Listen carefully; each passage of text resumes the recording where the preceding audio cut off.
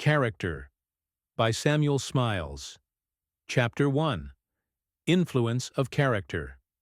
Unless above himself he can erect himself, how poor a thing is man. Daniel. Character is moral order seen through the medium of an individual nature. Men of character are the conscience of the society to which they belong. Emerson. The prosperity of a country depends not on the abundance of its revenues, nor on the strength of its fortifications, nor on the beauty of its public buildings, but it consists in the number of its cultivated citizens, in its men of education, enlightenment, and character. Here are to be found its true interest, its chief strength, its real power. Martin Luther. Character is one of the greatest motive powers in the world. In its noblest embodiments, it exemplifies human nature in its highest forms, for it exhibits man at his best. Men of genuine excellence in every station of life, men of industry, of integrity, of high principle, of sterling honesty of purpose, command the spontaneous homage of mankind. It is natural to believe in such men, to have confidence in them, and to imitate them. All that is good in the world is upheld by them, and without their presence in it, the world would not be worth living in. Although genius always commands admiration, character most secures respect. The former is more the product of brain power, the latter of heart power, and in the long run it is the heart that rules in life. Men of genius stand to society in the relation of its intellect, as men of character of its conscience, and while the former are admired, the latter are followed. Great men are always exceptional men, and greatness itself is but comparative. Indeed, the range of most men in life is so limited that very few have the opportunity of being great. But each man can act his part honestly and honorably, and to the best of his ability. He can use his gifts and not abuse them. He can strive to make the best of life. He can be true, just, honest, and faithful, even in small things. In a word, he can do his duty in that sphere in which Providence has placed him. Commonplace though it may appear, this doing of one's duty embodies the highest ideal of life and character. There may be nothing heroic about it, but the common lot of men is not heroic. And though the abiding sense of duty upholds man in his highest attitudes, it also equally sustains him in the transaction of the ordinary affairs of everyday existence. Man's life is centered in the sphere of common duties. The most influential of all the virtues are those which are the most in request for daily use. They wear the best and last the longest. Superfine virtues, which are above the standard of common men, may only be sources of temptation and danger. Burke has truly said that the human system which rests for its basis on the heroic virtues is sure to have a superstructure of weakness or of profligacy. When Dr. Abbot, afterwards Archbishop of Canterbury, drew the character of his deceased friend Thomas Sackville, one, he did not dwell upon his merits as a statesman or his genius as a poet, but upon his virtues as a man in relation to the ordinary duties of life. How many rare things were in him, said he. Who more loving unto his wife? Who more kind unto his children? Who more fast unto his friend? Who more moderate unto his enemy? Who more true to his word? Indeed, we can always better understand and appreciate a man's real character by the manner in which he conducts himself towards those who are the most nearly related to him, and by his transaction of the seemingly commonplace details of daily duty, than by his public exhibition of himself as an author, an orator, or a statesman. At the same time, while duty, for the most part, applies to the conduct of affairs in common life by the average of common men, it is also a sustaining power to men of the very highest standard of character. They may not have either money or property or learning or power, and yet they may be strong in heart, and rich in spirit, honest, truthful, dutiful. And whoever strives to do his duty faithfully is fulfilling the purpose for which he was created, and building up in himself the principles of a manly character.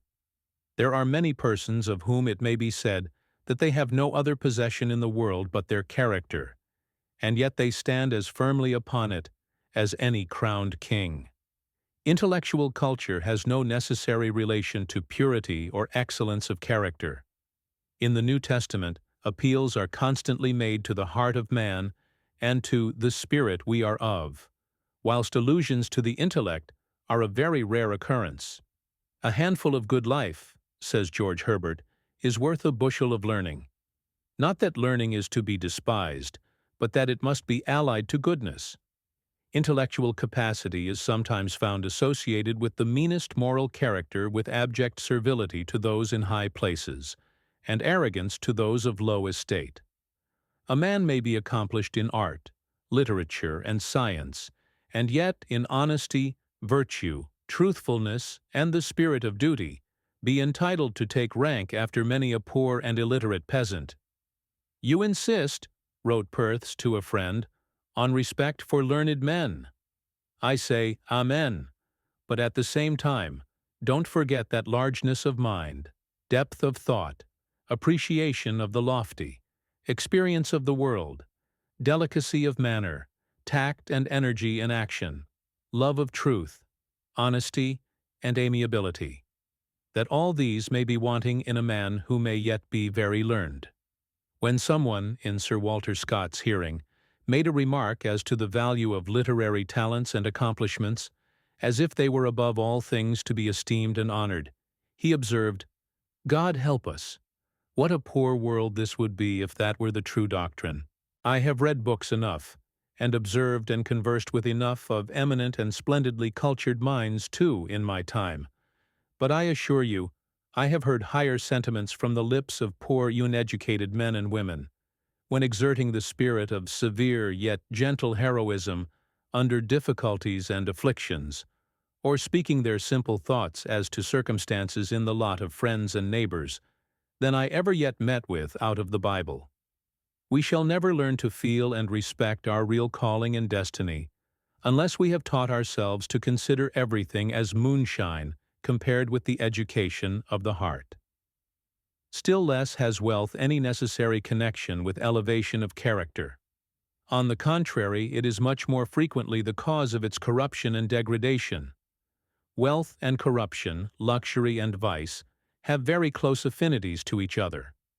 Wealth, in the hands of men of weak purpose, of deficient self-control, or of ill-regulated passions, is only a temptation and a snare.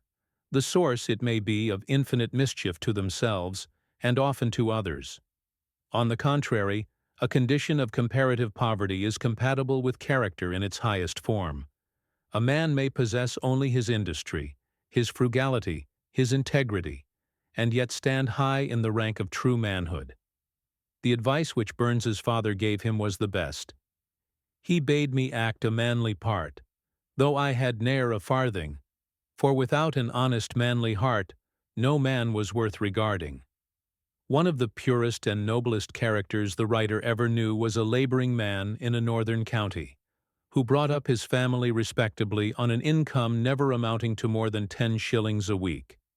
Though possessed of only the rudiments of common education, obtained at an ordinary parish school, he was a man full of wisdom and thoughtfulness. His library consisted of the Bible, Flavel, and Boston, books which, excepting the first, probably few readers have ever heard of. This good man might have sat for the portrait of Wordsworth's well-known Wanderer. When he had lived his modest life of work and worship, and finally went to his rest, he left behind him a reputation for practical wisdom, for genuine goodness, and for helpfulness in every good work, which greater and richer men might have envied. When Luther died, he left behind him, as set forth in his will, no ready money, no treasure of coin of any description. He was so poor at one part of his life that he was under the necessity of earning his bread by turning, gardening, and clock-making. Yet, at the very time when he was thus working with his hands, he was molding the character of his country, and he was morally stronger and vastly more honored and followed than all the princes of Germany. Character is property. It is the noblest of possessions. It is an estate in the general goodwill and respect of men, and they who invest in it, though they may not become rich in this world's goods, will find their reward in esteem and reputation fairly and honorably won. And it is right that in life good qualities should tell, that industry, virtue, and goodness should rank the highest, and that the really best men should be foremost. Simple honesty of purpose in a man goes a long way in life, if founded on a just estimate of himself and a steady obedience to the rule he knows and feels to be right. It holds a man straight, gives him strength and sustenance, and forms a mainspring of vigorous action. No man, once said Sir Benjamin Rudyard, is bound to be rich or great, no, nor to be wise, but every man is bound to be honest. But the purpose, besides being honest, must be inspired by sound principles and pursued with undeviating adherence to truth, integrity, and uprightness. Without principles, a man is like a ship without rudder or compass, left to drift hither and thither with every wind that blows. He is as one without law or rule or order or government. Moral principles, says Hume, are social and universal. They form, in a manner, the party of humankind against vice and disorder, its common enemy. Epictetus once received a visit from a certain magnificent orator going to Rome on a lawsuit, who wished to learn from the Stoics something of his philosophy. Epictetus received his visitor coolly, not believing in his sincerity. "You will only criticize my style," said he, not really wishing to learn principles. "Well, but," said the orator, "if I attend to that sort of thing, I shall be a mere pauper, like you, with no plate, nor equipage, nor land." "I don't want such things," replied Epictetus, "and besides, you are poorer than I am after all. Patron or no patron, what care I?" "You do care. I am richer than you. I don't care what Caesar thinks of me. I flatter no one. This is what I have, instead of your gold and silver plate. You have silver vessels, but earthenware reasons, principles, appetites. My mind to me a kingdom is, and it furnishes me with abundant and happy occupation, in lieu of your restless idleness. All your possessions seem small to you, mine seem great to me. Your desire is insatiate. Mine is satisfied. Talent is by no means rare in the world, nor is even genius. But can the talent be trusted? Can the genius? Not unless based on truthfulness, on veracity. It is this quality more than any other that commands the esteem and respect, and secures the confidence of others. Truthfulness is at the foundation of all personal excellence. It exhibits itself in conduct. It is rectitude, truth in action, and shines through every word and deed. It means reliableness, and convinces other men that it can be trusted. And a man is already of consequence in the world when it is known that he can be relied on. That when he says he knows a thing, he does know it. That when he says he will do a thing, he can do, and does it. Thus reliableness becomes a passport to the general esteem and confidence of mankind. In the affairs of life or of business, it is not intellect that tells so much as character, not brains so much as heart, not genius so much as self-control, patience, and discipline, regulated by judgment. Hence there is no better provision for the uses of either private or public life than a fair share of ordinary good sense, guided by rectitude. Good sense, disciplined by experience and inspired by goodness, issues in practical wisdom. Indeed, goodness in a measure implies wisdom, the highest wisdom, the union of the worldly with the spiritual. The correspondences of wisdom and goodness, says Sir Henry Taylor, are manifold, and that they will accompany each other is to be inferred, not only because men's wisdom makes them good, but because their goodness makes them wise. It is because of this controlling power of character in life that we often see men exercise an amount of influence apparently out of all proportion to their intellectual endowments. They appear to act by means of some latent power, some reserved force, which acts secretly, by mere presence. As Burke said of a powerful nobleman of the last century, his virtues were his means. The secret is that the aims of such men are felt to be pure and noble, and they act upon others with a constraining power. Though the reputation of men of genuine character may be of slow growth, their true qualities cannot be wholly concealed. They may be misrepresented by some and misunderstood by others. Misfortune and adversity may for a time overtake them, but, with patience and endurance, they will eventually inspire the respect and command the confidence which they really deserve. It has been said of Sheridan that, had he possessed reliableness of character, he might have ruled the world. Whereas, for want of it, his splendid gifts were comparatively useless. He dazzled and amused, but was without weight or influence in life or politics. Even the poor pantomimist of Drury Lane felt himself his superior. Thus, when Delpini one day pressed the manager for arrears of salary, Sheridan sharply reproved him, telling him he had forgotten his station. "No, indeed, Monsieur Sheridan, I have not," retorted Delpini. "I know the difference between us perfectly well. In birth, parentage, and education, you are superior to me. But in life, character, and behavior, I am superior to you." Unlike Sheridan, Burke, his countryman, was a great man of character. He was 35 before he gained a seat in Parliament, yet he found time to carve his name deep in the political history of England. He was a man of great gifts and of transcendent force of character. Yet he had a weakness, which proved a serious defect. It was his want of temper. His genius was sacrificed to his irritability. And without this apparently minor gift of temper, the most splendid endowments may be comparatively valueless to their possessor. Character is formed by a variety of minute circumstances, more or less under the regulation and control of the individual. Not a day passes without its discipline, whether for good or for evil.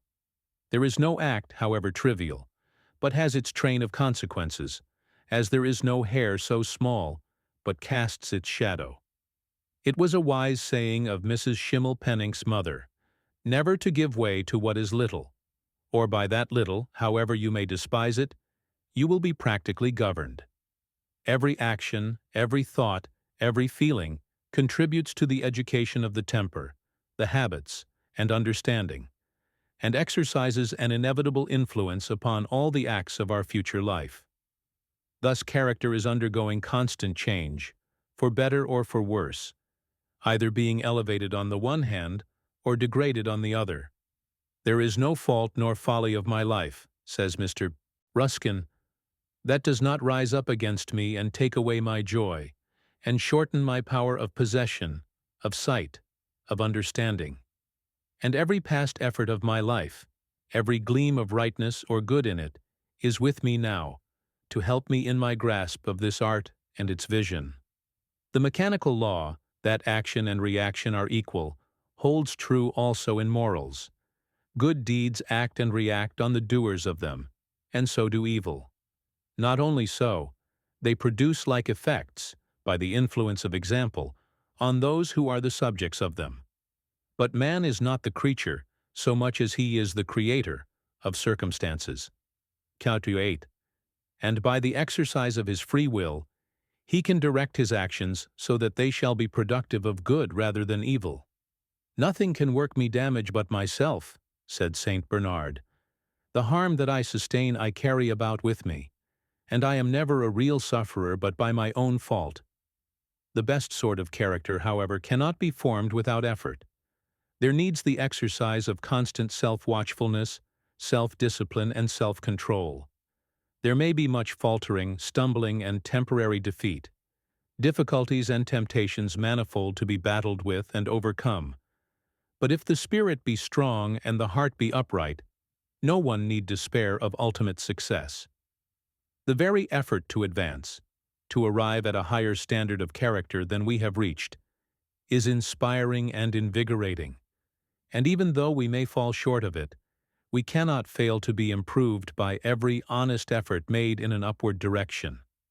And with the light of great examples to guide us, representatives of humanity in its best forms, everyone is not only justified, but bound in duty to aim at reaching the highest standard of character, not to become the richest in means, but in spirit, not the greatest in worldly position, but in true honor, not the most intellectual, but the most virtuous, not the most powerful and influential, but the most truthful, upright, and honest. It was very characteristic of the late Prince Consort, a man himself of the purest mind, who powerfully impressed and influenced others by the sheer force of his own benevolent nature, when drawing up the conditions of the annual prize to be given by Her Majesty at Wellington College, to determine that it should be awarded not to the cleverest boy, nor to the most bookish boy, nor to the most precise, diligent, and prudent boy, but to the noblest boy, to the boy who should show the most promise of becoming a large-hearted, high-motived man. Ryaning, character exhibits itself in conduct, guided and inspired by principle, integrity, and practical wisdom. In its highest form, it is the individual will acting energetically under the influence of religion, morality, and reason.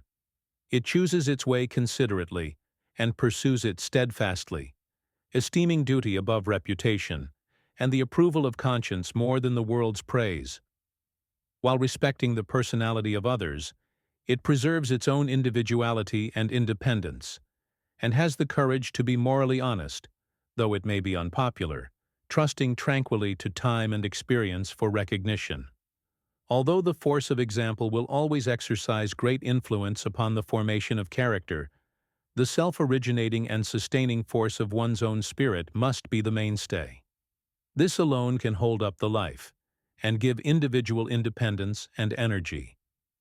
"Unless man can erect himself above himself," said Daniel, a poet of the Elizabethan era, "how poor a thing is man." Without a certain degree of practical efficient force, compounded of will, which is the root, and wisdom, which is the stem of character, life will be indefinite and purposeless, like a body of stagnant water, instead of a running stream doing useful work and keeping the machinery of a district in motion. When the elements of character are brought into action by determinate will, and influenced by high purpose, man enters upon and courageously perseveres in the path of duty, at whatever cost of worldly interest. He may be said to approach the summit of his being. He then exhibits character in its most intrepid form, and embodies the highest idea of manliness. The acts of such a man become repeated in the life and action of others. His very words live and become actions. Thus every word of Luther's rang through Germany like a trumpet. As Richter said of him, his words were half battles, and thus Luther's life became transfused into the life of his country, and still lives in the character of modern Germany. On the other hand, energy, without integrity and a soul of goodness, may only represent the embodied principle of evil. It is observed by Novalis, in his Thoughts on Morals, that the ideal of moral perfection has no more dangerous rival to contend with than the ideal of the highest strength and the most energetic life, the maximum of the barbarian, which needs only a due admixture of pride, ambition, and selfishness to be a perfect ideal of the devil. Amongst men of such stamp are found the greatest scourges and devastators of the world, those elect scoundrels whom Providence, in its inscrutable designs, permits to fulfill their mission of destruction upon earth. Very different is the man of energetic character inspired by a noble spirit, whose actions are governed by rectitude, and the law of whose life is duty. He is just and upright, in his business dealings, in his public action, and in his family life, justice being as essential in the government of a home as of a nation. He will be honest in all things, in his words and in his work. He will be generous and merciful to his opponents, as well as to those who are weaker than himself. It was truly said of Sheridan, who with all his improvidence was generous and never gave pain, that his wit in the combat, as gentle as bright, never carried a heart stain away on its blade. Such also was the character of Fox, who commanded the affection and service of others by his uniform heartiness and sympathy. He was a man who could always be most easily touched on the side of his honor. Thus, the story is told of a tradesman calling upon him one day for the payment of a promissory note which he presented. Fox was engaged at the time in counting out gold. The tradesman asked to be paid from the money before him. "No," said Fox. "I owe this money to Sheridan. It is a debt of honor. If any accident happened to me, he would have nothing to show." "Then," said the tradesman, "I change my debt into one of honor," and he tore up the note. Fox was conquered by the act. He thanked the man for his confidence, and paid him, saying, "Then Sheridan must wait. Yours is the debt of older standing." The man of character is conscientious. He puts his conscience into his work, into his words, into his every action.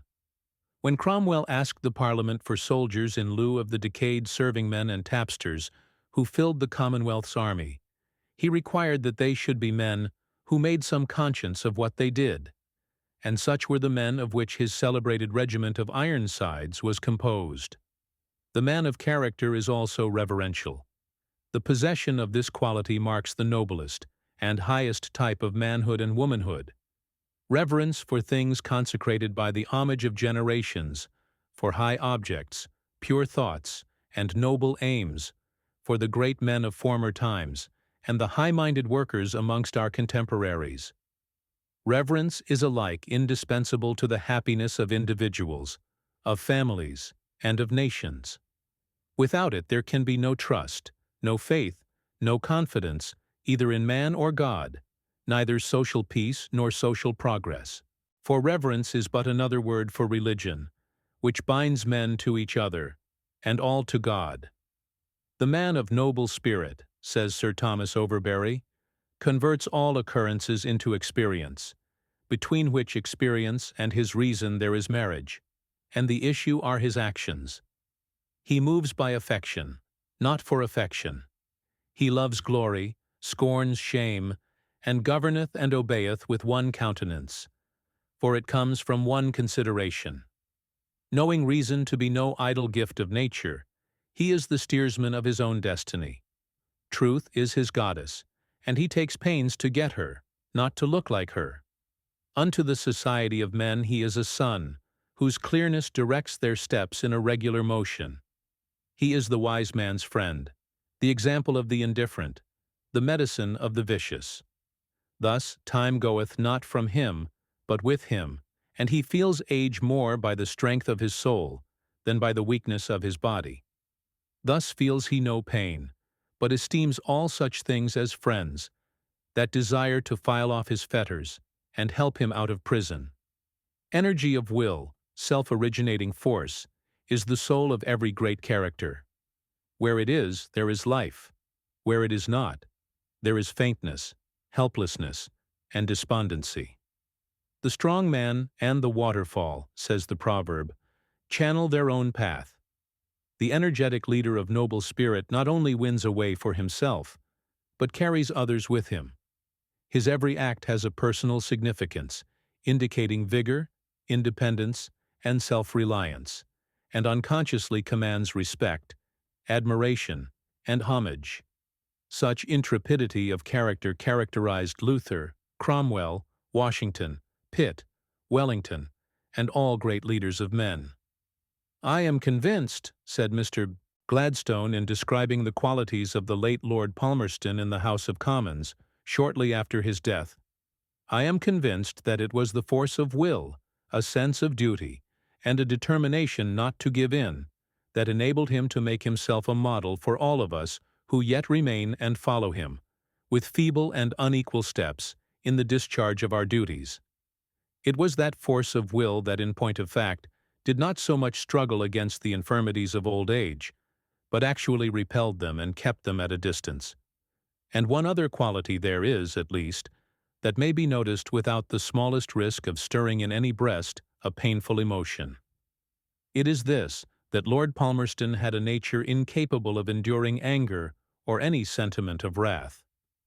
This freedom from wrathful sentiment was not the result of painful effort, but the spontaneous fruit of the mind. It was a noble gift of his original nature, a gift which beyond all others it was delightful to observe, delightful also to remember in connection with him who has left us, and with whom we have no longer to do, except in endeavoring to profit by his example, wherever it can lead us in the path of duty and of right, and of bestowing on him those tributes of admiration and affection which he deserves at our hands. The great leader attracts to himself men of kindred character, drawing them towards him as the lodestone draws iron. Thus, Sir John Moore early distinguished the three brothers Napier from the crowd of officers by whom he was surrounded, and they, on their part, repaid him by their passionate admiration. They were captivated by his courtesy, his bravery, and his lofty disinterestedness, and he became the model whom they resolved to imitate, and, if possible, to emulate. Moore's influence, says the biographer of Sir William Napier, had a signal effect in forming and maturing their characters, and it is no small glory to have been the hero of those three men, while his early discovery of their mental and moral qualities is a proof of Moore's own penetration and judgment of character. There is a contagiousness in every example of energetic conduct. The brave man is an inspiration to the weak, and compels them, as it were, to follow him. Thus Napier relates that at the combat of Vera, when the Spanish center was broken and in flight, a young officer named Havelock sprang forward, and waving his hat, called upon the Spaniards within sight to follow him. Putting spurs to his horse, he leapt the abatis which protected the French front, and went headlong against them. The Spaniards were electrified.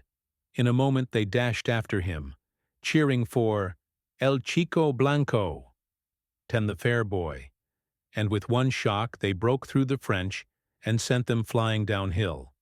And so it is in ordinary life. The good and the great draw others after them.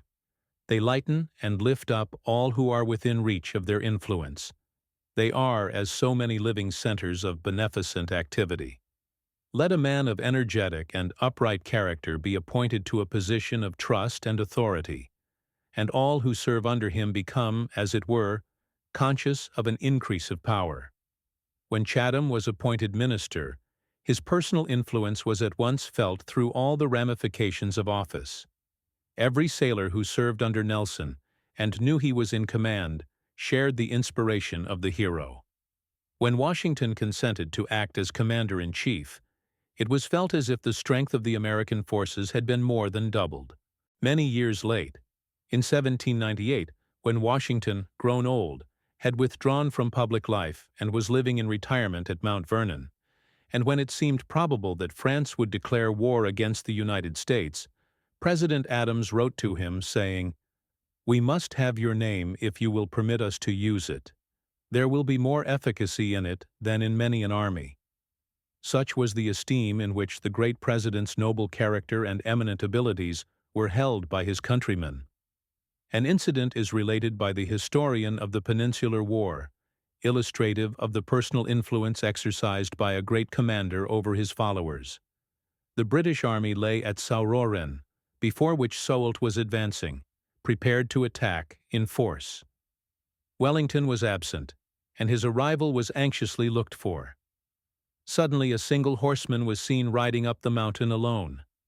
It was the Duke, about to join his troops. One of Campbell's Portuguese battalions first descried him, and raised a joyful cry. Then the shrill clamor, caught up by the next regiment, soon swelled as it ran along the line into that appalling shout which the British soldier is wont to give upon the edge of battle, and which no enemy ever heard unmoved. Suddenly he stopped at a conspicuous point, for he desired both armies should know he was there, and a double spy who was present pointed out Soult, who was so near that his features could be distinguished. Attentively Wellington fixed his eyes on that formidable man, and as if speaking to himself, he said, "Yonder is a great commander, but he is cautious and will delay his attack to ascertain the cause of those cheers. That will give time for the 6th Division to arrive, and I shall beat him," which he did. In some cases, Personal character acts by a kind of talismanic influence, as if certain men were the organs of a sort of supernatural force. "If I but stamp on the ground in Italy," said Pompey, "an army will appear. Natura."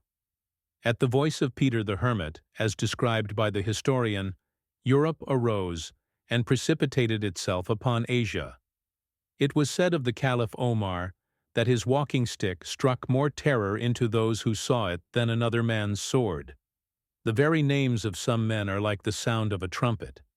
When the Douglas lay mortally wounded on the field of Otterburn, he ordered his name to be shouted still louder than before, saying there was a tradition in his family that a dead Douglas should win a battle. His followers, inspired by the sound, gathered fresh courage, rallied, and conquered. And thus, in the words of the Scottish poet, "The Douglas dead, his name hath won the field." There have been some men whose greatest conquests have been achieved after they themselves were dead. Never, says Michelet, was Caesar more alive, more powerful, more terrible, than when his old and worn-out body, his withered corpse, lay pierced with blows. He appeared then purified, redeemed, that which he had been, despite his many stains, the man of humanity. 1016. Never did the great character of William of Orange, surnamed the Silent, exercise greater power over his countrymen than after his assassination at Delft by the emissary of the Jesuits. On the very day of his murder, the Estates of Holland resolved to maintain the good cause, with God's help, to the uttermost, without sparing gold or blood. And they kept their word. The same illustration applies to all history and morals. The career of a great man remains an enduring monument of human energy. The man dies and disappears, but his thoughts and acts survive, and leave an indelible stamp upon his race. And thus the spirit of his life is prolonged and perpetuated, molding the thought and will, and thereby contributing to form the character of the future. It is the men that advance in the highest and best directions who are the true beacons of human progress. They are as lights set upon a hill, illumining the moral atmosphere around them, and the light of their spirit continues to shine upon all succeeding generations. It is natural to admire and revere really great men. They hallow the nation to which they belong, and lift up not only all who live in their time, but those who live after them. Their great example becomes the common heritage of their race, and their great deeds and great thoughts are the most glorious of legacies to mankind. They connect the present with the past, and help on the increasing purpose of the future, holding aloft the standard of principle, maintaining the dignity of human character, and filling the mind with traditions and instincts of all that is most worthy and noble in life. Character, embodied in thought and deed, is of the nature of immortality. The solitary thought of a great thinker will dwell in the minds of men for centuries, until at length it works itself into their daily life and practice. It lives on through the ages, speaking as a voice from the dead, and influencing minds living thousands of years apart. Thus, Moses and David and Solomon, Plato and Socrates and Xenophon, Seneca and Cicero and Epictetus still speak to us as from their tombs. They still arrest the attention, and exercise an influence upon character, though their thoughts be conveyed in languages unspoken by them and in their time unknown. Theodore Parker has said that a single man like Socrates was worth more to a country than many such states as South Carolina. That if that state went out of the world today, she would not have done so much for the world as Socrates. Great workers and great thinkers are the true makers of history, which is but continuous humanity influenced by men of character, by great leaders, kings, priests, philosophers, statesmen, and patriots, the true aristocracy of man. Indeed, Mr. Carlyle has broadly stated that universal history is, at bottom, but the history of great men. They certainly mark and designate the epochs of national life. Their influence is active, as well as reactive. Though their mind is, in a measure, the product of their age, the public mind is also, to a great extent, their creation. Their individual action identifies the cause, the institution. They think great thoughts, cast them abroad, and the thoughts make events. Thus the early reformers initiated the Reformation, and with it, the liberation of modern thought. Emerson has said that every institution is to be regarded as but the lengthened shadow of some great man, as Islamism of Muhammad, Puritanism of Calvin, Jesuitism of Loyola, Quakerism of Fox, Methodism of Wesley, abolitionism of Clarkson. Great men stamped their mind upon their age and nation, as Luther did upon modern Germany, and Knox upon Scotland, 10-18. And if there be one man more than another that stamped his mind on modern Italy, it was Dante. During the long centuries of Italian degradation, his burning words were as a watchfire and a beacon to all true men. He was the herald of his nation's liberty, braving persecution, exile, and death, for the love of it. He was always the most national of the Italian poets, the most loved, the most read. From the time of his death, all educated Italians had his best passages by heart, and the sentiments they enshrined inspired their lives and eventually influenced the history of their nation. The Italians, wrote Byron in 1821, talk Dante, write Dante, and think and dream Dante at this moment to an excess which would be ridiculous, but that he deserves their admiration. A succession of variously gifted men in different ages, extending from Alfred to Albert, has in like manner contributed, by their life and example, to shape the multiform character of England. Of these, probably the most influential were the men of the Elizabethan and Cromwellian, and the intermediate periods, amongst which we find the great names of Shakespeare, Raleigh, Burleigh, Sidney, Bacon, Milton, Herbert, Hampden, Pym, Eliot, Vane, Cromwell, and many more, some of them men of great force, and others of great dignity and purity of character. The lives of such men have become part of the public life of England, and their deeds and thoughts are regarded as among the most cherished bequeathments from the past. So Washington left behind him, as one of the greatest treasures of his country, the example of a stainless life, of a great, honest, pure, and noble character, a model for his nation to form themselves by in all time to come. And in the case of Washington, as in so many other great leaders of men, his greatness did not so much consist in his intellect, his skill, and his genius, as in his honor, his integrity, his truthfulness, his high and controlling sense of duty, in a word, in his genuine nobility of character. Men such as these are the true lifeblood of the country to which they belong. They elevate and uphold it, fortify and ennoble it, and shed a glory over it by the example of life and character which they have bequeathed. The names and memories of great men, says an able writer, are the dowry of a nation.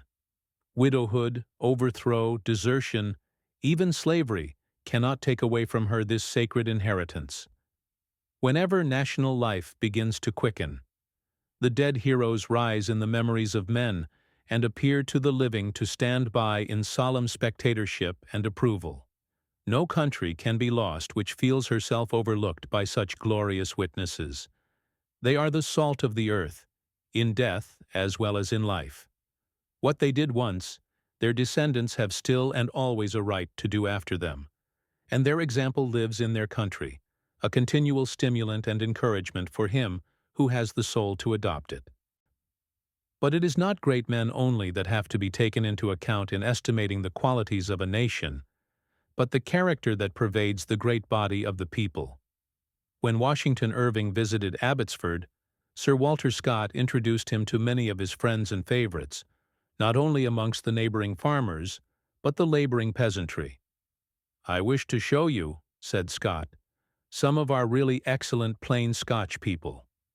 The character of a nation is not to be learnt from its fine folks, its fine gentlemen and ladies. Such you meet everywhere, and they are everywhere the same. While statesmen, philosophers, and divines represent the thinking power of society, the men who found industries and carve out new careers as well as the common body of working people, from whom the national strength and spirit are from time to time recruited, must necessarily furnish the vital force and constitute the real backbone of every nation. Nations have their character to maintain as well as individuals, and under constitutional governments, where all classes more or less participate in the exercise of political power, the national character will necessarily depend more upon the moral qualities of the many than of the few, and the same qualities which determine the character of individuals also determine the character of nations. Unless they are high-minded, truthful, honest, virtuous, and courageous, they will be held in light esteem by other nations, and be without weight in the world. To have character, they must needs also be reverential, disciplined, self-controlling, and devoted to duty. The nation that has no higher god than pleasure, or even dollars or calico, must needs be in a poor way. It were better to revert to Homer's gods than be devoted to these, for the heathen deities at least imaged human virtues, and were something to look up to. As for institutions, however good in themselves, they will avail but little in maintaining the standard of national character. It is the individual men, and the spirit which actuates them, that determine the moral standing and stability of nations. Government, in the long run, is usually no better than the people governed. Where the mass is sound in conscience, morals, and habit, the nation will be ruled honestly and nobly. But where they are corrupt, self-seeking, and dishonest in heart, bound neither by truth nor by law, the rule of rogues and wire-pullers becomes inevitable. The only true barrier against the despotism of public opinion, whether it be of the many or of the few, is enlightened individual freedom and purity of personal character. Without these, there can be no vigorous manhood, no true liberty in a nation. Political rights, however broadly framed, will not elevate a people individually depraved. Indeed, the more complete a system of popular suffrage, and the more perfect its protection, the more completely will the real character of a people be reflected, as by a mirror, in their laws and government. Political morality can never have any solid existence on a basis of individual immorality. Even freedom exercised by a debased people would come to be regarded as a nuisance, and liberty of the press but a vent for licentiousness and moral abomination. Nations, like individuals, derive support and strength from the feeling that they belong to an illustrious race, that they are the heirs of their greatness, and ought to be the perpetuators of their glory. It is of momentous importance that a nation should have a great past to look back upon. It steadies the life of the present, elevates and upholds it, and lightens and lifts it up, by the memory of the great deeds, the noble sufferings, and the valorous achievements of the men of old. The life of nations, as of men, is a great treasury of experience, which, wisely used, issues in social progress and improvement, or, misused, issues in dreams, delusions, and failure. Like men, nations are purified and strengthened by trials. Some of the most glorious chapters in their history are those containing the record of the sufferings by means of which their character has been developed. Love of liberty and patriotic feeling may have done much, but trial and suffering nobly borne more than all. A great deal of what passes by the name of patriotism in these days consists of the merest bigotry and narrow-mindedness, exhibiting itself in national prejudice, national conceit, amid national hatred. It does not show itself in deeds, but in boastings, in howlings, gesticulations, and shrieking helplessly for help, in flying flags and singing songs, and in perpetual grinding at the hurdy-gurdy of long-dead grievances and long-remedied wrongs. To be infested by such a patriotism as this is, perhaps, amongst the greatest curses that can befall any country. But as there is an ignoble, so is there a noble patriotism, the patriotism that invigorates and elevates a country by noble work, that does its duty truthfully and manfully, that lives an honest, sober, and upright life, and strives to make the best use of the opportunities for improvement that present themselves on every side, and at the same time a patriotism that cherishes the memory and example of the great men of old who, by their sufferings in the cause of religion or of freedom, have won for themselves a deathless glory, and for their nation those privileges of free life and free institutions, of which they are the inheritors and possessors. Nations are not to be judged by their size any more than individuals. It is not growing like a tree in bulk doth make man better be. For a nation to be great, it need not necessarily be big, though bigness is often confounded with greatness. A nation may be very big in point of territory and population, and yet be devoid of true greatness. The people of Israel were a small people, yet what a great life they developed, and how powerful the influence they have exercised on the destinies of mankind. Greece was not big. The entire population of Attica was less than that of South Lancashire. Athens was less populous than New York. And yet how great it was in art, in literature, in philosophy, and in patriotism.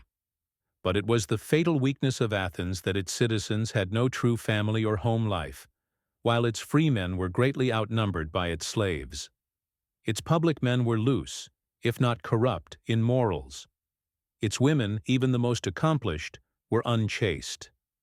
Hence its fall became inevitable, and was even more sudden than its rise. In like manner, the decline and fall of Rome was attributable to the general corruption of its people, and to their engrossing love of pleasure and idleness, work, in the later days of Rome, being regarded only as fit for slaves.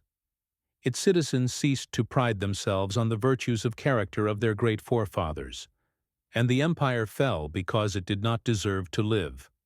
And so the nations that are idle and luxurious, that will rather lose a pound of blood, as old Burton says, in a single combat than a drop of sweat in any honest labor, must inevitably die out, and laborious energetic nations take their place. When Louis XIV asked Colbert how it was that, ruling so great and populous a country as France, he had been unable to conquer so small a country as Holland, the minister replied, "Because, sire, the greatness of a country does not depend upon the extent of its territory, but on the character of its people. It is because of the industry, the frugality, and the energy of the Dutch that your Majesty has found them so difficult to overcome." It is also related of Spinola and Richardet, the ambassadors sent by the King of Spain to negotiate a treaty at The Hague in 1608, that one day they saw some 8 or 10 persons land from a little boat, and sitting down upon the grass, proceed to make a meal of bread and cheese and beer. "Who are those travelers?" asked the ambassadors of a peasant. "These are worshipful masters, the deputies from the States," was his reply. Spinola at once whispered to his companion, "We must make peace. These are not men to be conquered." In fine, stability of institutions must depend upon stability of character. Any number of depraved units cannot form a great nation. The people may seem to be highly civilized, and yet be ready to fall to pieces at first touch of adversity. Without integrity of individual character, they can have no real strength, cohesion, soundness. They may be rich, polite, and artistic, and yet hovering on the brink of ruin.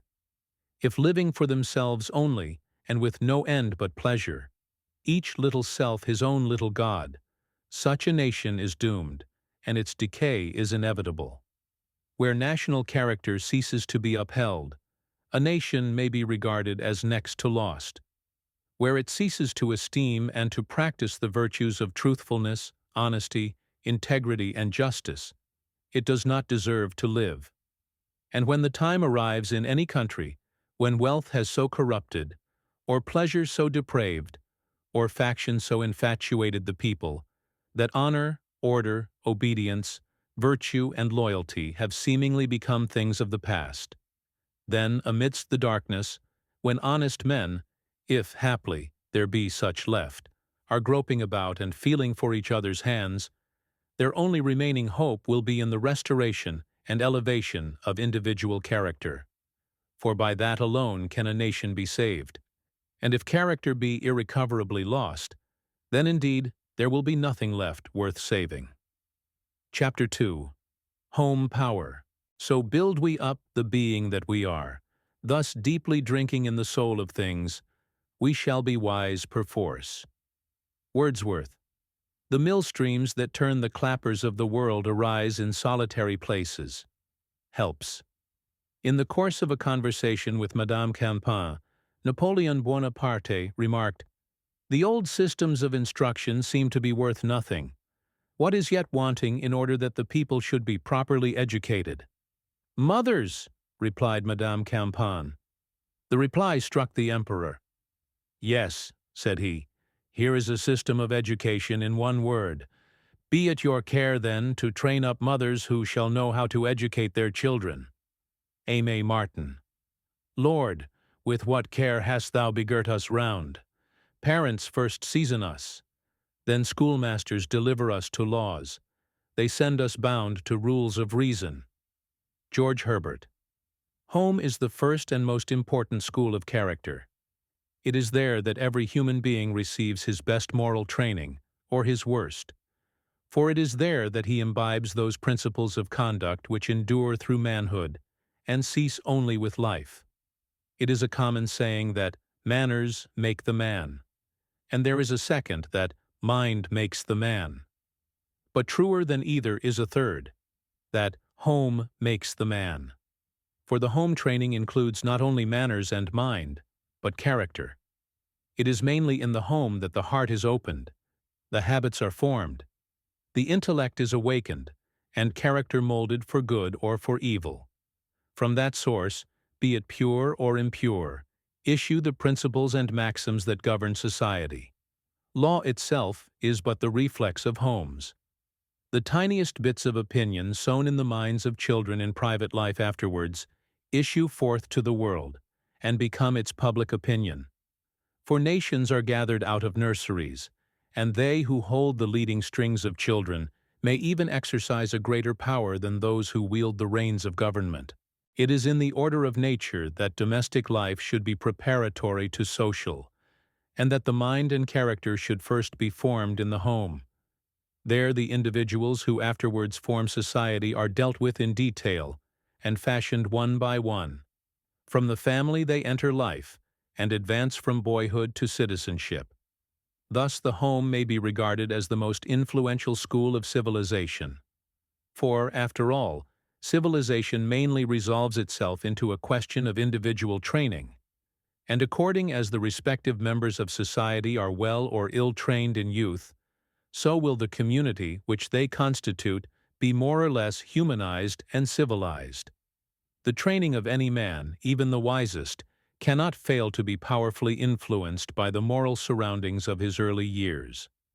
He comes into the world helpless, and absolutely dependent upon those about him for nurture and culture. From the very first breath that he draws, his education begins. When a mother once asked a clergyman when she should begin the education of her child, then 4 years old, he replied, "Madam, if you have not begun already, you have lost those 4 years. From the first smile that gleams upon an infant's cheek, your opportunity begins." But even in this case the education had already begun, for the child learns by simple imitation, without effort, almost through the pores of the skin. "A fig tree looking on a fig tree becometh fruitful," says the Arabian proverb. And so it is with children. Their first great instructor is example. However apparently trivial the influences which contribute to form the character of the child, they endure through life. The child's character is the nucleus of the man's. All after education is but superposition. The form of the crystal remains the same. Thus the saying of the poet holds true in a large degree. The child is father of the man. Or, as Milton puts it, the childhood shows the man, as morning shows the day. Those impulses to conduct which last the longest and are rooted the deepest always have their origin near our birth. It is then that the germs of virtues or vices, of feelings or sentiments, are first implanted which determine the character for life. The child is, as it were, laid at the gate of a new world, and opens his eyes upon things all of which are full of novelty and wonderment. At first it is enough for him to gaze, but by and by he begins to see, to observe, to compare, to learn, to store up impressions and ideas. And under wise guidance the progress which he makes is really wonderful. Lord Brougham has observed that between the ages of 18 and 30 months, a child learns more of the material world, of his own powers, of the nature of other bodies, and even of his own mind and other minds, than he acquires in all the rest of his life. The knowledge which a child accumulates and the ideas generated in his mind during this period are so important that if we could imagine them to be afterwards obliterated, all the learning of a senior wrangler at Cambridge or a first-classman at Oxford would be as nothing to it, and would literally not enable its object to prolong his existence for a week. It is in childhood that the mind is most open to impressions and ready to be kindled by the first spark that falls into it. Ideas are then caught quickly and live lastingly. Thus Scott is said to have received his first bent towards ballad literature from his mother's and grandmother's recitations in his hearing long before he himself had learned to read. Childhood is like a mirror, which reflects in afterlife the images first presented to it. The first thing continues forever with the child.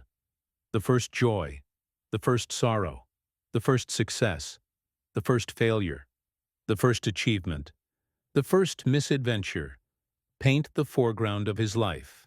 All this while, too, the training of the character is in progress, of the temper, the will, and the habits, on which so much of the happiness of human beings in afterlife depends. Although man is endowed with a certain self-acting, self-helping power of contributing to his own development, independent of surrounding circumstances, and of reacting upon the life around him, the bias given to his moral character in early life is of immense importance. Place even the highest-minded philosopher in the midst of daily discomfort, immorality, and vileness, and he will insensibly gravitate towards brutality. How much more susceptible is the impressionable and helpless child amidst such surroundings? It is not possible to rear a kindly nature, sensitive to evil, pure in mind and heart, amidst coarseness, discomfort, and impurity. Thus homes, which are the nurseries of children who grow up into men and women, will be good or bad according to the power that governs them.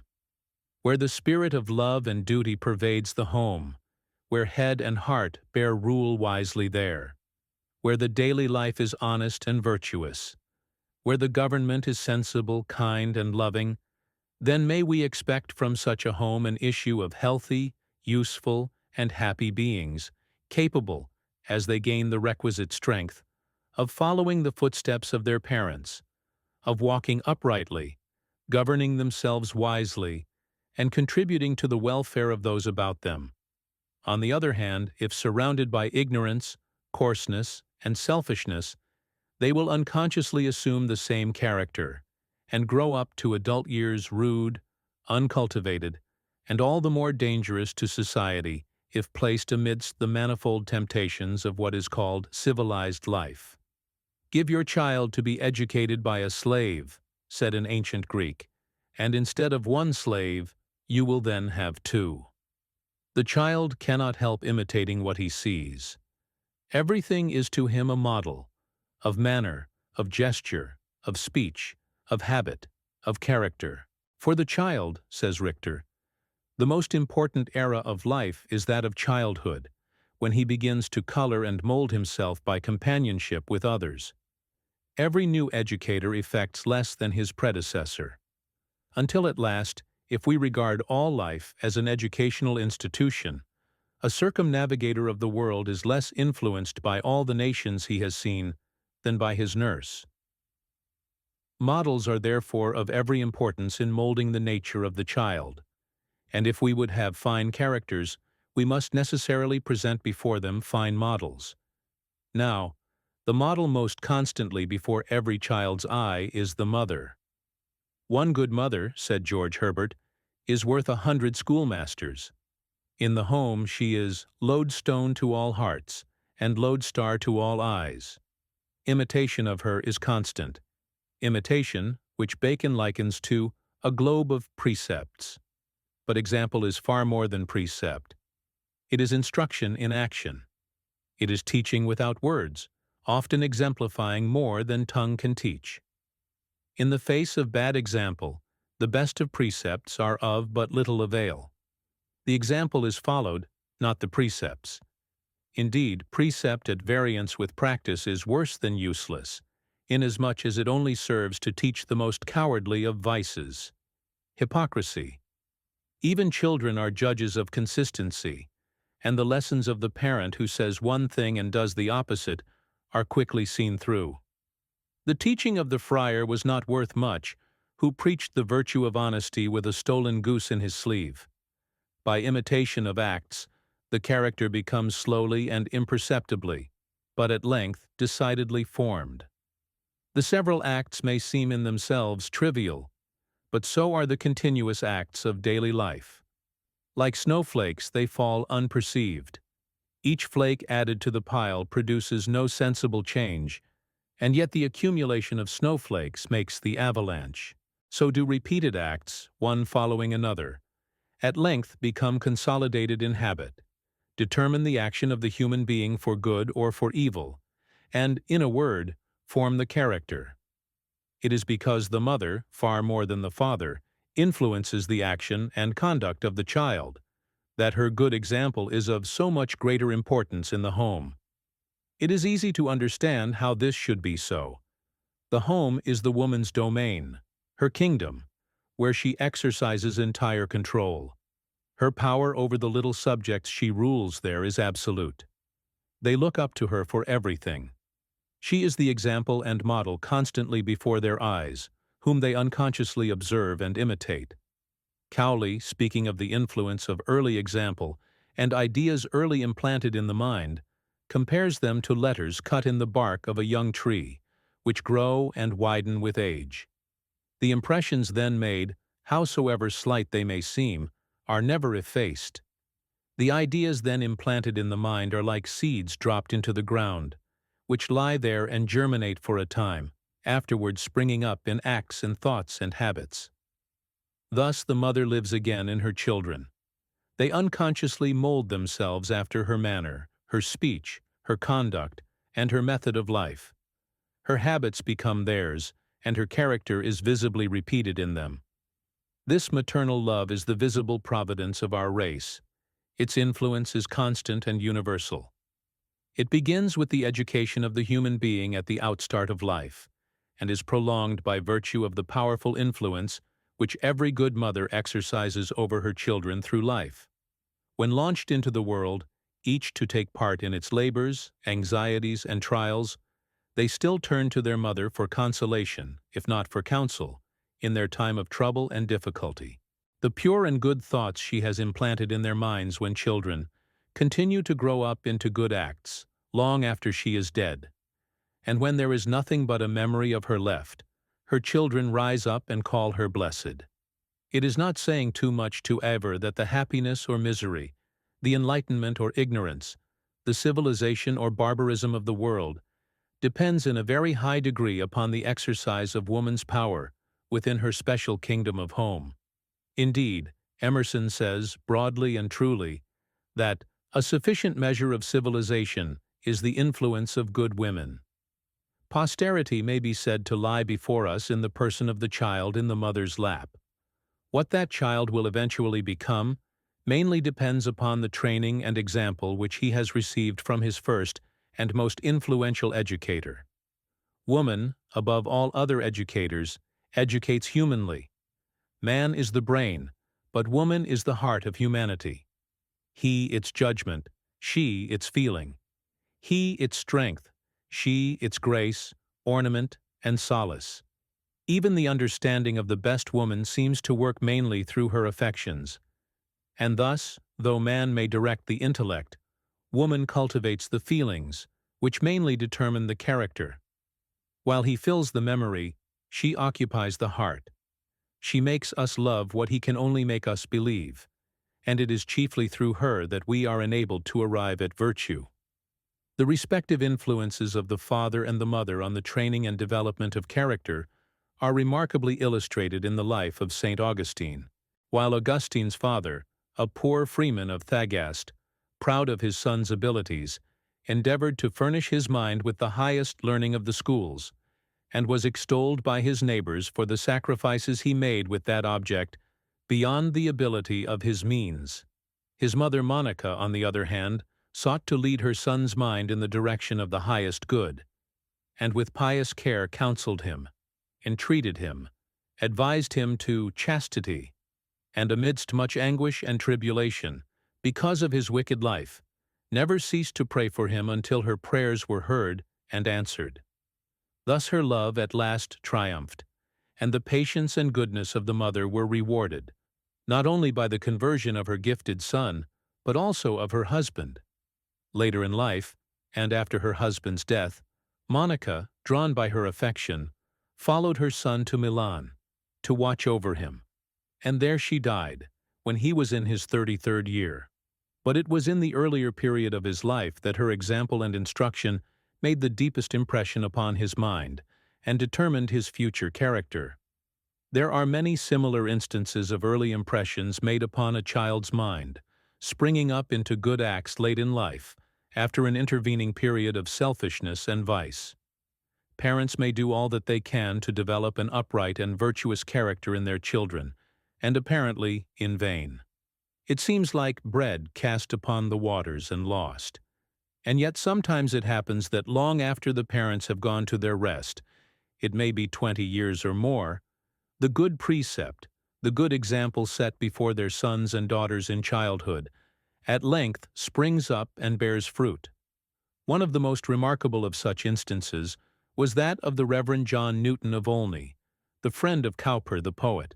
It was long subsequent to the death of both his parents, and after leading a vicious life as a youth and as a seaman, that he became suddenly awakened to a sense of his depravity.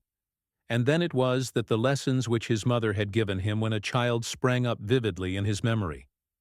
Her voice came to him as it were from the dead, and led him gently back to virtue and goodness.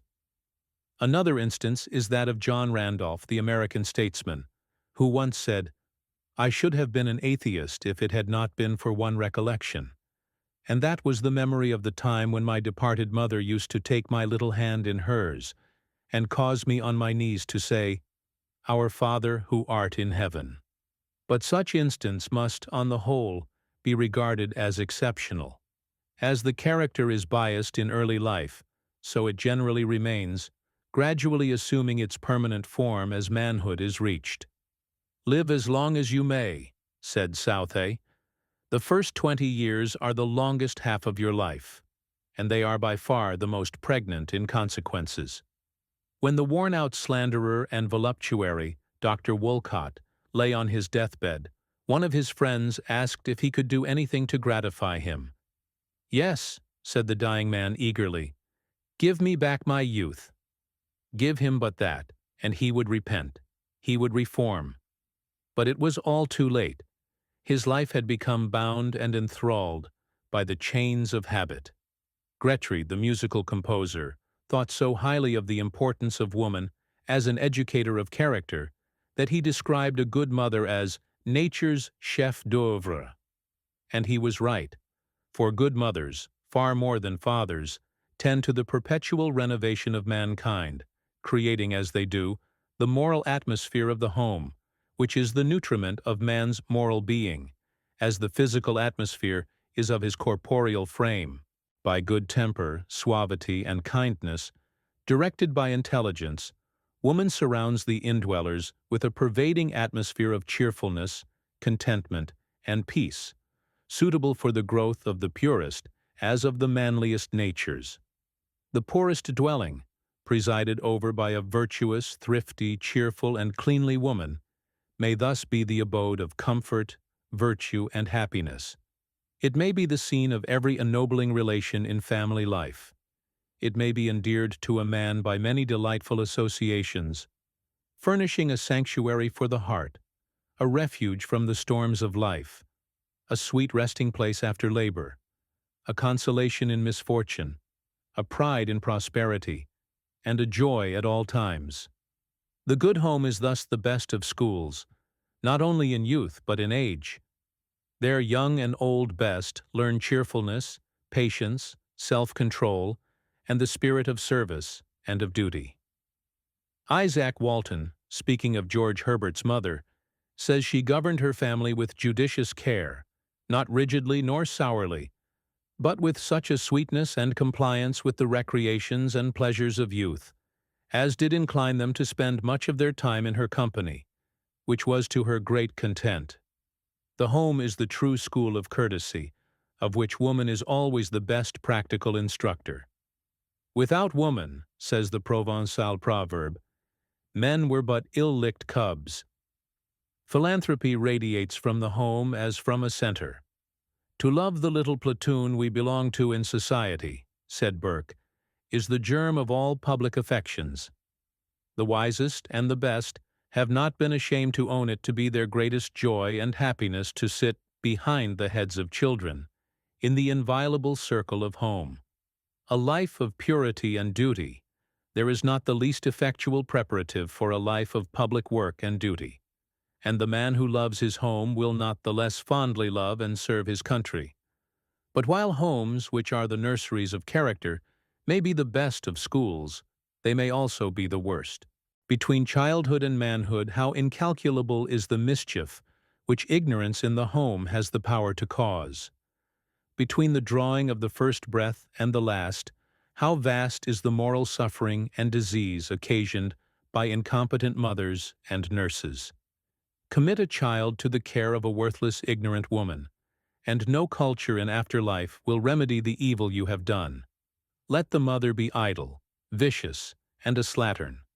Let her home be pervaded by cavilling, petulance, and discontent, and it will become a dwelling of misery, a place to fly from rather than to fly to, and the children whose misfortune it is to be brought up there will be morally dwarfed and deformed, the cause of misery to themselves as well as to others. Napoleon Bonaparte was accustomed to say that the future good or bad conduct of a child depended entirely on the mother.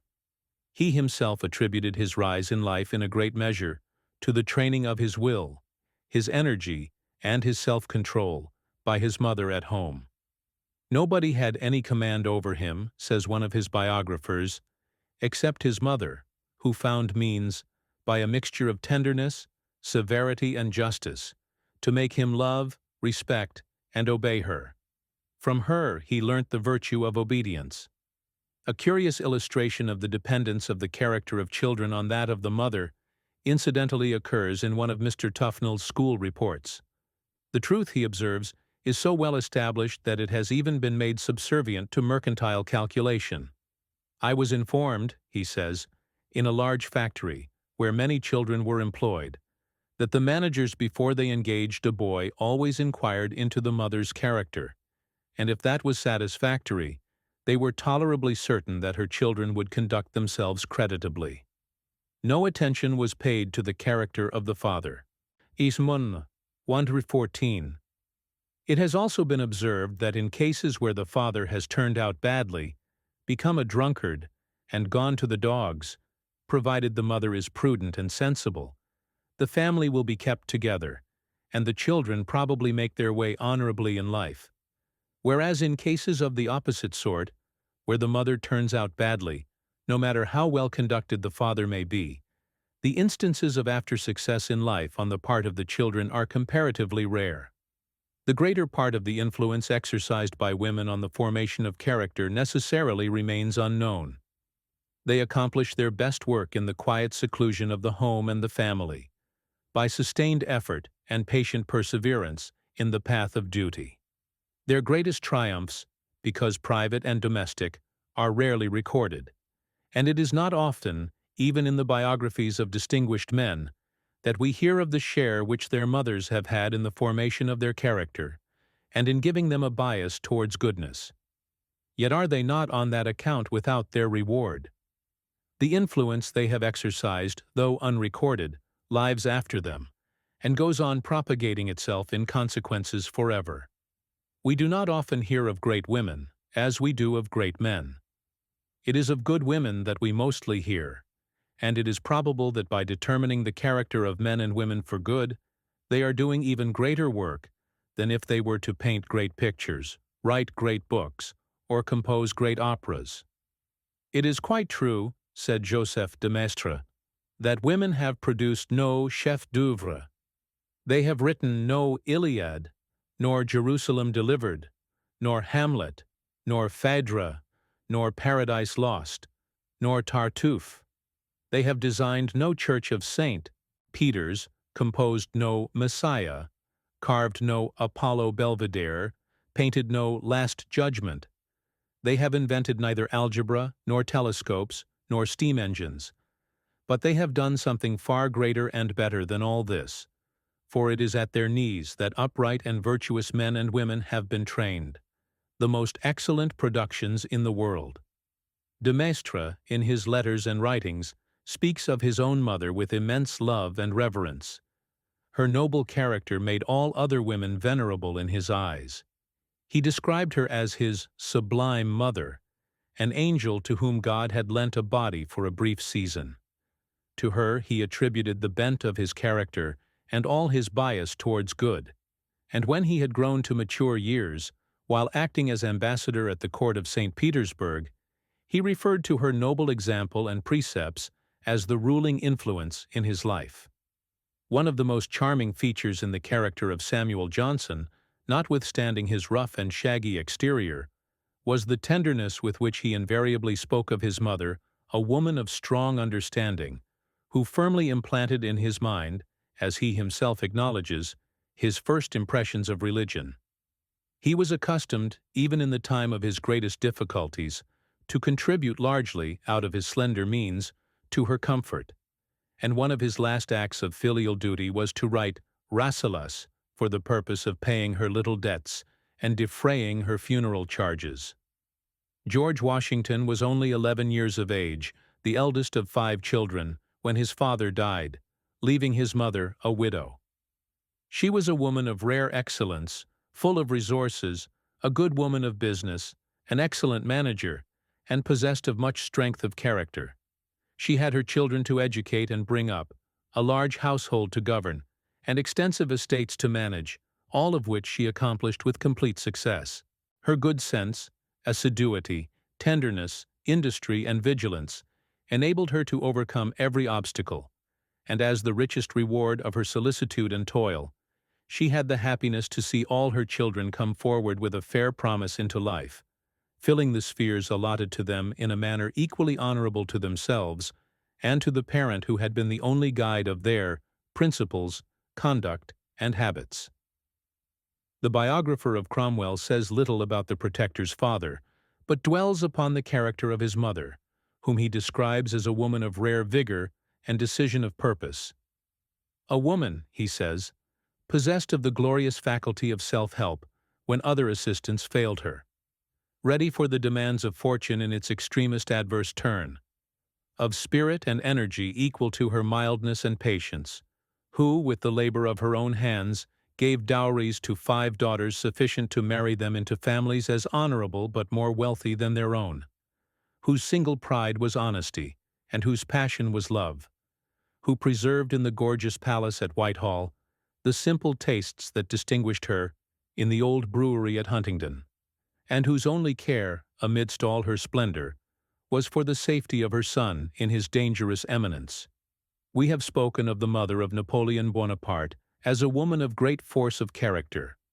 Not less so was the mother of the Duke of Wellington, whom her son strikingly resembled in features, person, and character, while his father was principally distinguished as a musical composer and performer.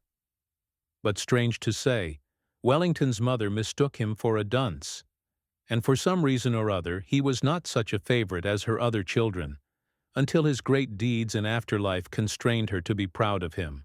The Napiers were blessed in both parents, but especially in their mother, Lady Sarah Lennox, who early sought to inspire her sons' minds with elevating thoughts, admiration of noble deeds, and a chivalrous spirit, which became embodied in their lives and continued to sustain them, until death, in the path of duty and of honor.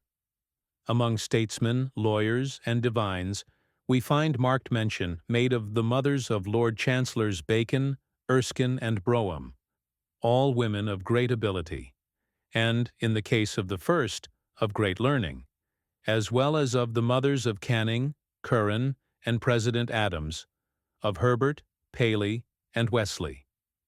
Lord Brougham speaks in terms almost approaching reverence of his grandmother, the sister of Professor Robertson, as having been mainly instrumental in instilling into his mind a strong desire for information, and the first principles of that persevering energy in the pursuit of every kind of knowledge which formed his prominent characteristic throughout life. Canning's mother was an Irishwoman of great natural ability, for whom her gifted son entertained the greatest love and respect to the close of his career. She was a woman of no ordinary intellectual power.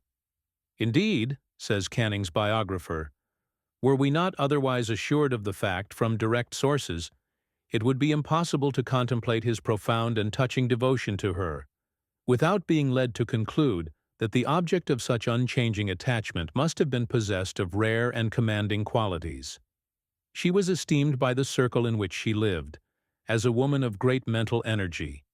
Her conversation was animated and vigorous, and marked by a distinct originality of manner and a choice of topics fresh and striking, and out of the commonplace routine. To persons who were but slightly acquainted with her, the energy of her manner had even something of the air of eccentricity. Curran speaks with great affection of his mother as a woman of strong original understanding, to whose wise counsel, consistent piety, and lessons of honorable ambition, which she diligently enforced on the minds of her children, he himself principally attributed his success in life.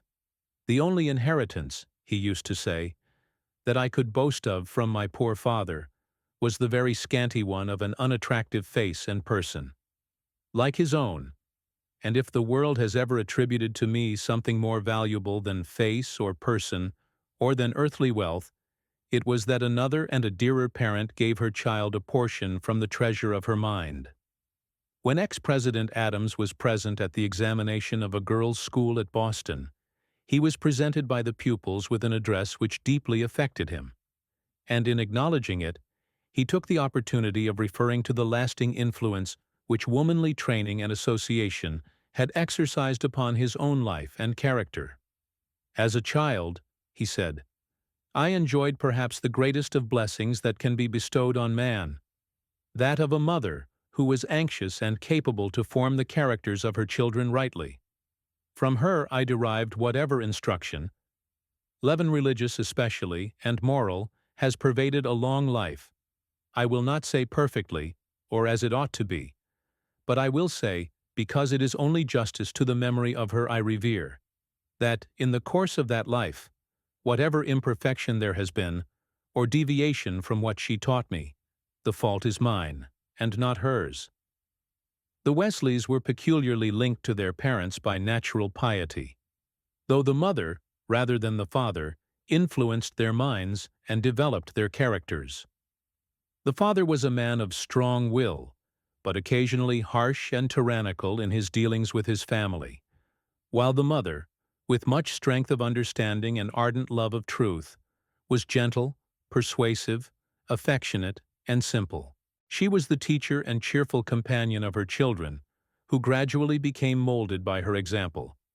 It was through the bias given by her to her sons' minds in religious matters that they acquired the tendency which, even in early years, drew to them the name of Methodists. In a letter to her son, Samuel Wesley, when a scholar at Westminster in 1709, she said, I would advise you as much as possible to throw your business into a certain method, by which means you will learn to improve every precious moment and find an unspeakable facility in the performance of your respective duties. This method she went on to describe, exhorting her son in all things to act upon principle, and the society which the brothers John and Charles afterwards founded at Oxford is supposed to have been in a great measure the result of her exhortations. In the case of poets, literary men, and artists, the influence of the mother's feeling and taste has doubtless had great effect in directing the genius of their sons, And we find this especially illustrated in the lives of Gray, Thomson, Scott, Southey, Bulwer, Schiller, and Goethe. Gray inherited, almost complete, his kind and loving nature from his mother, while his father was harsh and unamiable. Gray was, in fact, a feminine man, shy, reserved, and wanting in energy, but thoroughly irreproachable in life and character. The poet's mother maintained the family after her unworthy husband had deserted her, and, at her death, Gray placed on her grave in Stoke Pogis an epitaph describing her as the careful, tender mother of many children, one of whom alone had the misfortune to survive her. The poet himself was, at his own desire, interred beside her worshipped grave. Goethe, like Schiller, owed the bias of his mind and character to his mother, who was a woman of extraordinary gifts. She was full of joyous, flowing mother wit, and possessed in a high degree the art of stimulating young and active minds, instructing them in the science of life out of the treasures of her abundant experience. After a lengthened interview with her, an enthusiastic traveler said, "Now do I understand how Goethe has become the man he is." Goethe himself affectionately cherished her memory. "She was worthy of life," he once said of her, and when he visited Frankfurt, he sought out every individual who had been kind to his mother, and thanked them all. It was Ary Scheffer's mother, whose beautiful features the painter so loved to reproduce in his pictures of Beatrice, Saint Monica, and others of his works, that encouraged his study of art, and by great self-denial provided him with the means of pursuing it. While living at Dordrecht in Holland, she first sent him to Lille to study, and afterwards to Paris, and her letters to him, while absent, were always full of sound motherly advice and affectionate womanly sympathy. "If you could but see me," she wrote on one occasion, "kissing your picture, then, after a while, taking it up again, and with a tear in my eye, calling you my beloved son, you would comprehend what it costs me to use sometimes the stern language of authority, and to occasion to you moments of pain. Work diligently, be, above all, modest and humble, and when you find yourself excelling others, then compare what you have done with nature itself, or with the ideal of your own mind, and you will be secured, by the contrast which will be apparent, against the effects of pride and presumption." Long years after, when Ary Scheffer was himself a grandfather, he remembered with affection the advice of his mother, and repeated it to his children. And thus the vital power of good example lives on from generation to generation, keeping the world ever fresh and young. Writing to his daughter, Madame Marjolin, in 1846, his departed mother's advice recurred to him, and he said, "The word must, fix it well in your memory, dear child. Your grandmother seldom had it out of hers." The truth is that through our lives nothing brings any good fruit, except what is earned by either the work of the hands or by the exertion of one's self-denial. Sacrifices must, in short, be ever going on if we would obtain any comfort or happiness. Now that I am no longer young, I declare that few passages in my life afford me so much satisfaction as those in which I made sacrifices or denied myself enjoyments. Das Entsagen, even the forbidden, is the motto of the wise man. Self-denial is the quality of which Jesus Christ set us the example. The French historian Michelet makes the following touching reference to his mother in the preface to one of his most popular books, the subject of much embittered controversy at the time at which it appeared. "Whilst writing all this, I have had in my mind a woman, whose strong and serious mind would not have failed to support me in these contentions. I lost her 30 years ago. I was a child then. Nevertheless, ever living in my memory, she follows me from age to age. She suffered with me in my poverty, and was not allowed to share my better fortune. When young, I made her sad, and now I cannot console her. I know not even where her bones are. I was too poor then to buy earth to bury her. And yet I owe her much.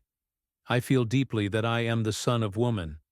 Every instant in my ideas and words, not to mention my features and gestures, I find again my mother in myself. It is my mother's blood which gives me the sympathy I feel for bygone ages, and the tender remembrance of all those who are now no more.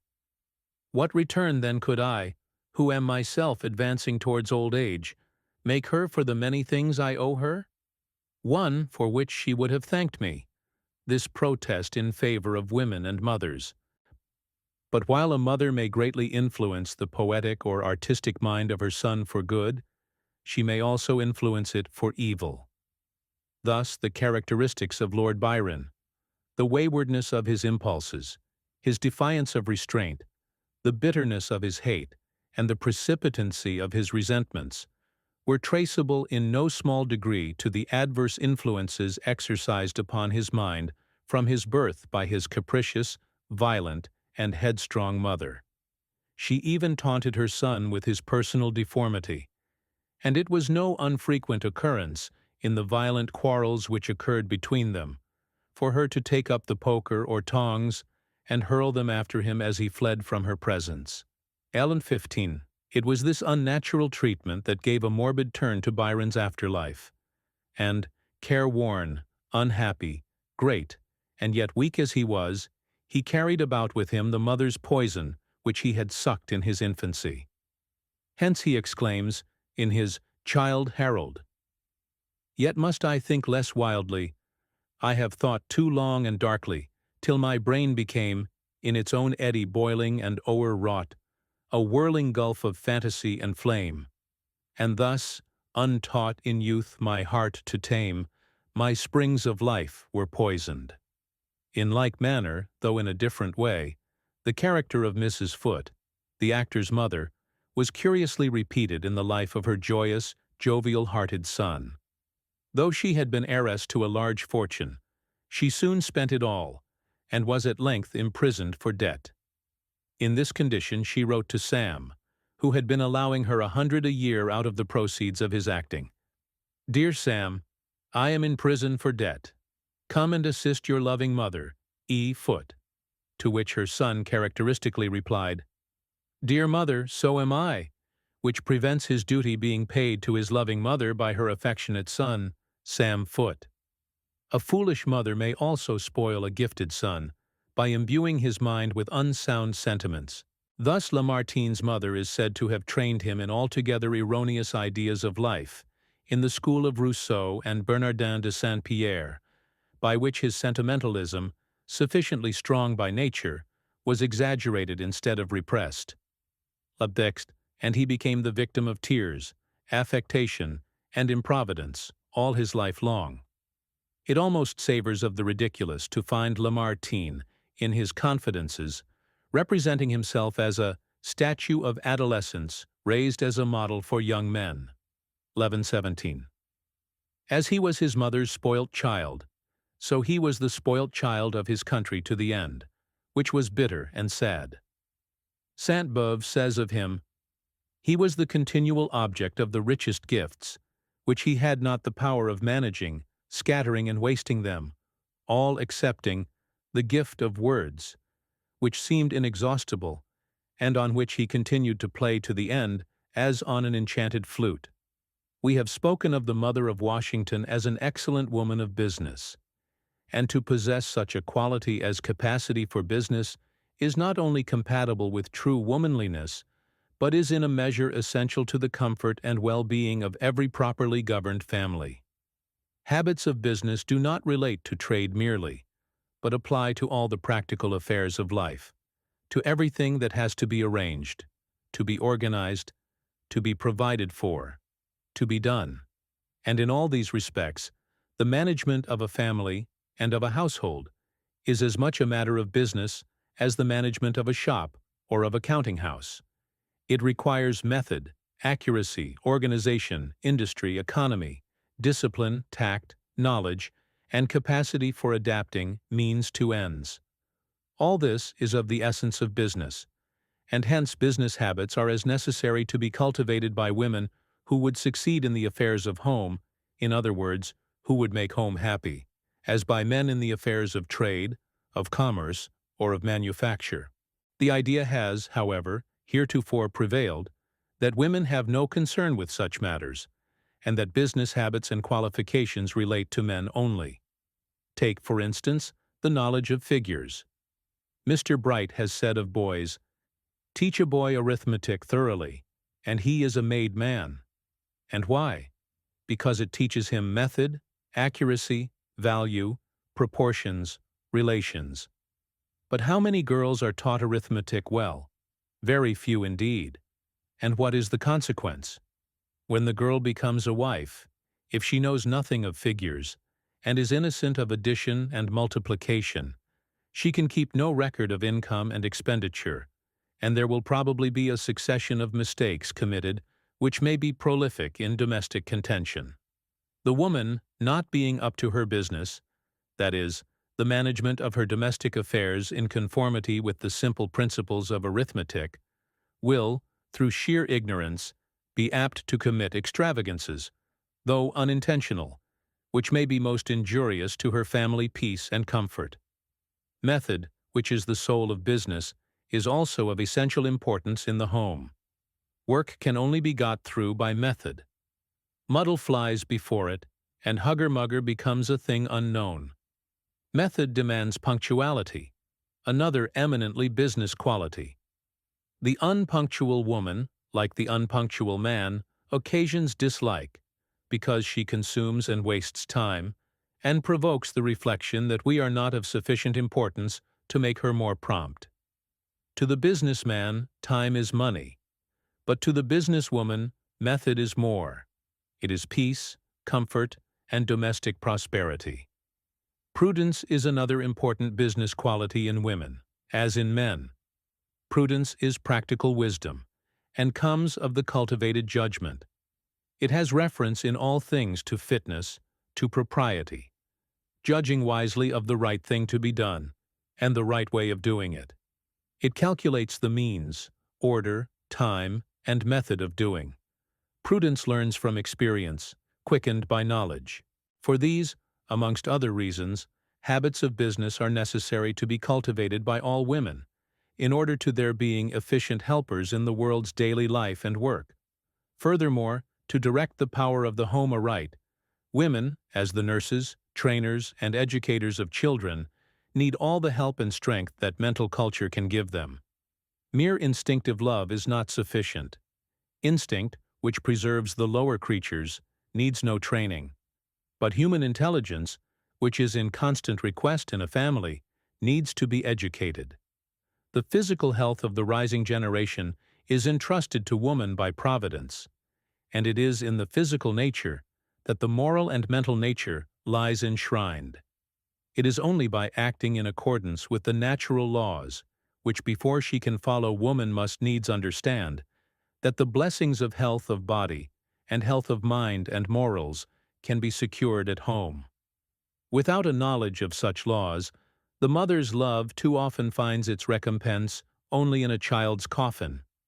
It is a mere truism to say that the intellect with which woman as well as man is endowed has been given for use and exercise, and not to fust in her unused.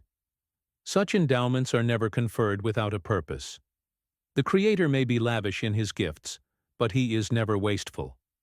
Woman was not meant to be either an unthinking drudge or the merely pretty ornament of man's leisure. She exists for herself, as well as for others, and the serious and responsible duties she is called upon to perform in life require the cultivated head, as well as the sympathizing heart. Her highest mission is not to be fulfilled by the mastery of fleeting accomplishments, on which so much useful time is now wasted. For though accomplishments may enhance the charms of youth and beauty, of themselves sufficiently charming, they will be found of very little use in the affairs of real life. The highest praise which the ancient Romans could express of a noble matron was that she sat at home and span, domum mansit, lanum fecit. In our own time it has been said that chemistry enough to keep the pot boiling, and geography enough to know the different rooms in her house, was science enough for any woman, whilst Byron, whose sympathies for woman were of a very imperfect kind, professed that he would limit her library to a Bible and a cookery book. But this view of woman's character and culture is as absurdly narrow and unintelligent on the one hand as the opposite view, now so much in vogue, is extravagant and unnatural on the other. That woman ought to be educated so as to be as much as possible the equal of man, undistinguishable from him except in sex, equal to him in rights and votes, and his competitor in all that makes life a fierce and selfish struggle for place and power and money. Speaking generally, the training and discipline that are most suitable for the one sex in early life are also the most suitable for the other, and the education and culture that fill the mind of the man will prove equally wholesome for the woman. Indeed, all the arguments which have yet been advanced in favor of the higher education of men plead equally strongly in favor of the higher education of women. In all the departments of home, intelligence will add to woman's usefulness and efficiency.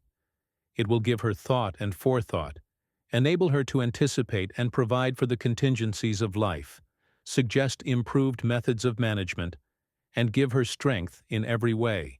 In disciplined mental power, she will find a stronger and safer protection against deception and imposture than in mere innocent and unsuspecting ignorance. In moral and religious culture, she will secure sources of influence more powerful and enduring than in physical attractions. And in due self-reliance and self-dependence, she will discover the truest sources of domestic comfort and happiness. But while the mind and character of women ought to be cultivated with a view to their own well-being, they ought not the less to be educated liberally with a view to the happiness of others. Men themselves cannot be sound in mind or morals if women be the reverse, and if, as we hold to be the case, the moral condition of a people mainly depends upon the education of the home, then the education of women is to be regarded as a matter of national importance. Not only does the moral character but the mental strength of man find their best safeguard and support in the moral purity and mental cultivation of woman. But the more completely the powers of both are developed, the more harmonious and well-ordered will society be, the more safe and certain its elevation and advancement. When about 50 years since, the first Napoleon said that the great want of France was mothers, he meant, in other words, that the French people needed the education of homes, provided over by good, virtuous, intelligent women. Indeed, the first French Revolution presented one of the most striking illustrations of the social mischiefs resulting from a neglect of the purifying influence of women. When that great national outbreak occurred, society was impenetrated with vice and profligacy. Morals, religion, virtue were swamped by sensualism. The character of woman had become depraved. Conjugal fidelity was disregarded. Maternity was held in reproach. Family and home were alike corrupted. Domestic purity no longer bound society together. France was motherless. The children broke loose, and the revolution burst forth, amidst the yells and the fierce violence of women. But the terrible lesson was disregarded, and again France has grievously suffered from the want of that discipline, obedience, self-control, and self-respect, which can only be truly learnt at home. It is said that the third Napoleon attributed the recent powerlessness of France, which left her helpless and bleeding at the feet of her conquerors, to the frivolity and lack of principle of the people, as well as to their love of pleasure, which, however, it must be confessed, he himself did not a little to foster. It would thus seem that the discipline which France still needs to learn, if she would be good and great, is that indicated by the first Napoleon, home education by good mothers. The influence of woman is the same everywhere. Her condition influences the morals, manners, and character of the people in all countries.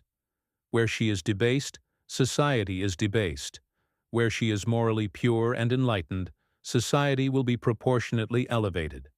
Hence, to instruct woman is to instruct man. To elevate her character is to raise his own. To enlarge her mental freedom is to extend and secure that of the whole community. For nations are but the outcomes of homes, and peoples of mothers. But while it is certain that the character of a nation will be elevated by the enlightenment and refinement of woman, it is much more than doubtful whether any advantage is to be derived from her entering into competition with man in the rough work of business and polities. Women can no more do men's special work in the world than men can do women's. And wherever woman has been withdrawn from her home and family to enter upon other work, the result has been socially disastrous. Indeed, the efforts of some of the best philanthropists have of late years been devoted to withdrawing women from toiling alongside of men in coal pits, factories, nail shops, and brickyards. It is still not uncommon in the North for the husbands to be idle at home, while the mothers and daughters are working in the factory, the result being, in many cases, an entire subversion of family order, of domestic discipline, and of home rule. And for many years past, in Paris, that state of things has been reached which some women desire to effect amongst ourselves. The women there mainly attend to business, serving the boutique, or presiding at the comptoir, while the men lounge about the boulevards. But the result has only been homelessness, degeneracy, and family and social decay. Nor is there any reason to believe that the elevation and improvement of women are to be secured by investing them with political power.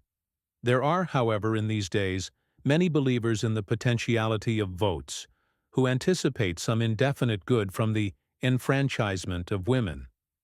It is not necessary here to enter upon the discussion of this question, but it may be sufficient to state that the power which women do not possess politically is far more than compensated by that which they exercise in private life, by their training in the home those who, whether as men or as women, do all the manly as well as womanly work of the world. The radical Bentham has said that man, even if he would, cannot keep power from woman, for that she already governs the world with the whole power of a despot, though the power that she mainly governs by is love, and to form the character of the whole human race is certainly a power far greater than that which women could ever hope to exercise as voters for members of Parliament, or even as lawmakers. There is, however, one special department of woman's work, demanding the earnest attention of all true female reformers, though it is one which has hitherto been unaccountably neglected. We mean the better economizing and preparation of human food, the waste of which at present, for want of the most ordinary culinary knowledge, is little short of scandalous. If that man is to be regarded as a benefactor of his species, who makes 2 stalks of corn to grow where only 1 grew before, not less is she to be regarded as a public benefactor, who economizes and turns to the best practical account the food products of human skill and labor. The improved use of even our existing supply would be equivalent to an immediate extension of the cultivable acreage of our country, not to speak of the increase in health, economy, and domestic comfort. Were our female reformers only to turn their energies in this direction with effect, they would earn the gratitude of all households and be esteemed as among the greatest of practical philanthropists. Chapter 3. Companionship and Examples. Keep good company, and you shall be of the number. George Herbert. For mine own part, I shall be glad to learn of noble men. Shakespeare. Examples preach to the eye. Care then, mine says, not how you end, but how you spend your days. Henry Martin.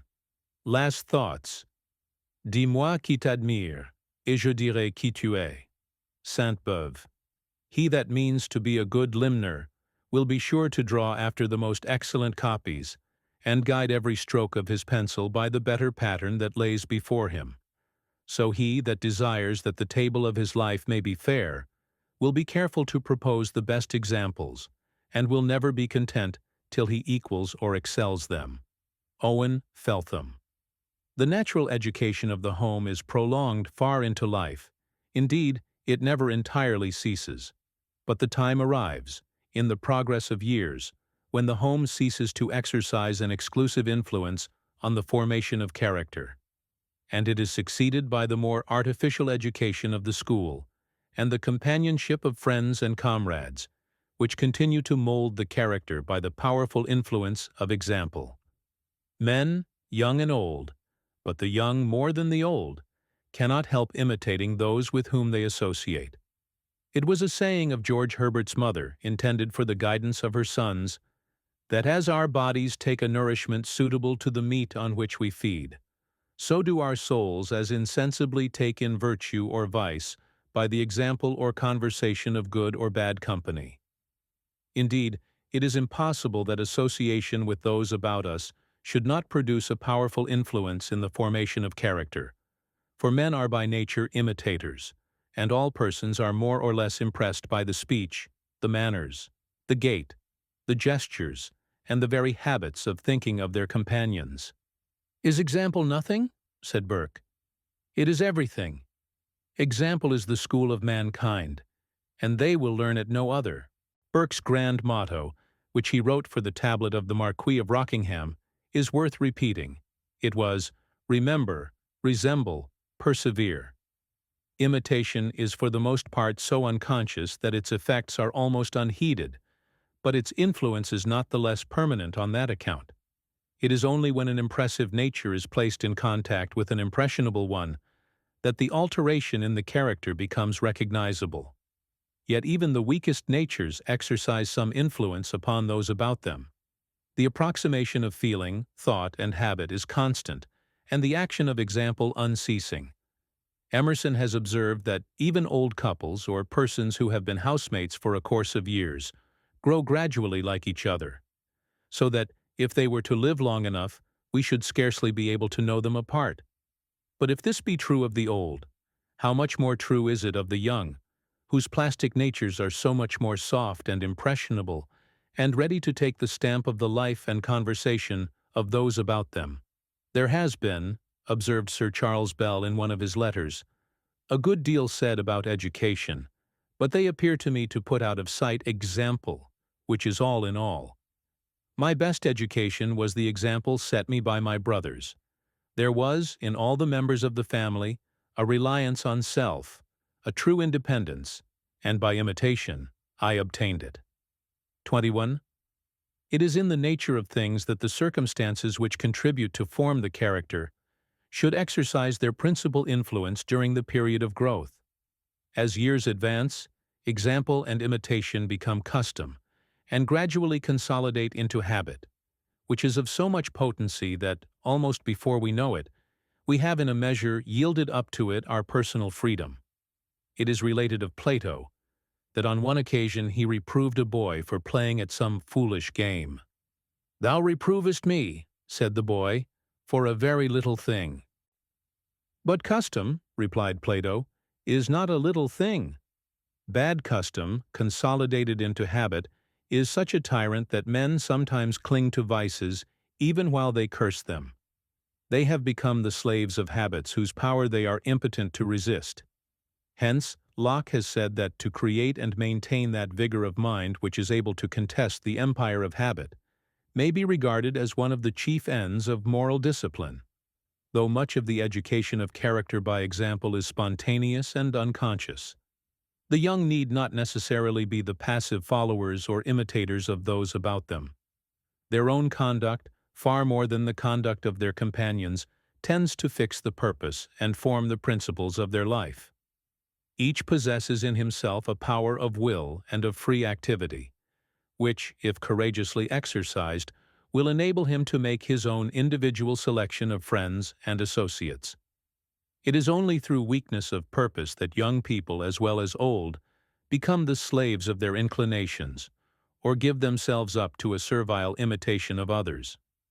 It is a common saying that men are known by the company they keep. The sober do not naturally associate with the drunken, the refined with the coarse, the decent with the dissolute. To associate with depraved persons argues a low taste and vicious tendencies, and to frequent their society leads to inevitable degradation of character. "The conversation of such persons," says Seneca, "is very injurious, for even if it does no immediate harm, it leaves its seeds in the mind, and follows us when we have gone from the speakers, a plague sure to spring up in future resurrection." If young men are wisely influenced and directed, and conscientiously exert their own free energies, They will seek the society of those better than themselves, and strive to imitate their example. In companionship with the good, growing natures will always find their best nourishment, while companionship with the bad will only be fruitful in mischief. There are persons whom to know is to love, honor, and admire, and others whom to know is to shun and despise. Don't le savoir n'est que bêterie, as says Rabelais when speaking of the education of Gargantua. Live with persons of elevated characters, and you will feel lifted and lighted up in them. Live with wolves, says the Spanish proverb, and you will learn to howl. Intercourse with even commonplace, selfish persons may prove most injurious by inducing a dry, dull, reserved, and selfish condition of mind, more or less inimical to true manliness and breadth of character. The mind soon learns to run in small grooves, the heart grows narrow and contracted, and the moral nature becomes weak, irresolute, and accommodating, which is fatal to all generous ambition or real excellence. On the other hand, association with persons wiser, better, and more experienced than ourselves is always more or less inspiring and invigorating. They enhance our own knowledge of life. We correct our estimates by theirs, and become partners in their wisdom. We enlarge our field of observation through their eyes, profit by their experience, and learn not only from what they have enjoyed, but, which is still more instructive, from what they have suffered. If they are stronger than ourselves, we become participators in their strength. Hence, companionship with the wise and energetic never fails to have a most valuable influence on the formation of character, increasing our resources, strengthening our resolves, elevating our aims, and enabling us to exercise greater dexterity and ability in our own affairs, as well as more effective helpfulness of others. I have often deeply regretted in myself, says Mrs. Schimmelpenninck, the great loss I have experienced from the solitude of my early habits. We need no worse companion than our unregenerate selves, and by living alone, a person not only becomes wholly ignorant of the means of helping his fellow creatures, but is without the perception of those wants which most need help. Association with others, when not on so large a scale as to make hours of retirement impossible, may be considered as furnishing to an individual a rich multiplied experience. And sympathy so drawn forth, though unlike charity, it begins abroad, never fails to bring back rich treasures home. Association with others is useful also in strengthening the character, and in enabling us, while we never lose sight of our main object, to thread our way wisely and well. An entirely new direction may be given to the life of a young man by a happy suggestion, a timely hint, or the kindly advice of an honest friend. Thus, the life of Henry Martyn, the Indian missionary, seems to have been singularly influenced by a friendship which he formed when a boy at Truro Grammar School. Martyn himself was of feeble frame and of a delicate, nervous temperament. Wanting in animal spirits, he took but little pleasure in school sports, and being of a somewhat petulant temper, the bigger boys took pleasure in provoking him, and some of them in bullying him. One of the bigger boys, however, conceiving a friendship for Martyn, took him under his protection, stood between him and his persecutors, and not only fought his battles for him, but helped him with his lessons. Though Martyn was rather a backward pupil, his father was desirous that he should have the advantage of a college education, and at the age of about 15 he sent him to Oxford to try for a Corpus scholarship, in which he failed. He remained for 2 years more at the Truro Grammar School, and then went to Cambridge, where he was entered at St. John's College. Who should he find already settled there as a student but his old champion of the Truro Grammar School? Their friendship was renewed, and the elder student from that time forward acted as the mentor of the younger one.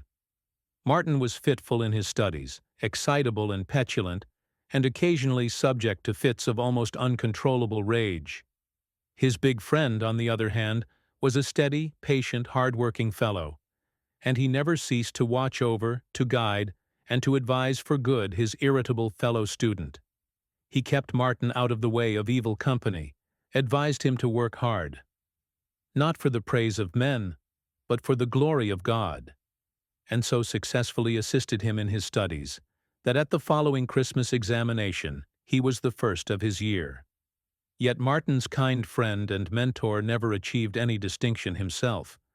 He passed away into obscurity, leading most probably a useful though an unknown career, his greatest wish in life having been to shape the character of his friend, to inspire his soul with the love of truth, and to prepare him for the noble work, on which he shortly after entered, of an Indian missionary.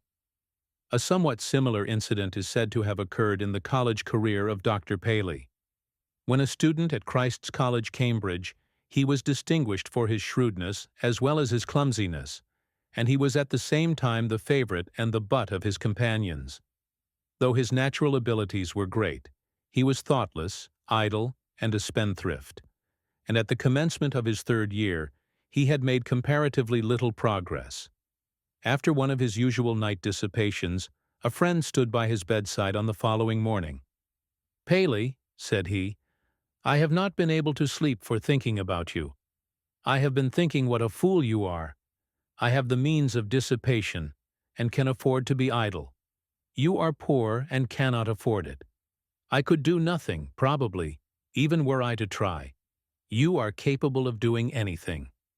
I have lain awake all night thinking about your folly, and I have now come solemnly to warn you. Indeed, if you persist in your indolence, and go on in this way, I must renounce your society altogether." It is said that Paley was so powerfully affected by this admonition, that from that moment he became an altered man. He formed an entirely new plan of life, and diligently persevered in it. He became one of the most industrious of students. One by one he distanced his competitors, and at the end of the year he came out senior wrangler. What he afterwards accomplished as an author and a divine is sufficiently well known. No one recognized more fully the influence of personal example on the young than did Dr. Arnold. It was the great lever with which he worked in striving to elevate the character of his school. He made it his principal object, first to put a right spirit into the leading boys, by attracting their good and noble feelings, and then to make them instrumental in propagating the same spirit among the rest, by the influence of imitation, example, and admiration. He endeavored to make all feel that they were fellow workers with himself, and sharers with him in the moral responsibility for the good government of the place. One of the first effects of this high-minded system of management was that it inspired the boys with strength and self-respect. They felt that they were trusted. There were, of course, mauvais sujets at rugby, as there are at all schools, and these it was the master's duty to watch, to prevent their bad example contaminating others. On one occasion he said to an assistant master, "Do you see those two boys walking together? I never saw them together before. You should make an especial point of observing the company they keep." Nothing so tells the changes in a boy's character. Dr. Arnold's own example was an inspiration, as is that of every great teacher. In his presence, young men learned to respect themselves, and out of the root of self-respect there grew up the manly virtues. His very presence, says his biographer, seemed to create a new spring of health and vigor within them, and to give to life an interest and elevation which remained with them long after they had left him, and dwelt so habitually in their thoughts as a living image, that, when death had taken him away, the bond appeared to be still unbroken, and the sense of separation almost lost in the still deeper sense of a life and a union indestructible. And thus it was that Dr. Arnold trained a host of manly and noble characters, who spread the influence of his example in all parts of the world. So also was it said of Dugald Stewart, that he breathed the love of virtue into whole generations of pupils. To me, says the late Lord Cockburn, his lectures were like the opening of the heavens. I felt that I had a soul. His noble views, unfolded in glorious sentences, elevated me into a higher world. They changed my whole nature. 24. Character tells in all conditions of life. The man of good character in a workshop will give the tone to his fellows and elevate their entire aspirations. Thus Franklin, while a workman in London, is said to have reformed the manners of an entire workshop. So the man of bad character and debased energy will unconsciously lower and degrade his fellows. Captain John Brown, the marching on Brown, once said to Emerson that, for a settler in a new country, one good believing man is worth 100, nay, worth 1,000 men without character. His example is so contagious that all other men are directly and beneficially influenced by him, and he insensibly elevates and lifts them up to his own standard of energetic activity. Communication with the good is invariably productive of good. The good character is diffusive in his influence. I was common clay till roses were planted in me, says some aromatic earth in the Eastern fable. Like begets like, and good makes good. It is astonishing, says Canon Moseley, how much good goodness makes. Nothing that is good is alone, nor anything bad. It makes others good, or others bad, and that other, and so on. Like a stone thrown into a pond, which makes circles that make other wider ones, and then others, till the last reaches the shore. Almost all the good that is in the world has, I suppose, thus come down to us traditionally from remote times, and often unknown centers of good. 25. So Mr. Ruskin says, "That which is born of evil begets evil, and that which is born of valor and honor teaches valor and honor." Hence it is that the life of every man is a daily inculcation of good or bad example to others. The life of a good man is at the same time the most eloquent lesson of virtue and the most severe reproof of vice. Dr. Hooker described the life of a pious clergyman of his acquaintance as visible rhetoric, convincing even the most godless of the beauty of goodness. And so the good George Herbert said, on entering upon the duties of his parish, "Above all, I will be sure to live well, because the virtuous life of a clergyman is the most powerful eloquence, to persuade all who see it to reverence and love, and, at least, to desire to live like him. And this I will do," he added, "because I know we live in an age that hath more need of good examples than precepts." It was a fine saying of the same good priest, when reproached with doing an act of kindness to a poor man, considered beneath the dignity of his office, that the thought of such actions would prove music to him at midnight. Twice, Isaac Walton speaks of a letter written by George Herbert to Bishop Andrews about a holy life, which the latter put into his bosom, and after showing it to his scholars, did always return it to the place where he first lodged it, and continued it so, near his heart, till the last day of his life. Great is the power of goodness to charm and to command. The man inspired by it is the true king of men, drawing all hearts after him. When General Nicholson lay wounded on his deathbed before Delhi, he dictated this last message to his equally noble and gallant friend, Sir Herbert Edwards. "Tell him," said he, "I should have been a better man if I had continued to live with him, and our heavy public duties had not prevented my seeing more of him privately. I was always the better for a residence with him and his wife, however short. Give my love to them both. There are men in whose presence we feel as if we breathed a spiritual ozone, refreshing and invigorating, like inhaling mountain air, or enjoying a bath of sunshine." The power of Sir Thomas More's gentle nature was so great that it subdued the bad at the same time that it inspired the good.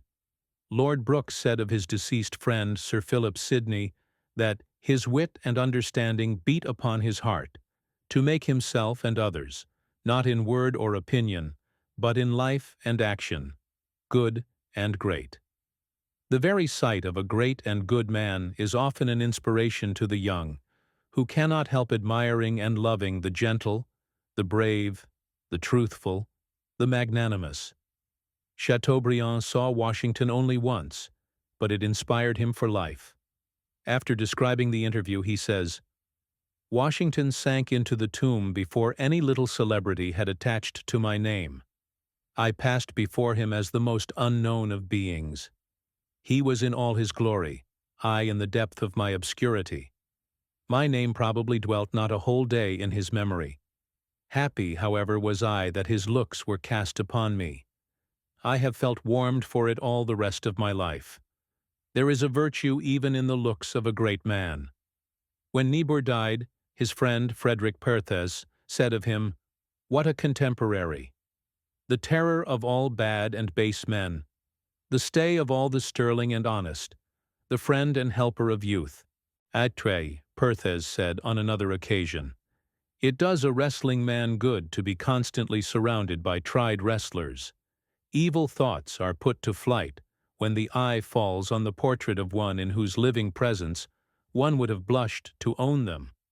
A Catholic moneylender, when about to cheat, was wont to draw a veil over the picture of his favorite saint.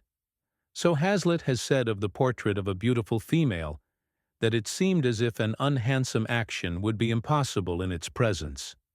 "It does one good to look upon his manly, honest face," said a poor German woman, pointing to a portrait of the great reformer hung upon the wall of her humble dwelling.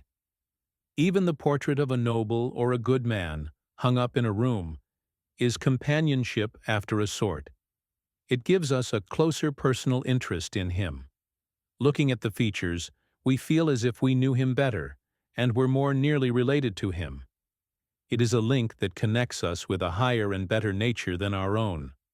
And though we may be far from reaching the standard of our hero, we are, to a certain extent, sustained and fortified by his depicted presence constantly before us.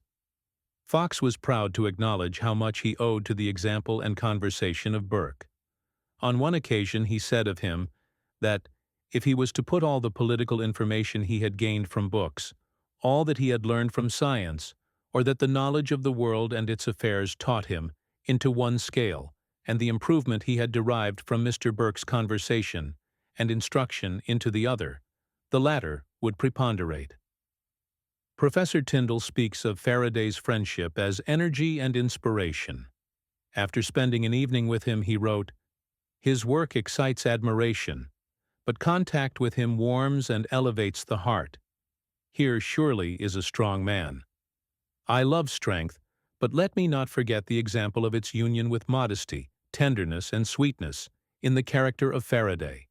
Even the gentlest natures are powerful to influence the character of others for good." Thus Wordsworth seems to have been especially impressed by the character of his sister Dorothy, who exercised upon his mind and heart a lasting influence. He describes her as the blessing of his boyhood as well as of his manhood. Though 2 years younger than himself, her tenderness and sweetness contributed greatly to mold his nature and open his mind to the influences of poetry.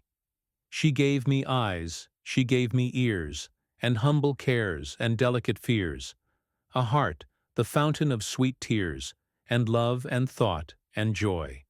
Thus the gentlest natures are enabled, by the power of affection and intelligence, to mold the characters of men destined to influence and elevate their race through all time. Sir William Napier attributed the early direction of his character, first to the impress made upon it by his mother, when a boy, and afterwards to the noble example of his commander, Sir John Moore, when a man.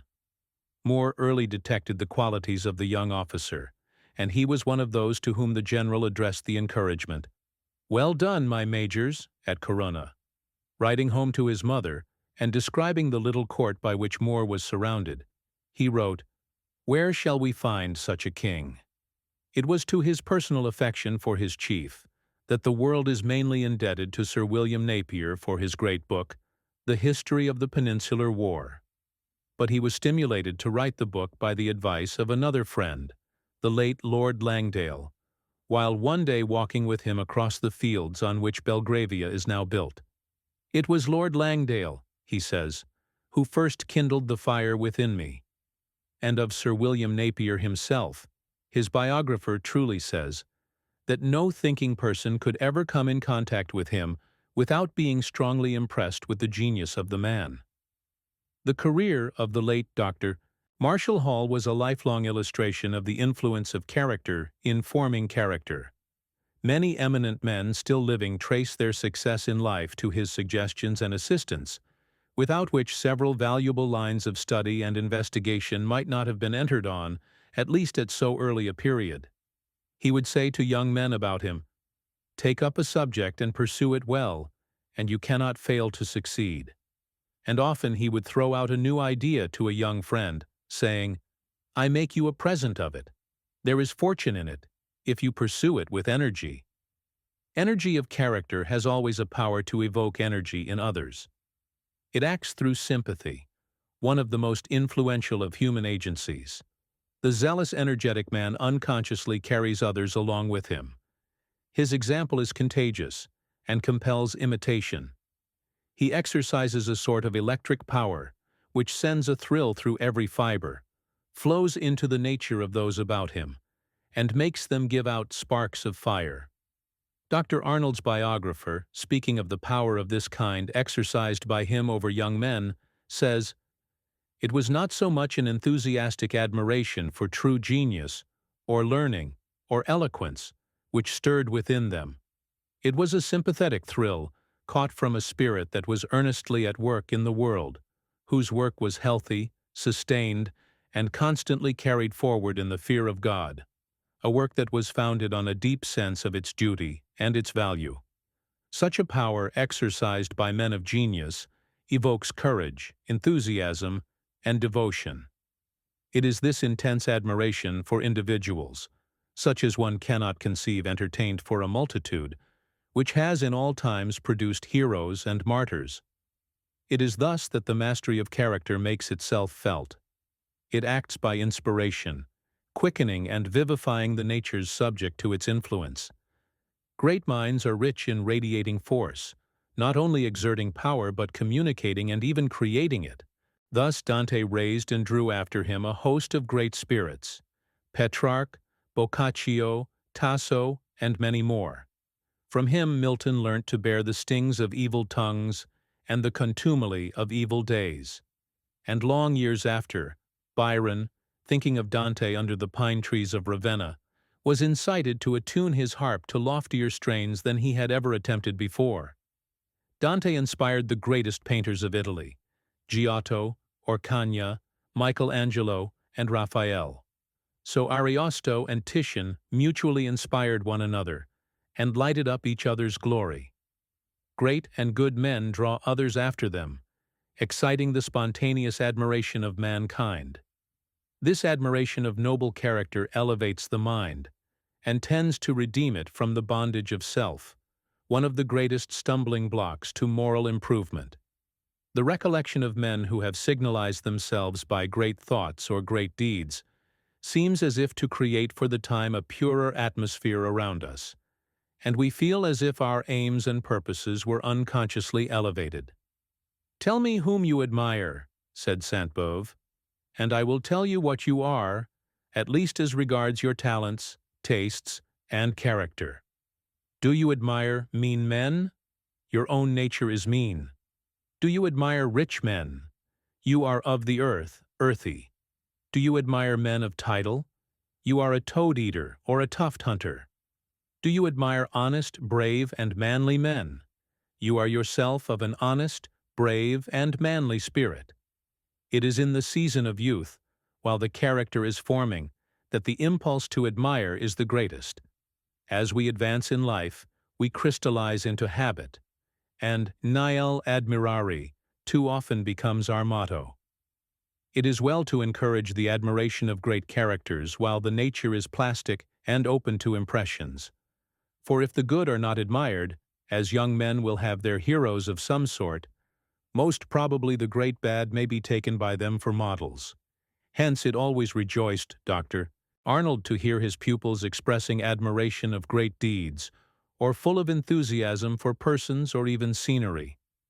"I believe," said he, "that nihil admirari is the devil's favorite text, and he could not choose a better to introduce his pupils into the more esoteric parts of his doctrine.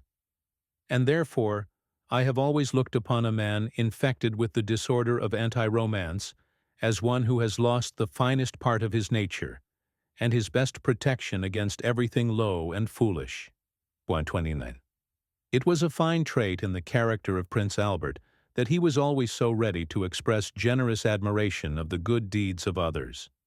He had the greatest delight, says the ablest delineator of his character, in anybody else saying a fine saying or doing a great deed. He would rejoice over it and talk about it for days, and whether it was a thing nobly said or done by a little child or by a veteran statesman, it gave him equal pleasure.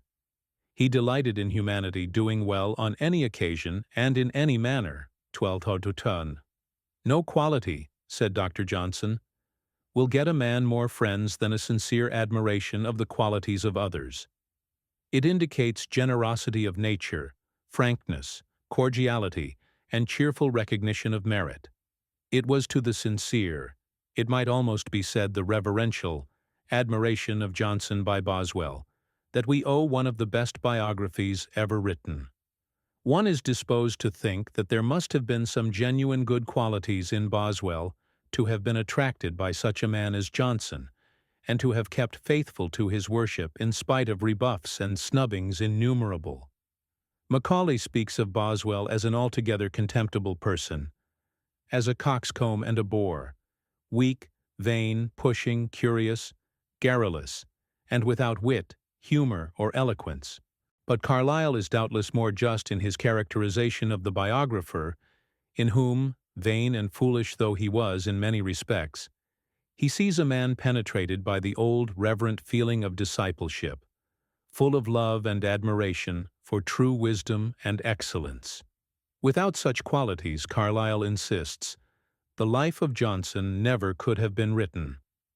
Boswell wrote a good book, he says, because he had a heart and an eye to discern wisdom, and an utterance to render it forth, because of his free insight, his lively talent, and above all, of his love and childlike open-mindedness. Most young men of generous mind have their heroes, especially if they be book readers. Thus Allan Cunningham, when a mason's apprentice in Nithsdale, walked all the way to Edinburgh for the sole purpose of seeing Sir Walter Scott as he passed along the street. We unconsciously admire the enthusiasm of the lad and respect the impulse which impelled him to make the journey. It is related of Sir Joshua Reynolds that when a boy of 10, he thrust his hand through intervening rows of people to touch Pope, as if there were a sort of virtue in the contact. At a much later period, the painter Haydon was proud to see and to touch Reynolds when on a visit to his native place. Rogers the poet used to tell of his ardent desire, when a boy, to see Dr. Johnson. But when his hand was on the knocker of the house in Bolt Court, his courage failed him, and he turned away. So the late Isaac Disraeli, when a youth, called at Bolt Court for the same purpose, and though he had the courage to knock, to his dismay he was informed by the servant that the great lexicographer had breathed his last only a few hours before. On the contrary, small and ungenerous minds cannot admire heartily. To their own great misfortune, they cannot recognize, much less reverence, great men and great things. The mean nature admires meanly. The toad's highest idea of beauty is his totus. The small snob's highest idea of manhood is the great snob. The slave dealer values a man according to his muscles. When a guinea trader was told by Sir Godfrey Kneller, in the presence of Pope, that he saw before him two of the greatest men in the world, he replied, "I don't know how great you may be, but I don't like your looks. I have often bought a man much better than both of you together, all bones and muscles, for 10 guineas. Although Rochefoucauld, in one of his maxims, says that there is something that is not altogether disagreeable to us in the misfortunes of even our best friends, it is only the small and essentially mean nature that finds pleasure in the disappointment and annoyance at the success of others. There are, unhappily for themselves, persons so constituted that they have not the heart to be generous. The most disagreeable of all people are those who sit in the seat of the scorner. Persons of this sort often come to regard the success of others, even in a good work, as a kind of personal offense. They cannot bear to hear another praised, especially if he belong to their own art, or calling, or profession. They will pardon a man's failures, but cannot forgive his doing a thing better than they can do. And where they have themselves failed, they are found to be the most merciless of detractors. The sour critic thinks of his rival, "When heaven with such parts has blessed him, have I not reason to detest him?" The mean mind occupies itself with sneering, carping, and fault-finding, and is ready to scoff at everything but impudent effrontery or successful vice. The greatest consolation of such persons are the defects of men of character. "If the wise erred not," says George Herbert, "it would go hard with fools." Yet, though wise men may learn of fools by avoiding their errors, fools rarely profit by the example which wise men set them. A German writer has said that it is a miserable temper that cares only to discover the blemishes in the character of great men or great periods. Let us rather judge them with the charity of Bolingbroke, who, when reminded of one of the alleged weaknesses of Marlborough, observed, "He was so great a man that I forgot he had that defect." Admiration of great men, living or dead, naturally evokes imitation of them in a greater or less degree. While a mere youth, the mind of Themistocles was fired by the great deeds of his contemporaries, and he longed to distinguish himself in the service of his country. When the Battle of Marathon had been fought, he fell into a state of melancholy, and when asked by his friends as to the cause, he replied that the trophies of Miltiades would not suffer him to sleep. A few years later, we find him at the head of the Athenian army, defeating the Persian fleet of Xerxes in the battles of Artemisium and Salamis, his country gratefully acknowledging that it had been saved through his wisdom and valor. It is related of Thucydides that, when a boy, he burst into tears on hearing Herodotus read his history, and the impression made upon his mind was such as to determine the bent of his own genius. And Demosthenes was so fired on one occasion by the eloquence of Callistratus that the ambition was roused within him of becoming an orator himself. Yet Demosthenes was physically weak, had a feeble voice, indistinct articulation, and shortness of breath, defects which he was only enabled to overcome by diligent study and invincible determination. But, with all his practice, he never became a ready speaker. All his orations, especially the most famous of them, exhibiting indications of careful elaboration. The art and industry of the orator being visible in almost every sentence.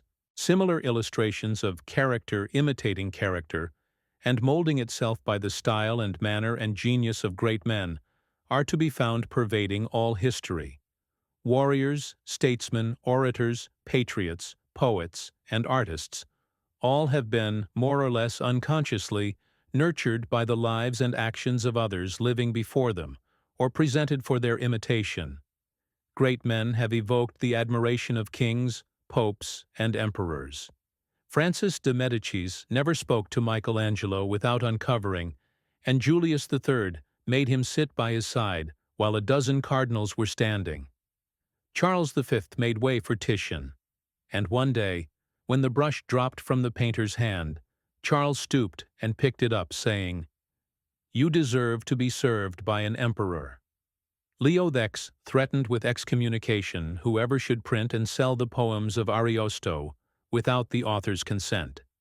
The same pope attended the deathbed of Raphael, as Francis I did that of Leonardo da Vinci. Though Haydn once archly observed that he was loved and esteemed by everybody except professors of music, yet all the greatest musicians were unusually ready to recognize each other's greatness. Haydn himself seems to have been entirely free from petty jealousy. His admiration of the famous Porpora was such that he resolved to gain admission to his house and serve him as a valet. Having made the acquaintance of the family with whom Porpora lived, he was allowed to officiate in that capacity. Early each morning he took care to brush the veteran's coat, polish his shoes, and put his rusty wig in order. At first Porpora growled at the intruder, but his asperity soon softened, and eventually melted into affection. He quickly discovered his valet's genius, and, by his instructions, directed it into the line in which Haydn eventually acquired so much distinction. Haydn himself was enthusiastic in his admiration of Handel. "He is the father of us all," he said on one occasion. Scarlatti followed Handel in admiration all over Italy, and when his name was mentioned, he crossed himself in token of veneration. Mozart's recognition of the great composer was not less hearty. "When he chooses," said he, "Handel strikes like the thunderbolt." Beethoven hailed him as the monarch of the musical kingdom. When Beethoven was dying, one of his friends sent him a present of Handel's works in 40 volumes.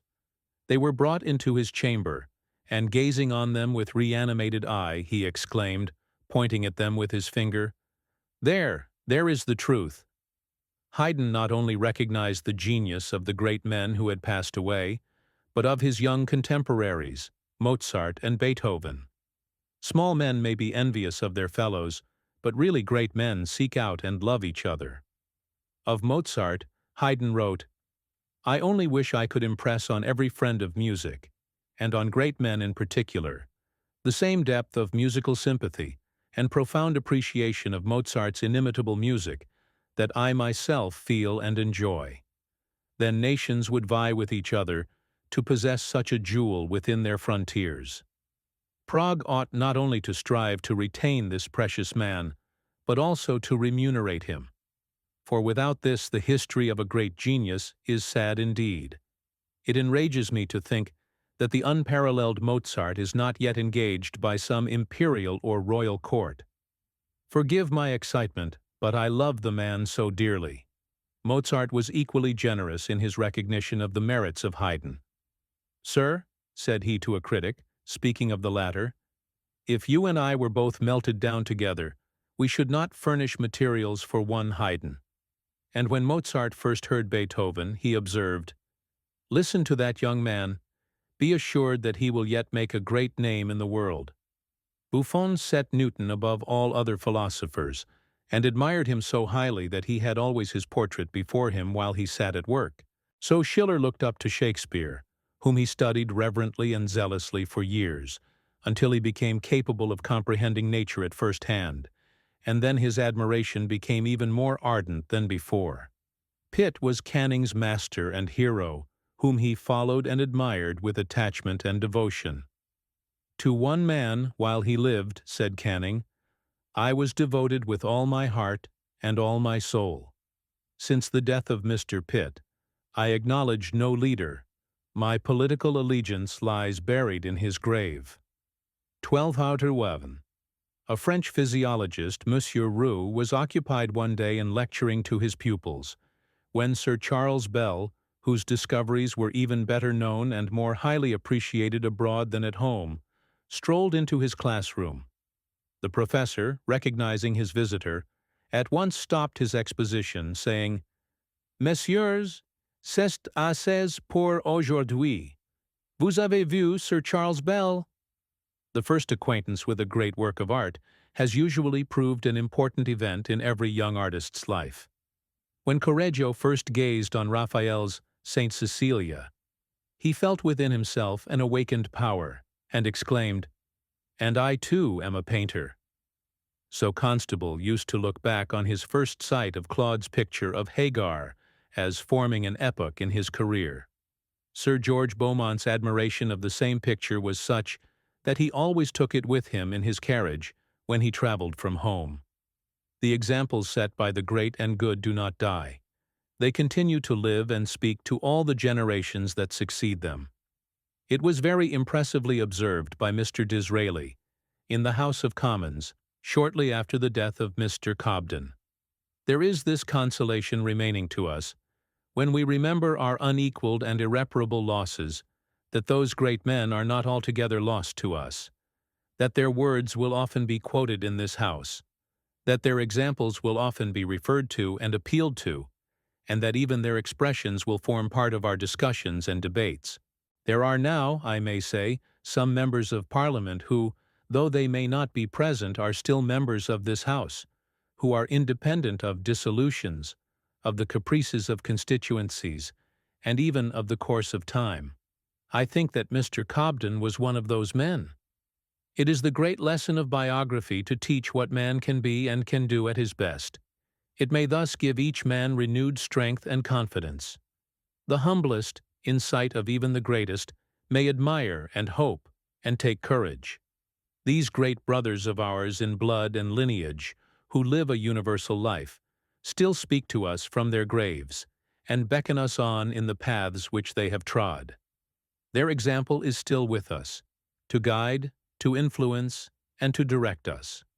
For nobility of character is a perpetual bequest, living from age to age, and constantly tending to reproduce its like.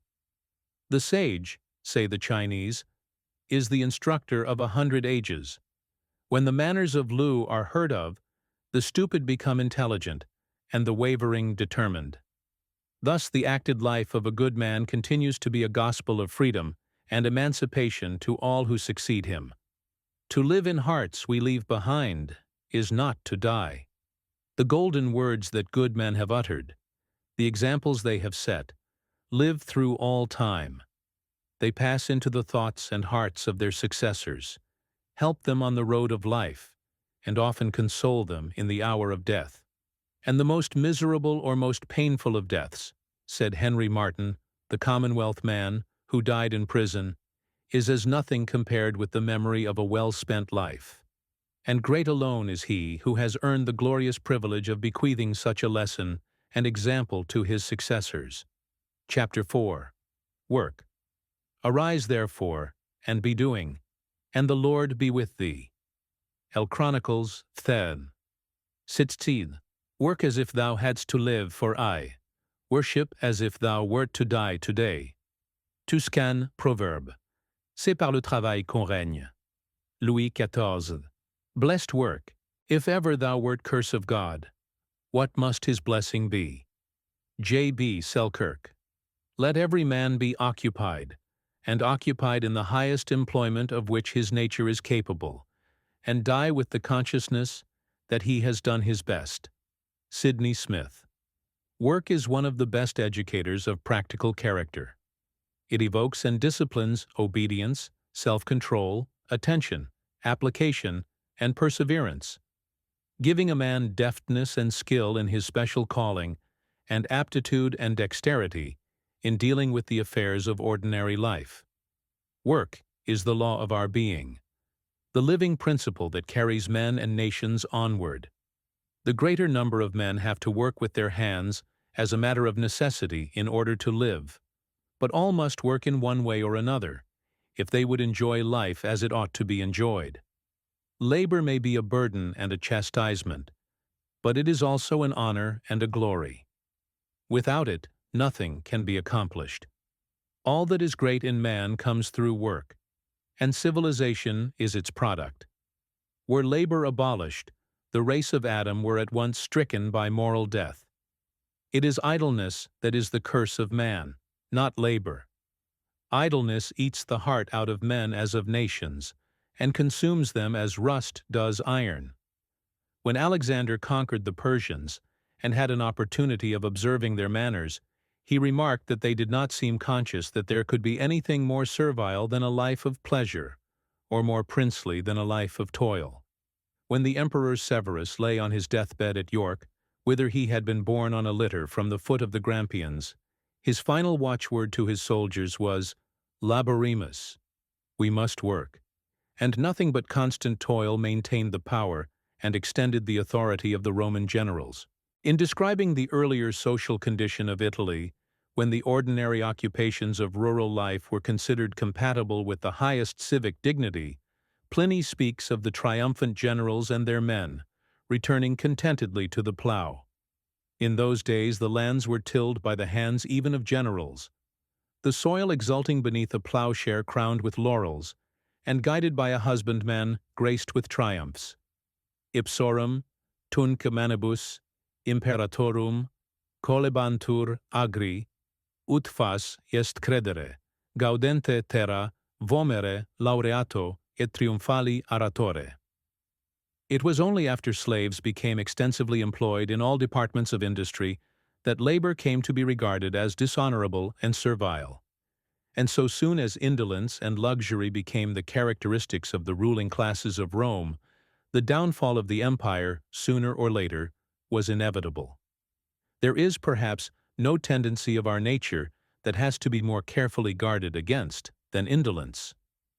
When Mr. Gurney asked an intelligent foreigner who had traveled over the greater part of the world whether he had observed any one quality which, more than another, could be regarded as a universal characteristic of our species, his answer was, in broken English, "Me tink dat all men love lazy." It is characteristic of the savage as of the despot. It is natural to men to endeavor to enjoy the products of labor without its toils. Indeed, so universal is this desire that James Mill has argued that it was to prevent its indulgence at the expense of society at large that the expedient of government was originally invented. Indolence is equally degrading to individuals as to nations. Sloth never made its mark in the world, and never will. Sloth never climbed a hill, nor overcame a difficulty that it could avoid. Indolence always failed in life, and always will. It is in the nature of things that it should not succeed in anything. It is a burden, an encumbrance, and a nuisance, always useless, complaining, melancholy, and miserable. Burton, in his quaint and curious book, the only one, Johnson says, that ever took him out of bed 2 hours sooner than he wished to rise, describes the causes of melancholy as hinging mainly on idleness. Idleness, he says, is the bane of body and mind, the nurse of naughtiness, the chief mother of all mischief, one of the 7 deadly sins, the devil's cushion, his pillow and chief reposal. An idle dog will be mangy, and how shall an idle person escape? Idleness of the mind is much worse than that of the body. Wit without employment is a disease, the rust of the soul a plague, a hell itself. As in a standing pool, worms and filthy creepers increase, so do evil and corrupt thoughts in an idle person. The soul is contaminated. Thus much I dare boldly say, he or she that is idle, be they of what condition they will, never so rich, so well allied, fortunate, happy, let them have all things in abundance, and felicity that heart can wish and desire, all contentment. So long as he, or she, or they are idle, they shall never be pleased, never well in body or mind, but weary still, sickly still, vexed still, loathing still, weeping, sighing, grieving, suspecting, offended with the world, with every object, wishing themselves gone or dead, or else carried away with some foolish fantasy or other. Burton says a great deal more to the same effect, the burden and lesson of his book being embodied in the pregnant sentence with which it winds up. Only take this for a corollary and conclusion. As thou tenderest thine own welfare in this, and all other melancholy, thy good health of body and mind, observe this short precept, give not way to solitariness and idleness. Be not solitary, be not idle. The indolent, however, are not wholly indolent. Though the body may shirk labor, the brain is not idle. If it do not grow corn, it will grow thistles, which will be found springing up all along the idle man's course in life. The ghosts of indolence rise up in the dark, ever staring the recreant in the face, and tormenting him. The gods are just, and of our pleasant vices make instrument to scourge us. True happiness is never found in torpor of the faculties, but in their action and useful employment.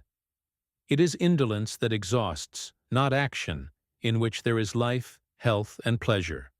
The spirits may be exhausted and wearied by employment, but they are utterly wasted by idleness. Hence a wise physician was accustomed to regard occupation as one of his most valuable remedial measures. Nothing is so injurious, said Dr. Marshall Hall, as unoccupied time. An archbishop of Mayence used to say that the human heart is like a millstone. If you put wheat under it, it grinds the wheat into flour. If you put no wheat, it grinds on. But then, 'tis itself, it wears away. Indolence is usually full of excuses, and the sluggard, though unwilling to work, is often an active sophist. There is a lion in the path, or the hill is hard to climb, or there is no use trying, I have tried and failed and cannot do it. To the sophistries of such an excuser, Sir Samuel Romilly once wrote to a young man, "My attack upon your indolence, loss of time, etc., was most serious, and I really think that it can be to nothing but your habitual want of exertion that can be ascribed your using such curious arguments as you do in your defense. Your theory is this: every man does all the good that he can. If a particular individual does no good, it is a proof that he is incapable of doing it. That you don't write proves that you can't, and your want of inclination demonstrates your want of talents. What an admirable system! And what beneficial effects would it be attended with, if it were but universally received?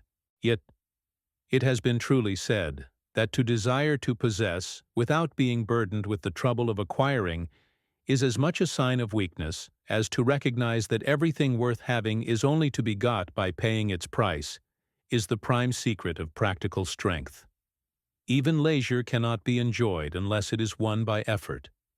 If it have not been earned by work, the price has not been paid for it. There must be work before and work behind, with leisure to fall back upon. But the leisure, without the work, can no more be enjoyed than a surfeit. Life must needs be disgusting alike to the idle rich man as to the idle poor man who has no work to do, or having work, will not do it.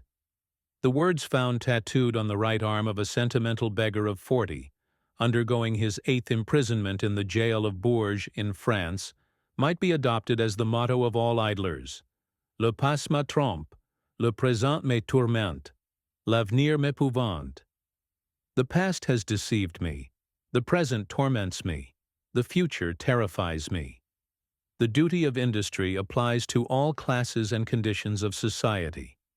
All have their work to do in the irrespective conditions of life, the rich as well as the poor.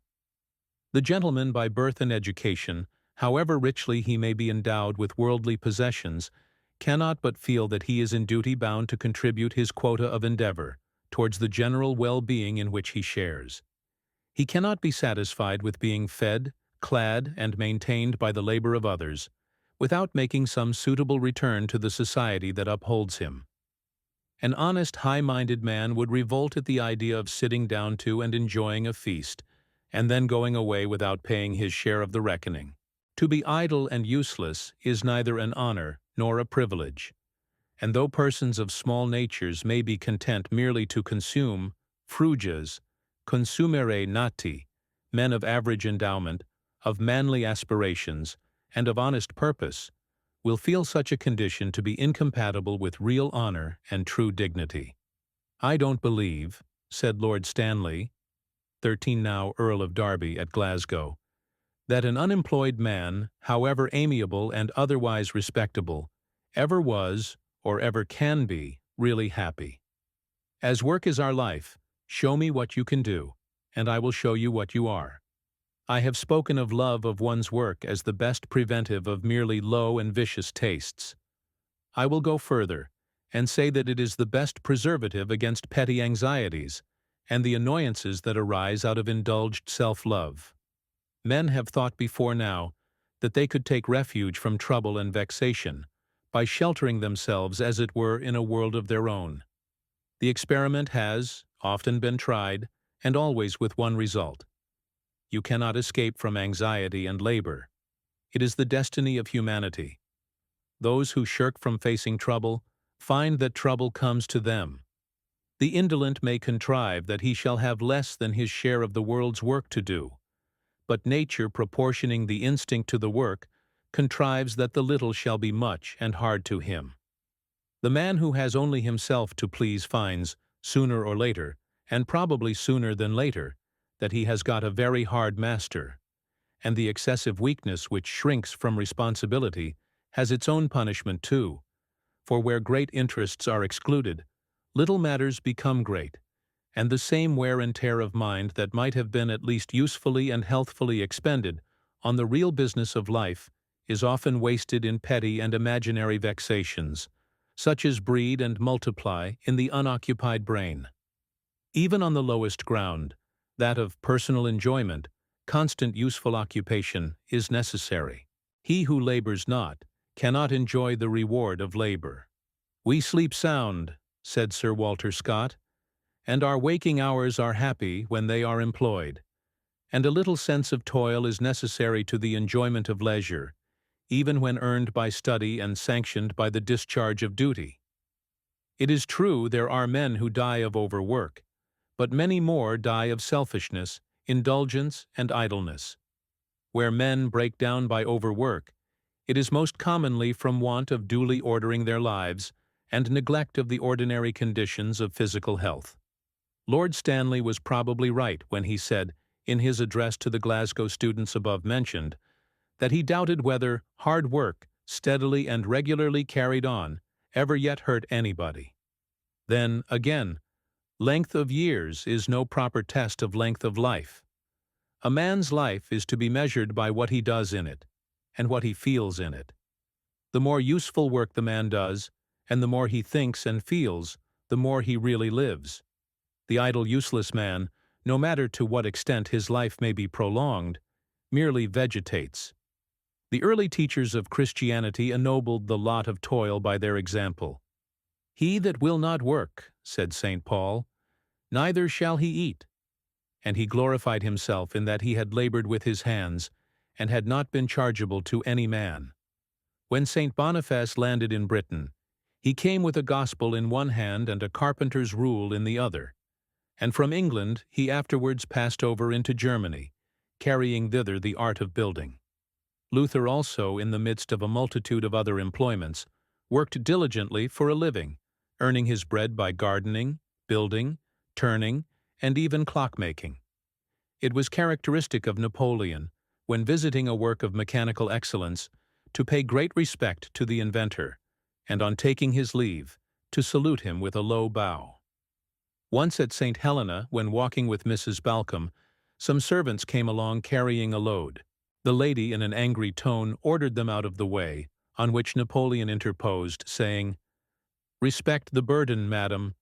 Even the drudgery of the humblest laborer contributes towards the general well-being of society." And it was a wise saying of a Chinese emperor, that if there was a man who did not work, or a woman that was idle, somebody must suffer cold or hunger in the empire. The habit of constant useful occupation is as essential for the happiness and well-being of woman as of man.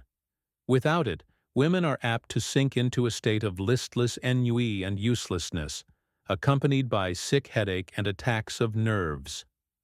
Caroline Perths carefully warned her married daughter Louisa to beware of giving way to such listlessness. "I myself," she said, "when the children are gone out for a half-holiday, sometimes feel as stupid and dull as an owl by daylight. But one must not yield to this, which happens more or less to all young wives. The best relief is work, engaged in with interest and diligence. Work, then, constantly and diligently at something or other. For idleness is the devil's snare for small and great, as your grandfather says, and he says true. Constant useful occupation is thus wholesome, not only for the body, but for the mind. While the slothful man drags himself indolently through life, and the better part of his nature sleeps a deep sleep, if not morally and spiritually dead, the energetic man is a source of activity and enjoyment to all who come within reach of his influence. Even any ordinary drudgery is better than idleness. Fuller says of Sir Francis Drake, who was early sent to sea and kept close to his work by his master, that such pains and patience in his youth knit the joints of his soul, and made them more solid and compact. Schiller used to say that he considered it a great advantage to be employed in the discharge of some daily mechanical duty, some regular routine of work that rendered steady application necessary. Thousands can bear testimony to the truth of the saying of Greuze, the French painter, that work, employment, useful occupation, is one of the great secrets of happiness. Casaubon was once induced by the entreaties of his friends to take a few days' entire rest, but he returned to his work with the remark that it was easier to bear illness doing something than doing nothing. When Charles Lamb was released for life from his daily drudgery of desk work at the India office, he felt himself the happiest of men. "I would not go back to my prison," he said to a friend, 10 years longer for £10,000. He also wrote in the same ecstatic mood to Bernard Barton. "I have scarce steadiness of head to compose a letter," he said. "I am free, free as air. I will live another 50 years. Would I could sell you some of my leisure. Positively the best thing a man can do is nothing, and next to that perhaps good works." 2 years, 2 long and tedious years passed, and Charles Lamb's feelings had undergone an entire change. He now discovered that official, even humdrum work, the appointed round, the daily task, had been good for him, though he knew it not. Time had formerly been his friend. It had now become his enemy. To Bernard Barton he again wrote, "I assure you, no work is worse than overwork. The mind preys on itself, the most unwholesome of food. I have ceased to care for almost anything. Never did the waters of heaven pour down upon a forlorner head. What I can do and overdo is to walk. I am a sanguinary murderer of time, but the oracle is silent." No man could be more sensible of the practical importance of industry than Sir Walter Scott, who was himself one of the most laborious and indefatigable of men.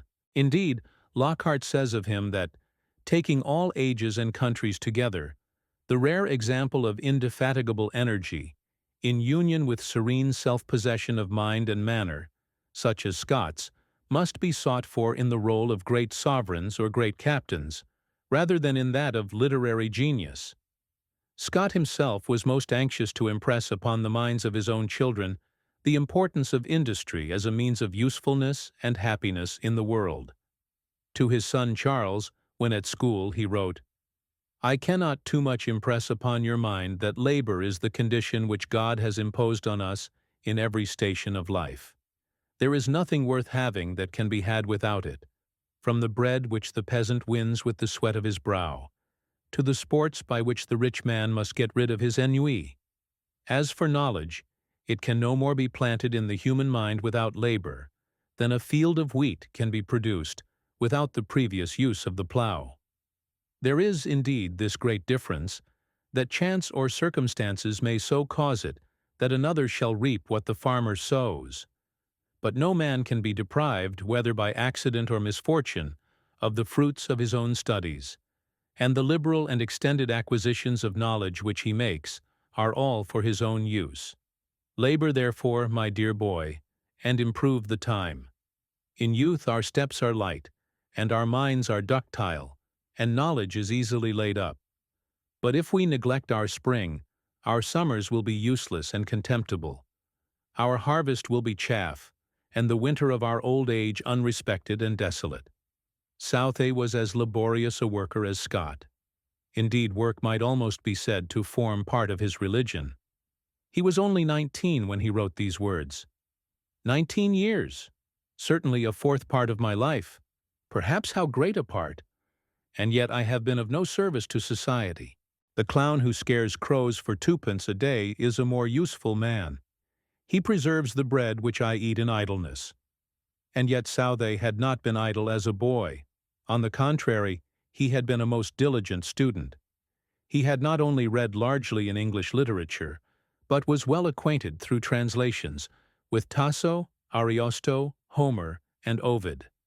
He felt, however, as if his life had been purposeless, and he determined to do something.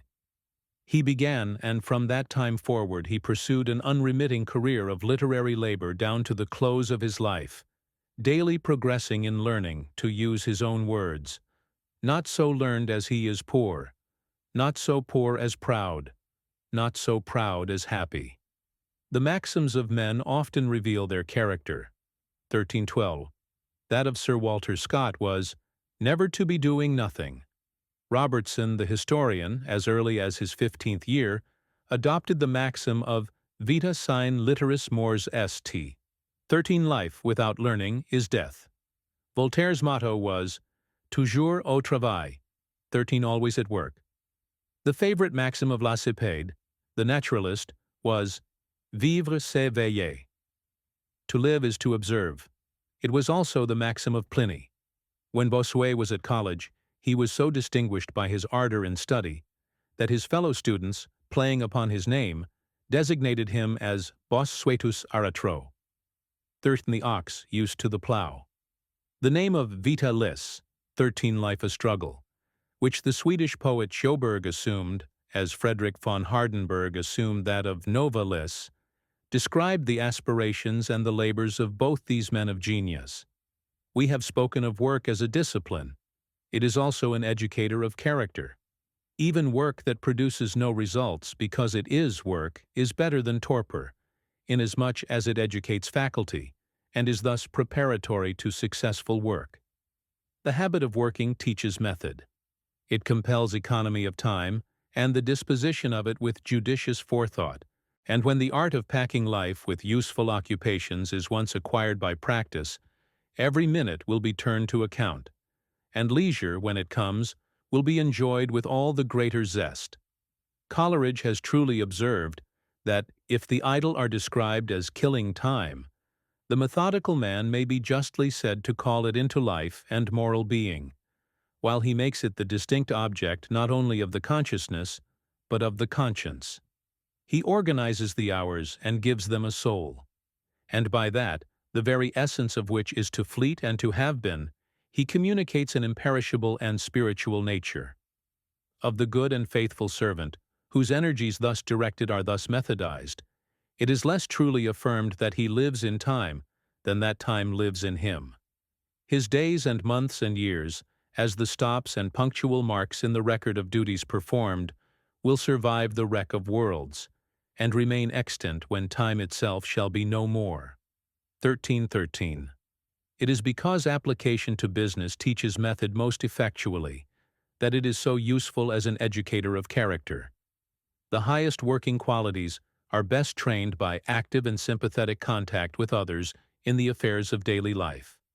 It does not matter whether the business relate to the management of a household or of a nation.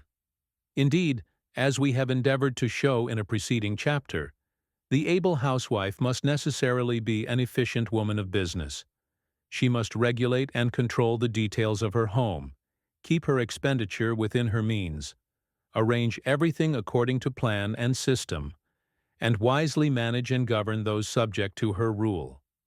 Efficient domestic management implies industry, application, method, moral discipline, forethought, prudence, practical ability, insight into character, and power of organization, all of which are required in the efficient management of business of whatever sort. Business qualities have, indeed, a very large field of action. They mean aptitude for affairs, competency to deal successfully with the practical work of life.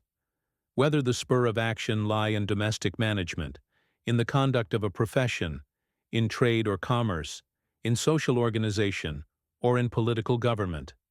And the training which gives efficiency in dealing with these various affairs is of all others the most useful in practical life. 1314. Moreover, it is the best discipline of character, for it involves the exercise of diligence, attention, self-denial, judgment, tact, knowledge of and sympathy with others. Such a discipline is far more productive of happiness, as well as useful efficiency in life, than any amount of literary culture or meditative seclusion. For in the long run it will usually be found that practical ability carries it over intellect, and temper and habits over talent.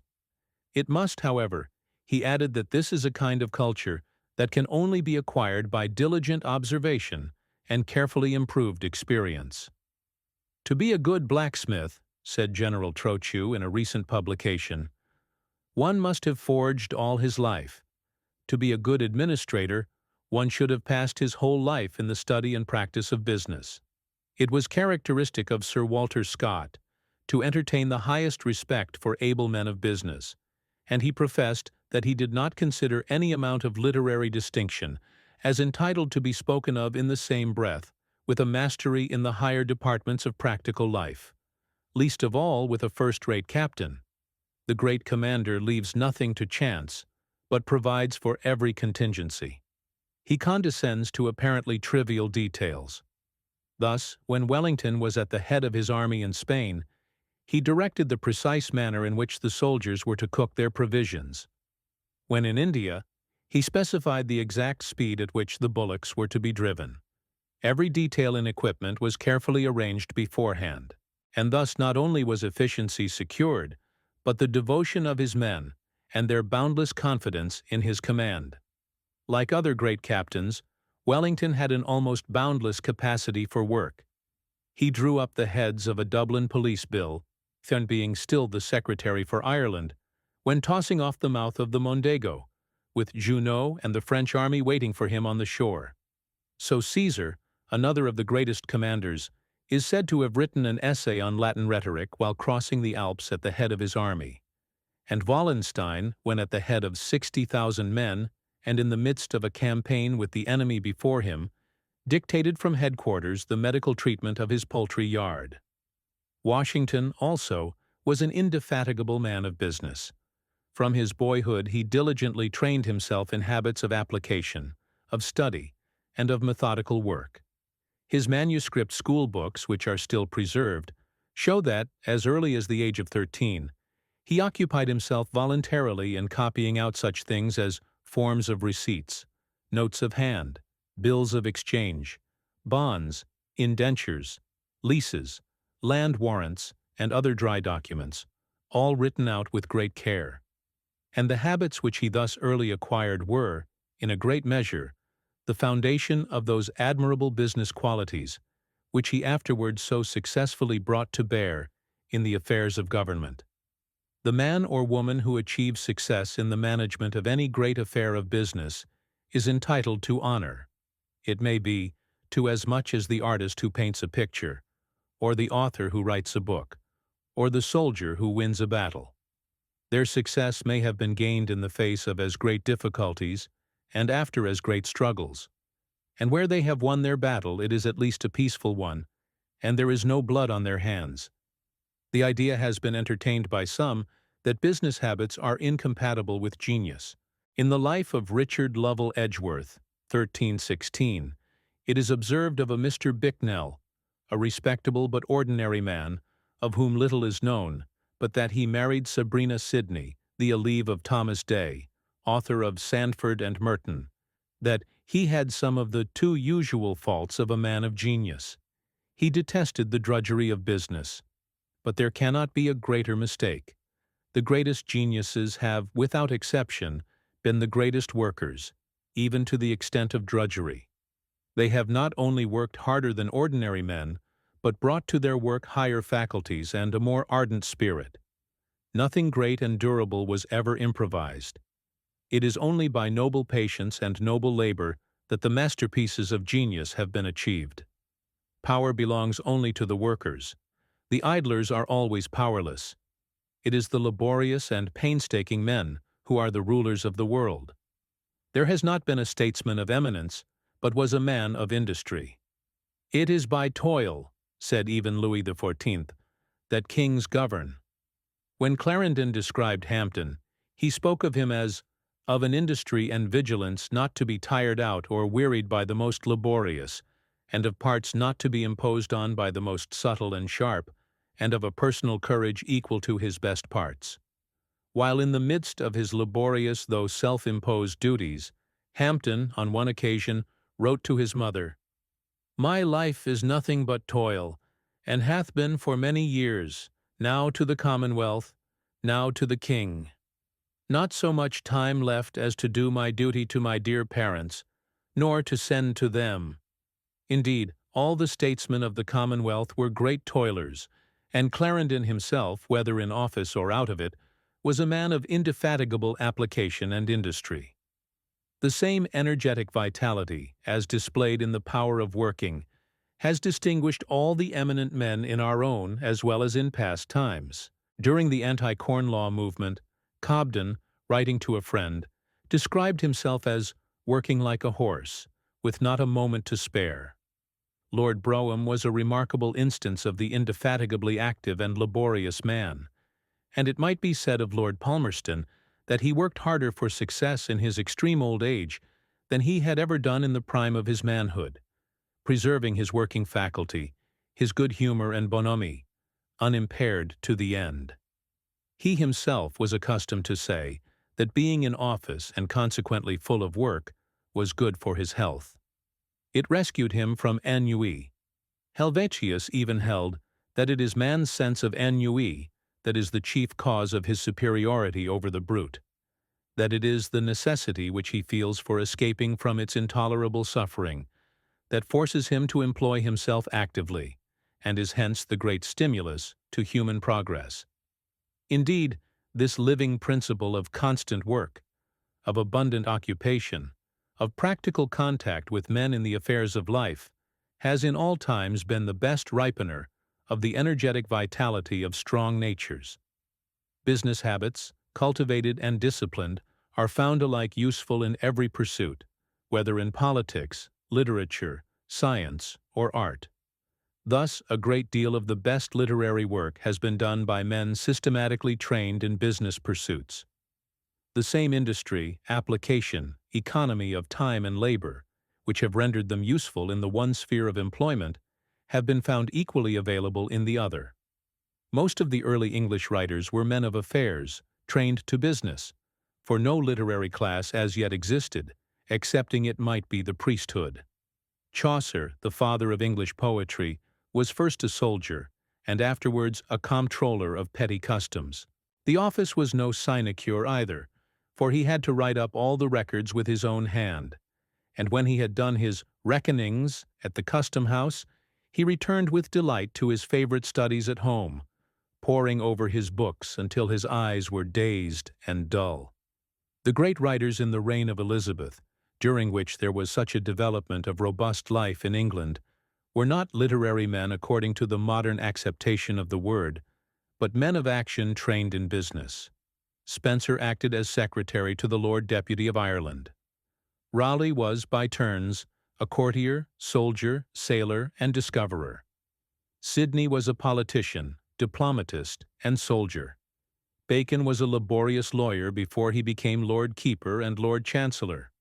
Sir Thomas Browne was a physician in country practice at Norwich. Hooker was the hard-working pastor of a country parish. Shakespeare was the manager of a theatre, in which he was himself but an indifferent actor, and he seems to have been even more careful of his money investments than he was of his intellectual offspring. Yet these, all men of active business habits, are among the greatest writers of any age. The period of Elizabeth and James I, standing out in the history of England as the era of its greatest literary activity and splendor. In the reign of Charles III, Cowley held various offices of trust and confidence. He acted as private secretary to several of the royalist leaders, and was afterwards engaged as private secretary to the Queen, in ciphering and deciphering the correspondence which passed between her and Charles I, the work occupying all his days, and often his nights during several years. And while Cowley was thus employed in the royal cause, Milton was employed by the Commonwealth, of which he was the Latin secretary, and afterwards secretary to the Lord Protector. Yet, in the earlier part of his life, Milton was occupied in the humble vocation of a teacher. Dr. Johnson says that in his school, as in everything else which he undertook, he labored with great diligence. There is no reason for doubting. It was after the Restoration, when his official employment ceased, that Milton entered upon the principal literary work of his life. But before he undertook the writing of his great epic, he deemed it indispensable that to industrious and select reading he should add steady observation and insight into all seemly and generous arts and affairs. Locke held office in different reigns, first under Charles II, as secretary to the Board of Trade, and afterwards under William III, as Commissioner of Appeals and of Trade and Plantations. Many literary men of eminence held office in Queen Anne's reign. Thus Addison was Secretary of State, Steele, Commissioner of Stamps, Prior, Under-Secretary of State, and afterwards ambassador to France.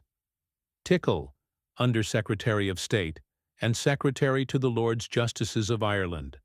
Congreve, Secretary of Jamaica, and Gay, Secretary of Legation at Hanover.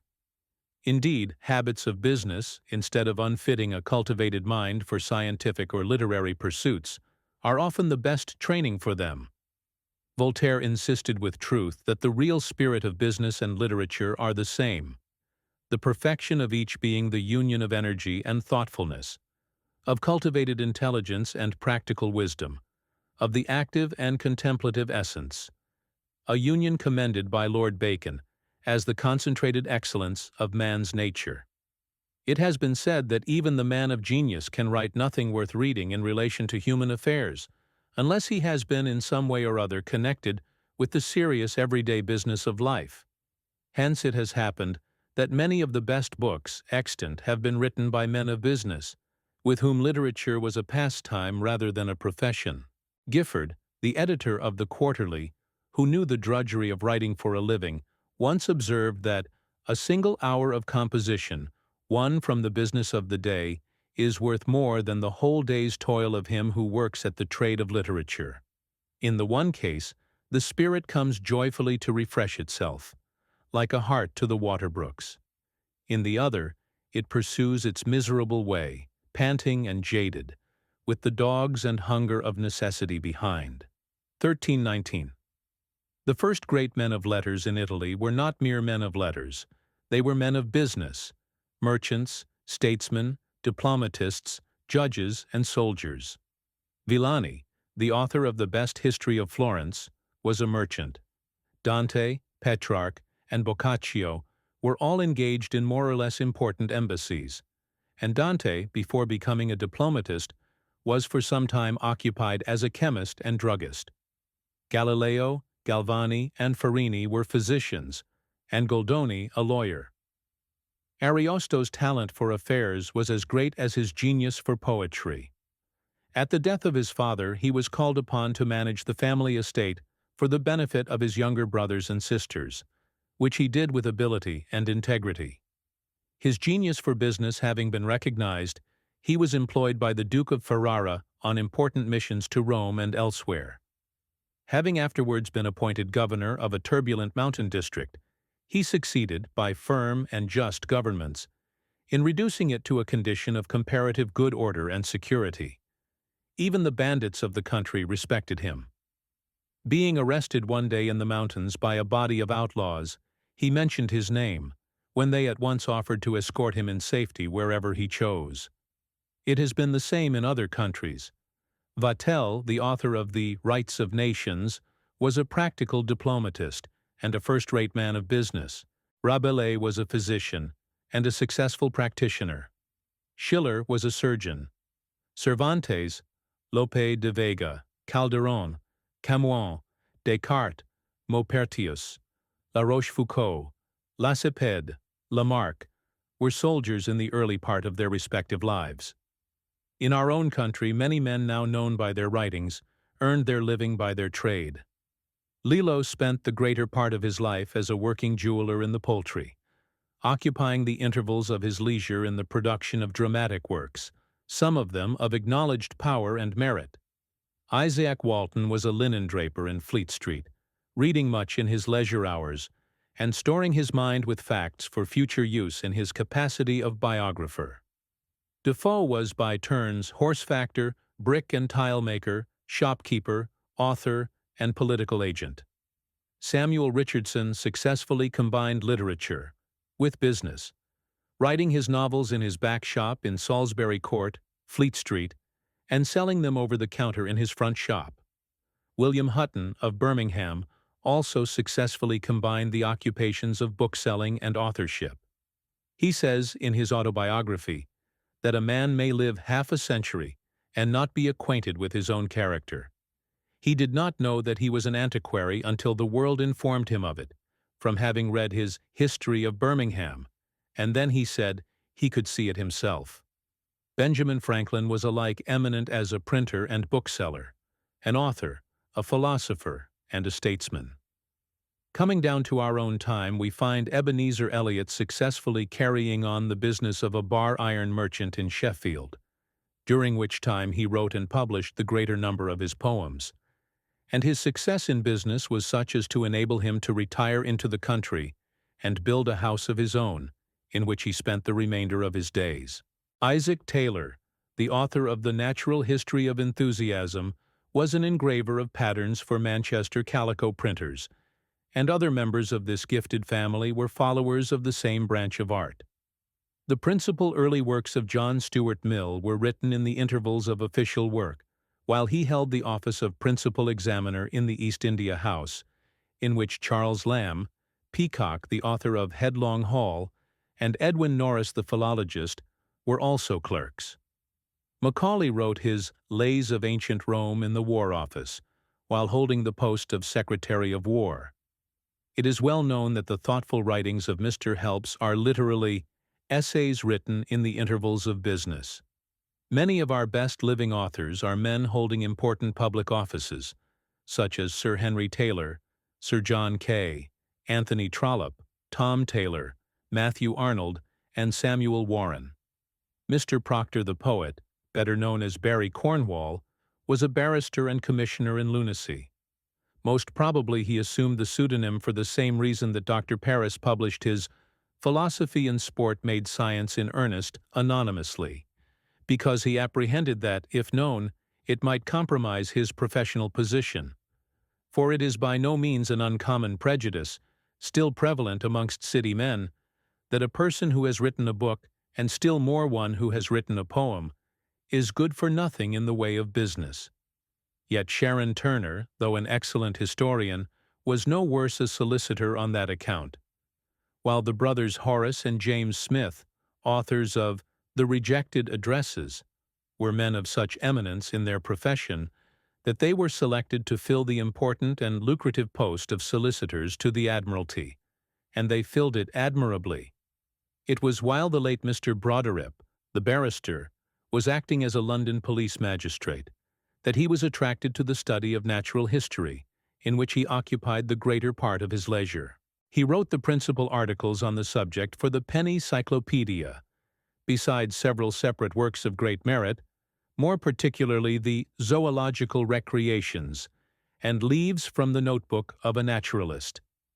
It is recorded of him that, though he devoted so much of his time to the production of his works, as well as to the Zoological Society and their admirable establishment in Regent's Park, of which he was one of the founders, his studies never interfered with the real business of his life, nor is it known that a single question was ever raised upon his conduct or his decisions.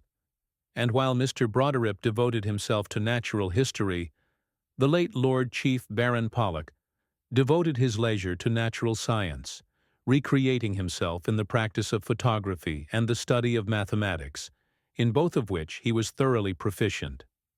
Among literary bankers we find the names of Rogers, the poet, Roscoe, of Liverpool, the biographer of Lorenzo de' Medici, Ricardo, the author of Political Economy and Taxation, Grote, the author of the History of Greece, Sir John Lubbock, the scientific antiquarian, and Samuel Bailey, of Sheffield, the author of Essays on the Formation and Publication of Opinions, besides various important works on ethics, political economy, and philosophy.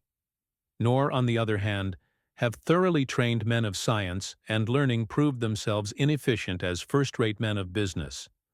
Culture of the best sort trains the habit of application and industry, disciplines the mind, supplies it with resources, and gives it freedom and vigor of action, all of which are equally requisite in the successful conduct of business.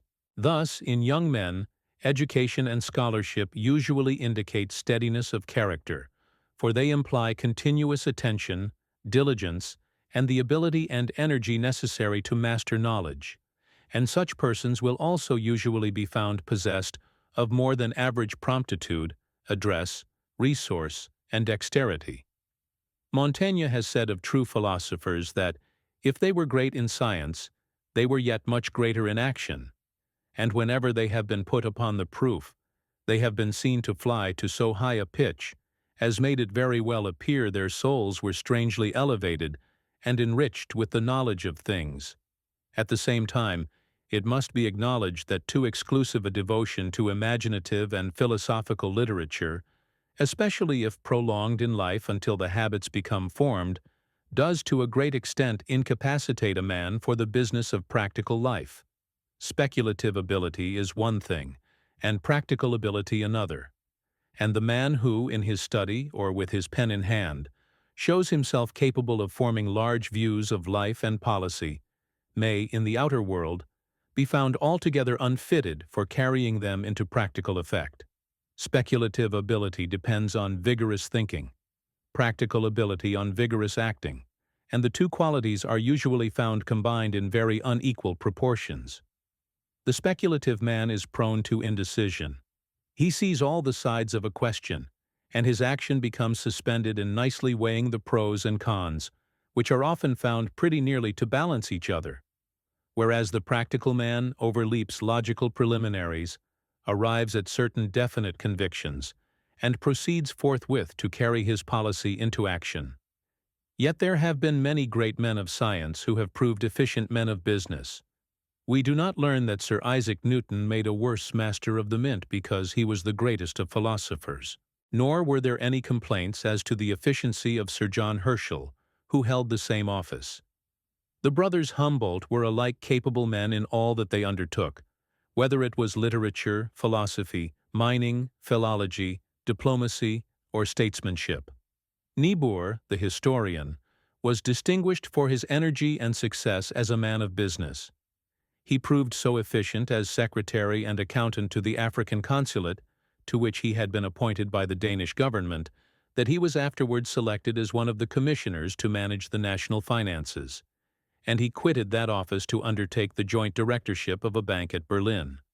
It was in the midst of his business occupations that he found time to study Roman history, to master the Arabic, Russian, and other Slavonic languages, and to build up the great reputation as an author by which he is now chiefly remembered.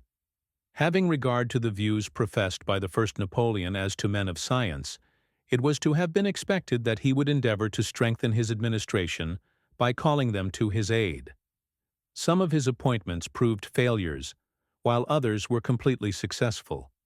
Thus Laplace was made Minister of the Interior, but he had no sooner been appointed than it was seen that a mistake had been made. Napoleon afterwards said of him that Laplace looked at no question in its true point of view. He was always searching after subtleties. All his ideas were problems, and he carried the spirit of the infinitesimal calculus into the management of business. But Laplace's habits had been formed in the study, and he was too old to adapt them to the purposes of practical life. With Darn it was different. But Darn had the advantage of some practical training in business, having served as an intendant of the army in Switzerland under Massena, during which he also distinguished himself as an author. When Napoleon proposed to appoint him a counselor of state and intendant of the imperial household, Darn hesitated to accept the office. "I have passed the greater part of my life," he said, "among books, and have not had time to learn the functions of a courtier." "Of courtiers," replied Napoleon, "I have plenty about me. They will never fail. But I want a minister, at once enlightened, firm, and vigilant. And it is for these qualities that I have selected you."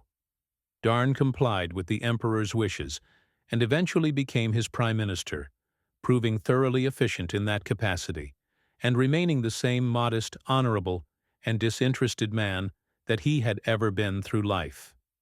Men of trained working faculty so contract the habit of labor that idleness becomes intolerable to them, and when driven by circumstances from their own special line of occupation, they find refuge in other pursuits. The diligent man is quick to find employment for his leisure, and he is able to make leisure when the idle man finds none. "He hath no leisure," says George Herbert, "who useth it not." "The most active or busy man that hath been or can be," says Bacon, "hath, no question, many vacant times of leisure, while he expecteth the tides and returns of business, except he be either tedious and of no dispatch, or lightly and unworthily ambitious to meddle with things that may be better done by others. Thus many great things have been done during such vacant times of leisure by men to whom industry had become a second nature, and who found it easier to work than to be idle. Even hobbies are useful as educators of the working faculty. Hobbies evoke industry of a certain kind, and at least provide agreeable occupation. Not such hobbies as that of Domitian, who occupied himself in catching flies. The hobbies of the king of Macedon, who made lanthorns, and of the king of France, who made locks, were of a more respectable order. Even a routine mechanical employment is felt to be a relief, by minds acting under high pressure. It is an intermission of labor, a rest, a relaxation, the pleasure consisting in the work itself, rather than in the result. But the best of hobbies are intellectual ones. Thus men of active mind retire from their daily business to find recreation in other pursuits, some in science, some in art, and the greater number in literature. Such recreations are among the best preservatives against selfishness and vulgar worldliness. We believe it was Lord Brougham who said, "Blessed is the man that hath a hobby," and in the abundant versatility of his nature, he himself had many, ranging from literature to optics, from history and biography to social science. Lord Brougham is even said to have written a novel, and the remarkable story of the Man in the Bell, which appeared many years ago in Blackwood, is reputed to have been from his pen. Intellectual hobbies, however, must not be ridden too hard, else, instead of recreating, refreshing, and invigorating a man's nature, they may only have the effect of sending him back to his business exhausted, enervated, and depressed. Many laborious statesmen besides Lord Brougham have occupied their leisure, or consoled themselves in retirement from office, by the composition of works which have become part of the standard literature of the world. Thus, Caesar's Commentaries still survive as a classic, the perspicuous and forcible style in which they are written placing him in the same rank with Xenophon, who also successfully combined the pursuit of letters with the business of active life. When the great Sully was disgraced as a minister and driven into retirement, he occupied his leisure in writing out his memoirs, in anticipation of the judgment of posterity upon his career as a statesman. Besides these, he also composed part of a romance after the manner of the Scuderi school, the manuscript of which was found amongst his papers at his death. Turgot found a solace for the loss of office, from which he had been driven by the intrigues of his enemies, in the study of physical science. He also reverted to his early taste for classical literature. During his long journeys, and at nights when tortured by the gout, he amused himself by making Latin verses, though the only line of his that has been preserved was that intended to designate the portrait of Benjamin Franklin, Eripuit caelo fulmen, sceptrumque tyrannus, among more recent French statesmen, with whom, however, literature has been their profession as much as politics, may be mentioned de Tocqueville, Thiers, Guizot, and Lamartine, while Napoleon III challenged a place in the Academy by his Life of Caesar. Literature has also been the chief solace of our greatest English statesmen. When Pitt retired from office, like his great contemporary Fox, he reverted with delight to the study of the Greek and Roman classics. Indeed, Grenville considered Pitt the best Greek scholar he had ever known. Canning and Wellesley, when in retirement, occupied themselves in translating the odes and satires of Horace. Canning's passion for literature entered into all his pursuits, and gave a color to his whole life. His biographer says of him that after a dinner at Pitt's, while the rest of the company were dispersed in conversation, he and Pitt would be observed poring over some old Grecian in a corner of the drawing-room. Fox also was a diligent student of the Greek authors, and, like Pitt, read Lycophron. He was also the author of a History of James II, though the book is only a fragment, and, it must be confessed, is rather a disappointing work. One of the most able and laborious of our recent statesmen, with whom literature was a hobby as well as a pursuit, was the late Sir George Cornewall Lewis. He was an excellent man of business, diligent, exact, and painstaking. He filled by turns the offices of President of the Poor Law Board, the machinery of which he created, Chancellor of the Exchequer, Home Secretary, and Secretary at War, and in each he achieved the reputation of a thoroughly successful administrator. In the intervals of his official labors, he occupied himself with inquiries into a wide range of subjects: history, politics, philology, anthropology, and antiquarianism. His works on the astronomy of the ancients and essays on the formation of the Romanic languages might have been written by the profoundest of German savants. He took especial delight in pursuing the abstruser branches of learning, and found in them his chief pleasure and recreation. Lord Palmerston sometimes remonstrated with him, telling him he was taking too much out of himself by laying aside official papers after office hours in order to study books, Palmerston himself declaring that he had no time to read books, that the reading of manuscript was quite enough for him. Doubtless Sir George Lewis rode his hobby too hard, and but for his devotion to study, his useful life would probably have been prolonged. Whether in or out of office, he read, wrote, and studied. He relinquished the editorship of the Edinburgh Review to become Chancellor of the Exchequer, and when no longer occupied in preparing budgets, he proceeded to copy out a mass of Greek manuscripts at the British Museum. He took particular delight in pursuing any difficult inquiry in classical antiquity. One of the odd subjects with which he occupied himself was an examination into the truth of reported cases of longevity, which, according to his custom, he doubted or disbelieved. This subject was uppermost in his mind while pursuing his canvass of Herefordshire in 1852. On applying to a voter one day for his support, he was met by a decided refusal. "I am sorry," was the candidate's reply, "that you can't give me your vote, but perhaps you can tell me whether anybody in your parish has died at an extraordinary age." The contemporaries of Sir George Lewis also furnish many striking instances of the consolations afforded by literature to statesmen wearied with the toils of public life. Though the door of office may be closed, that of literature stands always open, and men who are at daggers drawn in politics join hands over the poetry of Homer and Horace. The late Earl of Derby, on retiring from power, produced his noble version of the Iliad, which will probably continue to be read when his speeches have been forgotten.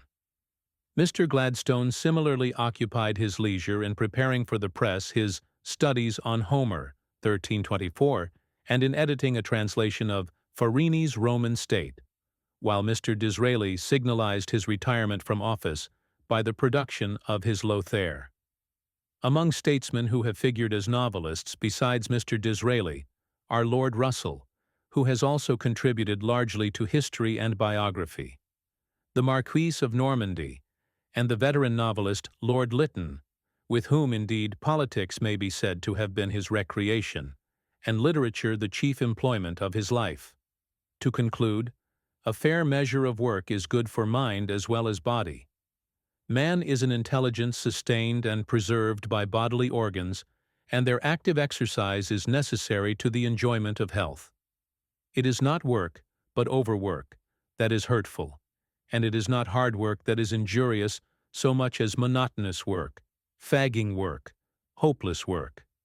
All hopeful work is healthful, and to be usefully and hopefully employed is one of the great secrets of happiness. Brain work, in moderation, is no more wearing than any other kind of work. Duly regulated, it is as promotive of health as bodily exercise, and where due attention is paid to the physical system, it seems difficult to put more upon a man than he can bear. Merely to eat and drink and sleep one's way idly through life is vastly more injurious. The wear and tear of rust is even faster than the tear and wear of work. But overwork is always bad economy.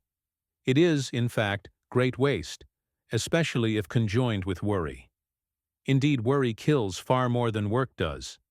It frets, it excites, it consumes the body, as sand and grit, which occasion excessive friction, wear out the wheels of a machine. Overwork and worry have both to be guarded against. For overbrain work is strain work, and it is exhausting and destructive according as it is in excess of nature. And the brain worker may exhaust and overbalance his mind by excess, just as the athlete may overstrain his muscles and break his back by attempting feats beyond the strength of his physical system. Chapter 5. Courage. It is not but the tempest that doth show the seaman's cunning, but the field that tries the captain's courage. And we come to know best what men are in their worst jeopardies. Daniel. If thou canst plan a noble deed, and never flag till it succeed, though in the strife thy heart should bleed, whatever obstacles control, thine hour will come. Go on, true soul. Thou'lt win the prize, thou'lt reach the goal. C. Mackay.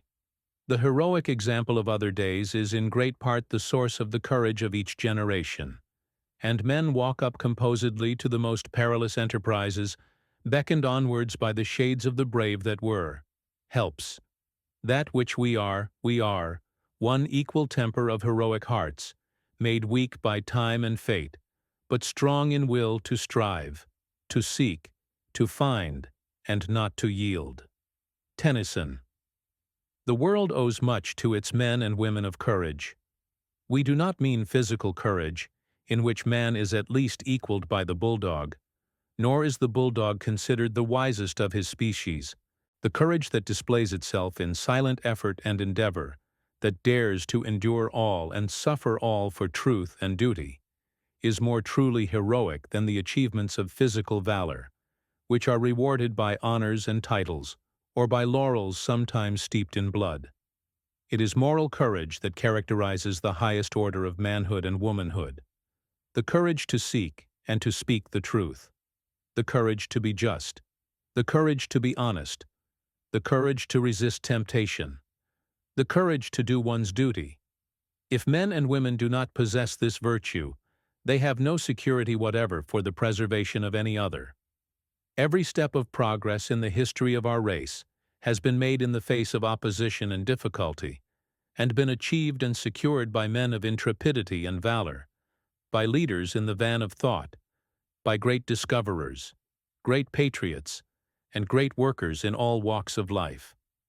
There is scarcely a great truth or doctrine but has had to fight its way to public recognition in the face of detraction, calumny, and persecution.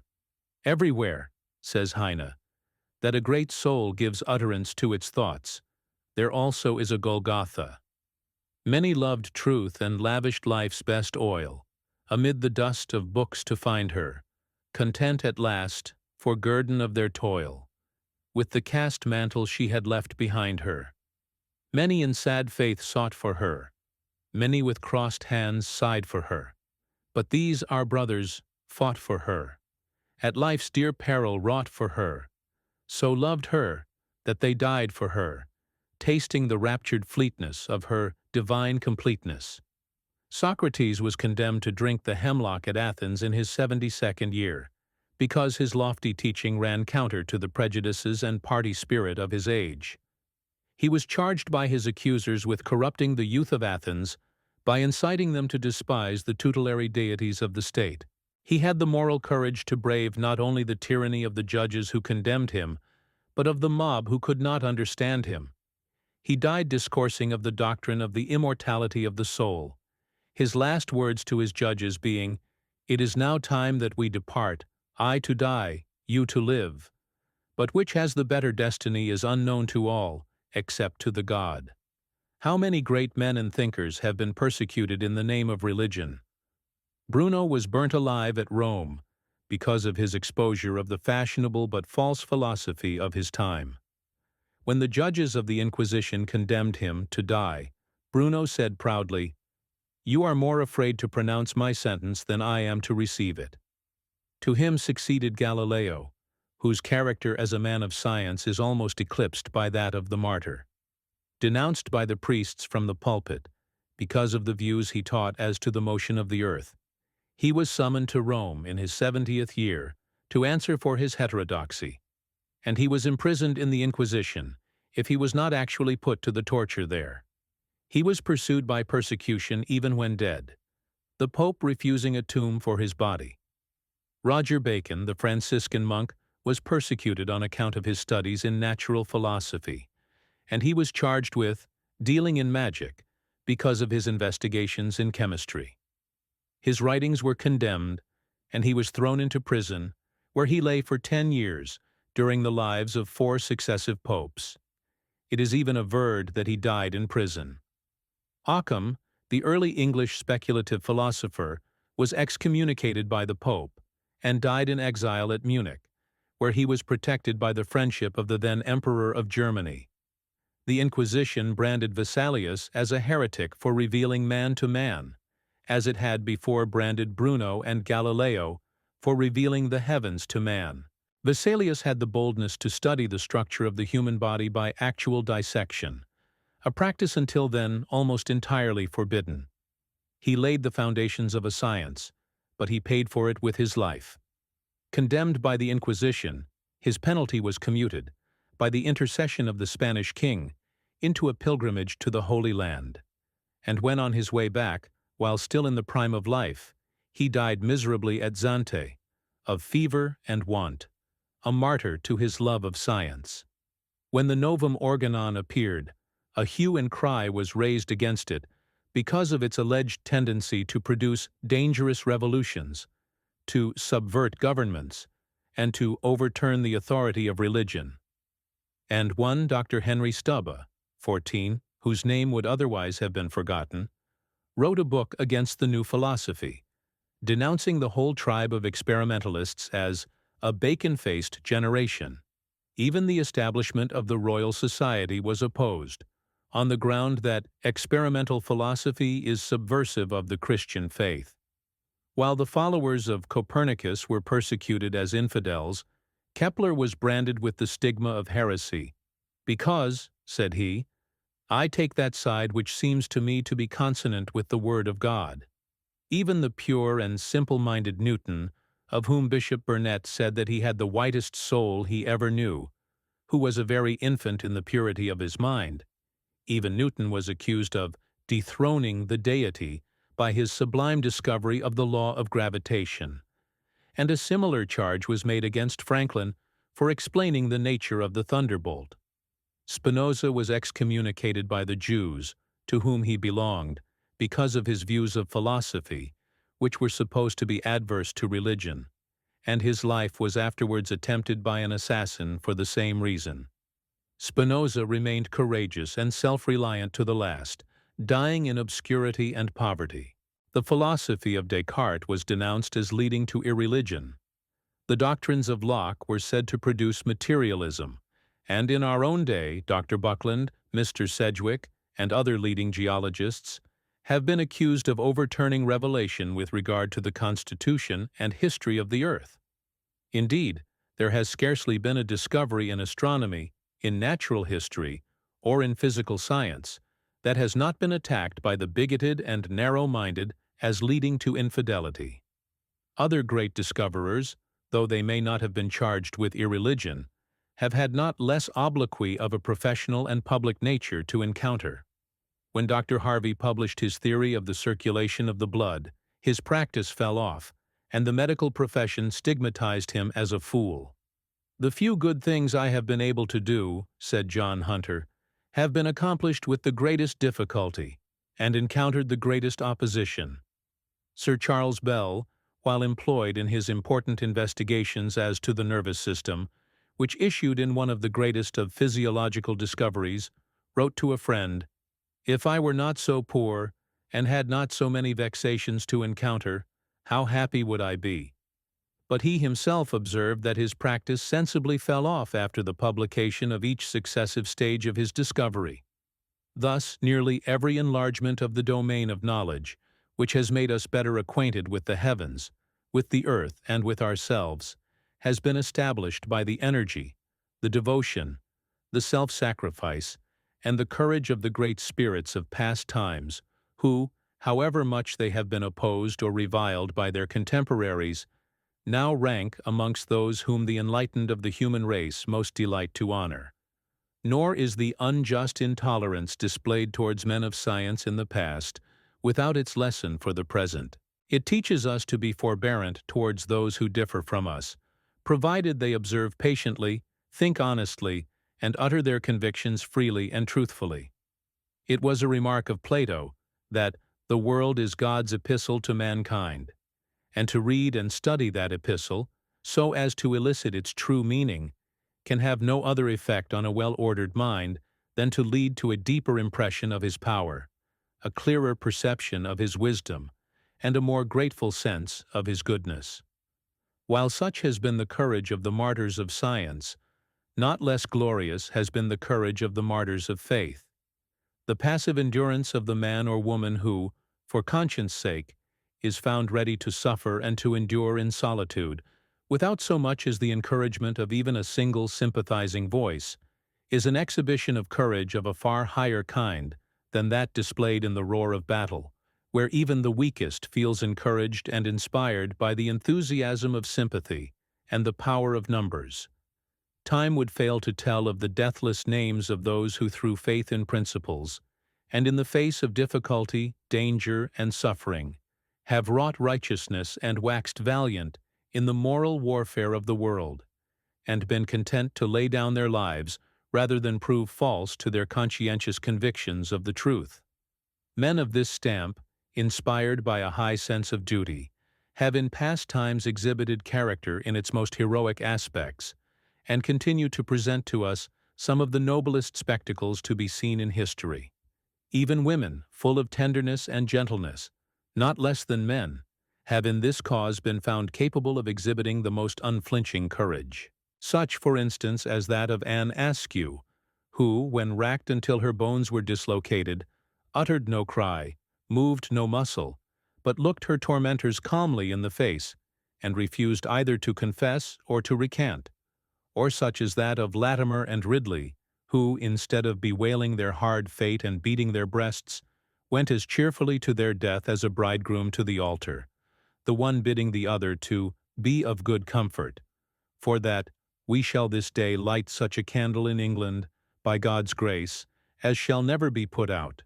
Or such, again, as that of Mary Dyer, the Quakeress, hanged by the Puritans of New England for preaching to the people, who ascended the scaffold with a willing step, and, after calmly addressing those who stood about, resigned herself into the hands of her persecutors, and died in peace and joy.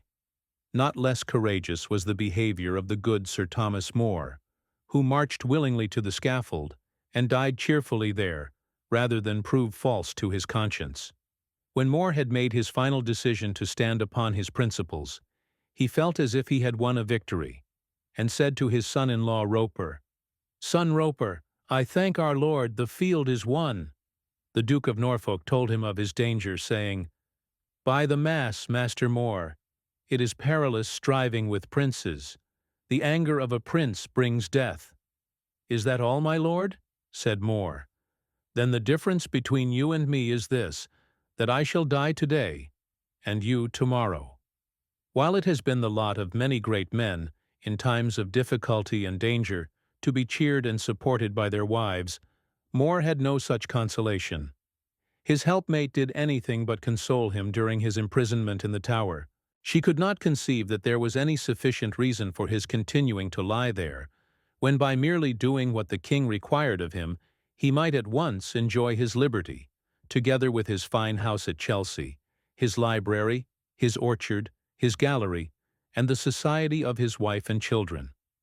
"I marvel," said she to him one day, "that you, who have been always hitherto taken for wise, should now so play the fool as to lie here in this close filthy prison, and be content to be shut up amongst mice and rats, when you might be abroad at your liberty, if you would but do as the bishops have done." But More saw his duty from a different point of view. It was not a mere matter of personal comfort with him, and the expostulations of his wife were of no avail. He gently put her aside, saying cheerfully, "Is not this house as nigh heaven as my own?" To which she contemptuously rejoined, "Tilly Valley, Tilly Valley." More's daughter, Margaret Roper, on the contrary, encouraged her father to stand firm in his principles, and dutifully consoled and cheered him during his long confinement. Deprived of pen and ink, he wrote his letters to her with a piece of coal, saying in one of them, "If I were to declare in writing how much pleasure your daughterly loving letters gave me, a peck of coals would not suffice to make the pens." More was a martyr to veracity. He would not swear a false oath, and he perished because he was sincere. When his head had been struck off, it was placed on London Bridge, in accordance with the barbarous practice of the times. Margaret Roper had the courage to ask for the head to be taken down and given to her, and, carrying her affection for her father beyond the grave, she desired that it might be buried with her when she died, and long after, when Margaret Roper's tomb was opened, the precious relic was observed lying on the dust of what had been her bosom. Martin Luther was not called upon to lay down his life for his faith, but, from the day that he declared himself against the Pope, he daily ran the risk of losing it. At the beginning of his great struggle, he stood almost entirely alone. The odds against him were tremendous. "On one side," said he himself, "are learning, genius, numbers, grandeur, rank, power, sanctity, miracles. On the other, Wycliffe, Lorenzo Valla, Augustine, and Luther. A poor creature, a man of yesterday, standing well nigh alone with a few friends." Summoned by the emperor to appear at Worms, to answer the charge made against him of heresy, he determined to answer in person. Those about him told him that he would lose his life if he went, and they urged him to fly. "No," said he, "I will repair thither, though I should find there thrice as many devils as there are tiles upon the housetops." Warned against the bitter enmity of a certain Duke George, he said, "I will go there, though for 9 whole days running it rained Duke George." Luther was as good as his word, and he set forth upon his perilous journey. When he came in sight of the old bell towers of Worms, he stood up in his chariot and sang, "Ein feste Burg ist unser Gott," the Marseillaise of the Reformation, the words and music of which he is said to have improvised only 2 days before. Shortly before the meeting of the Diet, an old soldier, George Freundesberg, put his hand upon Luther's shoulder and said to him, good monk, take heed what thou doest. Thou art going into a harder fight than any of us have ever yet been in." But Luther's only answer to the veteran was that he had determined to stand upon the Bible and his conscience. Luther's courageous defense before the Diet is on record, and forms one of the most glorious pages in history. When finally urged by the emperor to retract, he said firmly, "Sire, unless I am convinced of my error by the testimony of Scripture or by manifest evidence, I cannot and will not retract, for we must never act contrary to our conscience. Such is my profession of faith, and you must expect none other from me. Hier stehe ich. Ich kann nicht anders. Gott helfe mir. 14. Here stand I. I cannot do otherwise. God help me." He had to do his duty, to obey the orders of a power higher than that of kings, and he did it at all hazards. Afterwards, when hard-pressed by his enemies at Augsburg, Luther said that, if he had 500 heads, he would lose them all rather than recant his article concerning faith. Like all courageous men, his strength only seemed to grow in proportion to the difficulties he had to encounter and overcome. "There is no man in Germany," said Hutton, "who more utterly despises death than does Luther." And to his moral courage, perhaps more than to that of any other single man, do we owe the liberation of modern thought and the vindication of the great rights of the human understanding. The honorable and brave man does not fear death compared with ignominy. It is said of the royalist Earl of Strafford that, as he walked to the scaffold on Tower Hill, his step and manner were those of a general marching at the head of an army to secure victory, rather than of a condemned man to undergo sentence of death. So the Commonwealth's man, Sir John Eliot, went alike bravely to his death on the same spot, saying, 10,000 deaths, rather than defile my conscience, the chastity and purity of which I value beyond all this world." Eliot's greatest tribulation was on account of his wife, whom he had to leave behind. When he saw her looking down upon him from the tower window, He stood up in the cart, waved his hat, and cried, "To heaven, my love, to heaven, and leave you in the storm." As he went on his way, one in the crowd called out, "That is the most glorious seat you ever sat on." To which he replied, "It is so indeed," and rejoiced exceedingly. Although success is the guerdon for which all men toil, they have nevertheless often to labor on perseveringly, without any glimmer of success in sight. They have to live, meanwhile, upon their courage, sowing their seed, it may be, in the dark, in the hope that it will yet take root and spring up in achieved result. The best of causes have had to fight their way to triumph through a long succession of failures, and many of the assailants have died in the breach before the fortress has been won. The heroism they have displayed is to be measured, not so much by their immediate success, as by the opposition they have encountered, and the courage with which they have maintained the struggle.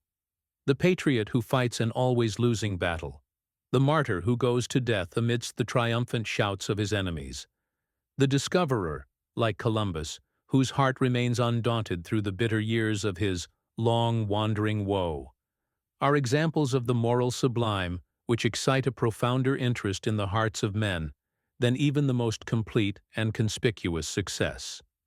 By the side of such instances as these, how small by comparison seem the greatest deeds of valor, inciting men to rush upon death and die amidst the frenzied excitement of physical warfare. But the greater part of the courage that is needed in the world is not of a heroic kind. Courage may be displayed in everyday life, as well as in historic fields of action.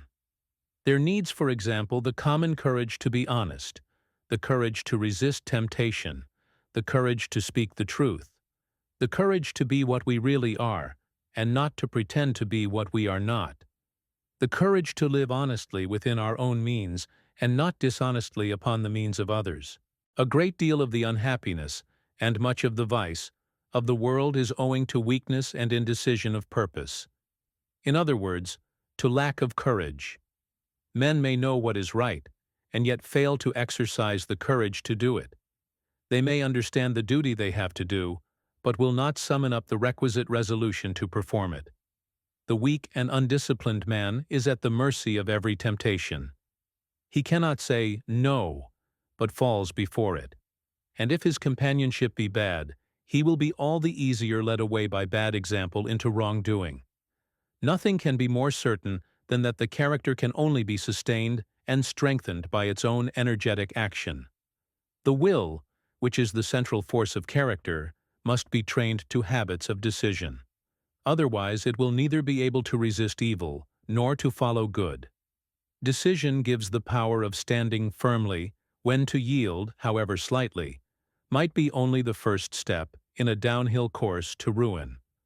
Calling upon others for help in forming a decision is worse than useless. A man must so train his habits as to rely upon his own powers and depend upon his own courage in moments of emergency. Plutarch tells of a king of Macedon who, in the midst of an action, withdrew into the adjoining town under pretense of sacrificing to Hercules, whilst his opponent Emilius, at the same time that he implored the divine aid, sought for victory sword in hand, and won the battle. And so it ever is in the actions of daily life. Many are the valiant purposes formed, that end merely in words, deeds intended, that are never done, designs projected, that are never begun, and all for want of a little courageous decision. Better far the silent tongue, but the eloquent deed. For in life and in business, dispatch is better than discourse, and the shortest answer of all is doing. In matters of great concern, and which must be done, says Tillotson, there is no surer argument of a weak mind than irresolution, to be undetermined when the case is so plain, and the necessity so urgent, to be always intending to live a new life, but never to find time to set about it. This is as if a man should put off eating and drinking and sleeping from one day to another, until he is starved and destroyed. There needs also the exercise of no small degree of moral courage to resist the corrupting influences of what is called society. Although Mrs. Grundy may be a very vulgar and commonplace personage, her influence is nevertheless prodigious. Most men, but especially women, are the moral slaves of the class or caste to which they belong. There is a sort of unconscious conspiracy existing amongst them against each other's individuality. Each circle and section, each rank and class, has its respective customs and observances, to which conformity is required at the risk of being tabooed. Some are immured within a bastille of fashion, others of custom, others of opinion. And few there are who have the courage to think outside their sect, to act outside their party, and to step out into the free air of individual thought and action. We dress and eat and follow fashion, though it may be at the risk of debt, ruin, and misery, living not so much according to our means as according to the superstitious observances of our class. Though we may speak contemptuously of the Indians who flatten their heads and of the Chinese who cramp their toes, we have only to look at the deformities of fashion amongst ourselves to see that the reign of Mrs. Grundy is universal. But moral cowardice is exhibited quite as much in public as in private life. Snobism is not confined to the toadying of the rich, but is quite as often displayed in the toadying of the poor. Formerly, sycophancy showed itself in not daring to speak the truth to those in high places, but in these days it rather shows itself in not daring to speak the truth to those in low places. Now that the masses exercise political power, there is a growing tendency to fawn upon them, to flatter them, and to speak nothing but smooth words to them. They are credited with virtues which they themselves know they do not possess. The public enunciation of wholesome because disagreeable truths is avoided, and, to win their favor, sympathy is often pretended for views, the carrying out of which in practice is known to be hopeless. It is not the man of the noblest character, the highest cultured and best conditioned man, whose favor is now sought, so much as that of the lowest man, the least cultured and worst conditioned man, because his vote is usually that of the majority. Even men of rank, wealth, and education are seen prostrating themselves before the ignorant, whose votes are thus to be got. They are ready to be unprincipled and unjust rather than unpopular. It is so much easier for some men to stoop, to bow, and to flatter, than to be manly, resolute, and magnanimous, and to yield to prejudices than run counter to them. It requires strength and courage to swim against the stream, while any dead fish can float with it. This servile pandering to popularity has been rapidly on the increase of late years, and its tendency has been to lower and degrade the character of public men. Consciences have become more elastic. There is now one opinion for the chamber, and another for the platform. Prejudices are pandered to in public, which in private are despised. Pretended conversions, which invariably jump with party interests, are more sudden, and even hypocrisy now appears to be scarcely thought discreditable. The same moral cowardice extends downwards as well as upwards. The action and reaction are equal. Hypocrisy and time-serving above are accompanied by hypocrisy and time-serving below. Where men of high standing have not the courage of their opinions, what is to be expected from men of low standing? They will only follow such examples as are set before them. They too will skulk and dodge and prevaricate, be ready to speak one way and act another, just like their betters. Give them but a sealed box or some hole and corner to hide their act in, and they will then enjoy their liberty. Popularity, as won in these days, is by no means a presumption in a man's favor, but is quite as often a presumption against him. No man, says the Russian proverb, can rise to honor who is cursed with a stiff backbone. But the backbone of the popularity hunter is of gristle, and he has no difficulty in stooping and bending himself in any direction to catch the breath of popular applause.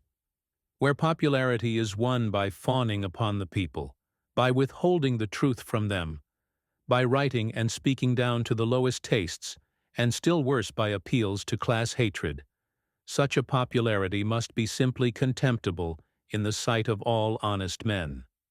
Jeremy Bentham, speaking of a well-known public character, said, "His creed of politics results less from love of the many than from hatred of the few.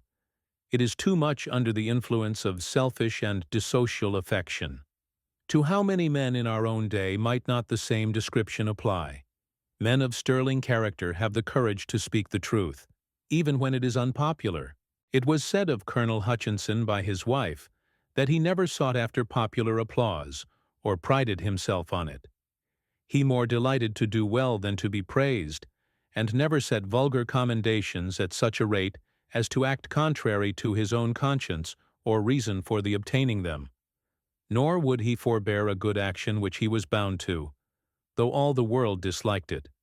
For he ever looked on things as they were in themselves, not through the dim spectacles of vulgar estimation. "Popularity in the lowest and most common sense," said Sir John Pakington on a recent occasion, "is not worth the having. Do your duty to the best of your power, win the approbation of your own conscience, and popularity, in its best and highest sense, is sure to follow." When Richard Lovell Edgeworth, towards the close of his life, became very popular in his neighborhood, he said one day to his daughter, "Maria, I am growing dreadfully popular. I shall be good for nothing soon. A man cannot be good for anything who is very popular." Probably he had in his mind at the time the gospel curse of the popular man, "Woe unto you, when all men shall speak well of you. For so did their fathers to the false prophets." Intellectual intrepidity is one of the vital conditions of independence and self-reliance of character. A man must have the courage to be himself, and not the shadow or the echo of another. He must exercise his own powers, think his own thoughts, and speak his own sentiments. He must elaborate his own opinions and form his own convictions. It has been said that he who dare not form an opinion must be a coward. He who will not must be an idler. He who cannot must be a fool. But it is precisely in this element of intrepidity that so many persons of promise fall short and disappoint the expectations of their friends. They march up to the scene of action, but at every step their courage oozes out. They want the requisite decision, courage, and perseverance. They calculate the risks and weigh the chances. Until the opportunity for effective effort has passed, it may be never to return. Men are bound to speak the truth in the love of it. "I had rather suffer," said John Pym, the Commonwealth man, "for speaking the truth, than that the truth should suffer for want of my speaking." When a man's convictions are honestly formed, after fair and full consideration, he is justified in striving by all fair means to bring them into action. There are certain states of society and conditions of affairs in which a man is bound to speak out and be antagonistic, when conformity is not only a weakness, but a sin. Great evils are in some cases only to be met by resistance. They cannot be wept down, but must be battled down. The honest man is naturally antagonistic to fraud, the truthful man to lying, the justice-loving man to oppression, the pure-minded man to vice and iniquity. They have to do battle with these conditions, and if possible overcome them. Such men have in all ages represented the moral force of the world. Inspired by benevolence and sustained by courage, they have been the mainstays of all social renovation and progress. But for their continuous antagonism to evil conditions, the world were for the most part given over to the dominion of selfishness and vice. All the great reformers and martyrs were antagonistic men, enemies to falsehood and evil doing. The apostles themselves were an organized band of social antagonists who contended with pride, selfishness, superstition, and irreligion. And in our own time the lives of such men as Clarkson and Granville Sharp, Father Matthew and Richard Cobden, inspired by singleness of purpose, have shown what high-minded social antagonism can effect. It is the strong and courageous men who lead and guide and rule the world. The weak and timid leave no trace behind them, whilst the life of a single upright and energetic man is like a track of light. His example is remembered and appealed to, and his thoughts, his spirit, and his courage continue to be the inspiration of succeeding generations. It is energy, the central element of which is will, that produces the miracles of enthusiasm in all ages. Everywhere it is the mainspring of what is called force of character and the sustaining power of all great action.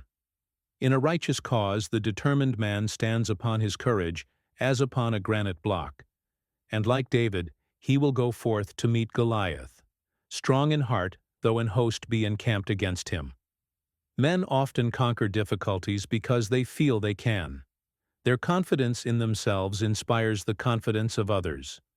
When Caesar was at sea and a storm began to rage, the captain of the ship which carried him became unmanned by fear. "What art thou afraid of?" cried the great captain. "Thy vessel carries Caesar." The courage of the brave man is contagious, and carries others along with it. His stronger nature awes weaker natures into silence, or inspires them with his own will and purpose. The persistent man will not be baffled or repulsed by opposition. Diogenes, desirous of becoming the disciple of Antisthenes, went and offered himself to the cynic. He was refused.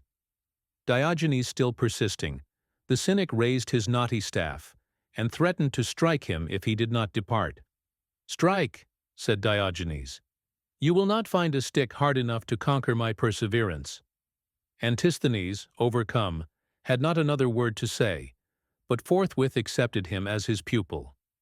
Energy of temperament, with a moderate degree of wisdom, will carry a man further than any amount of intellect without it. Energy makes the man of practical ability. It gives him force, momentum. It is the active motive power of character, and if combined with sagacity and self-possession, will enable a man to employ his powers to the best advantage in all the affairs of life. Hence it is that, inspired by energy of purpose, men of comparatively mediocre powers have often been enabled to accomplish such extraordinary results. For the men who have most powerfully influenced the world have not been so much men of genius as men of strong convictions and enduring capacity for work, impelled by irresistible energy and invincible determination. Such men, for example, as were Mahomet, Luther, Knox, Calvin, Loyola, and Wesley. Courage, combined with energy and perseverance, will overcome difficulties apparently insurmountable. It gives force and impulse to effort, and does not permit it to retreat. Tyndall said of Faraday that, in his warm moments he formed a resolution, and in his cool ones he made that resolution good. Perseverance, working in the right direction, grows with time, and when steadily practiced, even by the most humble, will rarely fail of its reward. Trusting in the help of others is of comparatively little use. When one of Michelangelo's principal patrons died, he said, "I begin to understand that the promises of the world are for the most part vain phantoms, and that to confide in oneself, and become something of worth and value, is the best and safest course." Courage is by no means incompatible with tenderness. On the contrary, gentleness and tenderness have been found to characterize the men, not less than the women, who have done the most courageous deeds. Sir Charles Napier gave up sporting, because he could not bear to hurt dumb creatures. The same gentleness and tenderness characterized his brother, Sir William, the historian of the Peninsular War, 1410. Such also was the character of Sir James Outram, pronounced by Sir Charles Napier to be the Bayard of India, sans peur et sans reproche, one of the bravest and yet gentlest of men. Respectful and reverent to women, tender to children, helpful of the weak, stern to the corrupt, but kindly as summer to the honest and deserving. Moreover, he was himself as honest as day, and as pure as virtue. Of him it might be said with truth what Fulk Greville said of Sidney: "He was a true model of worth, a man fit for conquest, reformation, plantation, or what action soever is the greatest and hardest among men. His chief ends withal being above all things the good of his fellows, and the service of his sovereign and country. When Edward the Black Prince won the battle of Poitiers, in which he took prisoner the French king and his son. He entertained them in the evening at a banquet, when he insisted on waiting upon and serving them at table. The gallant prince's knightly courtesy and demeanor won the hearts of his captives as completely as his valor had won their persons. For notwithstanding his youth, Edward was a true knight, the first and bravest of his time, a noble pattern and example of chivalry. His two mottos, Hochmuth and Ich Dien, 14 high spirit and reverent service, not inaptly expressing his prominent and pervading qualities. It is the courageous man who can best afford to be generous, or rather, it is his nature to be so. When Fairfax, at the Battle of Naseby, seized the colors from an ensign whom he had struck down in the fight, he handed them to a common soldier to take care of. The soldier, unable to resist the temptation, boasted to his comrades that he had himself seized the colors, and the boast was repeated to Fairfax. "Let him retain the honor," said the commander. "I have enough beside." So when Douglas, at the Battle of Bannockburn, saw Randolph, his rival, outnumbered and apparently overpowered by the enemy, he prepared to hasten to his assistance. But seeing that Randolph was already driving them back, he cried out, "Hold and halt! We are come too late to aid them. Let us not lessen the victory they have won by affecting to claim a share in it." Quite as chivalrous, though in a very different field of action, was the conduct of Laplace to the young philosopher Biot, when the latter had read to the French Academy his paper, Sur les équations aux différentes mêlées. The assembled savants, at its close, felicitated the reader of the paper on his originality. Monge was delighted at his success. Laplace also praised him for the clearness of his demonstrations, and invited Biot to accompany him home. Arrived there, Laplace took from a closet in his study a paper, yellow with age, and handed it to the young philosopher. To Biot's surprise, he found that it contained the solutions, all worked out, for which he had just gained so much applause. With rare magnanimity, Laplace withheld all knowledge of the circumstance from Biot, until the latter had initiated his reputation before the Academy.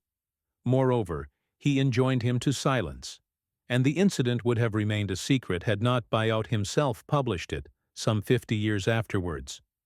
An incident is related of a French artisan, exhibiting the same characteristic of self-sacrifice in another form. In front of a lofty house in course of erection at Paris was the usual scaffold, loaded with men and materials. The scaffold, being too weak, suddenly broke down, and the men upon it were precipitated to the ground, all except two, a young man and a middle-aged one, who hung on to a narrow ledge, which trembled under their weight, and was evidently on the point of giving way. "Pierre," cried the elder of the two, "let go. I am the father of a family." "C'est juste," said Pierre, and instantly letting go his hold, he fell and was killed on the spot. The father of the family was saved. The brave man is magnanimous as well as gentle. He does not take even an enemy at a disadvantage, nor strike a man when he is down and unable to defend himself. Even in the midst of deadly strife, such instances of generosity have not been uncommon. Thus, at the Battle of Dettingen, during the heat of the action, a squadron of French cavalry charged an English regiment. But when the young French officer who led them and was about to attack the English leader observed that he had only one arm with which he held his bridle, the Frenchman saluted him courteously with his sword and passed on. It is related of Charles Thifters that after the siege and capture of Wittenberg by the imperialist army, the monarch went to see the tomb of Luther. While reading the inscription on it, one of the servile courtiers who accompanied him proposed to open the grave and give the ashes of the heretic to the winds. The monarch's cheek flushed with honest indignation. "I war not with the dead," said he. "Let this place be respected." The portrait which the great heathen, Aristotle, drew of the magnanimous man, in other words the true gentleman, more than 2,000 years ago, is as faithful now as it was then. "The magnanimous man," he said, "will behave with moderation under both good fortune and bad. He will know how to be exalted and how to be abased. He will neither be delighted with success nor grieved by failure. He will neither shun danger nor seek it, for there are few things which he cares for. He is reticent and somewhat slow of speech, but speaks his mind openly and boldly when occasion calls for it. He is apt to admire, for nothing is great to him. He overlooks injuries. He is not given to talk about himself or about others, for he does not care that he himself should be praised or that other people should be blamed. He does not cry out about trifles and craves help from none.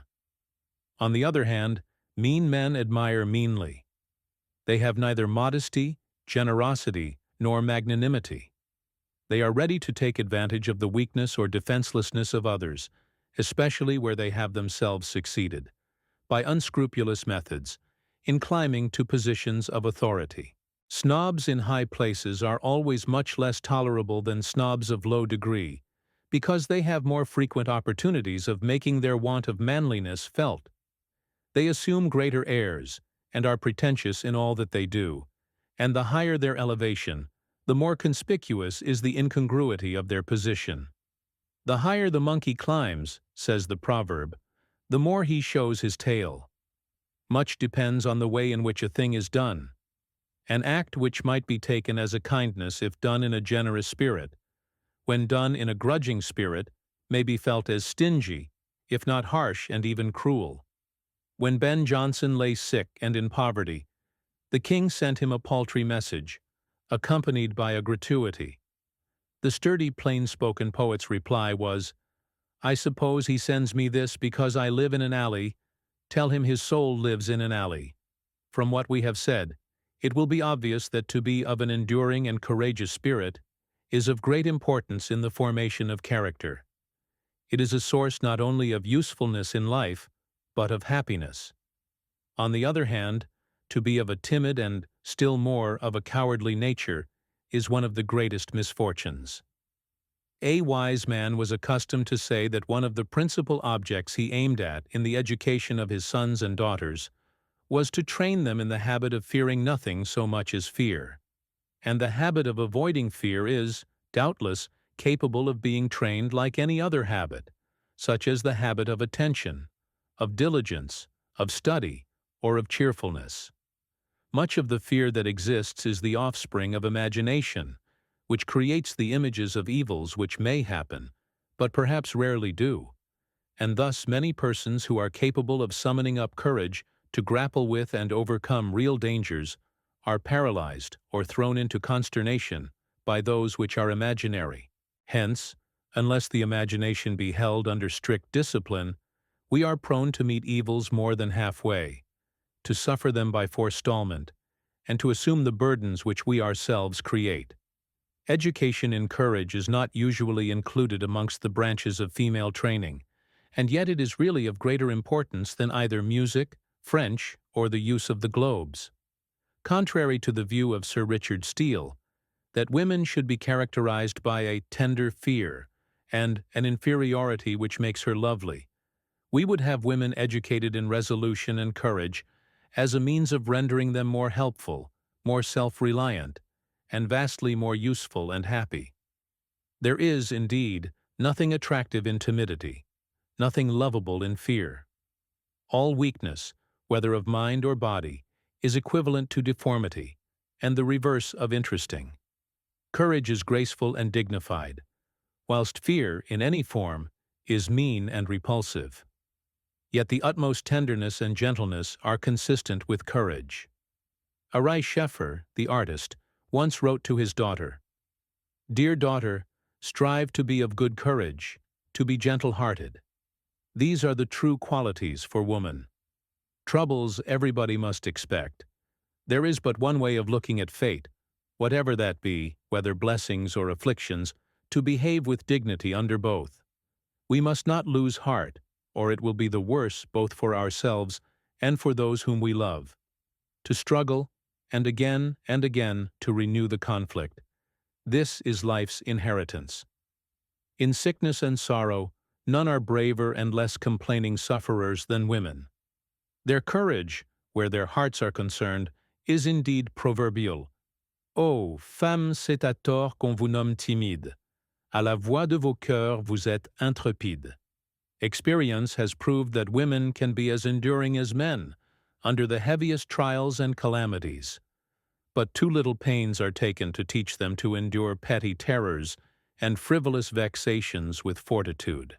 Such little miseries, if petted and indulged, quickly run into sickly sensibility and become the bane of their life, keeping themselves and those about them in a state of chronic discomfort.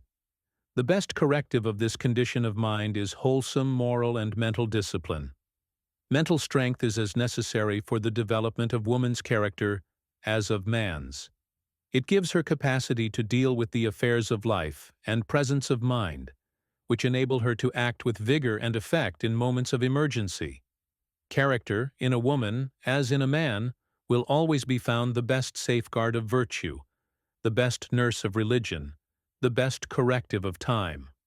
Personal beauty soon passes, but beauty of mind and character increases in attractiveness the older it grows. Ben Jonson gives a striking portraiture of a noble woman in these lines. I meant she should be courteous, facile, sweet, free from that solemn vice of greatness, pride. I meant each softed virtue there should meet, fit in that softer bosom to abide. Only a learned and a manly soul I purposed her, that should with even powers, the rock, the spindle, and the shears control of destiny, and spin her own free hours. The courage of woman is not the less true because it is for the most part passive. It is not encouraged by the cheers of the world, for it is mostly exhibited in the recesses of private life. Yet there are cases of heroic patience and endurance on the part of women which occasionally come to the light of day. One of the most celebrated instances in history is that of Gertrude von der Wart. Her husband, falsely accused of being an accomplice in the murder of the Emperor Albert, was condemned to the most frightful of all punishments, to be broken alive on the wheel. With most profound conviction of her husband's innocence, the faithful woman stood by his side to the last, watching over him during 2 days and nights, braving the Empress's anger and the inclemency of the weather, in the hope of contributing to soothe his dying agonies. But women have not only distinguished themselves for their passive courage, impelled by affection or the sense of duty, they have occasionally become heroic. When the band of conspirators, who sought the life of James II. of Scotland, burst into his lodgings at Perth, the king called to the ladies, who were in the chamber outside his room, to keep the door as well as they could, and give him time to escape. The conspirators had previously destroyed the locks of the doors so that the keys could not be turned, and when they reached the lady's apartment, it was found that the bar also had been removed. But, on hearing them approach, the brave Catherine Douglas, with the hereditary courage of her family, boldly thrust her arm across the door instead of the bar, and held it there until, her arm being broken, the conspirators burst into the room with drawn swords and daggers, overthrowing the ladies, who, though unarmed, still endeavored to resist them. The defense of Latham House by Charlotte de la Tremouille, the worthy descendant of William of Nassau and Admiral Coligny, was another striking instance of heroic bravery on the part of a noble woman. When summoned by the parliamentary forces to surrender, she declared that she had been entrusted by her husband with the defense of the house, and that she could not give it up without her dear lord's orders, but trusted in God for protection and deliverance. In her arrangements for the defense, she is described as having left nothing with her eye to be excused afterwards by fortune or negligence, and added to her former patience a most resolved fortitude. The brave lady held her house and home good against the enemy for a whole year, during 3 months of which the place was strictly besieged and bombarded, until at length the siege was raised, after a most gallant defense, by the advance of the Royalist army. Nor can we forget the courage of Lady Franklin, who persevered to the last, when the hopes of all others had died out, in prosecuting the search after the Franklin expedition. On the occasion of the Royal Geographical Society determining to award the Founder's Medal to Lady Franklin, Sir Roderick Murchison observed, that in the course of a long friendship with her, he had abundant opportunities of observing and testing the sterling qualities of a woman who had proved herself worthy of the admiration of mankind. Nothing daunted by failure after failure, through 12 long years of hope deferred, she had persevered, with a singleness of purpose and a sincere devotion, which were truly unparalleled. And now that her one last expedition of the Fox, under the gallant McClintock, had realized the two great facts, that her husband had traversed wide seas unknown to former navigators, and died in discovering a Northwest Passage, then surely the adjudication of the medal would be hailed by the nation as one of the many recompenses to which the widow of the illustrious Franklin was so eminently entitled. But that devotion to duty which marks the heroic character has more often been exhibited by women in deeds of charity and mercy. The greater part of these are never known, for they are done in private, out of the public sight, and for the mere love of doing good. Where fame has come to them, because of the success which has attended their labors in a more general sphere, it has come unsought and unexpected, and is often felt as a burden. Who has not heard of Mrs. Fry and Miss Carpenter as prison visitors and reformers, of Mrs. Chisholm and Miss Rye as promoters of emigration, and of Miss Nightingale and Miss Garrett as apostles of hospital nursing? That these women should have emerged from the sphere of private and domestic life to become leaders in philanthropy indicates no small degree of moral courage on their part. For to women, above all others, quiet and ease and retirement are most natural and welcome. Very few women step beyond the boundaries of home in search of a larger field of usefulness. But when they have desired one, they have had no difficulty in finding it. The ways in which men and women can help their neighbors are innumerable. It needs but the willing heart and ready hand. Most of the philanthropic workers we have named, however, have scarcely been influenced by choice. The duty lay in their way. It seemed to be the nearest to them, and they set about doing it without desire for fame or any other reward but the approval of their own conscience. Among prison visitors, the name of Sarah Martin is much less known than that of Mrs. Fry, although she preceded her in the work. How she was led to undertake it furnishes at the same time an illustration of womanly true-heartedness and earnest womanly courage. Sarah Martin was the daughter of poor parents, and was left an orphan at an early age. She was brought up by her grandmother at Caystor, near Yarmouth, and earned her living by going out to families as assistant dressmaker, at £1 a day. In 1819, a woman was tried and sentenced to imprisonment in Yarmouth jail for cruelly beating and eluding her child, and her crime became the talk of the town. The young dressmaker was much impressed by the report of the trial, and the desire entered her mind of visiting the woman in jail and trying to reclaim her. She had often before, on passing the walls of the borough jail, felt impelled to seek admission, with the object of visiting the inmates, reading the scriptures to them, and endeavoring to lead them back to the society whose laws they had violated.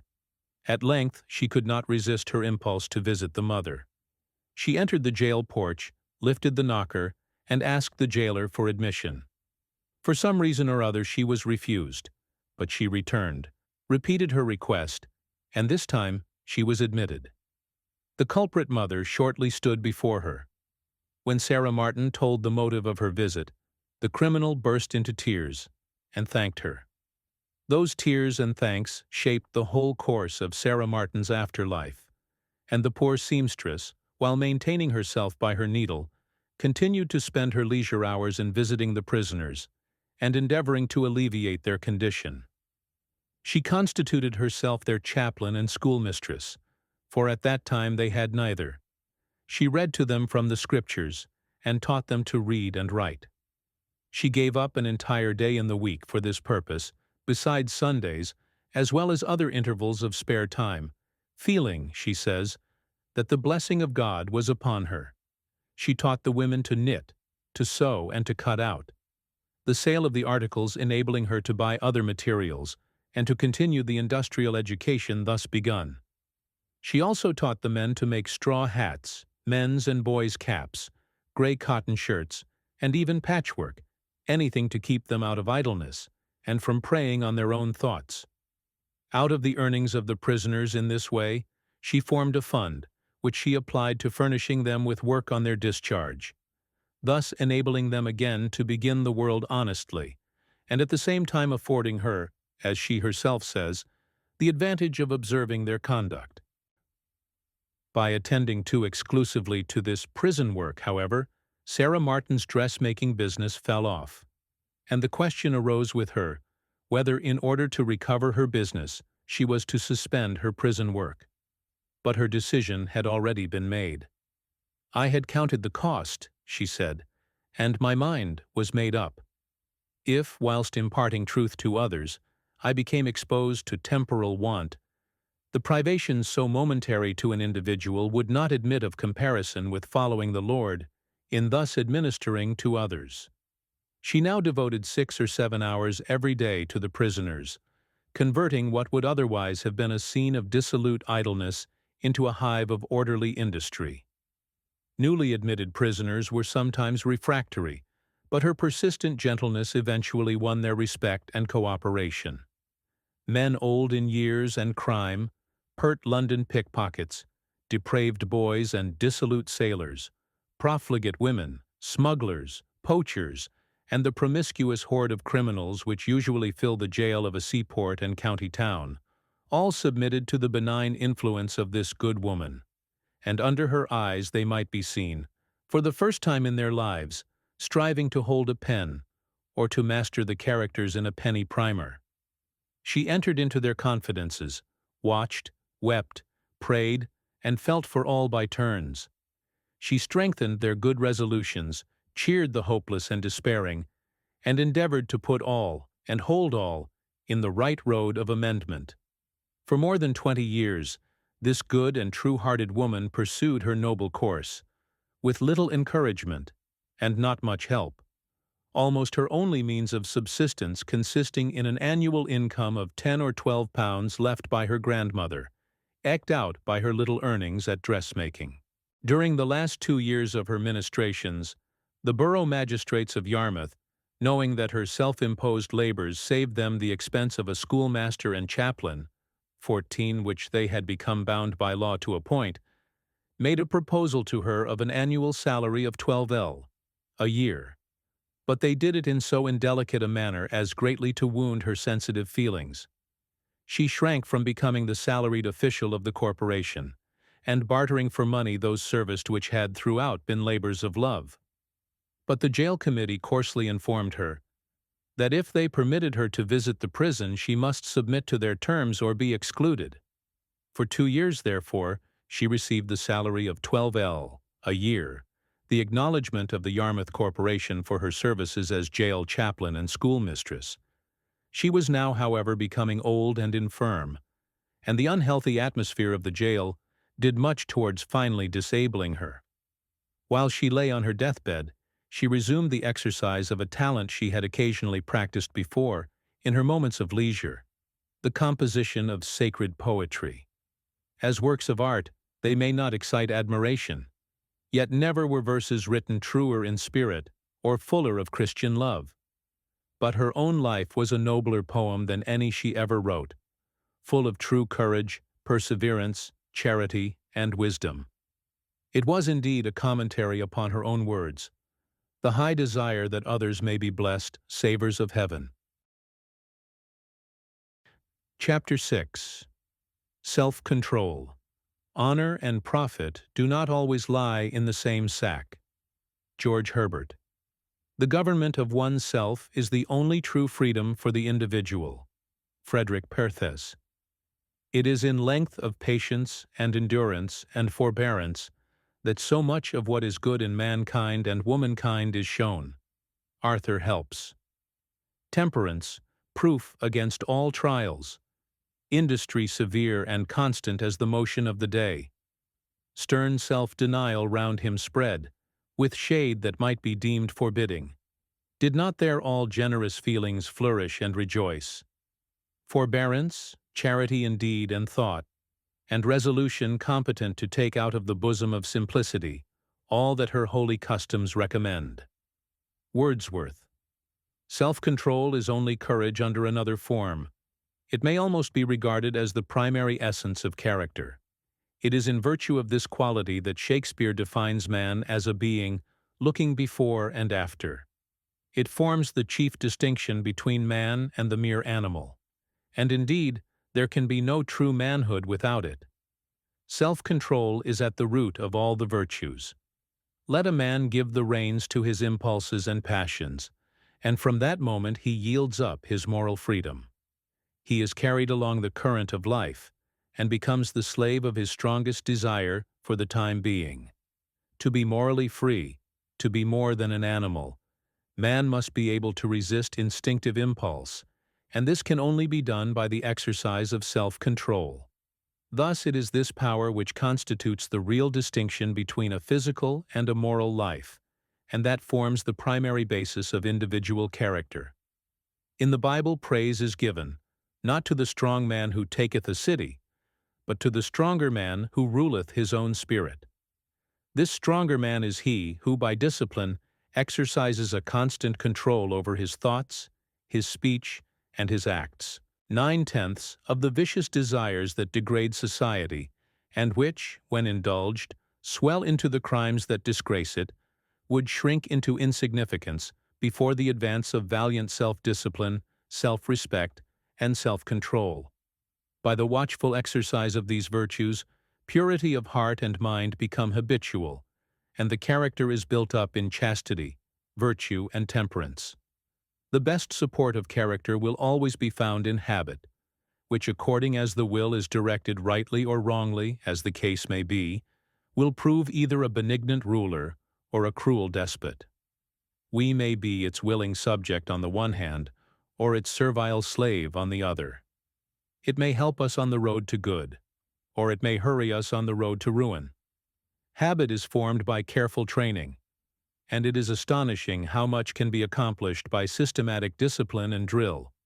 See how, for instance, out of the most unpromising materials, such as roughs picked up in the streets or raw unkempt country lads taken from the plow, steady discipline and drill will bring out the unsuspected qualities of courage, endurance, and self-sacrifice, and how, in the field of battle, or even on the more trying occasions of perils by sea, such as the burning of the Sarah Sands or the wreck of the Birkenhead, such men, carefully disciplined, will exhibit the unmistakable characteristics of true bravery and heroism.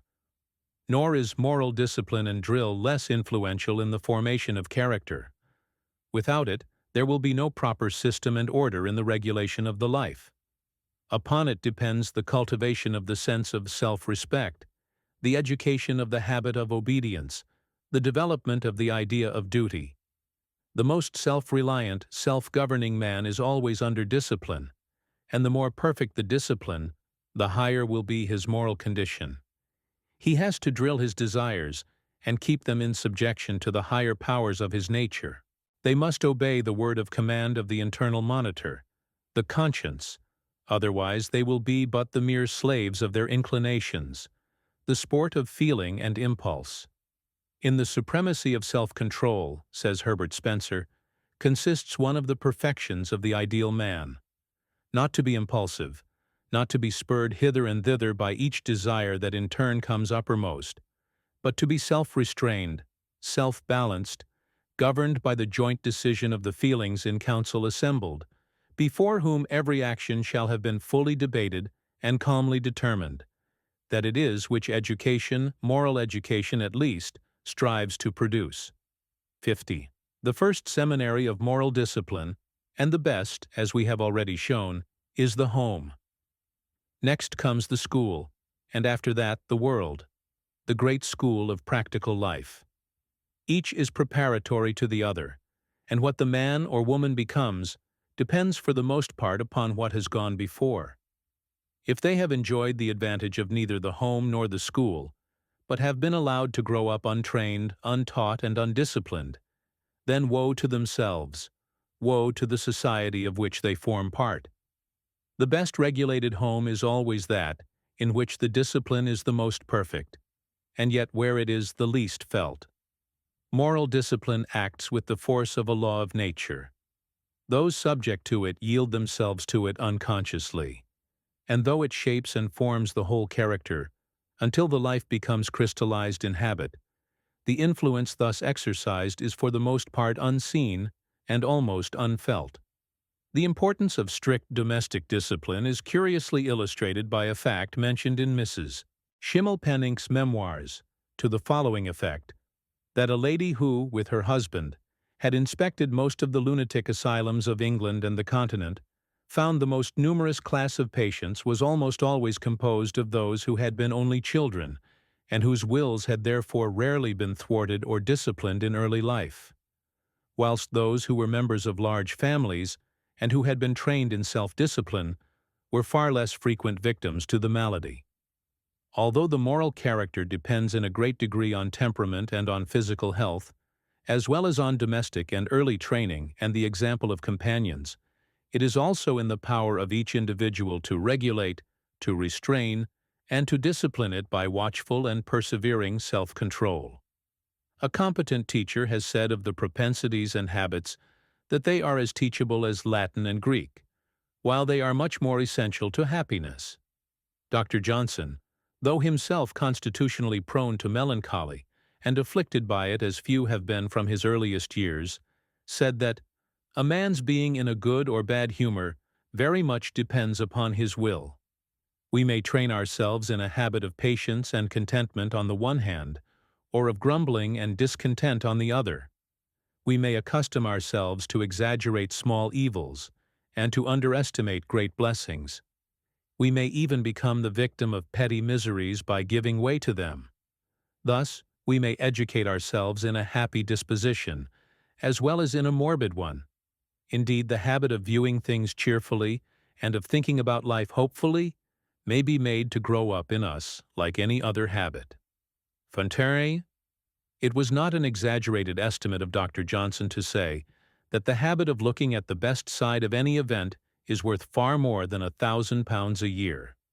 The religious man's life is pervaded by rigid self-discipline and self-restraint. He is to be sober and vigilant, to eschew evil and do good, to walk in the Spirit, to be obedient unto death, to withstand in the evil day, and having done all, to stand, to wrestle against spiritual wickedness, and against the rulers of the darkness of this world, to be rooted and built up in faith, and not to be weary of well-doing. For in due season he shall reap, if he faint not. The man of business also must needs be subject to strict rule and system. Business, like life, is managed by moral leverage. Success in both depending in no small degree upon that regulation of temper and careful self-discipline, which give a wise man not only a command over himself, but over others. Forbearance and self-control smooth the road of life, and open many ways which would otherwise remain closed. And so does self-respect, for as men respect themselves, so will they usually respect the personality of others. It is the same in politics as in business. Success in that sphere of life is achieved less by talent than by temper, less by genius than by character. If a man have not self-control, he will lack patience, be wanting in tact, and have neither the power of governing himself nor of managing others. When the quality most needed in a prime minister was the subject of conversation in the presence of Mr. Pitt, one of the speakers said it was eloquence, another said it was knowledge, and a third said it was toil. "No," said Pitt, "it is patience." And patience means self-control, a quality in which he himself was superb. His friend George Rose has said of him that he never once saw Pitt out of temper. Fortfurter. Yet, although patience is usually regarded as a slow virtue, Pitt combined with it the most extraordinary readiness, vigor, and rapidity of thought, as well as action. It is by patience and self-control that the truly heroic character is perfected. These were among the most prominent characteristics of the great Hampden, whose noble qualities were generously acknowledged even by his political enemies. Thus Clarendon described him as a man of rare temper and modesty, naturally cheerful and vivacious, and above all, of a flowing courtesy. He was kind and intrepid, yet gentle, of unblameable conversation, and his heart glowed with love to all men.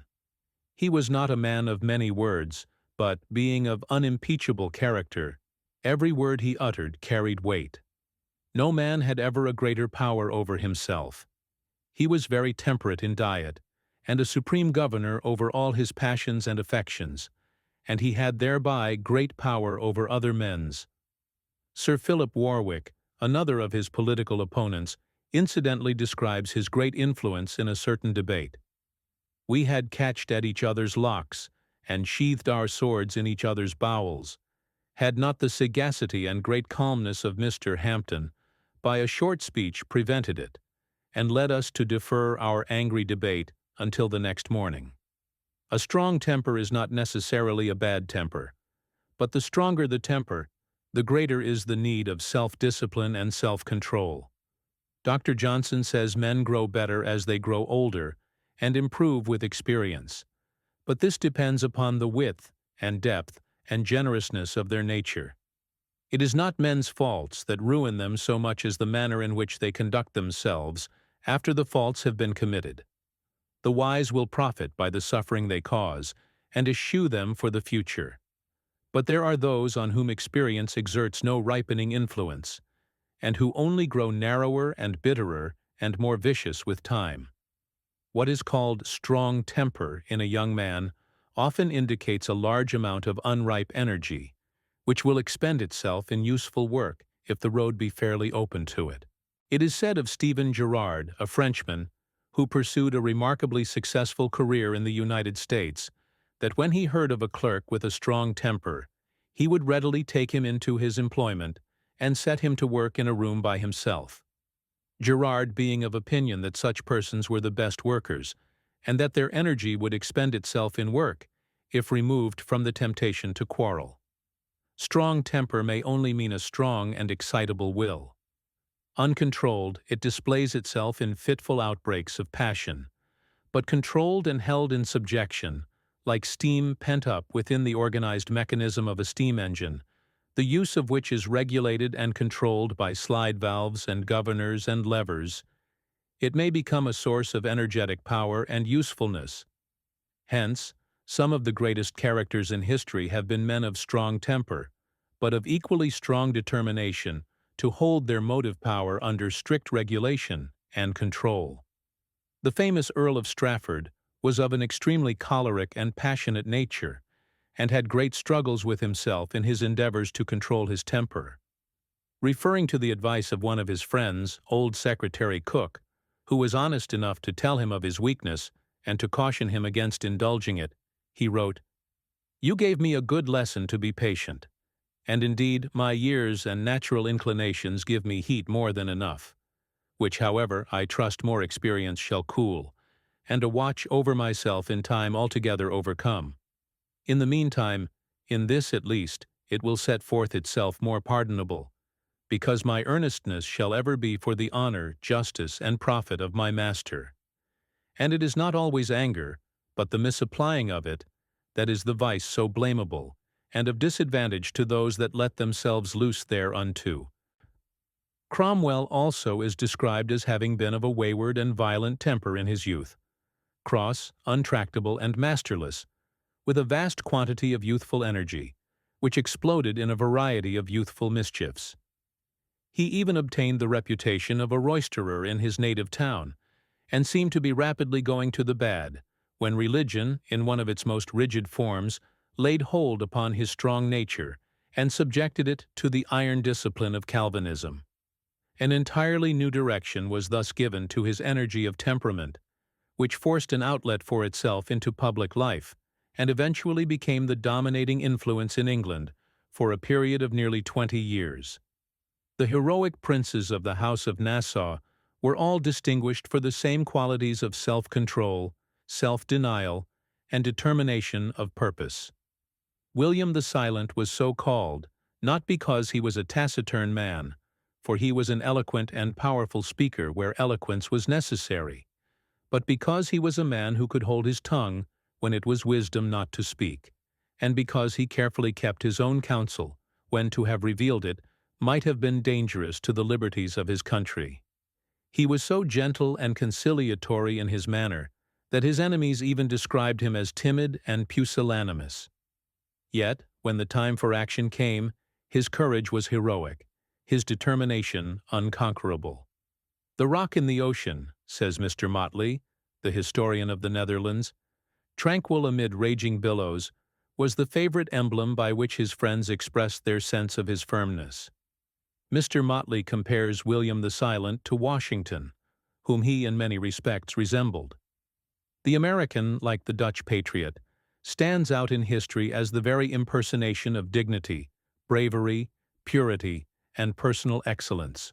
His command over his feelings, even in moments of great difficulty and danger, was such as to convey the impression, to those who did not know him intimately, that he was a man of inborn calmness and almost impassiveness of disposition.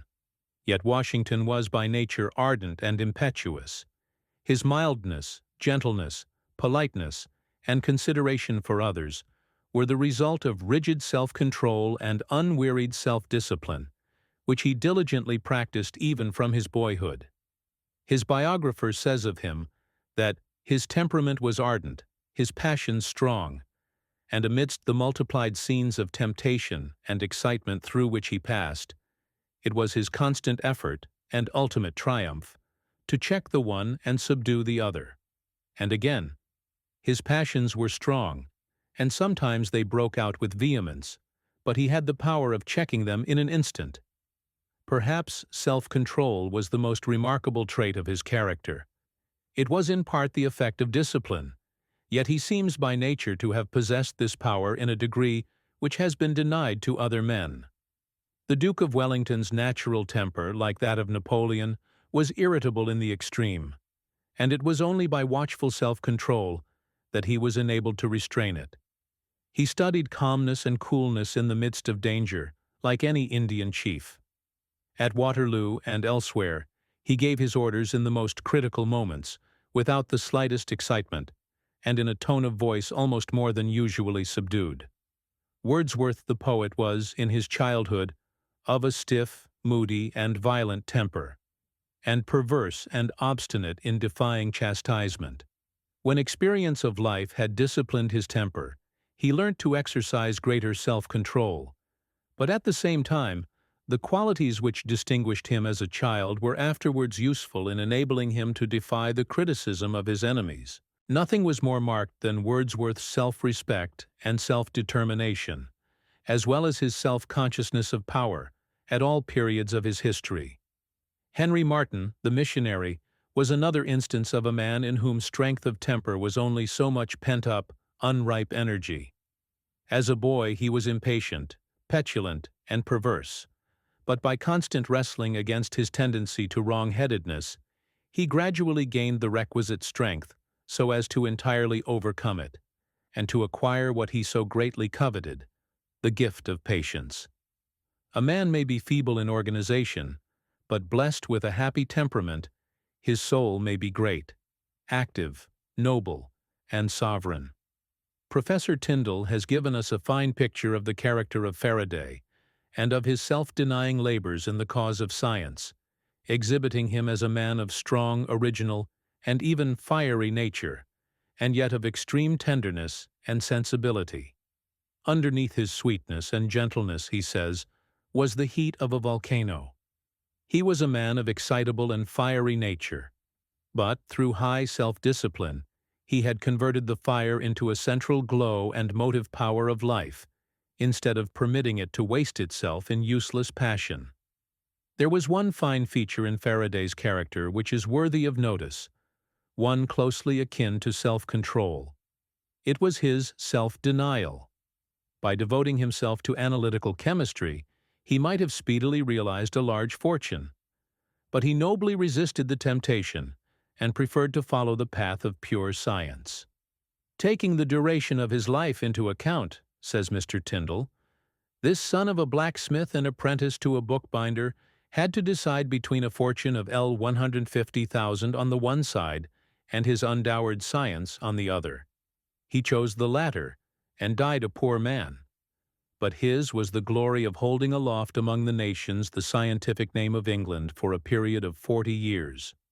Take a like instance of the self-denial of a Frenchman. The historian Anquetil was one of the small number of literary men in France who refused to bow to the Napoleonic yoke. He sank into great poverty, living on bread and milk, and limiting his expenditure to only 3 sous a day.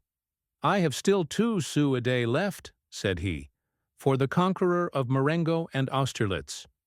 "But if you fall sick," said a friend to him, "you will need the help of a pension. Why not do as others do? Pay court to the emperor. You have need of him to live." "I do not need him to die," was the historian's reply. But Anquetil did not die of poverty. He lived to the age of 94, saying to a friend on the eve of his death, "Come, see a man who dies still full of life." Sir James Outram exhibited the same characteristic of noble self-denial, though in an altogether different sphere of life. Like the great King Arthur, he was emphatically a man who forbore his own advantage. He was characterized throughout his whole career by his noble unselfishness. Though he might personally disapprove of the policy he was occasionally ordered to carry out, he never once faltered in the path of duty. Thus, he did not approve of the policy of invading Scinde. Yet his services throughout the campaign were acknowledged by General Sir C. Napier to have been of the most brilliant character. But when the war was over, and the rich spoils of Scinde lay at the conqueror's feet, Outram said, "I disapprove of the policy of this war. I will accept no share of the prize money." Not less marked was his generous self-denial when dispatched with a strong force to aid Havelock in fighting his way to Lucknow. As superior officer, he was entitled to take upon himself the chief command, but recognizing what Havelock had already done, with rare disinterestedness, he left to his junior officer the glory of completing the campaign, offering to serve under him as a volunteer. "With such reputation," said Lord Clyde, "as Major General Outram has won for himself, he can afford to share glory and honor with others. But that does not lessen the value of the sacrifice he has made with such disinterested generosity. If a man would get through life honorably and peaceably, he must necessarily learn to practice self-denial in small things as well as great. Men have to bear as well as forbear. The temper has to be held in subjection to the judgment, and the little demons of ill humor, petulance, and sarcasm kept resolutely at a distance. If once they find an entrance to the mind, they are very apt to return, and to establish for themselves a permanent occupation there. It is necessary to one's personal happiness to exercise control over one's words as well as acts, for there are words that strike even harder than blows, and men may speak daggers, though they use none. "Un coup de langue," says the French proverb, "est pire qu'un coup de lance." The stinging repartee that rises to the lips, and which, if uttered, might cover an adversary with confusion, how difficult it sometimes is to resist saying it. "Heaven keep us," says Miss Bremer in her Home, "from the destroying power of words. There are words which sever hearts more than sharp swords do. There are words the point of which sting the heart through the course of a whole life." Thus character exhibits itself in self-control of speech, as much as in anything else. The wise and forbearant man will restrain his desire to say a smart or severe thing at the expense of another's feelings, while the fool blurts out what he thinks, and will sacrifice his friend rather than his joke. "The mouth of a wise man," said Solomon, "is in his heart. The heart of a fool is in his mouth." There are, however, men who are no fools, that are headlong in their language as in their acts, because of their want of forbearance and self-restraining patience. The impulsive genius, gifted with quick thought and incisive speech, perhaps carried away by the cheers of the moment, lets fly a sarcastic sentence which may return upon him to his own infinite damage.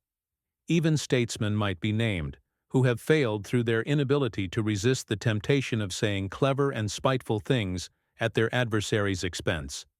"The turn of a sentence," says Bentham, "has decided the fate of many a friendship, and, for aught that we know, the fate of many a kingdom." So when one is tempted to write a clever but harsh thing, though it may be difficult to restrain it, it is always better to leave it in the inkstand. "A goose's quill," says the Spanish proverb, "often hurts more than a lion's claw." Carlyle says, when speaking of Oliver Cromwell, "He that cannot withal keep his mind to himself cannot practice any considerable thing whatsoever." It was said of William the Silent by one of his greatest enemies that an arrogant or indiscreet word was never known to fall from his lips. Like him, Washington was discretion itself in the use of speech, never taking advantage of an opponent, or seeking a short-lived triumph in a debate. And it is said that in the long run, the world comes round to and supports the wise man who knows when and how to be silent. We have heard men of great experience say that they have often regretted having spoken, but never once regretted holding their tongue. "Be silent," says Pythagoras, "or say something better than silence." "Speak fitly," says George Herbert, "or be silent wisely." St. Francis de Sales, whom Leigh Hunt styled the gentleman's saint, has said, "It is better to remain silent than to speak the truth ill-humoredly, and so spoil an excellent dish by covering it with bad sauce." Another Frenchman, Lacordaire, characteristically puts speech first, and silence next. "After speech," he says, "silence is the greatest power in the world. Yet a word spoken in season, how powerful it may be. As the old Welsh proverb has it, a golden tongue is in the mouth of the blessed."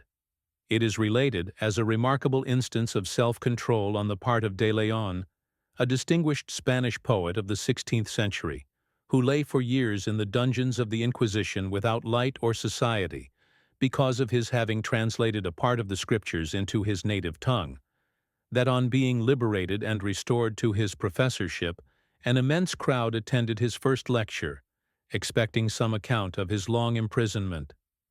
But De Leon was too wise and too gentle to indulge in recrimination. He merely resumed the lecture which, 5 years before, had been so sadly interrupted, with the accustomed formula, "Heri dies bamus," and went directly into his subject.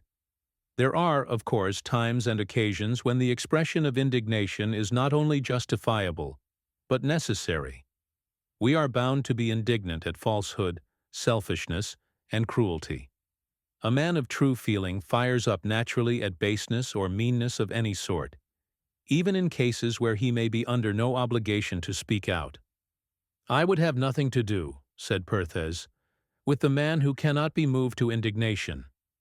There are more good people than bad in the world, and the bad get the upper hand merely because they are bolder. We cannot help being pleased with a man who uses his powers with decision, and we often take his side for no other reason than because he does so use them.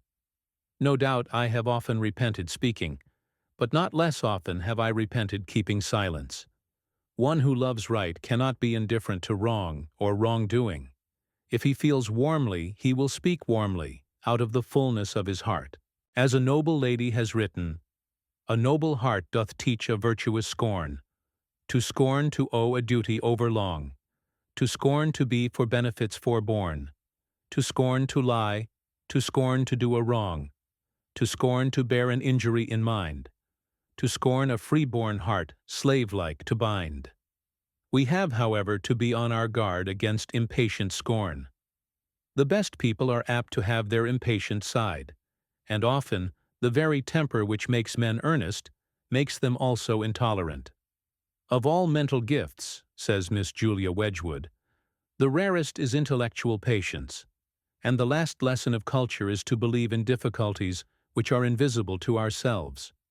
The best corrective of intolerance in disposition is increase of wisdom and enlarged experience of life. Cultivated good sense will usually save men from the entanglements in which moral impatience is apt to involve them. good sense consisting chiefly in that temper of mind which enables its possessor to deal with the practical affairs of life with justice, judgment, discretion, and charity. Hence, men of culture and experience are invariably found the most forbearant and tolerant, as ignorant and narrow-minded persons are found the most unforgiving and intolerant. Men of large and generous natures, in proportion to their practical wisdom, are disposed to make allowance for the defects and disadvantages of others, allowance for the controlling power of circumstances in the formation of character, and the limited power of resistance of weak and fallible natures to temptation and error. "I see no fault committed," said Goethe, "which I also might not have committed." So a wise and good man exclaimed, when he saw a criminal drawn on his hurdle to Tyburn, "There goes Jonathan Bradford, but for the grace of God." Life will always be, to a great extent, what we ourselves make it. The cheerful man makes a cheerful world, the gloomy man a gloomy one. We usually find but our own temperament reflected in the dispositions of those about us. If we are ourselves querulous, we will find them so. If we are unforgiving and uncharitable to them, they will be the same to us. A person returning from an evening party not long ago complained to a policeman on his beat that an ill-looking fellow was following him. It turned out to be only his own shadow. And such usually is human life to each of us. It is, for the most part, but the reflection of ourselves. If we would be at peace with others and ensure their respect, we must have regard for their personality. Every man has his peculiarities of manner and character, as he has peculiarities of form and feature, and we must have forbearance in dealing with them, as we expect them to have forbearance in dealing with us. We may not be conscious of our own peculiarities, yet they exist nevertheless. There is a village in South America where gotus or guetras are so common that to be without one is regarded as a deformity. One day a party of Englishmen passed through the place when quite a crowd collected to jeer them, shouting, see these people! They have got no gotos!" Many persons give themselves a great deal of fidget concerning what other people think of them and their peculiarities. Some are too much disposed to take the ill-natured side, and judging by themselves, infer the worst. But it is very often the case that the uncharitableness of others, where it really exists, is but the reflection of our own want of charity and want of temper. It still oftener happens that the worry we subject ourselves to has its source in our own imagination. And even though those about us may think of us uncharitably, we shall not mend matters by exasperating ourselves against them. We may thereby only expose ourselves unnecessarily to their ill nature or caprice. "The ill that comes out of our mouth," says Herbert, "ofttimes falls into our bosom." The great and good philosopher Faraday communicated the following piece of admirable advice, full of practical wisdom, the result of a rich experience of life, in a letter to his friend Professor Tyndall. "Let me, as an old man, who ought by this time to have profited by experience, say that when I was younger I found I often misrepresented the intentions of people, and that they did not mean what at the time I supposed they meant, and further, that, as a general rule, it was better to be a little dull of apprehension where phrases seem to imply pique, and quick in perception when, on the contrary, they seem to imply kindly feeling. The real truth never fails ultimately to appear, and opposing parties, if wrong, are sooner convinced when replied to forbearingly than when overwhelmed.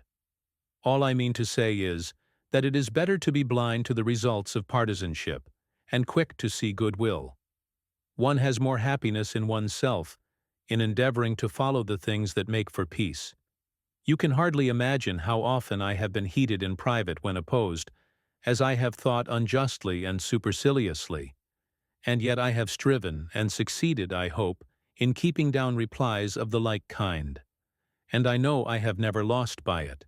Weiter, while the painter Barry was at Rome, he involved himself, as was his wont, in furious quarrels with the artists and dilettanti about picture painting and picture dealing, upon which his friend and countryman Edmund Burke, always the generous friend of struggling merit, wrote to him kindly and sensibly, "Believe me, dear Barry, that the arms with which the ill dispositions of the world are to be combated, and the qualities by which it is to be reconciled to us, and we reconciled to it, are moderation, gentleness, a little indulgence to others, and a great deal of distrust of ourselves, which are not qualities of a mean spirit, as some may possibly think them, but virtues of a great and noble kind, and such as dignify our nature, as much as they contribute to our repose and fortune. For nothing can be so unworthy of a well-composed soul as to pass away life in bickerings and litigations, in snarling and scuffling with everyone about us. We must be at peace with our species, if not for their sakes, at least very much for our own." No one knew the value of self-control better than the poet Burns, and no one could teach it more eloquently to others. But when it came to practice, Burns was as weak as the weakest. He could not deny himself the pleasure of uttering a harsh and clever sarcasm at another's expense. One of his biographers observes of him that it was no extravagant arithmetic to say that for every 10 jokes he made himself 100 enemies. But this was not all. Poor Burns exercised no control over his appetites, but freely gave them rein. Thus thoughtless follies laid him low and stained his name. Nor had he the self-denial to resist giving publicity to compositions originally intended for the delight of the taproom, but which continue secretly to sow pollution broadcast in the minds of youth. Indeed, notwithstanding the many exquisite poems of this writer, it is not saying too much to aver that his immoral writings have done far more harm than his purer writings have done good, and that it would be better that all his writings should be destroyed and forgotten provided his indecent songs could be destroyed with them. The remark applies alike to Béranger, who has been styled the Burns of France. Béranger was of the same bright, incisive genius. He had the same love of pleasure, the same love of popularity. And while he flattered French vanity to the top of its bent, he also painted the vices most loved by his countrymen with the pen of a master. Béranger's songs and Thiers' history probably did more than anything else to re-establish the Napoleonic dynasty in France. But that was a small evil compared with the moral mischief which many of Béranger's songs are calculated to produce. For, circulating freely as they do in French households, they exhibit pictures of nastiness and vice, which are enough to pollute and destroy a nation. One of Burns's finest poems, written in his 28th year, is entitled A Bard's Epitaph. It is a description, by anticipation, of his own life. Wordsworth has said of it, "Here is a sincere and solemn avowal, a public declaration from his own will, a confession at once devout, poetical, and human, a history in the shape of a prophecy." It concludes with these lines, "Reader, attend, whether thy soul soars fancy's flights beyond the pole, or darkling grubs this earthly hole in low pursuit. Know, prudent, cautious self-control is wisdom's root." One of the vices before which Burns fell, and it may be said to be a master vice, because it is productive of so many other vices, was drinking. Not that he was a drunkard, but because he yielded to the temptations of drink, with its degrading associations, and thereby lowered and depraved his whole nature. But poor Burns did not stand alone.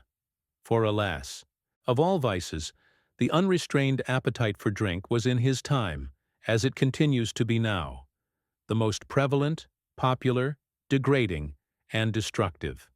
Were it possible to conceive the existence of a tyrant who should compel his people to give up to him 1/3 or more of their earnings, and require them at the same time to consume a commodity that should brutalize and degrade them, destroy the peace and comfort of their families, and sow in themselves the seeds of disease and premature death, what indignation meetings, what monster processions there would be! What eloquent speeches and apostrophes to the spirit of liberty! What appeals against a despotism so monstrous and so unnatural! And yet such a tyrant really exists amongst us, the tyrant of unrestrained appetite, whom no force of arms or voices, or votes can resist, while men are willing to be his slaves. The power of this tyrant can only be overcome by moral means, by self-discipline, self-respect, and self-control. There is no other way of withstanding the despotism of appetite in any of its forms. No reform of institutions, no extended power of voting, no improved form of government, no amount of scholastic instruction can possibly elevate the character of a people who voluntarily abandon themselves to sensual indulgence. The pursuit of ignoble pleasure is the degradation of true happiness. It saps the morals, destroys the energies, and degrades the manliness and robustness of individuals as of nations. The courage of self-control exhibits itself in many ways, but in none more clearly than in honest living. Men without the virtue of self-denial are not only subject to their own selfish desires, but they are usually in bondage to others who are like-minded with themselves. What others do, they do. They must live according to the artificial standard of their class, spending like their neighbors, regardless of the consequences, at the same time that all are, perhaps, aspiring after a style of living higher than their means. Each carries the others along with him, and they have not the moral courage to stop. They cannot resist the temptation of living high, though it may be at the expense of others, and they gradually become reckless of debt, until it enthralls them. In all this there is great moral cowardice, pusillanimity, and want of manly independence of character. A right-minded man will shrink from seeming to be what he is not, or pretending to be richer than he really is, or assuming a style of living that his circumstances will not justify.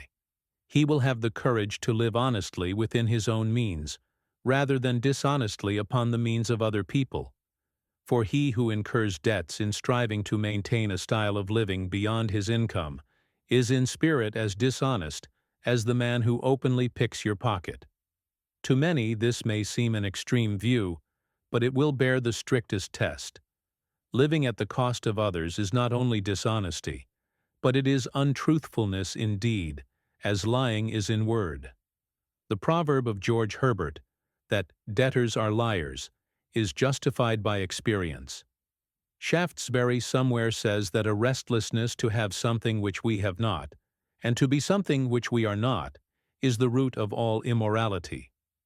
No reliance is to be placed on the saying, a very dangerous one, of Mirabeau, that la petite morale était l'ennemi de la grande. On the contrary, strict adherence to even the smallest details of morality is the foundation of all manly and noble character. The honorable man is frugal of his means, and pays his way honestly. He does not seek to pass himself off as richer than he is, or by running into debt open an account with ruin, as that man is not poor whose means are small, but whose desires are uncontrolled, so that man is rich whose means are more than sufficient for his wants. When Socrates saw a great quantity of riches, jewels, and furniture of great value carried in pomp through Athens, he said, "Now do I see how many things I do not desire." "I can forgive everything but selfishness," said Perthes. Even the narrowest circumstances admit of greatness with reference to mine and thine, and none but the very poorest need fill their daily life with thoughts of money, if they have but prudence to arrange their housekeeping within the limits of their income. A man may be indifferent to money because of higher considerations, as Faraday was, who sacrificed wealth to pursue science. But if he would have the enjoyments that money can purchase, he must honestly earn it, and not live upon the earnings of others, as those do who habitually incur debts which they have no means of paying. When Maginn, always drowned in debt, was asked what he paid for his wine, he replied that he did not know, but he believed they put something down in a book. This putting down in a book has proved the ruin of a great many weak-minded people, who cannot resist the temptation of taking things upon credit, which they have not the present means of paying for. And it would probably prove of great social benefit if the law which enables creditors to recover debts contracted under certain circumstances were altogether abolished. But, in the competition for trade, every encouragement is given to the incurring of debt, the creditor relying upon the law to aid him in the last extremity. When Sidney Smith once went into a new neighborhood, it was given out in the local papers that he was a man of high connections, and he was besought on all sides for his custom. But he speedily undeceived his new neighbors. "We are not great people at all," he said. "We are only common honest people, people that pay our debts." Hazlitt, who was a thoroughly honest though rather thriftless man, speaks of two classes of persons, not unlike each other: those who cannot keep their own money in their hands, and those who cannot keep their hands from other people's. The former are always in want of money, for they throw it away on any object that first presents itself, as if to get rid of it. The latter make away with what they have of their own, and are perpetual borrowers from all who will lend to them. And their genius for borrowing in the long run usually proves their ruin. Sheridan was one of such eminent unfortunates. He was impulsive and careless in his expenditure, borrowing money and running into debt with everybody who would trust him. When he stood for Westminster, his unpopularity arose chiefly from his general indebtedness. "Numbers of poor people," says Lord Palmerston in one of his letters, "crowded round the hustings, demanding payment for the bills he owed them." In the midst of all his difficulties, Sheridan was as light-hearted as ever, and cracked many a good joke at his creditors' expense. Lord Palmerston was actually present at the dinner given by him, at which the sheriffs in possession were dressed up and officiated as waiters. Yet however loose Sheridan's morality may have been as regarded his private creditors, he was honest so far as the public money was concerned. Once at dinner, at which Lord Byron happened to be present, an observation happened to be made as to the sturdiness of the Whigs in resisting office, and keeping to their principles, on which Sheridan turned sharply and said, "Sir, it is easy for my lord this, or earl that, or the Marquis of T'other, with thousands upon thousands a year, some of it either presently derived or inherited in sinecure or acquisitions from the public money, to boast of their patriotism, and keep aloof from temptation. But they do not know from what temptation those have kept aloof who had equal pride, at least equal talents, and not unequal passions, and nevertheless knew not in the course of their lives what it was to have a shilling of their own." And Lord Byron adds that, in saying this, Sheridan wept. The tone of public morality in money matters was very low in those days. Political peculation was not thought discreditable, and heads of parties did not hesitate to secure the adhesion of their followers by a free use of the public money. They were generous, but at the expense of others, like that great local magnate who, out of his great bounty, built a bridge at the expense of the county. When Lord Cornwallis was appointed Lord Lieutenant of Ireland, he pressed upon Colonel Napier, the father of the Napiers, the comptrollership of army accounts. "I want," said his lordship, "an honest man, and this is the only thing I have been able to wrest from the harpies around me." It is said that Lord Chatham was the first to set the example of disdaining to govern by petty larceny, and his great son was alike honest in his administration. While millions of money were passing through Pitt's hands, he himself was never otherwise than poor, and he died poor. Of all his rancorous libellers, not one ever ventured to call in question his honesty. In former times, the profits of office were sometimes enormous. When Audley, the famous annuity-monger of the 16th century, was asked the value of an office which he had purchased in the Court of Wards, he replied, "Some thousands to anyone who wishes to get to heaven immediately, twice as much to him who does not mind being in purgatory, and nobody knows what to him who is not afraid of the devil." Sir Walter Scott was a man who was honest to the core of his nature, and his strenuous and determined efforts to pay his debts, or rather the debts of the firm with which he had become involved, has always appeared to us one of the grandest things in biography. When his publisher and printer broke down, ruin seemed to stare him in the face. There was no want of sympathy for him in his great misfortune, and friends came forward who offered to raise money enough to enable him to arrange with his creditors. "No," said he proudly, "this right hand shall work it all off. If we lose everything else," he wrote to a friend, "we will at least keep our honor unblemished." While his health was already becoming undermined by overwork, he went on "writing like a tiger," as he himself expressed it, until no longer able to wield a pen. And though he paid the penalty of his supreme efforts with his life, he nevertheless saved his honor and his self-respect. Everybody knows Beau Scott threw off Woodstock, the life of Napoleon, which he thought would be his death. Articles for the Quarterly, Chronicles of the Canongate, Prose Miscellanies, and Tales of a Grandfather, all written in the midst of pain, sorrow, and ruin. The proceeds of those various works went to his creditors. "I could not have slept sound," he wrote, "as I now can, under the comfortable impression of receiving the thanks of my creditors, and the conscious feeling of discharging my duty as a man of honor and honesty. I see before me a long, tedious, and dark path, but it leads to stainless reputation. If I die in the harrows, as is very likely, I shall die with honor. If I achieve my task, I shall have the thanks of all concerned, and the approbation of my own conscience." And then followed more articles, memoirs, and even sermons. The Fair Maid of Perth, a completely revised edition of his novels, Anne of Geierstein, and more Tales of a Grandfather, until he was suddenly struck down by paralysis. But he had no sooner recovered sufficient strength to be able to hold a pen than we find him again at his desk writing the Letters on Demonology and Witchcraft, a volume of Scottish history for Lardner's Cyclopedia, and a fourth series of Tales of a Grandfather in his French history. In vain his doctors told him to give up work. He would not be dissuaded. "As for bidding me not work," he said to Dr. Abercrombie, "Molly might just as well put the kettle on the fire and say, 'Now, kettle, don't boil.'" To which he added, "If I were to be idle, I should go mad." By means of the profits realized by these tremendous efforts, Scott saw his debts in course of rapid diminution, and he trusted that, after a few more years' work, he would again be a free man. But it was not to be.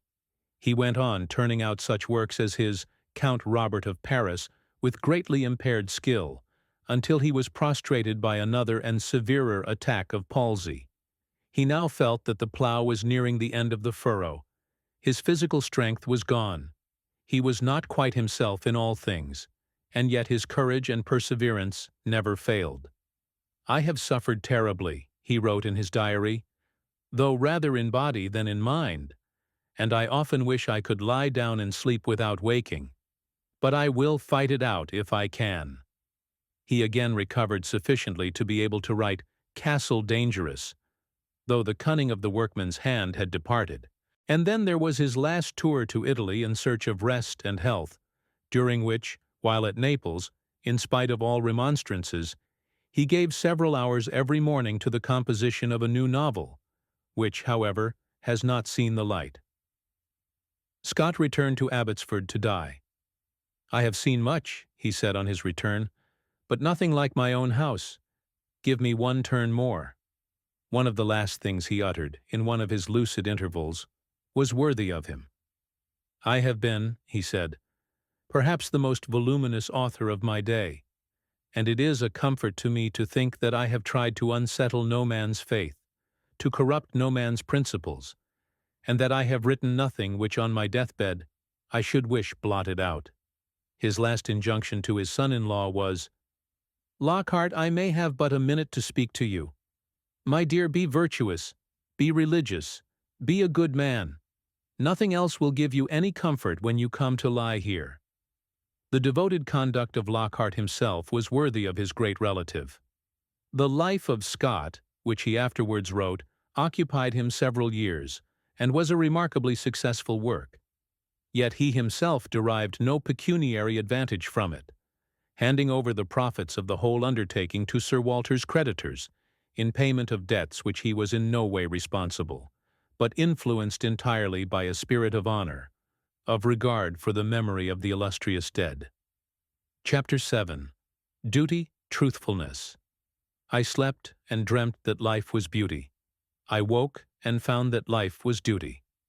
Duty, wondrous thought, that workest neither by fond insinuation, flattery, nor by any threat, but merely by holding up thy naked law in the soul, and so extorting for thyself always reverence, if not always obedience, before whom all appetites are dumb, however secretly they rebel. Kant.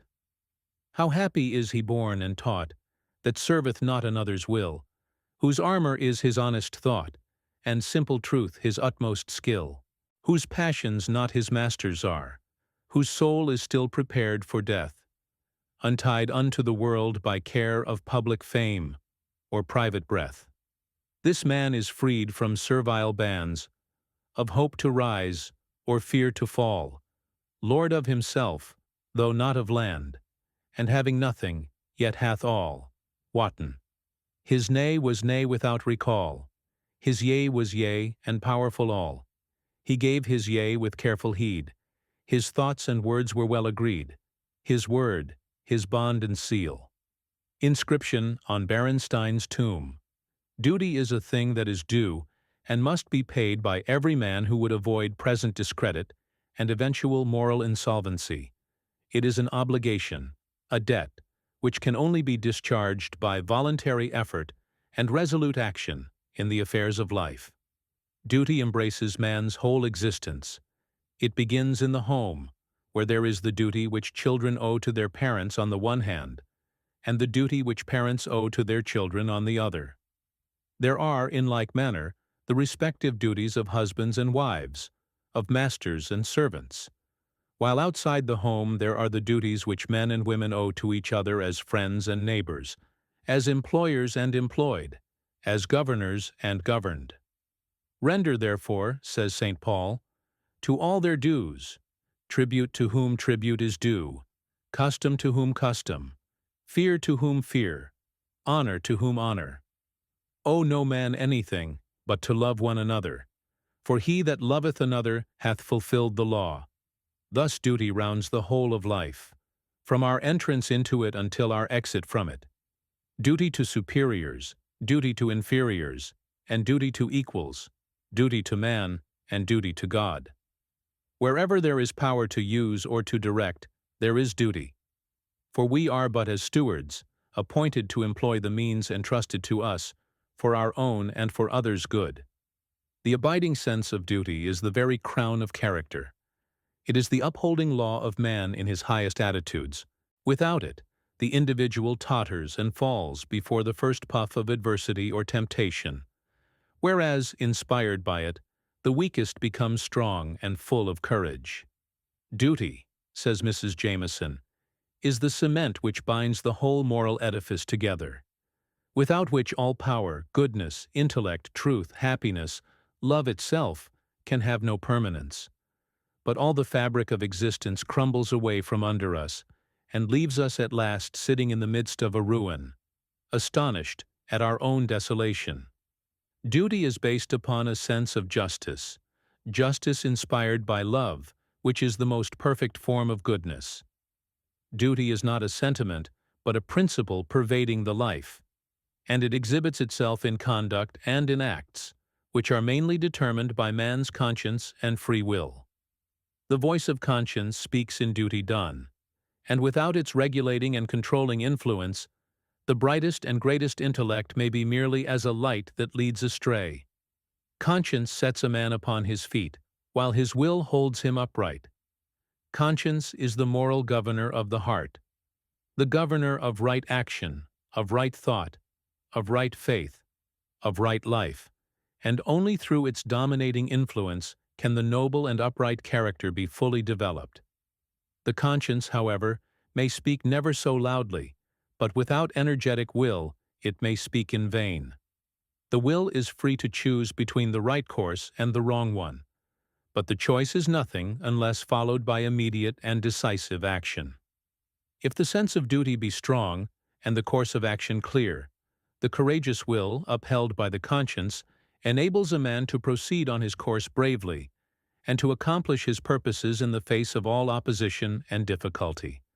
And should failure be the issue, there will remain at least this satisfaction, that it has been in the cause of duty. "Be and continue poor, young man," said Heinzelmann, "while others around you grow rich by fraud and disloyalty. Be without place or power while others beg their way upwards. Bear the pain of disappointed hopes, while others gain the accomplishment of theirs by flattery. Forego the gracious pressure of the hand, for which others cringe and crawl. Wrap yourself in your own virtue, and seek a friend and your daily bread. If you have in your own cause grown gray with unbleached honor, bless God and die." Men inspired by high principles are often required to sacrifice all that they esteem and love rather than fail in their duty. The Old English idea of this sublime devotion to duty was expressed by the Loyalist poet to his sweetheart, on taking up arms for his sovereign. "I could love thee, dear, so much, loved I not honor more." 60. And Sertorius has said, "The man who has any dignity of character should conquer with honor, and not use any base means even to save his life." So St. Paul, inspired by duty and faith, declared himself as not only ready to be bound, but to die at Jerusalem. When the Marquis of Pescara was entreated by the princes of Italy to desert the Spanish cause, to which he was in honor bound, his noble wife, Vittoria Colonna, reminded him of his duty. She wrote to him, "Remember your honor, which raises you above fortune and above kings. By that alone, and not by the splendor of titles, is glory acquired. That glory which it will be your happiness and pride to transmit unspotted to your posterity." Such was the dignified view which she took of her husband's honor. And when he fell at Pavia, though young and beautiful, and besought by many admirers, she betook herself to solitude, that she might lament over her husband's loss, and celebrate his exploits. To live really is to act energetically. Life is a battle to be fought valiantly. Inspired by high and honorable resolve, a man must stand to his post, and die there, if need be. Like the old Danish hero, his determination should be to dare nobly, to will strongly, and never to falter in the path of duty. The power of will, be it great or small, which God has given us, is a divine gift, and we ought neither to let it perish for want of using on the one hand, nor profane it by employing it for ignoble purposes on the other. Robertson of Brighton has truly said that man's real greatness consists not in seeking his own pleasure, or fame, or advancement, not that every one shall save his own life, not that every man shall seek his own glory, but that every man shall do his own duty. What most stands in the way of the performance of duty is irresolution, weakness of purpose, and indecision. On the one side are conscience and the knowledge of good and evil. On the other are indolence, selfishness, love of pleasure, or passion. The weak and ill-disciplined may remain suspended for a time between these influences, but at length the balance inclines one way or the other, according as the will is called into action or otherwise. If it be allowed to remain passive, the lower influence of selfishness or passion will prevail, and thus manhood suffers abdication. Individuality is renounced, character is degraded, and the man permits himself to become the mere passive slave of his senses. Thus, the power of exercising the will promptly, in obedience to the dictates of conscience, and thereby resisting the impulses of the lower nature, is of essential importance in moral discipline and absolutely necessary for the development of character in its best forms. To acquire the habit of well-doing, to resist evil propensities, to fight against sensual desires, to overcome inborn selfishness, may require a long and persevering discipline. But when once the practice of duty is learnt, it becomes consolidated in habit, and thenceforward is comparatively easy. The valiant good man is he who, by the resolute exercise of his free will, has so disciplined himself as to have acquired the habit of virtue, as the bad man is he who, by allowing his free will to remain inactive, and giving the bridle to his desires and passions, has acquired the habit of vice, by which he becomes, at last, bound as by chains of iron. A man can only achieve strength of purpose by the action of his own free will.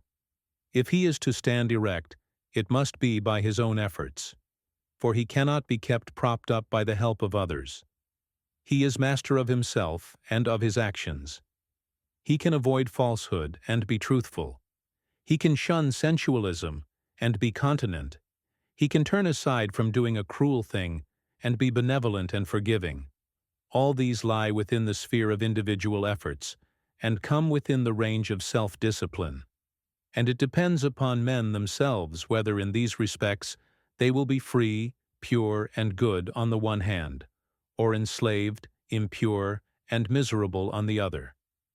Among the wise sayings of Epictetus, we find the following: "We do not choose our own parts in life, and have nothing to do with those parts. Our simple duty is confined to playing them well.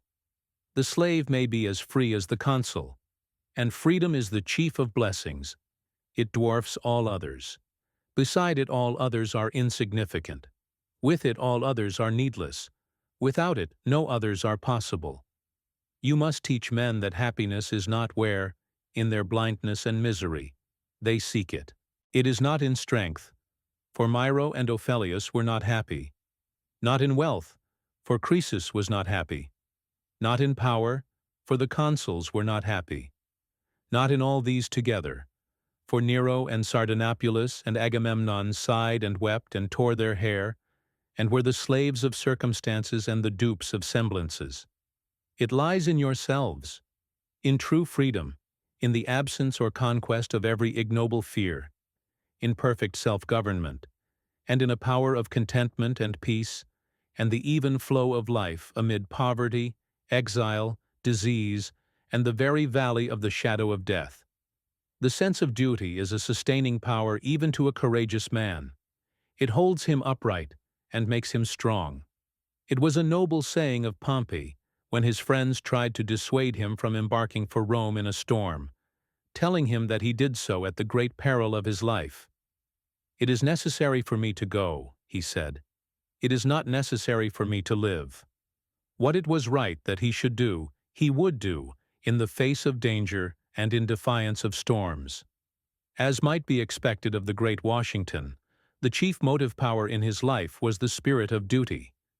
It was the regal and commanding element in his character which gave it unity, compactness, and vigor. When he clearly saw his duty before him, he did it at all hazards and with inflexible integrity. He did not do it for effect, nor did he think of glory or of fame and its rewards, but of the right thing to be done and the best way of doing it. Yet Washington had a most modest opinion of himself, and when offered the chief command of the American Patriot Army, he hesitated to accept it until it was pressed upon him. When acknowledging in Congress the honor which had been done him in selecting him to so important a trust, on the execution of which the future of his country in a great measure depended, Washington said, "I beg it may be remembered, lest some unlucky event should happen unfavorable to my reputation, that I this day declare, with the utmost sincerity, I do not think myself equal to the command I am honored with." And in his letter to his wife, communicating to her his appointment as Commander-in-Chief, he said, "I have used every endeavor in my power to avoid it, not only from my unwillingness to part with you and the family, but from a consciousness of its being a trust too great for my capacity, and that I should enjoy more real happiness in 1 month with you at home than I have the most distant prospect of finding abroad, if my stay were to be 7 times 7 years. But, as it has been a kind of destiny that has thrown me upon this service, I shall hope that my undertaking it is designed for some good purpose. It was utterly out of my power to refuse the appointment, without exposing my character to such censures as would have reflected dishonor upon myself, and given pain to my friends. This, I am sure, could not, and ought not, to be pleasing to you, and must have lessened me considerably in my own esteem." Washington pursued his upright course through life, first as Commander-in-Chief, and afterwards as President, never faltering in the path of duty. He had no regard for popularity, but held to his purpose, through good and through evil report, often at the risk of his power and influence. Thus, on one occasion, when the ratification of a treaty, arranged by Mr. Jay with Great Britain, was in question, Washington was urged to reject it. But his honor, and the honor of his country, was committed, and he refused to do so. A great outcry was raised against the treaty, and for a time Washington was so unpopular that he is said to have been actually stoned by the mob. But he, nevertheless, held it to be his duty to ratify the treaty, and it was carried out, in despite of petitions and remonstrances from all quarters. "While I feel," he said, in answer to the remonstrance, "the most lively gratitude for the many instances of approbation from my country, I can no otherwise deserve it than by obeying the dictates of my conscience." Wellington's watchword, like Washington's, was duty, and no man could be more loyal to it than he was. "There is little or nothing," he once said, "in this life worth living for, but we can all of us go straight forward and do our duty." None recognized more cheerfully than he did the duty of obedience and willing service. For unless men can serve faithfully, they will not rule others wisely. There is no motto that becomes the wise man better than ICHDN, I serve. And they also serve who only stand and wait. When the mortification of an officer, because of his being appointed to a command inferior to what he considered to be his merits, was communicated to the Duke, he said, "In the course of my military career, I have gone from the command of a brigade to that of my regiment, and from the command of an army to that of a brigade or a division, as I was ordered, and without any feeling of mortification." Whilst commanding the Allied army in Portugal, the conduct of the native population did not seem to Wellington to be either becoming or dutiful. "We have enthusiasm in plenty," he said, "and plenty of cries of Viva! We have illuminations, patriotic songs, and fêtes everywhere. But what we want is that each in his own station should do his duty faithfully, and pay implicit obedience to legal authority." This abiding ideal of duty seemed to be the governing principle of Wellington's character. It was always uppermost in his mind, and directed all the public actions of his life. Nor did it fail to communicate itself to those under him, who served him in the like spirit. When he rode into one of his infantry squares at Waterloo, as its diminished numbers closed up to receive a charge of French cavalry, he said to the men, "Stand steady, lads. Think of what they will say of us in England." To which the men replied, "Never fear, sir. We know our duty." Duty was also the dominant idea in Nelson's mind. The spirit in which he served his country was expressed in the famous watchword, "England expects every man to do his duty," signaled by him to the fleet, before going into action at Trafalgar, as well as in the last words that passed his lips, "I have done my duty. I praise God for it." And Nelson's companion and friend, the brave, sensible, homely-minded Collingwood, he who, as his ship bore down into the great sea fight, said to his flag captain, "Just about this time our wives are going to church in England." Collingwood, too, was, like his commander, an ardent devotee of duty. "Do your duty to the best of your ability," was the maxim which he urged upon many young men starting on the voyage of life. To a midshipman he once gave the following manly and sensible advice: "You may depend upon it that it is more in your own power than in anybody else's to promote both your comfort and advancement." A strict and unwearied attention to your duty, and a complacent and respectful behavior, not only to your superiors but to everybody, will ensure you their regard, and the reward will surely come. But if it should not, I am convinced you have too much good sense to let disappointment sour you. Guard carefully against letting discontent appear in you. It will be sorrow to your friends, a triumph to your competitors, and cannot be productive of any good. Conduct yourself so as to deserve the best that can come to you, and the consciousness of your own proper behavior will keep you in spirits if it should not come. Let it be your ambition to be foremost in all duty. Do not be a nice observer of turns, but ever present yourself ready for everything, and, unless your officers are very inattentive men, they will not allow others to impose more duty on you than they should. This devotion to duty is said to be peculiar to the English nation, and it has certainly more or less characterized our greatest public men. Probably no commander of any other nation ever went into action with such a signal flying as Nelson at Trafalgar. Not glory, or victory, or honor, or country, but simply duty. How few are the nations willing to rally to such a battle cry. Shortly after the wreck of the Birkenhead off the coast of Africa, in which the officers and men went down firing a feu de joie after seeing the women and children safely embarked in the boats, Robertson of Brighton, referring to the circumstance in one of his letters, said, "Yes, goodness, duty, sacrifice, these are the qualities that England honors. She gapes and wonders every now and then, like an awkward peasant, at some other things, railway kings, electrobiology, and other trumperies, but nothing stirs her grand old heart down to its central deeps universally and long, except the right.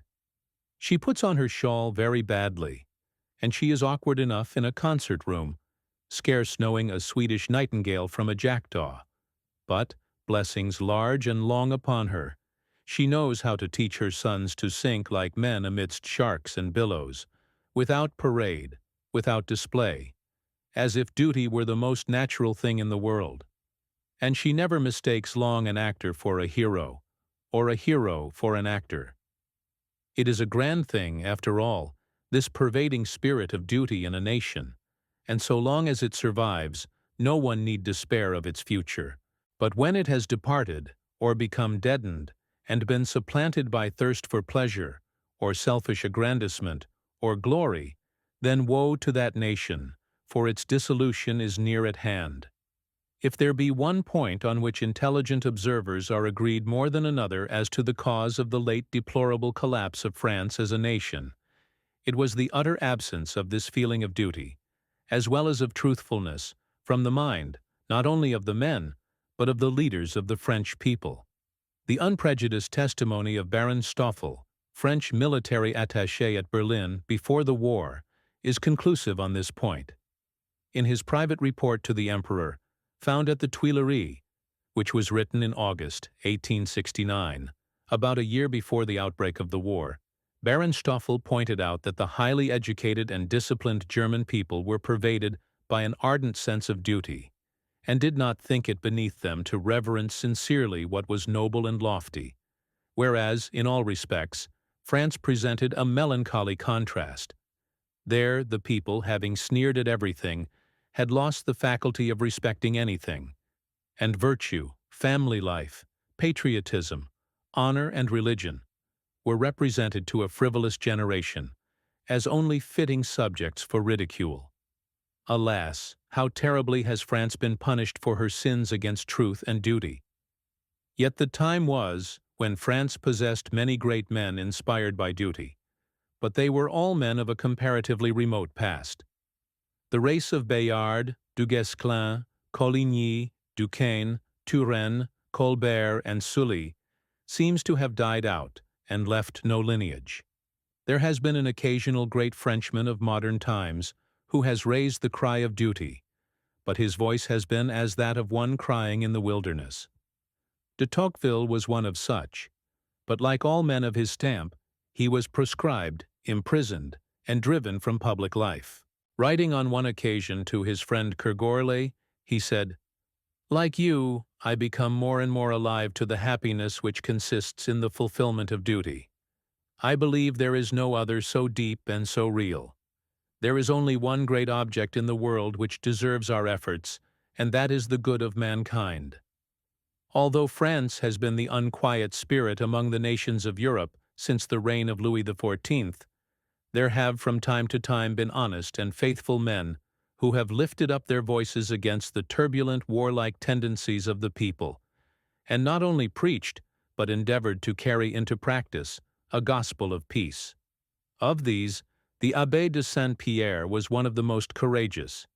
He had even the boldness to denounce the wars of Louis XIV, and to deny that monarch's right to the epithet of great, for which he was punished by expulsion from the academy.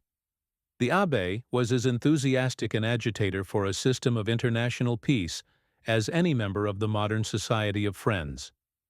As Joseph Sturge went to St. Petersburg to convert the Emperor of Russia to his views, so the abbé went to Utrecht to convert the conference sitting there to his project for a diet, to secure perpetual peace. Of course he was regarded as an enthusiast, Cardinal Dubois characterizing his scheme as the dream of an honest man. Yet the abbé had found his dream in the gospel, and in what better way could he exemplify the spirit of the master he served than by endeavoring to abate the horrors and abominations of war?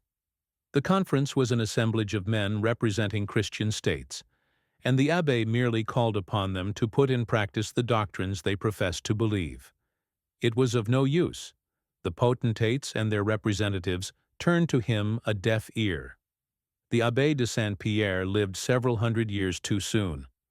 But he determined that his idea should not be lost, and in 1713 he published his Project of Perpetual Peace.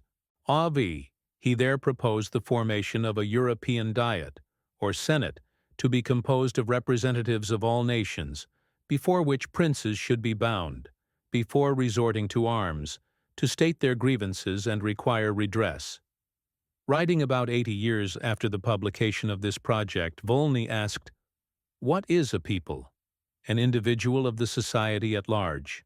What a war? A duel between two individual people. In what manner ought a society to act when two of its members fight? Interfere, and reconcile or repress them." In the days of the Abbé de Saint-Pierre, this was treated as a dream, but happily for the human race, it begins to be realized. Alas for the prediction of Volney! The 25 years that followed the date at which this passage was written were distinguished by more devastating and furious wars on the part of France than had ever been known in the world before. The abbé was not, however, a mere dreamer. He was an active, practical philanthropist and anticipated many social improvements which have since become generally adopted. He was the original founder of industrial schools for poor children, where they not only received a good education, but learned some useful trade, by which they might earn an honest living when they grew up to manhood. He advocated the revision and simplification of the whole code of laws, an idea afterwards carried out by the first Napoleon. He wrote against dueling, against luxury, against gambling, against monasticism, quoting the remark of Segrais that the mania for a monastic life is the smallpox of the mind. He spent his whole income in acts of charity, not in almsgiving, but in helping poor children and poor men and women to help themselves. His object always was to benefit permanently those whom he assisted. He continued his love of truth and his freedom of speech to the last. At the age of 80, he said, "If life is a lottery for happiness, my lot has been one of the best." When on his deathbed, Voltaire asked him how he felt, to which he answered, "As about to make a journey into the country." And in this peaceful frame of mind he died. But so outspoken had Saint Pierre been against corruption in high places, that Maupertuis, his successor at the Academy, was not permitted to pronounce his eloge. Nor was it until 32 years after his death that this honor was done to his memory by d'Alembert. The true and emphatic epitaph of the good, truth-loving, truth-speaking abbé was this: "He loved much." Duty is closely allied to truthfulness of character, and the dutiful man is, above all things, truthful in his words as in his actions. He says, and he does the right thing, in the right way, and at the right time. There is probably no saying of Lord Chesterfield that commends itself more strongly to the approval of manly-minded men than that it is truth that makes the success of the gentleman.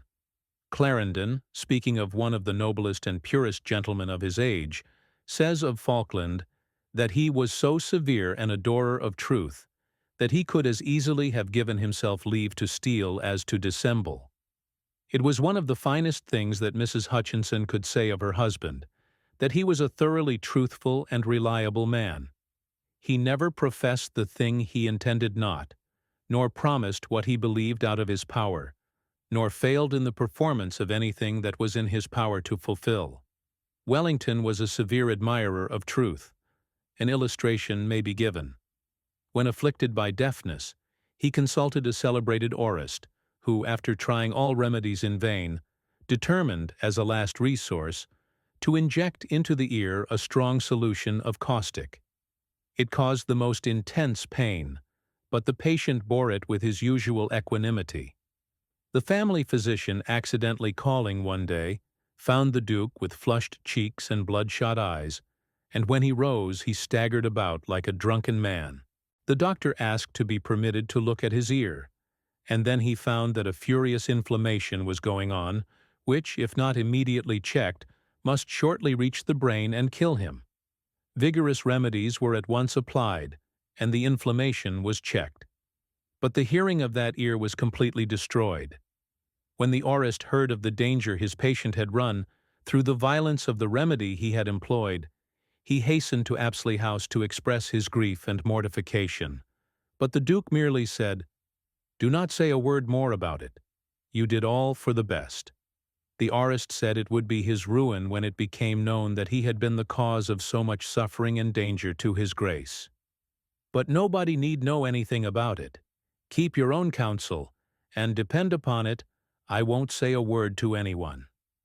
Then your grace will allow me to attend you as usual, which will show the public that you have not withdrawn your confidence from me? No, replied the Duke, kindly but firmly. I can't do that, for that would be a lie. He would not act a falsehood any more than he would speak one. Another illustration of duty and truthfulness, as exhibited in the fulfillment of a promise, may be added from the life of Blucher. When he was hastening with his army over bad roads to the help of Wellington on the 18th of June, 1815, he encouraged his troops by words and gestures. "Forwards, children! Forwards!" "It is impossible, it can't be done," was the answer. Again and again he urged them. "Children, we must get on. You may say it can't be done, but it must be done. I have promised my brother Wellington, promised, do you hear? You wouldn't have me break my word." And it was done. Truth is the very bond of society, without which it must cease to exist, and dissolve into anarchy and chaos. A household cannot be governed by lying, nor can a nation. Sir Thomas Browne once asked, "Do the devils lie?"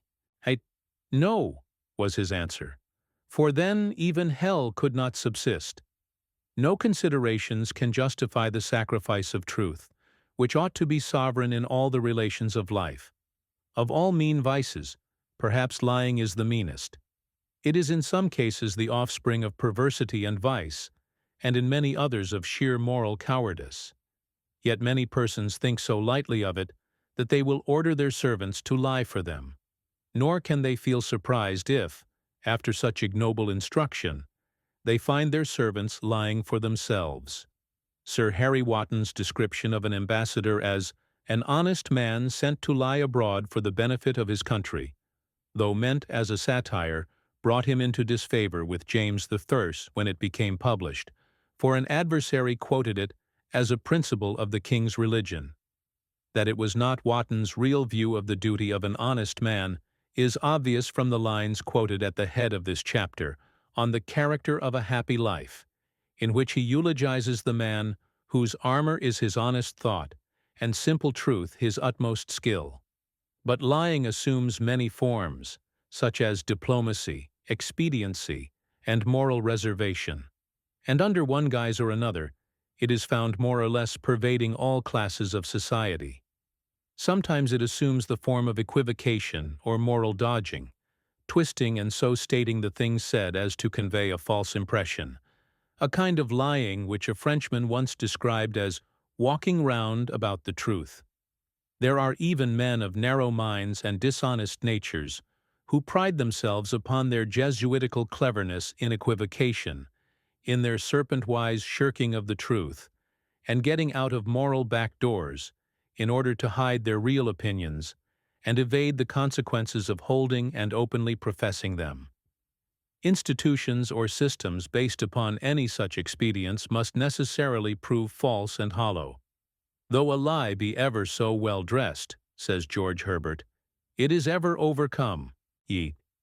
Downright lying, though bolder and more vicious, is even less contemptible than such kind of shuffling and equivocation.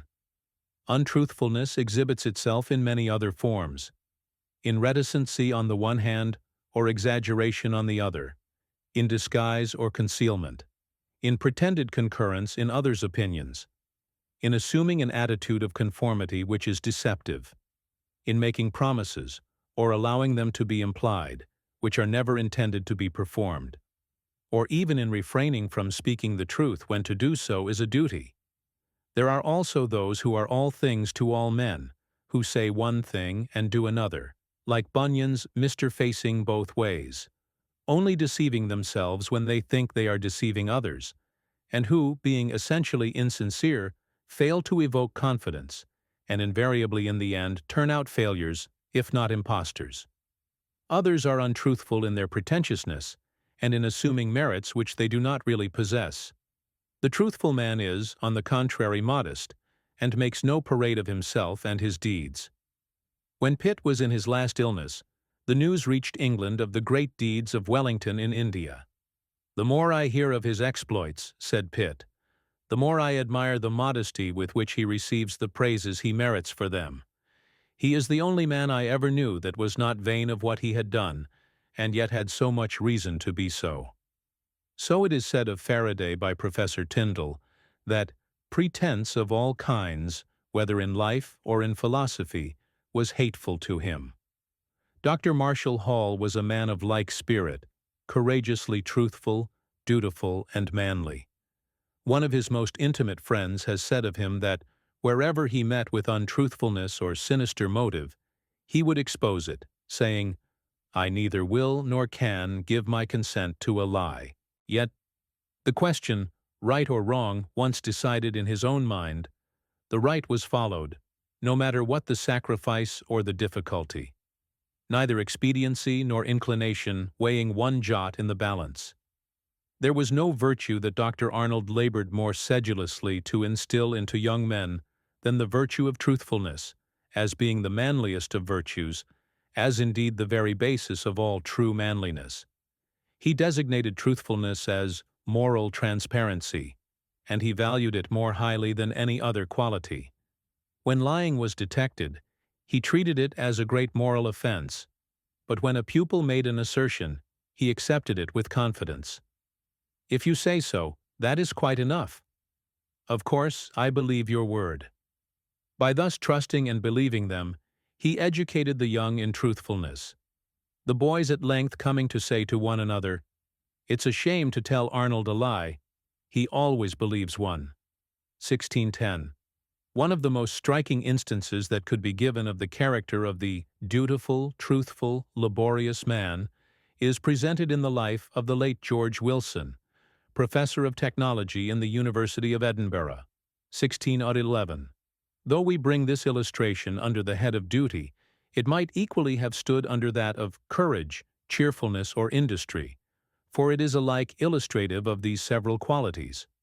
Wilson's life was, indeed, a marvel of cheerful laboriousness, exhibiting the power of the soul to triumph over the body, and almost to set it at defiance. It might be taken as an illustration of the saying of the whaling captain to Dr. Kane, as to the power of moral force over physical. "Bless you, sir, the soul will any day lift the body out of its boots." A fragile but bright and lively boy, he had scarcely entered manhood ere his constitution began to exhibit signs of disease. As early, indeed, as his 17th year, he began to complain of melancholy and sleeplessness, supposed to be the effects of bile. "I don't think I shall live long," he then said to a friend. "My mind must work itself out, and the body will soon follow it."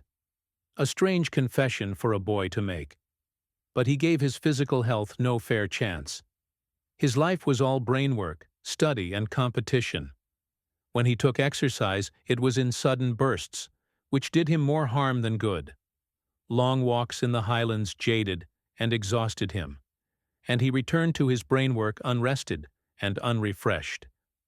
It was during one of his forced walks of some 24 miles in the neighborhood of Stirling that he injured one of his feet, and he returned home seriously ill. The result was an abscess, disease of the ankle joint, and long agony, which ended in the amputation of the right foot. But he never relaxed in his labors.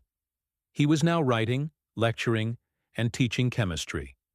Rheumatism and acute inflammation of the eye next attacked him, and were treated by cupping, blissetring, and colchicum. Unable himself to write, he went on preparing his lectures, which he dictated to his sister. Pain haunted him day and night, and sleep was only forced by morphia. While in this state of general prostration, symptoms of pulmonary disease began to show themselves. Yet he continued to give the weekly lectures to which he stood committed to the Edinburgh School of Arts. Not one was shirked, though their delivery, before a large audience, was a most exhausting duty. "Well, there's another nail put into my coffin," was the remark made on throwing off his top coat on returning home, and a sleepless night almost invariably followed. At 27, Wilson was lecturing 10, 11, or more hours weekly, usually with setons or open blister wounds upon him. His bosom friends, he used to call them. He felt the shadow of death upon him, and he worked as if his days were numbered. "Don't be surprised," he wrote to a friend, "if any morning at breakfast you hear that I am gone."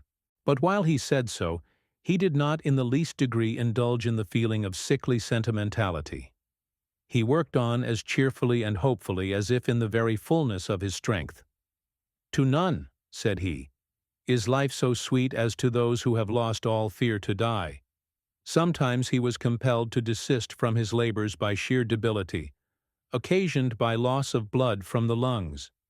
But after a few weeks' rest and change of air, he would return to his work saying, "The water is rising in the well again." Though disease had fastened on his lungs and was spreading there, and though suffering from a distressing cough, he went on lecturing as usual. To add to his troubles, when one day endeavoring to recover himself from a stumble occasioned by his lameness, he overstrained his arm and broke the bone near the shoulder. But he recovered from his successive accidents and illnesses in the most extraordinary way. The reed bent, but did not break. The storm passed, and it stood erect as before.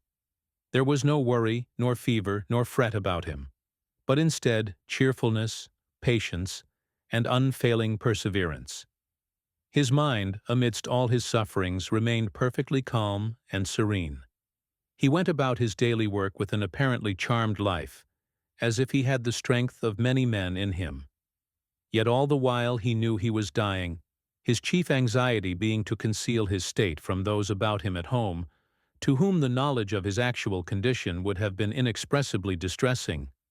"I am cheerful among strangers," he said, "and try to live day by day as a dying man." He went on teaching as before, lecturing to the Architectural Institute and to the School of Arts. One day, after a lecture before the latter institute, he lay down to rest, and was shortly awakened by the rupture of a blood vessel, which occasioned him the loss of a considerable quantity of blood. He did not experience the despair and agony that Keats did on a like occasion, 1613, though he equally knew that the messenger of death had come and was waiting for him. He appeared at the family meals as usual, and next day he lectured twice, punctually fulfilling his engagements. But the exertion of speaking was followed by a second attack of hemorrhage. He now became seriously ill, and it was doubted whether he would survive the night. But he did survive, and during his convalescence he was appointed to an important public office, that of Director of the Scottish Industrial Museum, which involved a great amount of labor, as well as lecturing, in his capacity of Professor of Technology, which he held in connection with the office. From this time forward, his dear museum, as he called it, absorbed all his surplus energies. While busily occupied in collecting models and specimens for the museum, he filled up his odds and ends of time in lecturing to ragged schools, ragged kirks, and medical missionary societies. He gave himself no rest, either of mind or body, and to die working was the fate he envied. His mind would not give in, but his poor body was forced to yield, and a severe attack of hemorrhage, bleeding from both lungs and stomach, compelled him to relax in his labors. For a month or some 40 days, he wrote, a dreadful Lent. The mind has blown geographically from Araby the blessed, but thermometrically from Iceland the accursed. I have been made a prisoner of war, hit by an icicle in the lungs, and have shivered and burned alternately for a large portion of the last month, and spat blood till I grew pale with coughing. Now I am better, and tomorrow I give my concluding lecture on technology, thankful that I have contrived, notwithstanding all my troubles, to carry on without missing a lecture to the last day of the Faculty of Arts, to which I belong. How long was it to last? He himself began to wonder, for he had long felt his life as if ebbing away. At length he became languid, weary, and unfit for work. Even the writing of a letter cost him a painful effort, and he felt as if to lie down and sleep were the only things worth doing. Yet shortly after, to help a Sunday school, he wrote his 5 Gateways of Knowledge as a lecture, and afterwards expanded it into a book. He also recovered strength sufficient to enable him to proceed with his lectures to the institutions to which he belonged, besides on various occasions undertaking to do other people's work. I am looked upon as good as mad, he wrote to his brother, because, on a hasty notice, I took a defaulting lecturer's place at the philosophical institution and discoursed on the polarization of light. But I like work. It is a family weakness. Then followed chronic malaise, sleepless nights, days of pain, and more spitting of blood. My only painless moments, he says, were when lecturing. In this state of prostration and disease, the indefatigable man undertook to write the Life of Edward Forbes. And he did it, like everything he undertook, with admirable ability. He proceeded with his lectures as usual. To an association of teachers, he delivered a discourse on the educational value of industrial science. After he had spoken to his audience for an hour, he left them to say whether he should go on or not, and they cheered him on to another half-hour's address. It is curious, he wrote, the feeling of having an audience, like clay in your hands, to mold for a season as you please. It is a terribly responsible power. I do not mean for a moment to imply that I am indifferent to the good opinion of others, far otherwise, but to gain this is much less a concern with me than to deserve it. It was not so once. I had no wish for unmerited praise, but I was too ready to settle that I did merit it. Now the word duty seems to me the biggest word in the world, and is uppermost in all my serious doings. This was written only about 4 months before his death. A little later he wrote, I spin my thread of life from week to week, rather than from year to year. Constant attacks of bleeding from the lungs sapped his little remaining strength, but did not altogether disable him from lecturing. He was amused by one of his friends proposing to put him under trustees for the purpose of looking after his health, but he would not be restrained from working, so long as a vestige of strength remained. One day, in the autumn of 1859, he returned from his customary lecture in the University of Edinburgh with a severe pain in his side. He was scarcely able to crawl upstairs. Medical aid was sent for, and he was pronounced to be suffering from pleurisy and inflammation of the lungs. His enfeebled frame was ill able to resist so severe a disease, and he sank peacefully to the rest he so longed for after a few days' illness. Wrong not the dead with tears. A glorious bright tomorrow endeth a weary life of pain and sorrow. The life of George Wilson, so admirably and affectionately related by his sister, is probably one of the most marvelous records of pain and long suffering, and yet of persistent, noble, and useful work that is to be found in the whole history of literature. His entire career was indeed but a prolonged illustration of the lines which he himself addressed to his deceased friend, Dr. John Reed, a like-minded man, whose memoir he wrote, Thou wert a daily lesson of courage, hope, and faith. We wondered at thee living. We envy thee thy death. Thou wert so meek and reverent, so resolute of will, so bold to bear the uttermost, and yet so calm and still. Chapter 8. Temper. Temper is 9/10 of Christianity. Bishop Wilson. Heaven is a temper, not a place. Dr. Chalmers.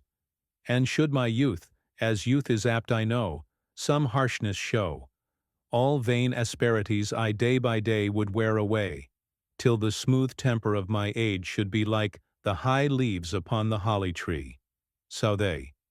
Even power itself hath not one half the might of gentleness. Leigh Hunt. It has been said that men succeed in life quite as much by their temper as by their talents. However this may be, it is certain that their happiness in life depends mainly upon their equanimity of disposition, their patience and forbearance, and their kindness and thoughtfulness for those about them. It is really true what Plato says, that in seeking the good of others we find our own. There are some natures so happily constituted that they can find good in everything. There is no calamity so great, but they can adduce comfort or consolation from it. No sky so black, but they can discover a gleam of sunshine issuing through it from some quarter or another. And if the sun be not visible to their eyes, they at least comfort themselves with the thought that it is there, though veiled from them for some good and wise purpose. Such happy natures are to be envied. They have a beam in the eye, a beam of pleasure, gladness, religious cheerfulness, philosophy, call it what you will. Sunshine is about their hearts, and their mind gilds with its own hues all that it looks upon. When they have burdens to bear, they bear them cheerfully, not repining, nor fretting, nor wasting their energies in useless lamentation, but struggling onward manfully, gathering up such flowers as lie along their path.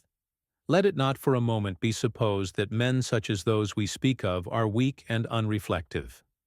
The largest and most comprehensive natures are generally also the most cheerful, the most loving, the most hopeful, the most trustful. It is the wise man, of large vision, who is the quickest to discern the moral sunshine gleaming through the darkest cloud. In present evil he sees prospective good. In pain he recognizes the effort of nature to restore health. In trials he finds correction and discipline. And in sorrow and suffering he gathers courage, knowledge, and the best practical wisdom. When Jeremy Taylor had lost all, when his house had been plundered, and his family driven out of doors, and all his worldly estate had been sequestrated, he could still write thus: I am fallen into the hands of publicans and sequestrators, and they have taken all from me. What now? Let me look about me. They have left me the sun and moon, a loving wife, and many friends to pity me, and some to relieve me. And I can still discourse, and unless I list, they have not taken away my merry countenance and my cheerful spirit, and a good conscience. They have still left me the providence of God, and all the promises of the gospel, and my religion, and my hopes of heaven, and my charity to them too. And still I sleep and digest, I eat and drink, I read and meditate. And he that hath so many causes of joy, and so great, is very much in love with sorrow and peevishness, who loves all these pleasures, and chooses to sit down upon his little handful of thorns. Although cheerfulness of disposition is very much a matter of inborn temperament, it is also capable of being trained and cultivated like any other habit. We may make the best of life, or we may make the worst of it, and it depends very much upon ourselves whether we extract joy or misery from it. There are always two sides of life on which we can look, according as we choose, the bright side or the gloomy. We can bring the power of the will to bear in making the choice, and thus cultivate the habit of being happy, or the reverse. We can encourage the disposition of looking at the brightest side of things instead of the darkest. And while we see the cloud, let us not shut our eyes to the silver lining. The beam in the eye sheds brightness, beauty, and joy upon life in all its phases.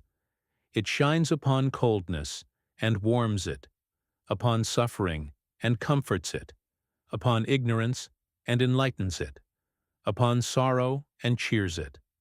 The beam in the eye gives luster to intellect, and brightens beauty itself. Without it the sunshine of life is not felt. Flowers bloom in vain. The marvels of heaven and earth are not seen or acknowledged, and creation is but a dreary, lifeless, soulless blank. While cheerfulness of disposition is a great source of enjoyment in life, it is also a great safeguard of character. A devotional writer of the present day, in answer to the question, "How are we to overcome temptations?" says, "Cheerfulness is the first thing, cheerfulness is the second, and cheerfulness is the third. It furnishes the best soil for the growth of goodness and virtue. It gives brightness of heart and elasticity of spirit. It is the companion of charity, the nurse of patience, the mother of wisdom. It is also the best of moral and mental tonics. The best cordial of all," said Dr. Marshall Hall to one of his patients, "is cheerfulness." And Solomon has said that "a merry heart doeth good like a medicine." When Luther was once applied to for a remedy against melancholy, his advice was, "Gaiety and courage, innocent gaiety, and rational honorable courage, are the best medicine for young men, and for old men too, for all men against sad thoughts." 7:2. Next to music, if not before it, Luther loved children and flowers. The great gnarled man had a heart as tender as a woman's. Cheerfulness is also an excellent wearing quality. It has been called the bright weather of the heart. It gives harmony of soul, and is a perpetual song without words. It is tantamount to repose. It enables nature to recruit its strength, whereas worry and discontent debilitate it, involving constant wear and tear. How is it that we see such men as Lord Palmerston growing old in harness, working on vigorously to the end? Mainly through equanimity of temper and habitual cheerfulness. They have educated themselves in the habit of endurance, of not being easily provoked, of bearing and forbearing, of hearing harsh and even unjust things said of them without indulging in undue resentment, and avoiding worriting, petty, and self-tormenting cares. An intimate friend of Lord Palmerston, who observed him closely for 20 years, has said that he never saw him angry, with perhaps one exception, and that was when the ministry responsible for the calamity in Afghanistan, of which he was one, were unjustly accused by their opponents of falsehood, perjury, and willful mutilation of public documents. So far as can be learnt from biography, men of the greatest genius have been for the most part cheerful, contented men, not eager for reputation, money, or power, but relishing life, and keenly susceptible of enjoyment, as we find reflected in their works. Such seem to have been Homer, Horace, Virgil, Montaigne, Shakespeare, Cervantes. Healthy, serene cheerfulness is apparent in their great creations. Among the same class of cheerful-minded men may also be mentioned Luther, More, Bacon, Leonardo da Vinci, Raphael, and Michelangelo. Perhaps they were happy because constantly occupied, and in the pleasantest of all work, that of creating out of the fullness and richness of their great minds. Milton, too, though a man of many trials and sufferings, must have been a man of great cheerfulness and elasticity of nature. Though overtaken by blindness, deserted by friends, and fallen upon evil days, darkness before and danger's voice behind, yet did he not bate heart or hope, but still bore up and steered right onward. Henry Fielding was a man borne down through life by debt and difficulty and bodily suffering, and yet Lady Mary Wortley Montagu has said of him that by virtue of his cheerful disposition, she was persuaded he had known more happy moments than any person on earth. Dr. Johnson, through all his trials and sufferings and hard fights with fortune, was a courageous and cheerful-natured man. He manfully made the best of life, and tried to be glad in it. Once, when a clergyman was complaining of the dullness of society in the country, saying, "They only talk of runts, young cows," Johnson felt flattered by the observation of Mrs. Thrale's mother, who said, "Sir, Dr. Johnson would learn to talk of runts," meaning that he was a man who would make the most of his situation, whatever it was. Johnson was of opinion that a man grew better as he grew older, and that his nature mellowed with age. This is certainly a much more cheerful view of human nature than that of Lord Chesterfield, who saw life through the eyes of a cynic, and held that the heart never grows better by age, it only grows harder. But both sayings may be true according to the point from which life is viewed, and the temper by which a man is governed. For while the good, profiting by experience, and disciplining themselves by self-control, will grow better, the ill-conditioned, uninfluenced by experience, will only grow worse.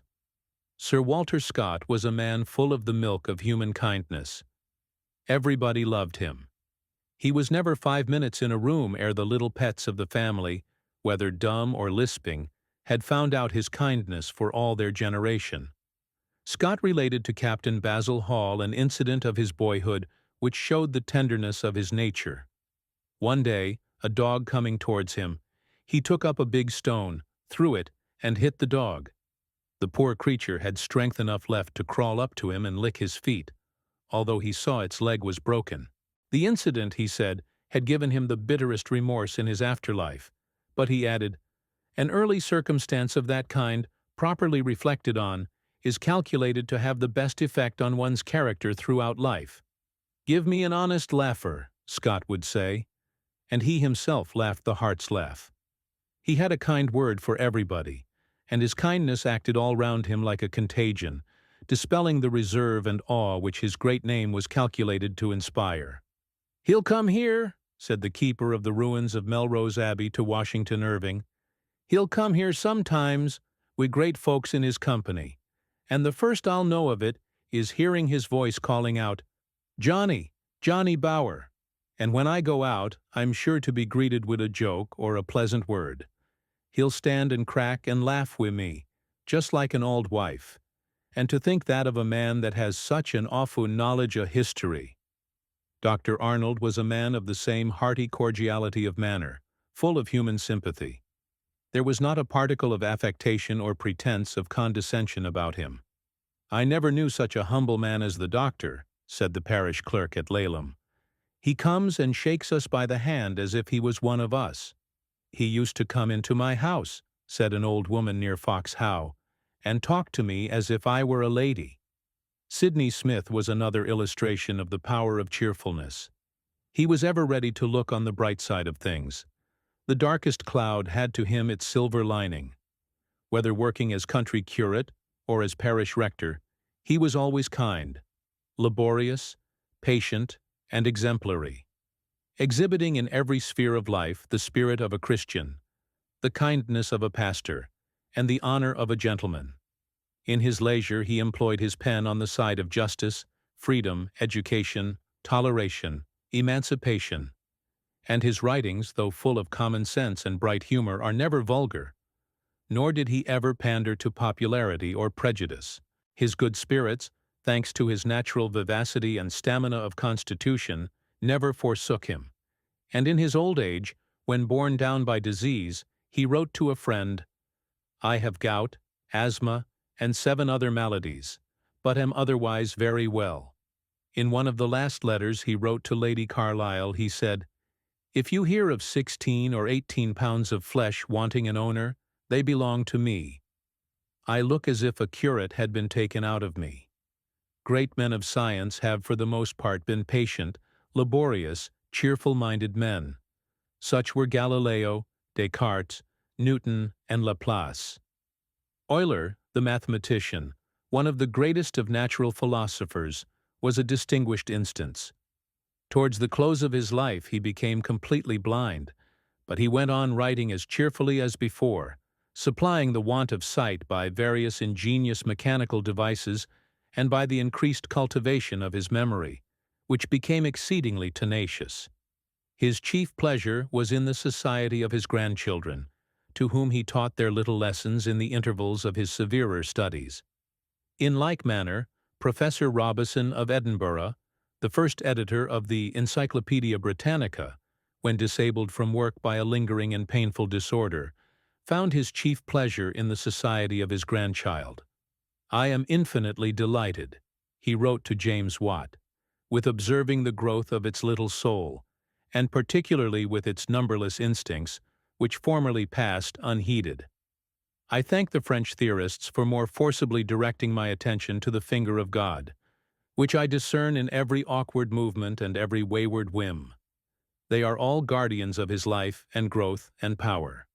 I regret indeed that I have not time to make infancy, and the development of its powers my sole study."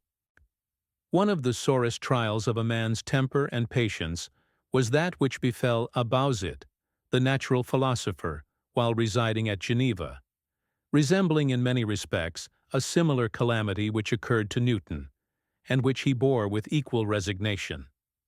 Amongst other things, Abauzit devoted much study to the barometer and its variations, with the object of deducing the general laws which regulated atmospheric pressure. During 27 years he made numerous observations daily, recording them on sheets prepared for the purpose. One day, when a new servant was installed in the house, she immediately proceeded to display her zeal by putting things to rights. Abauzit's study, amongst other rooms, was made tidy and set in order. When he entered it, he asked of the servant, "What have you done with the paper that was round the barometer?" "Oh, sir," was the reply, "it was so dirty that I burnt it, and put in its place this paper, which you will see is quite new." Abauzit crossed his arms, and after some moments of internal struggle he said, in a tone of calmness and resignation, "You have destroyed the results of 27 years' labor. In future touch nothing whatever in this room." The study of natural history, more than that of any other branch of science, seems to be accompanied by unusual cheerfulness and equanimity of temper on the part of its votaries, the result of which is that the life of naturalists is on the whole more prolonged than that of any other class of men of science. A member of the Linnaean Society has informed us that of 14 members who died in 1870, 2 were over 90, 5 were over 80, and 2 were over 70. The average age of all the members who died in that year was 75. Addison, the French botanist, was about 70 years old when the Revolution broke out, and amidst the shock he lost everything, his fortune, his places, and his gardens. But his patience, courage, and resignation never forsook him. He became reduced to the greatest straits, and even wanted food and clothing, yet his ardor of investigation remained the same. Once, when the Institute invited him, as being one of its oldest members, to assist at a séance, his answer was that he regretted he could not attend for want of shoes. "It was a touching sight," says Cuvier, "to see the poor old man, bent over the embers of a decaying fire, trying to trace characters with a feeble hand on the little bit of paper which he held, forgetting all the pains of life in some new idea in natural history, which came to him like some beneficent fairy to cheer him in his loneliness." The Directory eventually gave him a small pension, which Napoleon doubled, and at length easeful death came to his relief in his 79th year. A clause in his will, as to the manner of his funeral, illustrates the character of the man.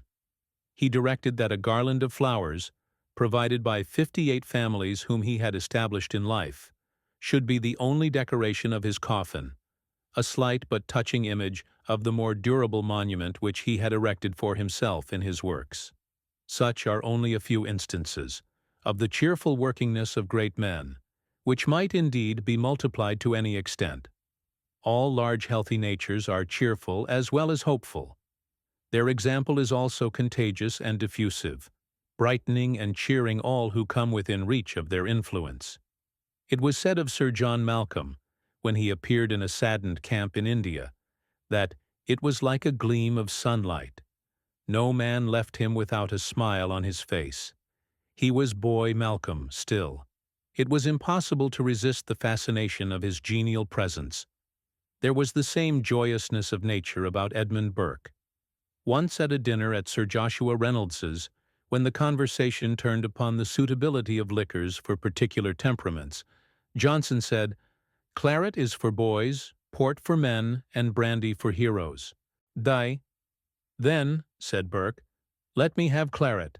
I love to be a boy, and to have the careless gaiety of boyish days. And so it is that there are old young men and young old men, some who are as joyous and cheerful as boys in their old age, and others who are as morose and cheerless as saddened old men while still in their boyhood. In the presence of some priggish youths, we have heard a cheerful old man declare that, apparently, there would soon be nothing but old boys left. Cheerfulness, being generous and genial, joyous and hearty, is never the characteristic of prigs. Goethe used to exclaim of goody-goody persons, "Oh, if they had but the heart to commit an absurdity!" This was when he thought they wanted heartiness and nature. "Pretty dolls," was his expression when speaking of them, and turning away. The true basis of cheerfulness is love, hope, and patience. Love evokes love and begets loving kindness.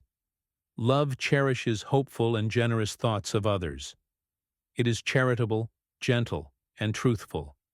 It is a discerner of good. It turns to the brightest side of things, and its face is ever directed towards happiness. It sees the glory in the grass, the sunshine on the flower. It encourages happy thoughts and lives in an atmosphere of cheerfulness. It costs nothing, and yet is invaluable, for it blesses its possessor and grows up in abundant happiness in the bosoms of others. Even its sorrows are linked with pleasures, and its very tears are sweet. Bentham lays it down as a principle that a man becomes rich in his own stock of pleasures in proportion to the amount he distributes to others. His kindness will evoke kindness, and his happiness be increased by his own benevolence. Kind words, he says, cost no more than unkind ones. Kind words produce kind actions, not only on the part of him to whom they are addressed, but on the part of him by whom they are employed, and this not incidentally only but habitually, in virtue of the principle of association. It may indeed happen that the effort of beneficence may not benefit those for whom it was intended, but when wisely directed, it must benefit the person from whom it emanates. Good and friendly conduct may meet with an unworthy and ungrateful return, but the absence of gratitude on the part of the receiver cannot destroy the self-approbation which recompenses the giver, and we may scatter the seeds of courtesy and kindliness around us at so little expense. Some of them will inevitably fall on good ground and grow up into benevolence in the minds of others, and all of them will bear fruit of happiness in the bosom whence they spring. Once blessed are all the virtues always, twice blessed sometimes. The poet Rogers used to tell a story of a little girl, a great favorite with everyone who knew her. Someone said to her, "Why does everybody love you so much?" She answered, "I think it is because I love everybody so much." This little story is capable of a very wide application. For our happiness as human beings, generally speaking, will be found to be very much in proportion to the number of things we love, and the number of things that love us. And the greatest worldly success, however honestly achieved, will contribute comparatively little to happiness, unless it be accompanied by a lively benevolence towards every human being. Kindness is indeed a great power in the world. Leigh Hunt has truly said that power itself hath not one half the might of gentleness. Men are always best governed through their affections. There is a French proverb which says that les hommes se prennent par la douceur, and a coarser English one to the effect that more wasps are caught by honey than by vinegar.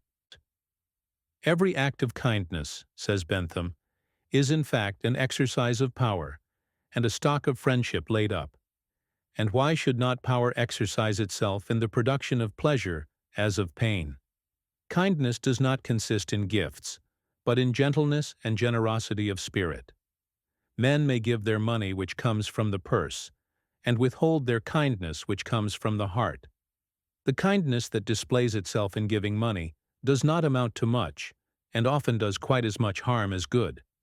But the kindness of true sympathy, of thoughtful help, is never without beneficent results. The good temper that displays itself in kindness must not be confounded with softness or silliness. In its best form, it is not a merely passive but an active condition of being. It is not by any means indifferent, but largely sympathetic. It does not characterize the lowest and most gelatinous forms of human life, but those that are the most highly organized. True kindness cherishes and actively promotes all reasonable instrumentalities for doing practical good in its own time, and, looking into futurity, sees the same spirit working on for the eventual elevation and happiness of the race. It is the kindly dispositioned men who are the active men of the world, while the selfish and the skeptical, who have no love but for themselves, are its idlers. Buffon used to say that he would give nothing for a young man who did not begin life with an enthusiasm of some sort. It showed that at least he had faith in something good, lofty, and generous, even if unattainable. Egotism, skepticism, and selfishness are always miserable companions in life, and they are especially unnatural in youth. The egotist is next door to a fanatic. Constantly occupied with self, he has no thought to spare for others. He refers to himself in all things, thinks of himself, and studies himself, until his own little self becomes his own little god. Worst of all are the grumblers and growlers at fortune, who find that whatever is wrong, and will do nothing to set matters right, who declare all to be barren, from Dan even to Beersheba. These grumblers are invariably found the least efficient helpers in the school of life. As the worst workmen are usually the readiest to strike, so the least industrious members of society are the readiest to complain. The worst wheel of all is the one that creaks. There is such a thing as the cherishing of discontent until the feeling becomes morbid. The jaundiced see everything about them yellow. The ill-conditioned think all things awry, and the whole world out of joint. All is vanity and vexation of spirit. The little girl in Punch who found her doll stuffed with bran and forthwith declared everything to be hollow and wanted to go into a nunnery had her counterpart in real life. Many full-grown people are quite as morbidly unreasonable. There are those who may be said to enjoy bad health. They regard it as a sort of property. They can speak of my headache, my backache, and so forth, until in course of time it becomes their most cherished possession. But perhaps it is the source to them of much coveted sympathy, without which they might find themselves of comparatively little importance in the world. We have to be on our guard against small troubles, which by encouraging, we are apt to magnify into great ones. Indeed, the chief source of worry in the world is not real, but imaginary evil, small vexations and trivial afflictions. In the presence of a great sorrow, all petty troubles disappear. But we are too ready to take some cherished misery to our bosom, and to pet it there. Very often it is the child of our fancy, and, forgetful of the many means of happiness which lie within our reach, we indulge this spoilt child of ours until it masters us. We shut the door against cheerfulness, and surround ourselves with gloom. The habit gives a coloring to our life. We grow querulous, moody, and unsympathetic. Our conversation becomes full of regrets. We are harsh in our judgment of others. We are unsociable and think everybody else is so. We make our breast a storehouse of pain, which we inflict upon ourselves as well as upon others. This disposition is encouraged by selfishness. Indeed, it is for the most part selfishness unmingled, without any admixture of sympathy or consideration for the feelings of those about us. It is simply willfulness in the wrong direction. It is willful because it might be avoided. Let the necessitarians argue as they may, freedom of will and action is the possession of every man and woman. It is sometimes our glory and very often it is our shame. All depends upon the manner in which it is used. We can choose to look at the bright side of things, or at the dark. We can follow good and eschew evil thoughts. We can be wrong-headed and wrong-hearted, or the reverse, as we ourselves determine. The world will be to each one of us very much what we make it. The cheerful are its real possessors, for the world belongs to those who enjoy it. It must, however, be admitted that there are cases beyond the reach of the moralist. Once, when a miserable-looking dyspeptic called upon a leading physician and laid his case before him, "Oh," said the doctor, "you only want a good hearty laugh. Go and see Grimaldi." "Alas," said the miserable patient, "I am Grimaldi."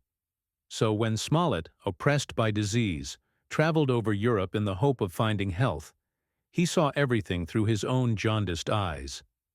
"I'll tell it," said Smellfungus, "to the world." "You had better tell it," said Stern, "to your physician." The restless, anxious, dissatisfied temper, that is ever ready to run and meet care halfway, is fatal to all happiness and peace of mind. How often do we see men and women set themselves about as if with stiff bristles, so that one dare scarcely approach them without fear of being pricked. For want of a little occasional command over one's temper, an amount of misery is occasioned in society which is positively frightful. Thus enjoyment is turned into bitterness, and life becomes like a journey barefooted amongst thorns and briars and prickles. Though sometimes small evils, says Richard Sharp, like invisible insects, inflict great pain, and a single hair may stop a vast machine, yet the chief secret of comfort lies in not suffering trifles to vex us, and in prudently cultivating an undergrowth of small pleasures, since very few great ones, alas, are let on long leases. St. Francis de Sales treats the same topic from the Christian's point of view. How carefully, he says, we should cherish the little virtues which spring up at the foot of the cross. When the saint was asked, "What virtues do you mean?" he replied, "Humility, patience, meekness, benignity, bearing one another's burden, condescension, softness of heart, cheerfulness, cordiality, compassion, forgiving injuries, simplicity, candor, all in short of that sort of little virtues. They, like unobtrusive violets, love the shade, like them are sustained by dew, and though, like them, they make little show, they shed a sweet odor on all around." And again he said, "If you would fall into any extreme, let it be on the side of gentleness. The human mind is so constructed that it resists rigor and yields to softness. A mild word quenches anger, as water quenches the rage of fire, and by benignity any soil may be rendered fruitful. Truth, uttered with courtesy, is heaping coals of fire on the head, or rather throwing roses in the face. How can we resist a foe whose weapons are pearls and diamonds? Meeting evils by anticipation is not the way to overcome them. If we perpetually carry our burdens about with us, they will soon bear us down under their load. When evil comes, we must deal with it bravely and hopefully." What Perths wrote to a young man, who seemed to him inclined to take trifles as well as sorrows too much to heart, was doubtless good advice. "Go forward with hope and confidence." This is the advice given thee by an old man, who has had a full share of the burden and heat of life's day. We must ever stand upright, happen what may, and for this end we must cheerfully resign ourselves to the varied influences of this many-colored life. You may call this levity, and you are partly right, for flowers and colors are but trifles light as air, but such levity is a constituent portion of our human nature, without which it would sink under the weight of time. While on earth we must still play with earth, and with that which blooms and fades upon its breast. The consciousness of this mortal life being but the way to a higher goal, by no means precludes our playing with it cheerfully, and indeed we must do so, otherwise our energy and action will entirely fail. Cheerfulness also accompanies patience, which is one of the main conditions of happiness and success in life. "He that will be served," says George Herbert, "must be patient." It was said of the cheerful and patient King Alfred that good fortune accompanied him like a gift of God. Marlborough's expectant calmness was great, and a principal secret of his success as a general. "Patience will overcome all things," he wrote to Godolphin in 1702. In the midst of a great emergency, while baffled and opposed by his allies, he said, "Having done all that is possible, we should submit with patience." Last and chiefest of blessings is hope, the most common of possessions. For as Thales the philosopher said, "Even those who have nothing else have hope." Hope is the great helper of the poor. It has even been styled the poor man's bread. It is also the sustainer and inspirer of great deeds.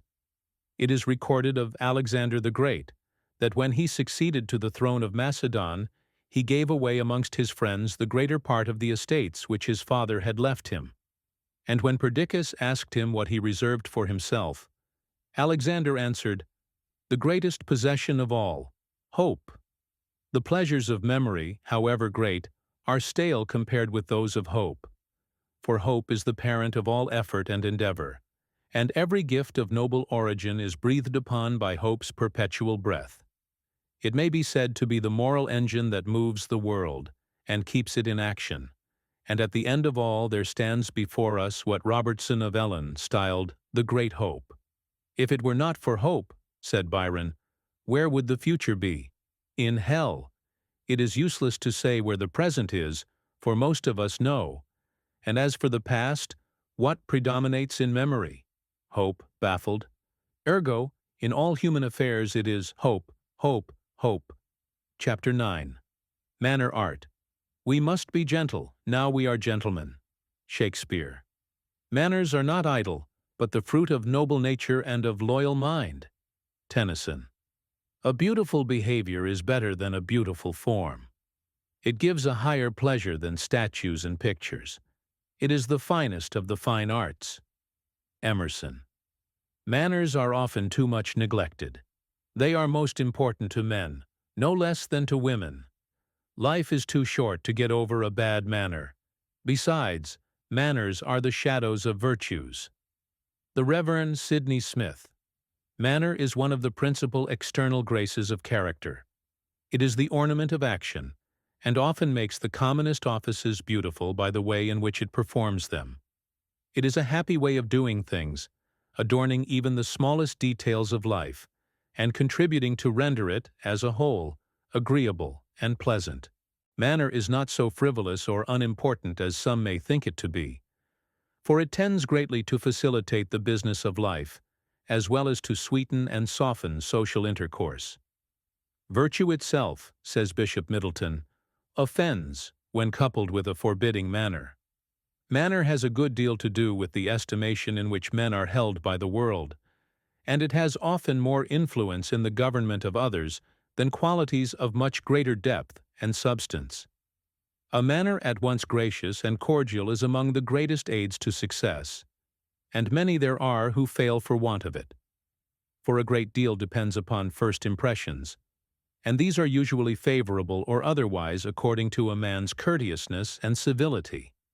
While rudeness and gruffness bar doors and shut hearts, kindness and propriety of behavior, in which good manners consist, act as an open sesame everywhere. Doors unbar before them, and they are a passport to the hearts of everybody, young and old. There is a common saying that manners make the man, but this is not so true as that man makes the manners. A man may be gruff and even rude, and yet be good at heart and of sterling character. Yet he would doubtless be a much more agreeable and probably a much more useful man, were he to exhibit that suavity of disposition and courtesy of manner, which always gives a finish to the true gentleman. Mrs. Hutchinson, in the noble portraiture of her husband, to which we have already had occasion to refer, thus describes his manly courteousness and affability of disposition. "I cannot say whether he were more truly magnanimous or less proud. He never disdained the meanest person, nor flattered the greatest. He had a loving and sweet courtesy to the poorest, and would often employ many spare hours with the commonest soldiers and poorest laborers, but still so ordering his familiarity that it never raised them to a contempt, but entertained still at the same time a reverence and love of him." A man's manner, to a certain extent, indicates his character. It is the external exponent of his inner nature.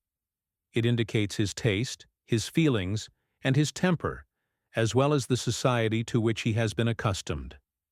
There is a conventional manner, which is of comparatively little importance. But the natural manner, the outcome of natural gifts, improved by careful self-culture, signifies a great deal. Grace of manner is inspired by sentiment, which is a source of no slight enjoyment to a cultivated mind. Viewed in this light, sentiment is of almost as much importance as talents and acquirements, while it is even more influential in giving the direction to a man's tastes and character. Sympathy is the golden key that unlocks the hearts of others. It not only teaches politeness and courtesy, but gives insight and unfolds wisdom, and may almost be regarded as the crowning grace of humanity. Artificial rules of politeness are of very little use. What passes by the name of etiquette is often of the essence of unpoliteness and untruthfulness. It consists in a great measure of posture-making and is easily seen through. Even at best, etiquette is but a substitute for good manners, though it is often but their mere counterfeit. Good manners consist, for the most part, in courteousness and kindness. Politeness has been described as the art of showing, by external signs, the internal regard we have for others. But one may be perfectly polite to another without necessarily having a special regard for him. Good manners are neither more nor less than beautiful behavior. It has been well said that a beautiful form is better than a beautiful face, and a beautiful behavior is better than a beautiful form. It gives a higher pleasure than statues or pictures. It is the finest of the fine arts. The truest politeness comes of sincerity.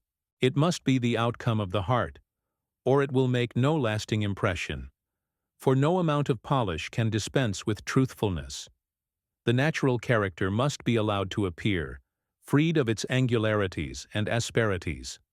Though politeness, in its best form, should, as St. Francis de Sales says, resemble water, best when clearest, most simple and without taste, yet genius in a man will always cover many defects of manner, and much will be excused to the strong and the original. Without genuineness and individuality, human life would lose much of its interest and variety, as well as its manliness and robustness of character. True courtesy is kind.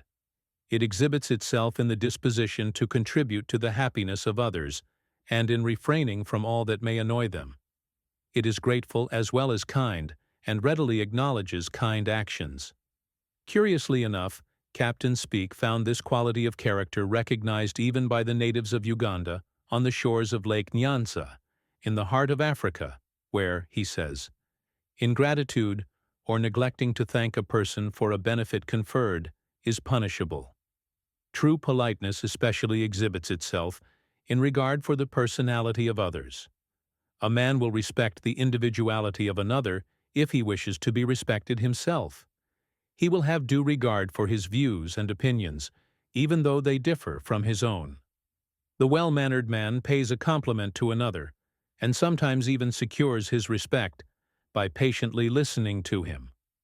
He is simply tolerant and forbearant, and refrains from judging harshly. And harsh judgments of others will almost invariably provoke harsh judgments of ourselves. The unpolite, impulsive man will, however, sometimes rather lose his friend than his joke. He may surely be pronounced a very foolish person who secures another's hatred at the price of a moment's gratification. It was a saying of Brunel the engineer, himself one of the kindest-natured of men, that spite and ill-nature are among the most expensive luxuries in life. Dr. Johnson once said, "Sir, a man has no more right to say an uncivil thing than to act one, no more right to say a rude thing to another than to knock him down." A sensible, polite person does not assume to be better or wiser or richer than his neighbor. He does not boast of his rank, or his birth, or his country, or look down upon others because they have not been born to like privileges with himself. He does not brag of his achievements or of his calling, or talk shop whenever he opens his mouth. On the contrary, in all that he says or does, he will be modest, unpretentious, unassuming, exhibiting his true character in performing rather than in boasting, in doing rather than in talking. Want of respect for the feelings of others usually originates in selfishness, and issues in hardness and repulsiveness of manner.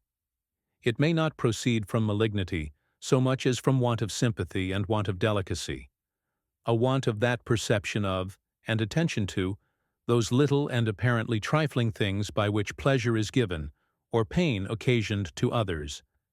Indeed, it may be said that in self-sacrificingness, so to speak, in the ordinary intercourse of life, mainly consists the difference between being well and ill-bred. Without some degree of self-restraint in society, a man may be found almost insufferable. No one has pleasure in holding intercourse with such a person, and he is a constant source of annoyance to those about him. For want of self-restraint, many men are engaged all their lives in fighting with difficulties of their own making, and rendering success impossible by their own cross-grained ungentleness, whilst others, it may be much less gifted, make their way and achieve success by simple patience, equanimity, and self-control. It has been said that men succeed in life quite as much by their temper as by their talents. However this may be, it is certain that their happiness depends mainly on their temperament, especially upon their disposition to be cheerful, upon their complacence, kindliness of manner, and willingness to oblige others, details of conduct which are like the small change in the intercourse of life, and are always in request. Men may show their disregard of others in various unpolite ways, as, for instance, by neglect of propriety in dress, by the absence of cleanliness, or by indulging in repulsive habits. The slovenly dirty person, by rendering himself physically disagreeable, sets the tastes and feelings of others at defiance, and is rude and uncivil only under another form. David Ancillon, a Huguenot preacher of singular attractiveness, who studied and composed his sermons with the greatest care, was accustomed to say that it was showing too little esteem for the public to take no pains in preparation, and that a man who should appear on a ceremonial day in his nightcap and dressing-gown could not commit a greater breach of civility. The perfection of manner is ease, that it attracts no man's notice as such, but is natural and unaffected. Artifice is incompatible with courteous frankness of manner. Rochefoucauld has said that nothing so much prevents our being natural as the desire of appearing so. Thus we come round again to sincerity and truthfulness, which find their outward expression in graciousness, urbanity, kindliness, and consideration for the feelings of others. The frank and cordial man sets those about him at their ease. He warms and elevates them by his presence, and wins all hearts. Thus, manner, in its highest form, like character, becomes a genuine motive power. The love and admiration, says Canon Kingsley, which that truly brave and loving man, Sir Sidney Smith, won from everyone, rich and poor, with whom he came in contact, seems to have arisen from the one fact that without, perhaps, having any such conscious intention, he treated rich and poor, his own servants and the noblemen his guests, alike courteously, considerately, cheerfully, affectionately, so leaving a blessing, and reaping a blessing, wherever he went. Good manners are usually supposed to be the peculiar characteristic of persons gently born and bred, and of persons moving in the higher rather than in the lower spheres of society. And this is no doubt to a great extent true, because of the more favorable surroundings of the former in early life. But there is no reason why the poorest classes should not practice good manners towards each other as well as the richest. Men who toil with their hands, equally with those who do not, may respect themselves and respect one another, and it is by their demeanor to each other, in other words, by their manners, that self-respect as well as mutual respect are indicated. There is scarcely a moment in their lives the enjoyment of which might not be enhanced by kindliness of this sort, in the workshop, in the street, or at home. The civil workman will exercise increased power amongst his class, and gradually induce them to imitate him by his persistent steadiness, civility, and kindness. Thus, Benjamin Franklin, when a working man, is said to have reformed the habits of an entire workshop. One may be polite and gentle with very little money in his purse. Politeness goes far, yet costs nothing. It is the cheapest of all commodities. It is the humblest of the fine arts, yet it is so useful and so pleasure-giving that it might almost be ranked amongst the humanities. Every nation may learn something of others. And if there be one thing more than another that the English working class might afford to copy with advantage from their continental neighbors, it is their politeness. The French and Germans, of even the humblest classes, are gracious in manner, complacent, cordial, and well-bred. The foreign workman lifts his cap and respectfully salutes his fellow workman in passing. There is no sacrifice of manliness in this, but grace and dignity. Even the lowest poverty of the foreign workpeople is not misery, simply because it is cheerful. Though not receiving one half the income which our working classes do, they do not sink into wretchedness and drown their troubles in drink, but contrive to make the best of life, and to enjoy it even amidst poverty. Good taste is a true economist. It may be practiced on small means, and sweeten the lot of labor as well as of ease. It is all the more enjoyed, indeed, when associated with industry and the performance of duty. Even the lot of poverty is elevated by taste. It exhibits itself in the economies of the household. It gives brightness and grace to the humblest dwelling. It produces refinement. It engenders goodwill, and creates an atmosphere of cheerfulness. Thus, good taste, associated with kindliness, sympathy, and intelligence, may elevate and adorn even the lowliest lot. The first and best school of manners, as of character, is always the home, where woman is the teacher. The manners of society at large are but the reflex of the manners of our collective homes, neither better nor worse. Yet with all the disadvantages of ungenial homes, men may practice self-culture of manner as of intellect, and learn by good examples to cultivate a graceful and agreeable behavior towards others. Most men are like so many gems in the rough, which need polishing by contact with other and better natures, to bring out their full beauty and luster. Some have but one side polished, sufficient only to show the delicate graining of the interior. But to bring out the full qualities of the gem needs the discipline of experience, and contact with the best examples of character in the intercourse of daily life.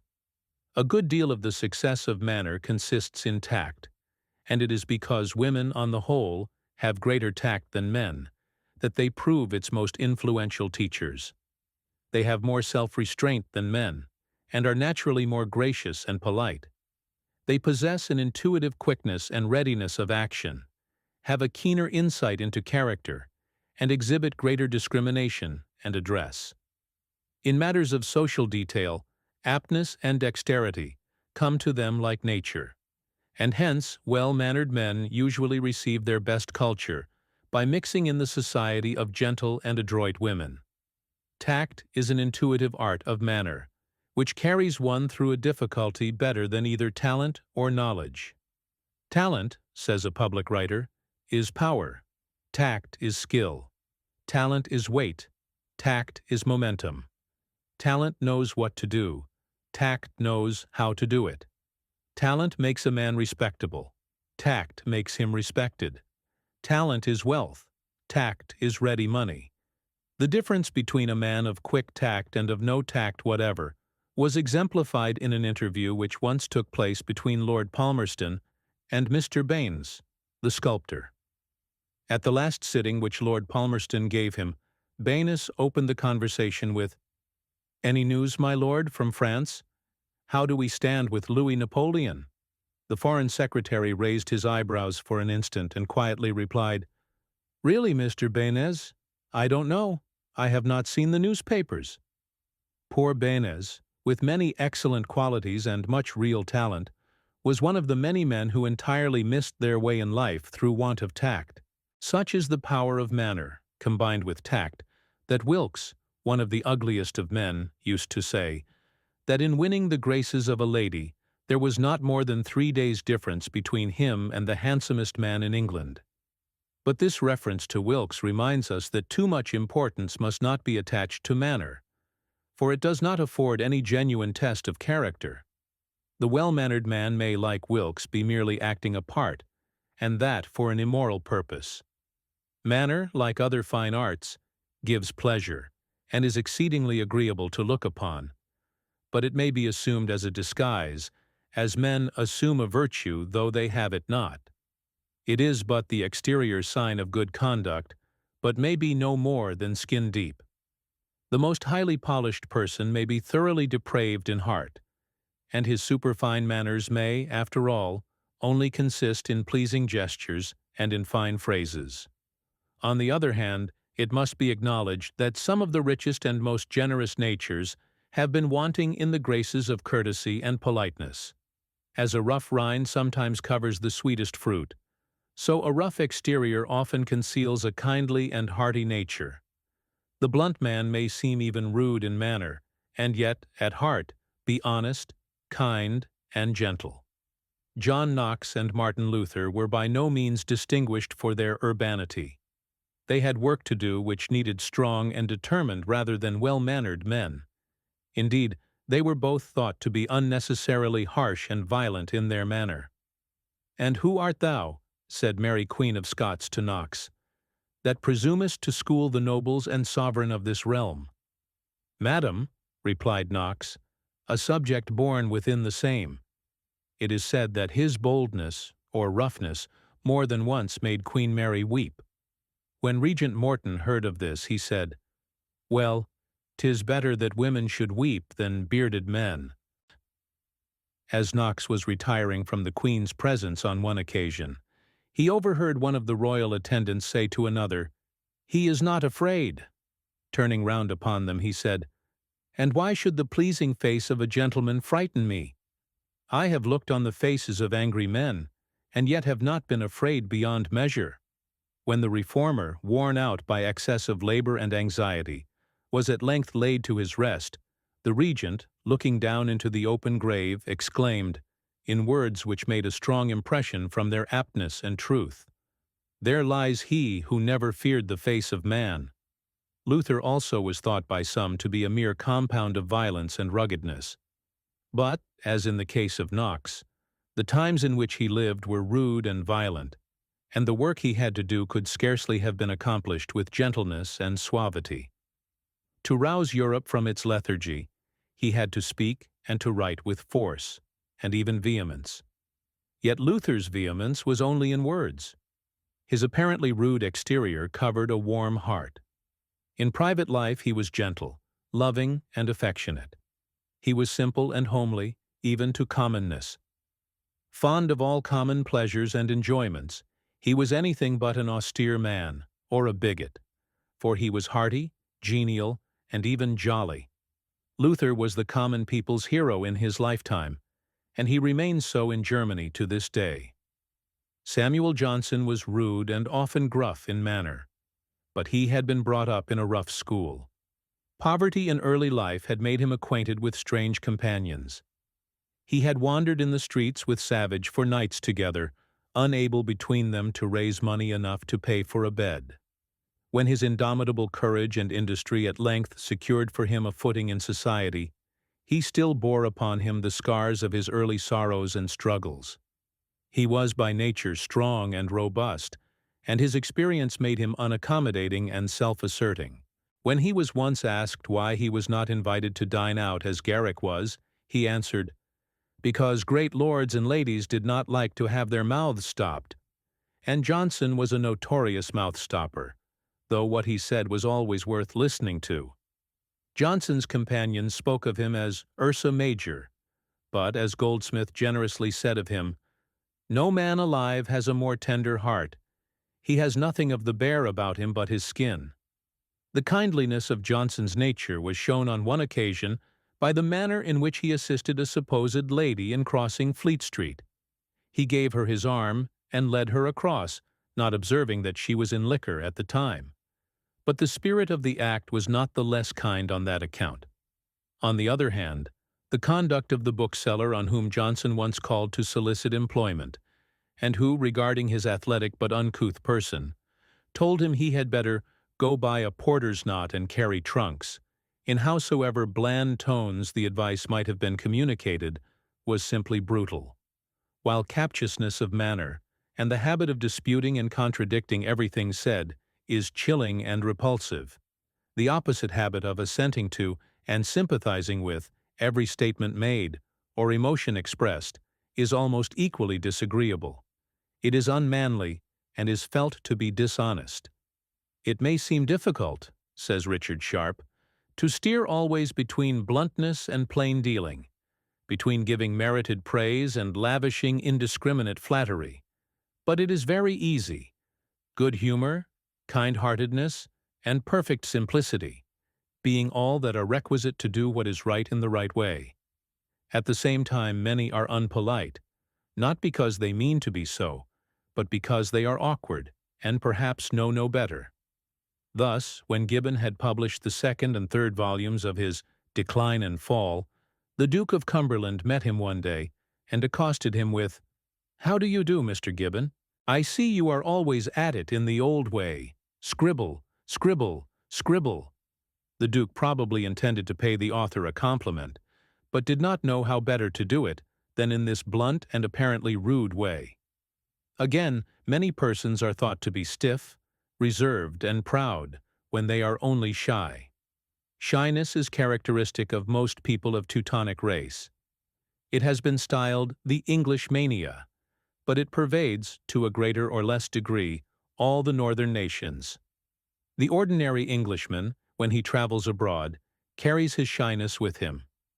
He is stiff, awkward, ungraceful, undemonstrative, and apparently unsympathetic. And though he may assume a brusqueness of manner, the shyness is there and cannot be wholly concealed. The naturally graceful and intensely social French cannot understand such a character, and the Englishman is their standing joke, the subject of their most ludicrous caricatures. George Sand attributes the rigidity of the natives of Albion to a stock of fluid Britannique, which they carry about with them, that renders them impassive under all circumstances, and as impervious to the atmosphere of the regions they traverse as a mouse in the center of an exhausted receiver. The average Frenchman or Irishman excels the average Englishman, German, or American in courtesy and ease of manner, simply because it is his nature. They are more social and less self-dependent than men of Teutonic origin, more demonstrative and less reticent. They are more communicative, conversational, and freer in their intercourse with each other in all respects, whilst men of German race are comparatively stiff, reserved, shy, and awkward. At the same time, a people may exhibit ease, gaiety, and sprightliness of character, and yet possess no deeper qualities calculated to inspire respect. They may have every grace of manner, and yet be heartless, frivolous, selfish. The character may be on the surface only, and without any solid qualities for a foundation. There can be no doubt as to which of the two sorts of people, the easy and graceful or the stiff and awkward, it is most agreeable to meet, either in business, in society, or in the casual intercourse of life, which make the fastest friends, the truest men of their word, the most conscientious performers of their duty, is an entirely different matter. The dry, gauche Englishman, to use the French phrase l'anglais empêtre, is certainly a somewhat disagreeable person to meet at first. He looks as if he had swallowed a poker. He is shy himself and the cause of shyness in others. He is stiff, not because he is proud, but because he is shy, and he cannot shake it off, even if he would. Indeed, we should not be surprised to find that even the clever writer who describes the English Philistine, in all his enormity of awkward manner and absence of grace, were himself as shy as a bat. When two shy men meet, they seem like a couple of icicles. They sidle away and turn their backs on each other in a room, or when traveling creep into the opposite corners of a railway carriage. When shy Englishmen are about to start on a journey by railway, they walk along the train to discover an empty compartment in which to bestow themselves, and when once ensconced, they inwardly hate the next man who comes in. So, on entering the dining room of their club, each shy man looks out for an unoccupied table. until sometimes all the tables in the room are occupied by single diners. All this apparent unsociableness is merely shyness, the national characteristic of the Englishman. The disciples of Confucius, observes Mr. Arthur Helps, say that when in the presence of the prince, his manner displayed respectful uneasiness. There could hardly be given any two words which more fitly describe the manner of most Englishmen when in society. Perhaps it is due to this feeling that Sir Henry Taylor, in his Statesman, recommends that, in the management of interviews, the minister should be as near to the door as possible, and instead of bowing his visitor out, that he should take refuge, at the end of an interview, in the adjoining room. Timid and embarrassed men, he says, will sit as if they were rooted to the spot, when they are conscious that they have to traverse the length of a room in their retreat. In every case, an interview will find a more easy and pleasing termination when the door is at hand, as the last words are spoken. 85. The late Prince Albert, one of the gentlest and most amiable, was also one of the most retiring of men. He struggled much against his sense of shyness, but was never able either to conquer or conceal it. His biographer, in explaining its causes, says, "It was the shyness of a very delicate nature that is not sure it will please, and is without the confidence and the vanity which often go to form characters that are outwardly more genial." But the prince shared this defect with some of the greatest of Englishmen. Sir Isaac Newton was probably the shyest man of his age. He kept secret for a time some of his greatest discoveries, for fear of the notoriety they might bring him. His discovery of the binomial theorem and its most important applications, as well as his still greater discovery of the law of gravitation, were not published for years after they were made. And when he communicated to Collins his solution of the theory of the moon's rotation round the earth, he forbade him to insert his name in connection with it in the Philosophical Transactions, saying, "It would perhaps increase my acquaintance, the thing which I chiefly study to decline." From all that can be learnt of Shakespeare, it is to be inferred that he was an exceedingly shy man. The manner in which his plays were sent into the world, for it is not known that he edited or authorized the publication of a single one of them, and the dates at which they respectively appeared, are mere matters of conjecture. His appearance in his own plays in second and even third-rate parts, his indifference to reputation, and even his apparent aversion to be held in repute by his contemporaries, his disappearance from London, 18th the seat and center of English histrionic art, so soon as he had realized a moderate competency, and his retirement about the age of 40, for the remainder of his days, to a life of obscurity in a small town in the Midland counties, all seemed to unite in proving the shrinking nature of the man and his unconquerable shyness. It is also probable that, besides being shy, and his shyness may, like that of Byron, have been increased by his limp, Shakespeare did not possess in any high degree the gift of hope.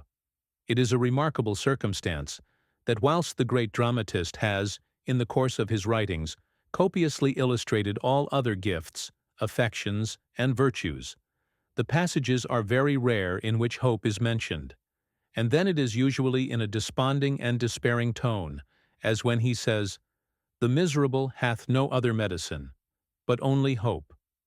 Many of his sonnets breathe the spirit of despair and hopelessness. He laments his lameness, apologizes for his profession as an actor, expresses his fear of trust in himself, and his hopeless, perhaps misplaced affection, anticipates a coffined doom, and utters his profoundly pathetic cry for restful death. It might naturally be supposed that Shakespeare's profession of an actor, and his repeated appearances in public, would speedily overcome his shyness, did such exist. But inborn shyness, when strong, is not so easily conquered. 1811. Who could have believed that the late Charles Mathews, who entertained crowded houses night after night, was naturally one of the shyest of men? He would even make long circuits, 18 lame though he was, along the by-lanes of London to avoid recognition. His wife says of him that he looked sheepish and confused if recognized, and that his eyes would fall, and his color would mount, if he heard his name even whispered in passing along the streets. Nor would it at first sight have been supposed that Lord Byron was affected with shyness. And yet he was a victim to it. His biographer relating that, while on a visit to Mrs. Piggott, at Southwell, when he saw strangers approaching, he would instantly jump out of the window and escape onto the lawn to avoid them.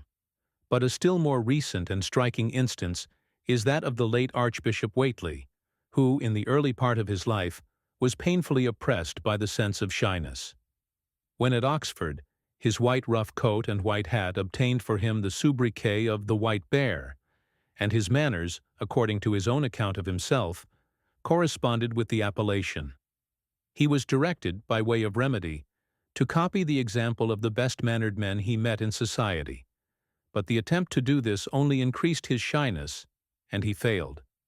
He found that he was all the while thinking of himself rather than of others, whereas thinking of others rather than of oneself is of the true essence of politeness. Finding that he was making no progress, Whately was driven to utter despair, and then he said to himself, "Why should I endure this torture all my life to no purpose? I would bear it still if there was any success to be hoped for, but since there is not, I will die quietly, without taking any more doses. I have tried my very utmost, and find that I must be as awkward as a bear all my life, in spite of it. I will endeavor to think as little about it as a bear, and make up my mind to endure what can't be cured." From this time forth he struggled to shake off all consciousness as to manner, and to disregard censure as much as possible. In adopting this course, he says, "I succeeded beyond my expectations, for I not only got rid of the personal suffering of shyness, but also of most of those faults of manner which consciousness produces, and acquired at once an easy and natural manner, careless, indeed, in the extreme, from its originating in a stern defiance of opinion, which I had convinced myself must be ever against me. Rough and awkward, for smoothness and grace are quite out of my way, and of course tutorially pedantic, but unconscious, and therefore giving expression to that good will towards men which I really feel, and these, I believe, are the main points." Washington, who was an Englishman in his lineage, was also one in his shyness. He is described incidentally by Mr. Josiah Quincy as a little stiff in his person, not a little formal in his manner, and not particularly at ease in the presence of strangers. He had the air of a country gentleman not accustomed to mix much in society, perfectly polite, but not easy in his address and conversation, and not graceful in his movements. Although we are not accustomed to think of modern Americans as shy, the most distinguished American author of our time was probably the shyest of men. Nathaniel Hawthorne was shy to the extent of morbidity. We have observed him, when a stranger entered the room where he was, turn his back for the purpose of avoiding recognition. And yet, when the crust of his shyness was broken, no man could be more cordial and genial than Hawthorne. We observe a remark in one of Hawthorne's lately published notebooks, that on one occasion he met Mr. Helps in society, and found him cold. And doubtless Mr. Helps thought the same of him. It was only the case of two shy men meeting, each thinking the other stiff and reserved, and parting before their mutual film of shyness had been removed by a little friendly intercourse. Before pronouncing a hasty judgment in such cases, it would be well to bear in mind the motto of Helvetius, which Bentham says proved such a real treasure to him. Pour aimer les hommes, il faut attendre peu. We have thus far spoken of shyness as a defect, but there is another way of looking at it. For even shyness has its bright side, and contains an element of good. Shy men and shy races are ungraceful and undemonstrative, because, as regards society at large, they are comparatively unsociable. They do not possess those elegances of manner, acquired by free intercourse, which distinguish the social races, because their tendency is to shun society rather than to seek it. They are shy in the presence of strangers, and shy even in their own families. They hide their affections under a robe of reserve, and when they do give way to their feelings, it is only in some very hidden inner chamber. And yet the feelings are there, and not the less healthy and genuine that they are not made the subject of exhibition to others. It was not a little characteristic of the ancient Germans that the more social and demonstrative peoples by whom they were surrounded should have characterized them as the Naimek, or dumb men. And the same designation might equally apply to the modern English, as compared, for example, with their nimbler, more communicative and vocal, and in all respects more social neighbors, the modern French and Irish. But there is one characteristic which marks the English people, as it did the races from which they have mainly sprung, and that is their intense love of home. Give the Englishman a home, and he is comparatively indifferent to society. For the sake of a holding which he can call his own, he will cross the seas, plant himself on the prairie or amidst the primeval forest, and make for himself a home. The solitude of the wilderness has no fears for him. The society of his wife and family is sufficient, and he cares for no other. Hence it is that the people of Germanic origin, from whom the English and Americans have alike sprung, make the best of colonizers, and are now rapidly extending themselves as emigrants and settlers in all parts of the habitable globe. The French have never made any progress as colonizers, mainly because of their intense social instincts, the secret of their graces of manner, and because they can never forget that they are Frenchmen. 1815.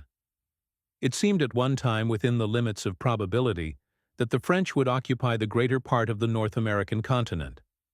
From Lower Canada their line of forts extended up the St. Lawrence, and from Fond du Lac on Lake Superior, along the river St. Croix, all down the Mississippi, to its mouth at New Orleans. But the great, self-reliant, industrious Nemec, from a fringe of settlements along the sea-coast, silently extended westward, settling and planting themselves everywhere solidly upon the soil. And nearly all that now remains of the original French occupation of America is the French colony of Acadia, in Lower Canada. And even there we find one of the most striking illustrations of that intense sociability of the French which keeps them together, and prevents their spreading over and planting themselves firmly in a new country, as it is the instinct of the men of Teutonic race to do. While in Upper Canada, the colonists of English and Scotch descent penetrate the forest and the wilderness, each settler living, it may be, miles apart from his nearest neighbor, the Lower Canadians of French descent continue clustered together in villages, usually consisting of a line of houses on either side of the road, behind which extend their long strips of farmland, divided and subdivided to an extreme tenuity. They willingly submit to all the inconveniences of this method of farming for the sake of each other's society, rather than betake themselves to the solitary backwoods, as English, Germans, and Americans so readily do. Indeed, not only does the American backwoodsman become accustomed to solitude, but he prefers it. And in the Western states, when settlers come too near him, and the country seems to become overcrowded, he retreats before the advance of society, and packing up his things in a wagon, he sets out cheerfully with his wife and family to found for himself a new home in the far West. Thus the Teuton, because of his very shyness, is the true colonizer. English, Scotch, Germans, and Americans are alike ready to accept solitude, provided they can but establish a home and maintain a family. Thus their comparative indifference to society has tended to spread this race over the earth, to till and to subdue it, while the intense social instincts of the French, though issuing in much greater gracefulness of manner, has stood in their way as colonizers, so that, in the countries in which they have planted themselves, as in Algiers and elsewhere, they have remained little more than garrisons. There are other qualities besides these, which grow out of the comparative unsociableness of the Englishman. His shyness throws him back upon himself, and renders him self-reliant and self-dependent. Society not being essential to his happiness, he takes refuge in reading, in study, in invention, or he finds pleasure in industrial work, and becomes the best of mechanics. He does not fear to entrust himself to the solitude of the ocean, and he becomes a fisherman, a sailor, a discoverer. Since the early Northmen scoured the northern seas, discovered America, and sent their fleets along the shores of Europe and up the Mediterranean, the seamanship of the men of Teutonic race has always been in the ascendant. The English are inartistic for the same reason that they are unsociable. They may make good colonists, sailors, and mechanics, but they do not make good singers, dancers, actors, artistes, or modistes. They neither dress well, act well, speak well, nor write well. They want style. They want elegance. What they have to do, they do in a straightforward manner, but without grace. This was strikingly exhibited at an international cattle exhibition held at Paris a few years ago. At the close of the exhibition, the competitors came up with the prize animals to receive the prizes. First came a gay and gallant Spaniard, a magnificent man, beautifully dressed, who received a prize of the lowest class with an air and attitude that would have become a grandee of the highest order. Then came Frenchmen and Italians, full of grace, politeness, and check, themselves elegantly dressed, and their animals decorated to the horns with flowers and colored ribbons harmoniously blended. And last of all came the exhibitor who was to receive the first prize, a slouching man, plainly dressed, with a pair of farmer's gaiters on, and without even a flower in his buttonhole. "Who is he?" asked the spectators. "Why, he is the Englishman," was the reply. "The Englishman! That the representative of a great country!" was the general exclamation. But it was the Englishman all over. He was sent there, not to exhibit himself, but to show the best beast, and he did it, carrying away the first prize. Yet he would have been nothing the worse for the flower in his buttonhole. To remedy this admitted defect of grace and want of artistic taste in the English people, a school has sprung up amongst us for the more general diffusion of fine art. The beautiful has now its teachers and preachers, and by some it is almost regarded in the light of a religion. The beautiful is the good. The beautiful is the true. The beautiful is the priest of the benevolent, are among their texts. It is believed that by the study of art, the tastes of the people may be improved, that by contemplating objects of beauty, their nature will become purified, and that by being thereby withdrawn from sensual enjoyments, their character will be refined and elevated. But though such culture is calculated to be elevating and purifying in a certain degree, we must not expect too much from it. Grace is a sweetener and embellisher of life, and as such is worthy of cultivation. Music, painting, dancing, and the fine arts are all sources of pleasure. And though they may not be sensual, yet they are sensuous, and often nothing more.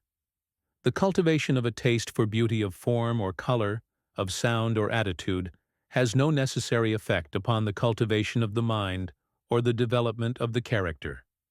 The contemplation of fine works of art will doubtless improve the taste and excite admiration, but a single noble action done in the sight of men will more influence the mind and stimulate the character to imitation than the sight of miles of statuary or acres of pictures. For it is mind, soul, and heart, not taste or art, that make men great. It is indeed doubtful whether the cultivation of art, which usually ministers to luxury, has done so much for human progress as is generally supposed. It is even possible that its too exclusive culture may effeminate rather than strengthen the character, by laying it more open to the temptations of the senses. It is the nature of the imaginative temperament cultivated by the arts, says Sir Henry Taylor, to undermine the courage and, by abating strength of character, to render men more easily subservient. Sequaces, serios, et mandata ductiles. The gift of the artist greatly differs from that of the thinker. His highest idea is to mold his subject, whether it be of painting or music or literature, into that perfect grace of form in which thought it may not be of the deepest finds its apotheosis and immortality. Art has usually flourished most during the decadence of nations, when it has been hired by wealth as the minister of luxury.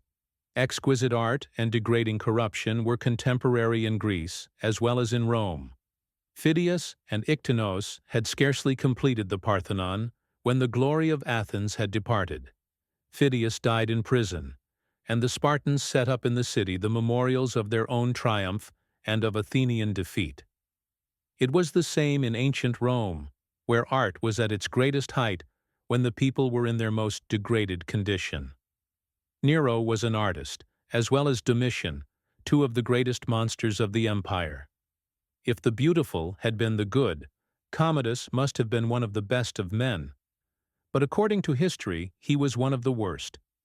Again, the greatest period of modern Roman art was that in which Pope Leo X flourished, of whose reign it has been said, that profligacy and licentiousness prevailed amongst the people and clergy, as they had done almost uncontrolled ever since the pontificate of Alexander II.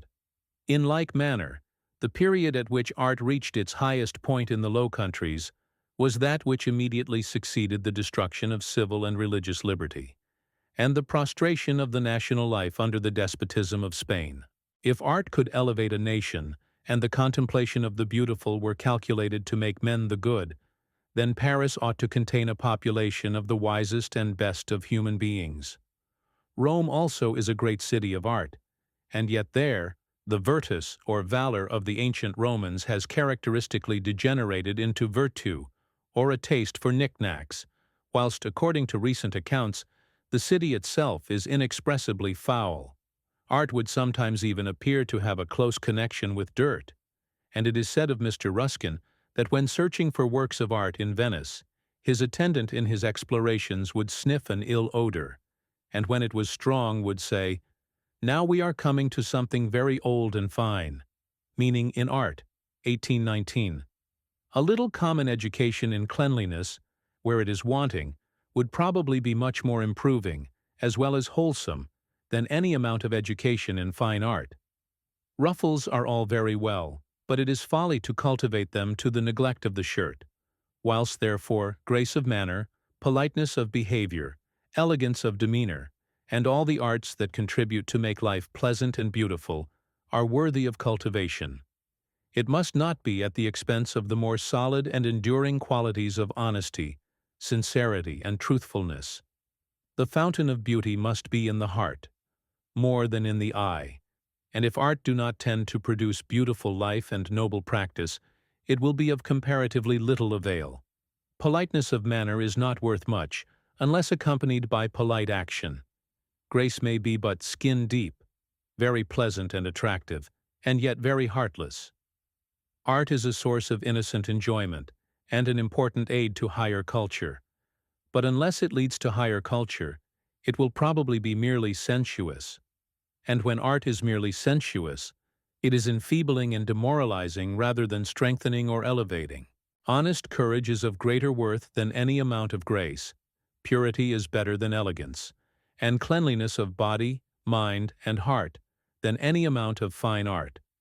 In fine, while the cultivation of the graces is not to be neglected, it should ever be held in mind that there is something far higher and nobler to be aimed at, greater than pleasure, greater than art, greater than wealth, greater than power, greater than intellect, greater than genius, and that is purity and excellence of character. Without a solid sterling basis of individual goodness, all the grace, elegance, and art in the world would fail to save or to elevate a people. Chapter 10. Companionship of Books. Books, we know, are a substantial world, both pure and good, round which, with tendrils strong as flesh and blood, our pastime and our happiness can grow. Wordsworth. Not only in the common speech of men, but in all art too, which is, or should be, the concentrated and conserved essence of what men can speak and show, biography is almost the one thing needful. Carlyle. I read all biographies with intense interest. Even a man without a heart, like Cavendish, I think about, and read about, and dream about, and picture to myself in all possible ways, till he grows into a living being beside me, and I put my feet into his shoes, and become for the time Cavendish, and think as he thought, and do as he did. George Wilson. My thoughts are with the dead. With them I live in long past years. Their virtues love, their faults condemn. Partake their hopes and fears, and from their lessons seek and find instruction with a humble mind. Southey. A man may usually be known by the books he reads, as well as by the company he keeps. For there is a companionship of books as well as of men, and one should always live in the best company, whether it be of books or of men. A good book may be among the best of friends. It is the same today that it always was, and it will never change. It is the most patient and cheerful of companions. It does not turn its back upon us in times of adversity or distress. It always receives us with the same kindness, amusing and instructing us in youth, and comforting and consoling us in age. Men often discover their affinity to each other by the mutual love they have for a book, just as two persons sometimes discover a friend by the admiration which both entertain for a third. There is an old proverb, "Love me, love my dog." But there is more wisdom in this. Love me, love my book. The book is a truer and higher bond of union. Men can think, feel, and sympathize with each other through their favorite author. They live in him together, and he in them. Books, said Hazlitt, wind into the heart. The poet's verse slides into the current of our blood. We read them when young. We remember them when old. We read there of what has happened to others. We feel that it has happened to ourselves. They are to be had everywhere cheap and good. We breathe but the air of books. We owe everything to their authors, on this side barbarism. A good book is often the best urn of a life, enshrining the best thoughts of which that life was capable. For the world of a man's life is, for the most part, but the world of his thoughts. Thus the best books are treasuries of good words and golden thoughts, which, remembered and cherished, become our abiding companions and comforters. They are never alone, said Sir Philip Sidney, that are accompanied by noble thoughts.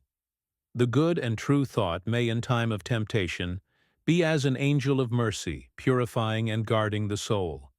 It also enshrines the germs of action, for good words almost invariably inspire to good works. Thus Sir Henry Lawrence prized above all other compositions Wordsworth's Character of the Happy Warrior, which he endeavored to embody in his own life. It was ever before him as an exemplar. He thought of it continually, and often quoted it to others. His biographer says, he tried to conform his own life and to assimilate his own character to it, and he succeeded, as all men succeed who are truly in earnest. Books possess an essence of immortality. They are by far the most lasting products of human effort. Temples crumble into ruin, pictures and statues decay, but books survive. Time is of no account with great thoughts, which are as fresh today as when they first passed through their authors' minds ages ago. What was then said and thought still speaks to us as vividly as ever from the printed page. The only effect of time has been to sift and winnow out the bad products, for nothing in literature can long survive but what is really good. Books introduce us into the best society. They bring us into the presence of the greatest minds that have ever lived. We hear what they said and did. We see them as if they were really alive. We are participators in their thoughts. We sympathize with them, enjoy with them, grieve with them.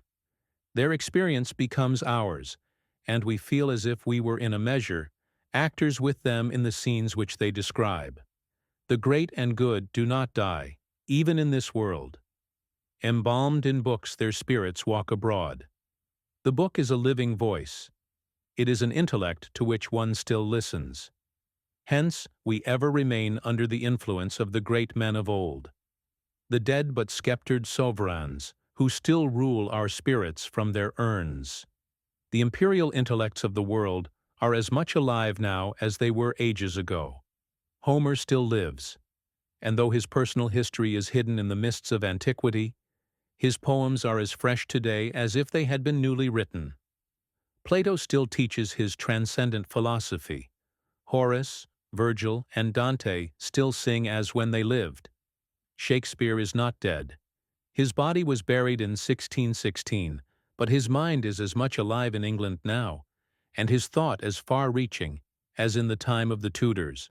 The humblest and poorest may enter the society of these great spirits without being thought intrusive. All who can read have got the entree. Would you laugh? Cervantes or Rabelais will laugh with you. Do you grieve? There is Thomas à Kempis or Jeremy Taylor to grieve with and console you. Always it is to books, and the spirits of great men embalmed in them, that we turn for entertainment, for instruction and solace, in joy and in sorrow, as in prosperity and in adversity. Man himself is, of all things in the world, the most interesting to man. Whatever relates to human life, its experiences, its joys, its sufferings, and its achievements, has usually attractions for him beyond all else. Each man is more or less interested in all other men as his fellow creatures, as members of the great family of humankind. And the larger a man's culture, the wider is the range of his sympathies in all that affects the welfare of his race. Men's interest in each other as individuals manifests itself in 1,000 ways. In the portraits which they paint, in the busts which they carve, in the narratives which they relate of each other.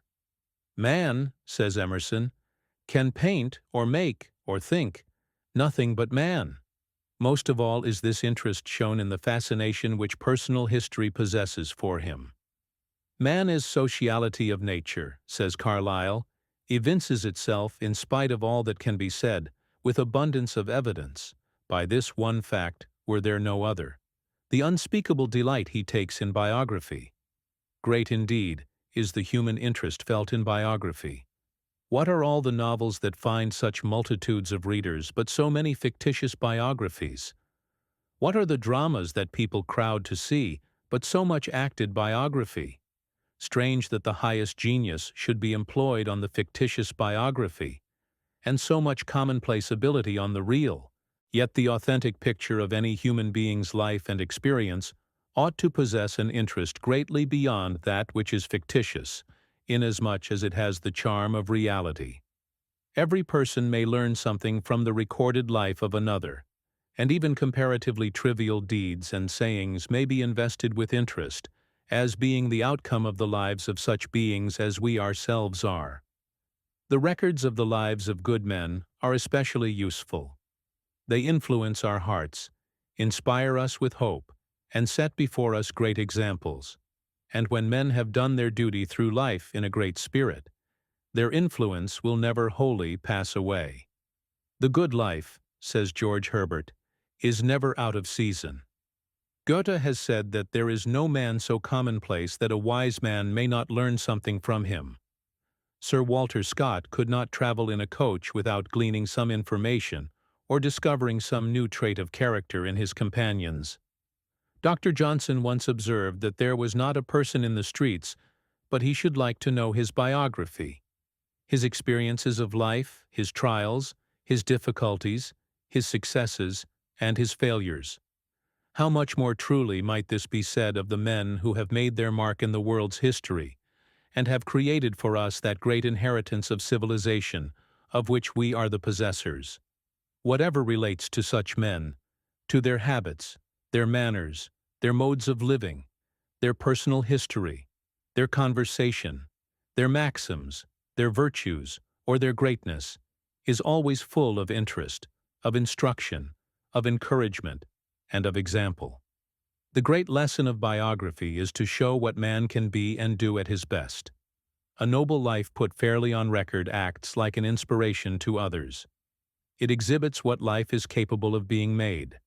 It refreshes our spirit, encourages our hopes, gives us new strength and courage and faith in others as well as in ourselves. It stimulates our aspirations, rouses us to action, and incites us to become co-partners with them in their work. To live with such men in their biographies, and to be inspired by their example, is to live with the best of men, and to mix in the best of company. At the head of all biographies stands the great biography the book of books. And what is the Bible? The most sacred and impressive of all books, the educator of youth, the guide of manhood, and the consoler of age, but a series of biographies of great heroes and patriarchs, prophets, kings, and judges, culminating in the greatest biography of all, the life embodied in the New Testament? How much have the great examples there set forth done for mankind? How many have drawn from them their truest strength, their highest wisdom, their best nurture and admonition? Truly does a great Roman Catholic writer describe the Bible as a book whose words live in the ear, like a music that can never be forgotten, like the sound of church bells which the convert hardly knows how he can forego. Its felicities often seem to be almost things rather than mere words. It is part of the national mind and the anchor of national seriousness. The memory of the dead passes into it. The potent traditions of childhood are stereotyped in its verses. The power of all the griefs and trials of man is hidden beneath its words. It is the representative of his best moments, and all that has been about him of soft and gentle and pure and penitent and good speaks to him forever out of his English Bible. It is his sacred thing, which doubt has never dimmed and controversy never soiled. In the length and breadth of the land, there is not a Protestant with one spark of religiousness about him whose spiritual biography is not in his Saxon Bible. It would indeed be difficult to overestimate the influence which the lives of the great and good have exercised upon the elevation of human character. The best biography, says Isaac Disraeli, is a reunion with human existence in its most excellent state. Indeed, it is impossible for one to read the lives of good men, much less inspired men, without being unconsciously lighted and lifted up in them, and growing insensibly nearer to what they thought and did. And even the lives of humbler persons, of men of faithful and honest spirit, who have done their duty in life well, are not without an elevating influence upon the character of those who come after them. History itself is best studied in biography. Indeed, history is biography, collective humanity, as influenced and governed by individual men. What is all history, says Emerson, but the work of ideas, a record of the incomparable energy which his infinite aspirations infuse into man? In its pages it is always persons we see more than principles. Historical events are interesting to us mainly in connection with the feelings, the sufferings and interests of those by whom they are accomplished. In history we are surrounded by men long dead, but whose speech and whose deeds survive. We almost catch the sound of their voices, and what they did constitutes the interest of history. We never feel personally interested in masses of men, but we feel and sympathize with the individual actors, whose biographies afford the finest and most real touches in all great historical dramas.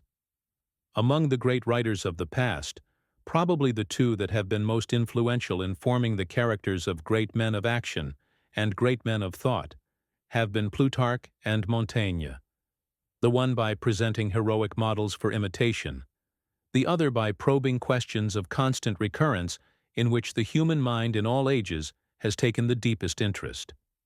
And the works of both are for the most part cast in a biographic form, their most striking illustrations consisting in the exhibitions of character and experience which they contain. Plutarch's Lives, though written nearly 1800 years ago, like Homer's Iliad, still holds its ground as the greatest work of its kind. It was the favorite book of Montaigne, and to Englishmen it possesses the special interest of having been Shakespeare's principal authority in his great classical dramas.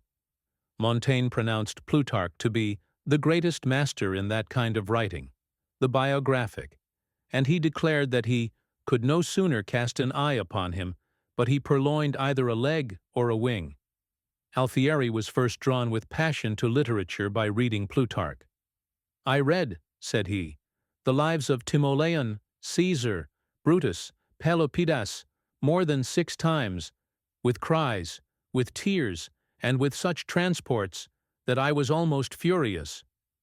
Every time that I met with one of the grand traits of these great men, I was seized with such vehement agitation as to be unable to sit still. Plutarch was also a favorite with persons of such various minds as Schiller and Benjamin Franklin, Napoleon, and Madame Roland. The latter was so fascinated by the book that she carried it to church with her in the guise of a missal, and read it surreptitiously during the service.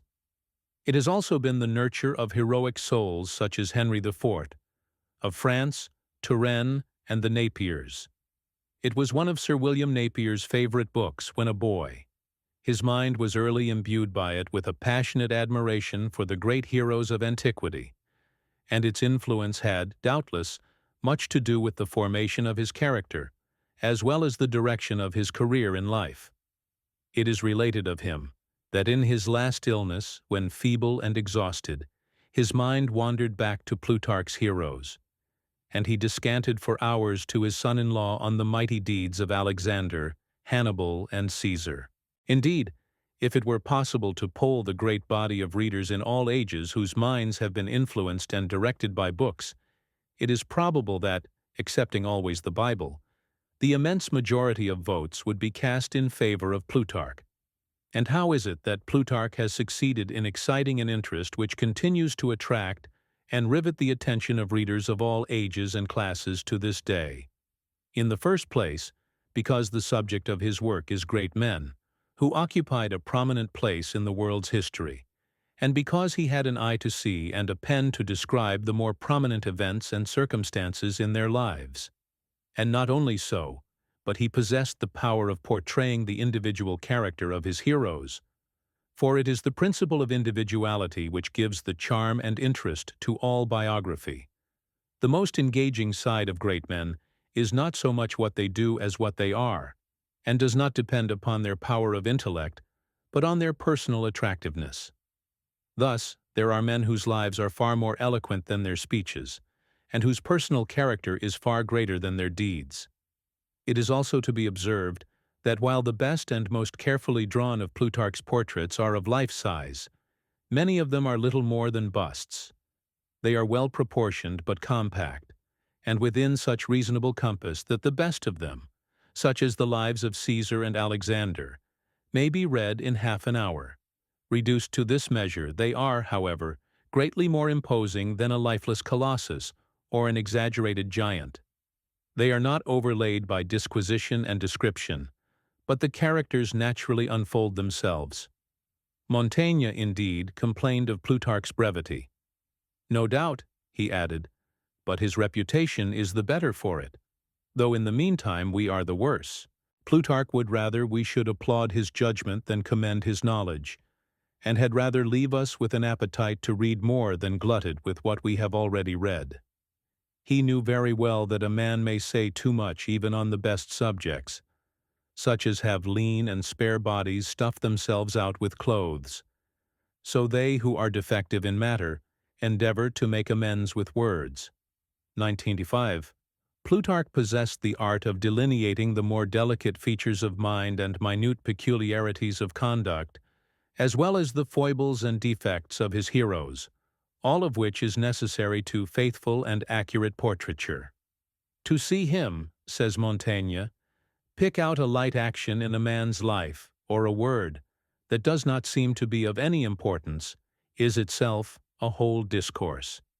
He even condescends to inform us of such homely particulars as that Alexander carried his head affectedly on one side, that Alcibiades was a dandy, and had a lisp which became him, giving a grace and persuasive turn to his discourse, that Cato had red hair and gray eyes, and was a usurer and a screw, selling off his old slaves when they became unfit for hard work, that Caesar was bald and fond of gay dress, and that Cicero, like Lord Brougham, had involuntary twitchings of his nose. Such minute particulars may by some be thought beneath the dignity of biography, but Plutarch thought them requisite for the due finish of the complete portrait which he set himself to draw. And it is by small details of character, personal traits, features, habits, and characteristics that we are enabled to see before us the men as they really lived. Plutarch's great merit consists in his attention to these little things, without giving them undue preponderance or neglecting those which are of greater moment. Sometimes he hits off an individual trait by an anecdote, which throws more light upon the character described than pages of rhetorical description would do. In some cases, he gives us the favorite maxim of his hero, and the maxims of men often reveal their hearts. Then, as to foibles, the greatest of men are not visually symmetrical. Each has his defect, his twist, his craze, and it is by his faults that the great man reveals his common humanity. We may, at a distance, admire him as a demigod, but as we come nearer to him, we find that he is but a fallible man, and our brother. Nor are the illustrations of the defects of great men without their uses. For, as Dr. Johnson observed, if nothing but the bright side of characters were shown, we should sit down in despondency, and think it utterly impossible to imitate them in anything. Plutarch himself justifies his method of portraiture by averring that his design was not to write histories, but lives.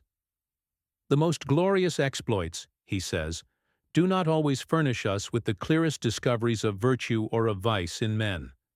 Sometimes a matter of much less moment, an expression or a jest, better informs us of their characters and inclinations than battles with the slaughter of tens of thousands, and the greatest arrays of armies or sieges of cities. Therefore, as portrait painters are more exact in their lines and features of the face and the expression of the eyes, in which the character is seen, without troubling themselves about the other parts of the body, so I must be allowed to give my more particular attention to the signs and indications of the souls of men, and while I endeavor by these means to portray their lives, I leave important events and great battles to be described by others. Things apparently trifling may stand for much in biography as well as history, and slight circumstances may influence great results. Pascal has remarked that if Cleopatra's nose had been shorter, the whole face of the world would probably have been changed. But for the amours of Pepin the Fat, the Saracens might have overrun Europe, as it was his illegitimate son, Charles Martel, who overthrew them at Tours, and eventually drove them out of France.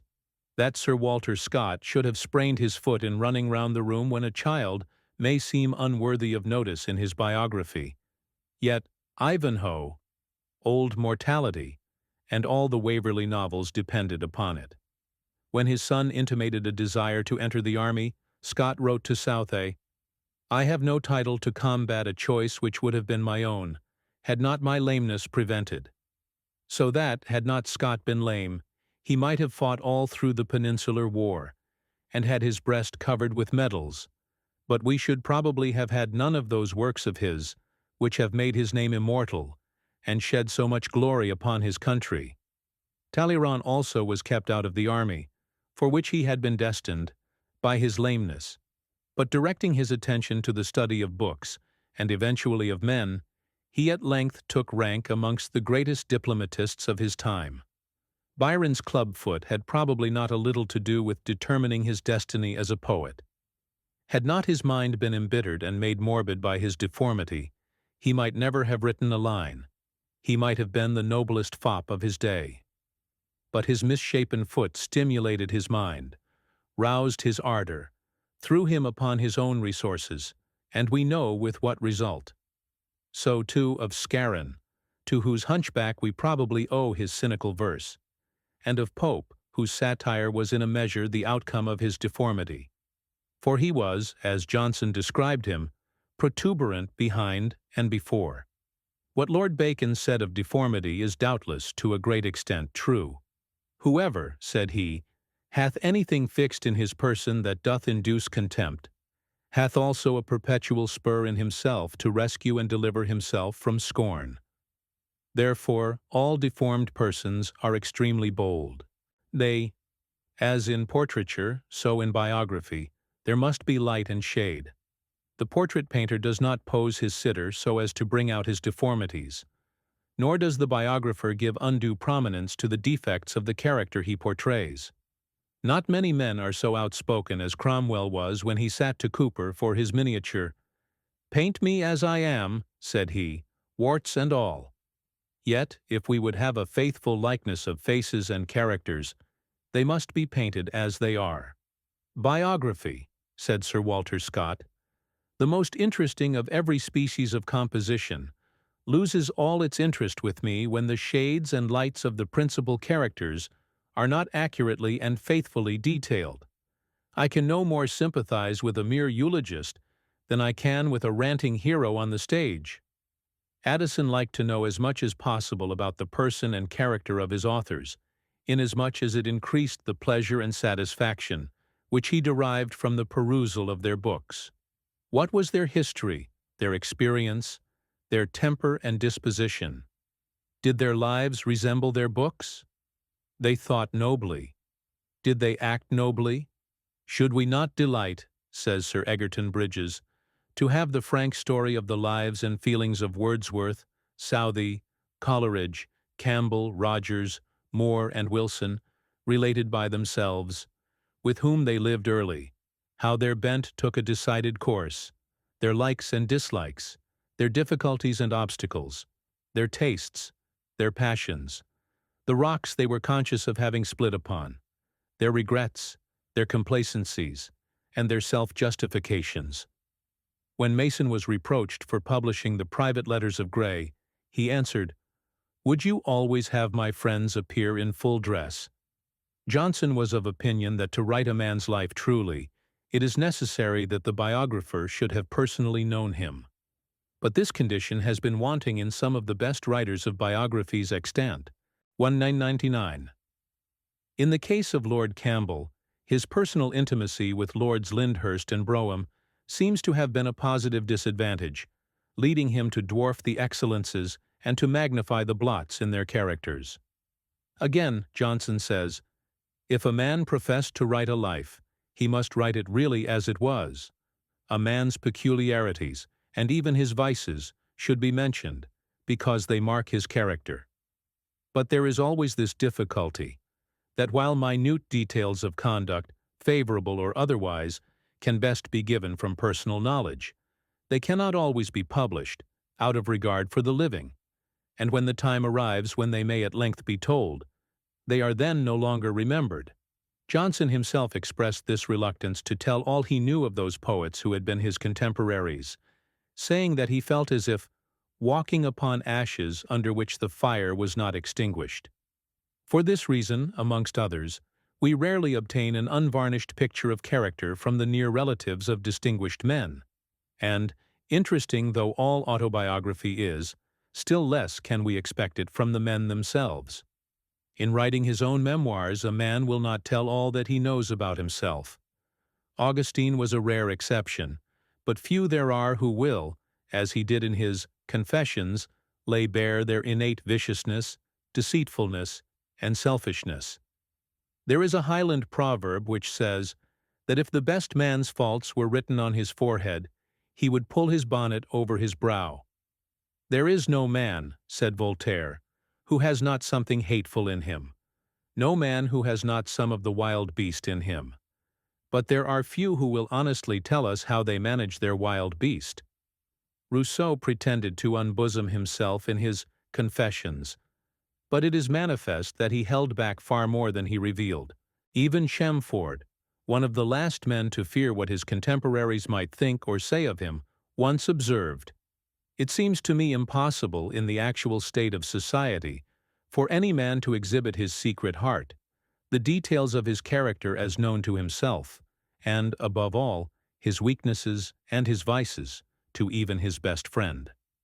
An autobiography may be true so far as it goes, but in communicating only part of the truth, it may convey an impression that is really false. It may be a disguise, sometimes it is an apology, exhibiting not so much what a man really was, as what he would have liked to be.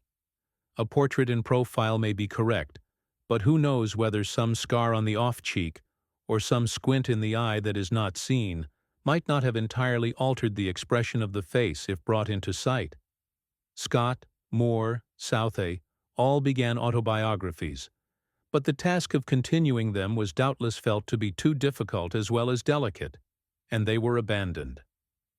French literature is especially rich in a class of biographic memoirs, of which we have few counterparts in English.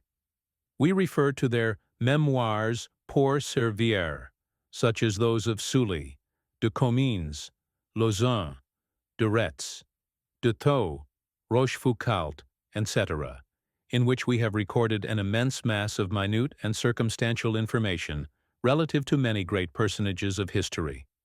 They are full of anecdotes illustrative of life and character, and of details which might be called frivolous, but that they throw a flood of light on the social habits and general civilization of the periods to which they relate. The memoirs of Saint-Simon are something more. They are marvelous dissections of character, and constitute the most extraordinary collection of anatomical biography that has ever been brought together. Saint-Simon might almost be regarded in the light of a posthumous court spy of Louis XIV. He was possessed by a passion for reading character, and endeavoring to decipher motives and intentions in the faces, expressions, conversation, and byplay of those about him. "I examine all my personages closely," said he, "watch their mouth, eyes, and ears constantly." And what he heard and saw he noted down with extraordinary vividness and dash. Acute, keen, and observant, he pierced the masks of the courtiers, and detected their secrets. The ardor with which he prosecuted his favorite study of character seemed insatiable, and even cruel. The eager anatomist, says Sainte-Beuve, was not more ready to plunge the scalpel into the still palpitating bosom in search of the disease that had baffled him. La Bruyère possessed the same gift of accurate and penetrating observation of character. He watched and studied everybody about him. He sought to read their secrets, and retiring to his chamber, he deliberately painted their portraits, returning to them from time to correct some prominent feature, hanging over them as fondly as an artist over some favorite study, adding trait to trait and touch to touch, until at length the picture was complete, and the likeness perfect.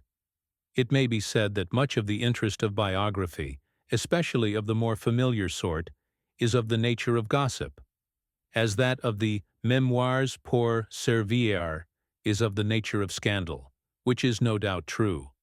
But both gossip and scandal illustrate the strength of the interest which men and women take in each other's personality, and which, exhibited in the form of biography, is capable of communicating the highest pleasure and yielding the best instruction. Indeed, biography, because it is instinct of humanity, is the branch of literature which, whether in the form of fiction, of anecdotal recollection, or of personal narrative, is the one that invariably commends itself to by far the largest class of readers. There is no room for doubt that the surpassing interest which fiction, whether in poetry or prose, possesses for most minds arises mainly from the biographic element which it contains. Homer's Iliad owes its marvelous popularity to the genius which its author displayed in the portrayal of heroic character. Yet he does not so much describe his personages in detail as make them develop themselves by their actions. "There are in Homer," said Dr. Johnson, "such characters of heroes and combination of qualities of heroes that the united powers of mankind ever since have not produced any but what are to be found there." The genius of Shakespeare also was displayed in the powerful delineation of character and the dramatic evolution of human passions. His personages seem to be real, living and breathing before us. So too with Cervantes, whose Sancho Panza, though homely and vulgar, is intensely human. The characters in Lesage's Gil Blas, in Goldsmith's Vicar of Wakefield, and in Scott's marvelous Muster Roll seem to us almost as real as persons whom we have actually known. And Defoe's greatest works are but so many biographies, painted in minute detail, with reality so apparently stamped upon every page that it is difficult to believe his Robinson Crusoe and Colonel Jack to have been fictitious instead of real persons. Though the richest romance lies enclosed in actual human life, and though biography, because it describes beings who have actually felt the joys and sorrows and experienced the difficulties and triumphs of real life, is capable of being made more attractive than the most perfect fictions ever woven. It is remarkable that so few men of genius have been attracted to the composition of works of this kind. Great works of fiction abound, but great biographies may be counted on the fingers. It may be for the same reason that a great painter of portraits, the late John Philip, R.A. Chatsise, explained his preference for subject painting, because, said he, portrait painting does not pay. Biographic portraiture involves laborious investigation and careful collection of facts, judicious rejection, and skillful condensation, as well as the art of presenting the character portrayed in the most attractive and lifelike form. Whereas, in the work of fiction, the writer's imagination is free to create and to portray character, without being trammeled by references or held down by the actual details of real life. There is indeed no want among us of ponderous but lifeless memoirs, many of them little better than inventories, put together with the help of the scissors as much as of the pen. What Constable said of the portraits of an inferior artist, "He takes all the bones and brains out of his heads," applies to a large class of portraiture, written as well as painted. They have no more life in them than a piece of waxwork or a clothes dummy at a tailor's door. What we want is a picture of a man as he lived, and lo, we have an exhibition of the biographer himself. We expect an embalmed heart, and we find only clothes. There is doubtless as high art displayed in painting a portrait in words, as there is in painting one in colors.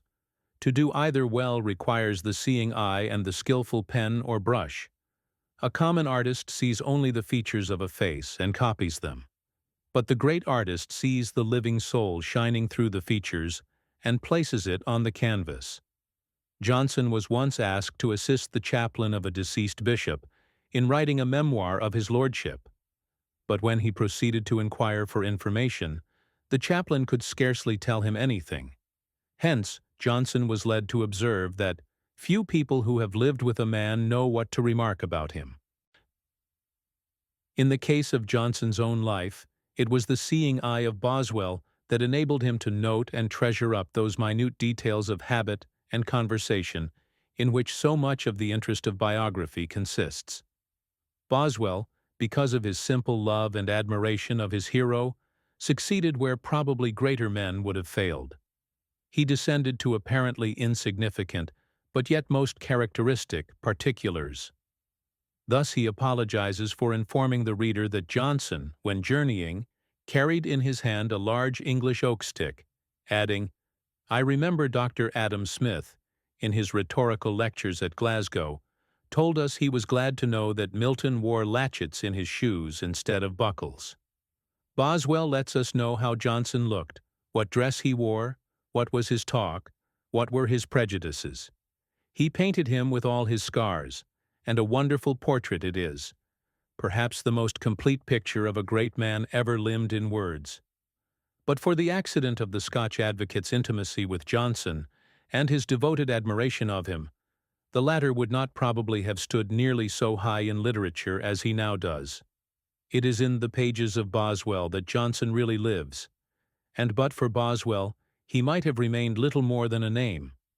Others there are who have bequeathed great works to posterity, but of whose lives next to nothing is known. What would we not give to have a Boswell's account of Shakespeare? We positively know more of the personal history of Socrates, of Horace, of Cicero, of Augustine, than we do of that of Shakespeare. We do not know what was his religion, what were his politics, what were his experiences, what were his relations to his contemporaries. The men of his own time do not seem to have recognized his greatness, and Ben Jonson, the court poet, whose blank verse Shakespeare was content to commit to memory and recite as an actor, stood higher in popular estimation. We only know that he was a successful theatrical manager, and that in the prime of life he retired to his native place, where he died, and had the honors of a village funeral. The greater part of the biography which has been constructed respecting him has been the result, not of contemporary observation or of record, but of inference. The best inner biography of the man is to be found in his sonnets. Men do not always take an accurate measure of their contemporaries.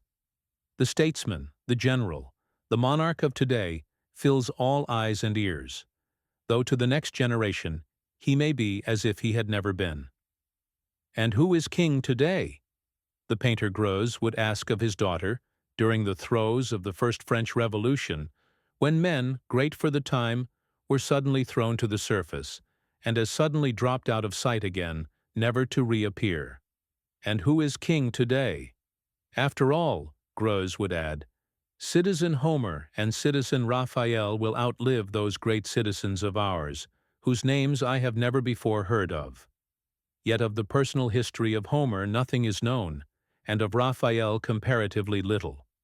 Even Plutarch, who wrote the lives of others so well, has no biography, none of the eminent Roman writers who were his contemporaries having so much as mentioned his name. And so of Correggio, who delineated the features of others so well, there is not known to exist an authentic portrait. There have been men who greatly influenced the life of their time, whose reputation has been much greater with posterity than it was with their contemporaries. Of Wycliffe, the patriarch of the Reformation, our knowledge is extremely small. He was but as a voice crying in the wilderness. We do not really know who was the author of The Imitation of Christ, a book that has had an immense circulation and exercised a vast religious influence in all Christian countries. It is usually attributed to Thomas à Kempis, but there is reason to believe that he was merely its translator, and the book that is really known to be his, 1910, is in all respects so inferior that it is difficult to believe that The Imitation proceeded from the same pen. It is considered more probable that the real author was John Gerson, Chancellor of the University of Paris, a most learned and devout man who died in 1429. Some of the greatest men of genius have had the shortest biographies. Of Plato, one of the great fathers of moral philosophy, we have no personal account. If he had wife and children, we hear nothing of them. About the life of Aristotle there is the greatest diversity of opinion. One says he was a Jew. Another, that he only got his information from a Jew. One says he kept an apothecary's shop. Another, that he was only the son of a physician. One alleges that he was an atheist. Another, that he was a Trinitarian, and so forth. But we know almost as little with respect to many men of comparatively modern times. Thus, how little do we know of the lives of Spenser, author of The Faerie Queene, and of Butler, the author of Hudibras, beyond the fact that they lived in comparative obscurity, and died in extreme poverty. How little, comparatively, do we know of the life of Jeremy Taylor, the golden preacher, of whom we should like to have known so much.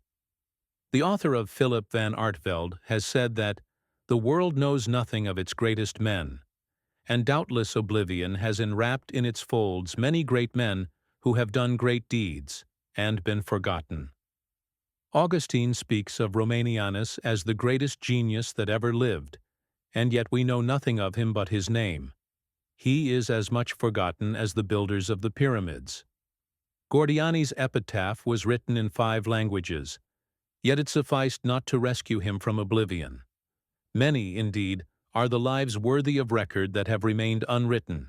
Men who have written books have been the most fortunate in this respect, because they possess an attraction for literary men, which those whose lives have been embodied in deeds do not possess. Thus there have been lives written of poets laureate who were mere men of their time, and of their time only. Dr. Johnson includes some of them in his Lives of the Poets, such as Edmund Smith and others, whose poems are now no longer known. The lives of some men of letters, such as Goldsmith, Swift, Sterne, and Steele, have been written again and again, whilst great men of action, men of science, and men of industry are left without a record. We have said that a man may be known by the company he keeps in his books. Let us mention a few of the favorites of the best-known men. Plutarch's admirers have already been referred to. Montaigne also has been the companion of most meditative men, although Shakespeare must have studied Plutarch carefully, inasmuch as he copied from him freely, even to his very words. It is remarkable that Montaigne is the only book which we certainly know to have been in the poet's library, one of Shakespeare's existing autographs having been found in a copy of Florio's translation of the Essays, which also contains, on the flyleaf, the autograph of Ben Jonson. Milton's favorite books were Homer, Ovid, and Euripides. The latter book was also the favorite of Charles James Fox, who regarded the study of it as especially useful to a public speaker. On the other hand, Pitt took especial delight in Milton, whom Fox did not appreciate, taking pleasure in reciting, from Paradise Lost, the grand speech of Belial, before the assembled powers of Pandemonium. Another of Pitt's favorite books was Newton's Principia. Again, the Earl of Chatham's favorite book was Barrow's Sermons, which he read so often as to be able to repeat them from memory, while Burke's companions were Demosthenes, Milton, Bolingbroke, and Young's Night Thoughts. Curran's favorite was Homer, which he read through once a year. Virgil was another of his favorites, his biographer Phillips saying that he once saw him reading the Aeneid in the cabin of a Holyhead packet, while everyone about him was prostrate by seasickness. Of the poets, Dante's favorite was Virgil, Corneille's was Lucan, Schiller's was Shakespeare, Gray's was Spenser, whilst Coleridge admired Collins and Bowles. Dante himself was a favorite with most great poets, from Chaucer to Byron and Tennyson. Lord Brougham, Macaulay, and Carlyle have alike admired and eulogized the great Italian. The former advised the students at Glasgow that next to Demosthenes, the study of Dante was the best preparative for the eloquence of the pulpit or the bar. Robert Hall sought relief in Dante from the racking pains of spinal disease, and Sidney Smith took to the same poet for comfort and solace in his old age. It was characteristic of Goethe that his favorite book should have been Spinoza's Ethics, in which he said he had found a peace and consolation, such as he had been able to find in no other work. Barrow's favorite was Saint Chrysostom. Bossuet's was Homer. Bunyan's was the old legend of Sir Bevis of Southampton, which in all probability gave him the first idea of his Pilgrim's Progress. One of the best prelates that ever sat on the English bench, Dr. John Sharp, said, "Shakespeare and the Bible have made me Archbishop of York." The two books which most impressed John Wesley when a young man were The Imitation of Christ and Jeremy Taylor's Holy Living and Dying. Yet Wesley was accustomed to caution his young friends against overmuch reading. "Beware you be not swallowed up in books," he would say to them. "An ounce of love is worth a pound of knowledge." Wesley's own life has been a great favorite with many thoughtful readers. Coleridge says, in his preface to Southey's Life of Wesley, that it was more often in his hands than any other in his ragged book regiment. To this work, and to the life of Richard Baxter, he says, I was used to resort whenever sickness and languor made me feel the want of an old friend of whose company I could never be tired. How many and many an hour of self-oblivion do I owe to this life of Wesley, and how often have I argued with it, questioned, remonstrated, been peevish, and asked pardon. Then again listened, and cried, "Right, excellent," and in yet heavier hours entreated it, as it were, to continue talking to me. For that I heard and listened, and was soothed, though I could make no reply. Sumet had only a very few hooks in his library, but they were of the best. Homer, Virgil, Dante, Camoens, Tasso, and Milton. De Quincey's favorite few were Donne, Chillingworth, Jeremy Taylor, Milton, South, Barrow, and Sir Thomas Browne. He described these writers as a Pleiad or constellation of 7 golden stars, such as in their class no literature can match, and from whose works he would undertake to build up an entire body of philosophy. Frederick the Great of Prussia manifested his strong French leanings in his choice of books, his principal favorites being Bayle, Rousseau, Voltaire, Rolin, Fleury, Malebranche, and one English author, Locke. His especial favorite was Bayle's Dictionary, which was the first book that laid hold of his mind, and he thought so highly of it that he himself made an abridgment and translation of it into German, which was published. It was a saying of Frederick's that books make up no small part of true happiness. In his old age, he said, "My latest passion will be for literature." It seems odd that Marshall Blucher's favorite book should have been Klopstock's Messiah and Napoleon Bonaparte's favorites, Ossian's Poems and The Sorrows of Werther. But Napoleon's range of reading was very extensive. It included Homer, Virgil, Tasso, novels of all countries, histories of all times, mathematics, legislation, and theology. He detested what he called the bombast and tinsel of Voltaire. The praises of Homer and Ossian he was never wearied of sounding. "Read again," he said to an officer on board the Bellerophon. "Read again the poet of Achilles. Devour Ossian. Those are the poets who lift up the soul and give to man a colossal greatness." The Duke of Wellington was an extensive reader. His principal favorites were Clarendon, Bishop Butler, Smith's Wealth of Nations, Hume, the Archduke Charles, Leslie, and the Bible. He was also particularly interested by French and English memoirs, more especially the French, memoirs pour server of all kinds. When at Walmer, Mr. Glegg says, "The Bible, the Prayer Book, Taylor's Holy Living and Dying, and Caesar's Commentaries lay within the Duke's reach, and judging by the marks of use on them, they must have been much read and often consulted. While books are among the best companions of old age, they are often the best inspirers of youth. The first book that makes a deep impression on a young man's mind often constitutes an epoch in his life. It may fire the heart, stimulate the enthusiasm, and by directing his efforts into unexpected channels, permanently influence his character. The new book, in which we form an intimacy with a new friend whose mind is wiser and riper than our own, may thus form an important starting point in the history of a life. It may sometimes almost be regarded in the light of a new birth. From the day when James Edward Smith was presented with his first botanical lesson book, and Sir Joseph Banks fell in with Gerard's Herbal, from the time when Alfieri first read Plutarch, and Schiller made his first acquaintance with Shakespeare, and Gibbon devoured the first volume of The Universal History.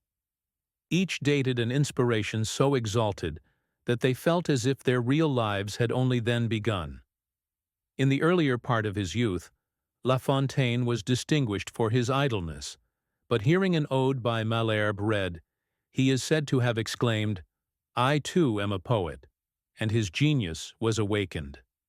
Charles Bossuet's mind was first fired to study by reading, at an early age, Fontenelle's Éloge of Men of Science. Another work of Fontenelle's, On the Plurality of Worlds, influenced the mind of Lalande in making choice of a profession. "It is with pleasure," says Lalande himself in a preface to the book, which he afterwards edited, "that I acknowledge my obligation to it for that devouring activity which its perusal first excited in me at the age of 16, and which I have since retained." In like manner, Lacépède was directed to the study of natural history by the perusal of Buffon's Histoire naturelle, which he found in his father's library, and read over and over again until he almost knew it by heart. Goethe was greatly influenced by the reading of Goldsmith's Vicar of Wakefield, just at the critical moment of his mental development, and he attributed to it much of his best education. The reading of a prose Life of Gotz von Berlichingen afterwards stimulated him to delineate his character in a poetic form. "The figure of a rude, well-meaning self-helper," he said, "in a wild, anarchic time, excited my deepest sympathy." Keats was an insatiable reader when a boy, but it was the perusal of the Faerie Queene, at the age of 17, that first lit the fire of his genius. The same poem is also said to have been the inspirer of Cowley, who found a copy of it accidentally lying on the window of his mother's apartment, and reading and admiring it, he became, as he relates, irrecoverably a poet. Coleridge speaks of the great influence which the poems of Bowles had in forming his own mind. The works of a past age, says he, seem to a young man to be things of another race, but the writings of a contemporary possess a reality for him, and inspire an actual friendship as of a man for a man. His very admiration is the wind which fans and feeds his hope. The poems themselves assume the properties of flesh and blood. But men have not merely been stimulated to undertake special literary pursuits by the perusal of particular books. They have been also stimulated by them to enter upon particular lines of action in the serious business of life. Thus, Henry Martyn was powerfully influenced to enter upon his heroic career as a missionary by perusing the lives of Henry Brainerd and Dr. Carey, who had opened up the furrows in which he went forth to sow the seed. Bentham has described the extraordinary influence which the perusal of Telemachus exercised upon his mind in boyhood. Another book, said he, and of far higher character, 19th and a collection of fairy tales, to which he refers, was placed in my hands. It was Telemachus. In my own imagination, and at the age of 6 or 7, I identified my own personality with that of the hero, who seemed to me a model of perfect virtue. And in my walk of life, whatever it may come to be, why said I to myself every now and then, why should not I be a Telemachus? That romance may be regarded as the foundation stone of my whole character, the starting post from whence my career of life commenced. The first dawning in my mind of the principles of utility may, I think, be traced to it. Cobbett's first favorite, because his only book, which he bought for 3d, was Swift's Tale of a Tub, the repeated perusal of which had, doubtless, much to do with the formation of his pithy, straightforward, and hard-hitting style of writing. The delight with which Pope, when a schoolboy, read Ogilvy's Homer was, most probably, the origin of the English Iliad, as the Percy Reliques fired the juvenile mind of Scott, and stimulated him to enter upon the collection and composition of his Border Ballads. Keatley's first reading of Paradise Lost, when a boy, led to his afterwards undertaking his life of the poet. The reading, he says, of Paradise Lost, for the first time forms, or should form, an era in the life of everyone possessed of taste and poetic feeling. To my mind, that time is ever present. Ever since, the poetry of Milton has formed my constant study, a source of delight in prosperity, of strength and consolation in adversity. Good books are thus among the best of companions, and by elevating the thoughts and aspirations, they act as preservatives against low associations. A natural turn for reading and intellectual pursuits, says Thomas Hood, probably preserved me from the moral shipwreck so apt to befall those who are deprived in early life of their parental pilotage. My books kept me from the ring, the dog pit, the tavern, the saloon.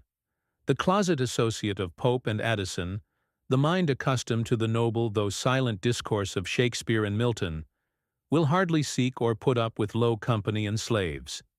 It has been truly said that the best books are those which most resemble good actions. They are purifying, elevating, and sustaining. They enlarge and liberalize the mind. They preserve it against vulgar worldliness. They tend to produce high-minded cheerfulness and equanimity of character. They fashion and shape and humanize the mind. In the northern universities, the schools in which the ancient classics are studied are appropriately styled the humanity classes. Erasmus, the great scholar, was even of opinion that books were the necessaries of life, and clothes the luxuries, and he frequently postponed buying the latter until he had supplied himself with the former. His greatest favorites were the works of Cicero, which he says he always felt himself the better for reading. I can never, he says, read the works of Cicero on old age, or friendship, or his Tusculan disputations, without fervently pressing them to my lips, without being penetrated with veneration for a mind little short of inspired by God himself. It was the accidental perusal of Cicero's Hortensius, which first detached St. Augustine, until then a profligate and abandoned sensualist, from his immoral life, and started him upon the course of inquiry and study, which led to his becoming the greatest among the fathers of the early Church.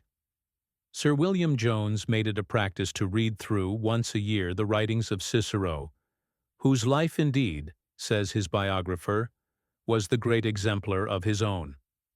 When the good old Puritan Baxter came to enumerate the valuable and delightful things of which death would deprive him, his mind reverted to the pleasures he had derived from books and study.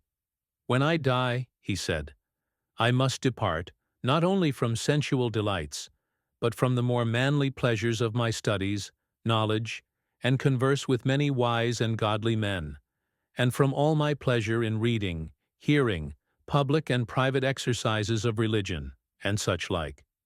I must leave my library, and turn over those pleasant books no more. I must no more come among the living, nor see the faces of my faithful friends, nor be seen of man.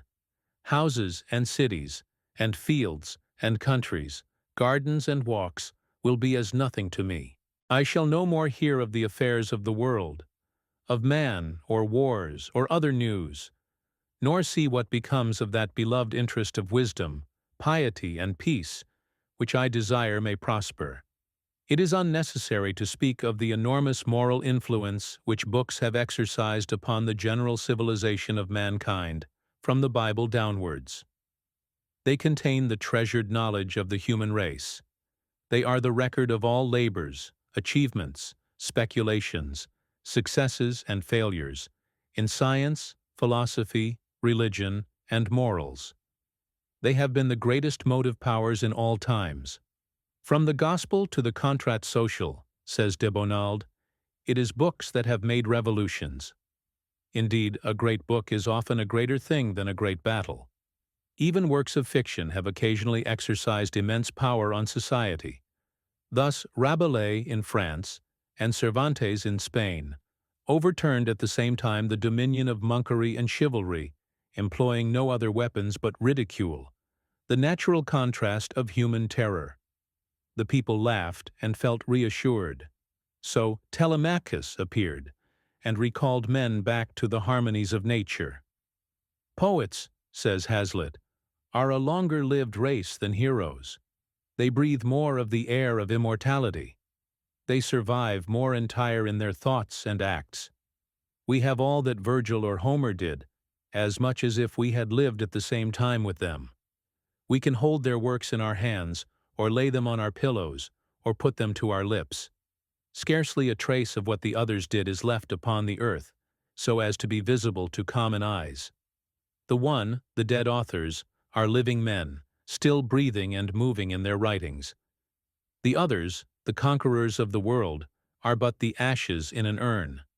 The sympathy, so to speak, between thought and thought is more intimate and vital than that between thought and action. Thought is linked to thought as flame kindles into flame. The tribute of admiration to the manes of departed heroism is like burning incense in a marble monument. Words, ideas, feelings, with the progress of time harden into substances. Things, bodies, actions, molder away or melt into a sound, into thin air. Not only a man's actions are effaced and vanish with him, his virtues and generous qualities die with him also. His intellect only is immortal, and bequeathed unimpaired to posterity. Words are the only things that last forever. Chapter 11. Companionship in Marriage. Kindness in women, not their beauteous looks, shall win my love. Shakespeare. In the husband wisdom, in the wife gentleness. George Herbert. If God had designed woman as man's master, he would have taken her from his head. If as his slave, he would have taken her from his feet. But as he designed her for his companion and equal, he took her from his side. St. Augustine. De civitate Dei. Who can find a virtuous woman? For her price is far above rubies. Her husband is known in the gates, and he sitteth among the elders of the land. Strength and honor are her clothing, and she shall rejoice in time to come. She openeth her mouth with wisdom, and in her tongue is the law of kindness. She looketh well to the ways of her husband, and eateth not the bread of idleness. Her children arise up and call her blessed, her husband also, and he praiseth her. Proverbs of Solomon. The character of men, as of women, is powerfully influenced by their companionship in all the stages of life. We have already spoken of the influence of the mother in forming the character of her children. She makes the moral atmosphere in which they live, and by which their minds and souls are nourished, as their bodies are, by the physical atmosphere they breathe. And while woman is the natural cherisher of infancy and the instructor of childhood, she is also the guide and counselor of youth, and the confidant and companion of manhood, in her various relations of mother, sister, lover, and wife. In short, the influence of woman more or less affects, for good or for evil, the entire destinies of man. The respective social functions and duties of men and women are clearly defined by nature. God created man and woman, each to do their proper work, each to fill their proper sphere. Neither can occupy the position, nor perform the functions, of the other. Their several vocations are perfectly distinct. Woman exists on her own account, as man does on his, at the same time that each has intimate relations with the other. Humanity needs both for the purposes of the race, and in every consideration of social progress both must necessarily be included. Though companions and equals, yet as regards the measure of their powers, they are unequal. Man is stronger, more muscular, and of rougher fiber. Woman is more delicate, sensitive, and nervous. The one excels in power of brain, the other in qualities of heart. And though the head may rule, it is the heart that influences.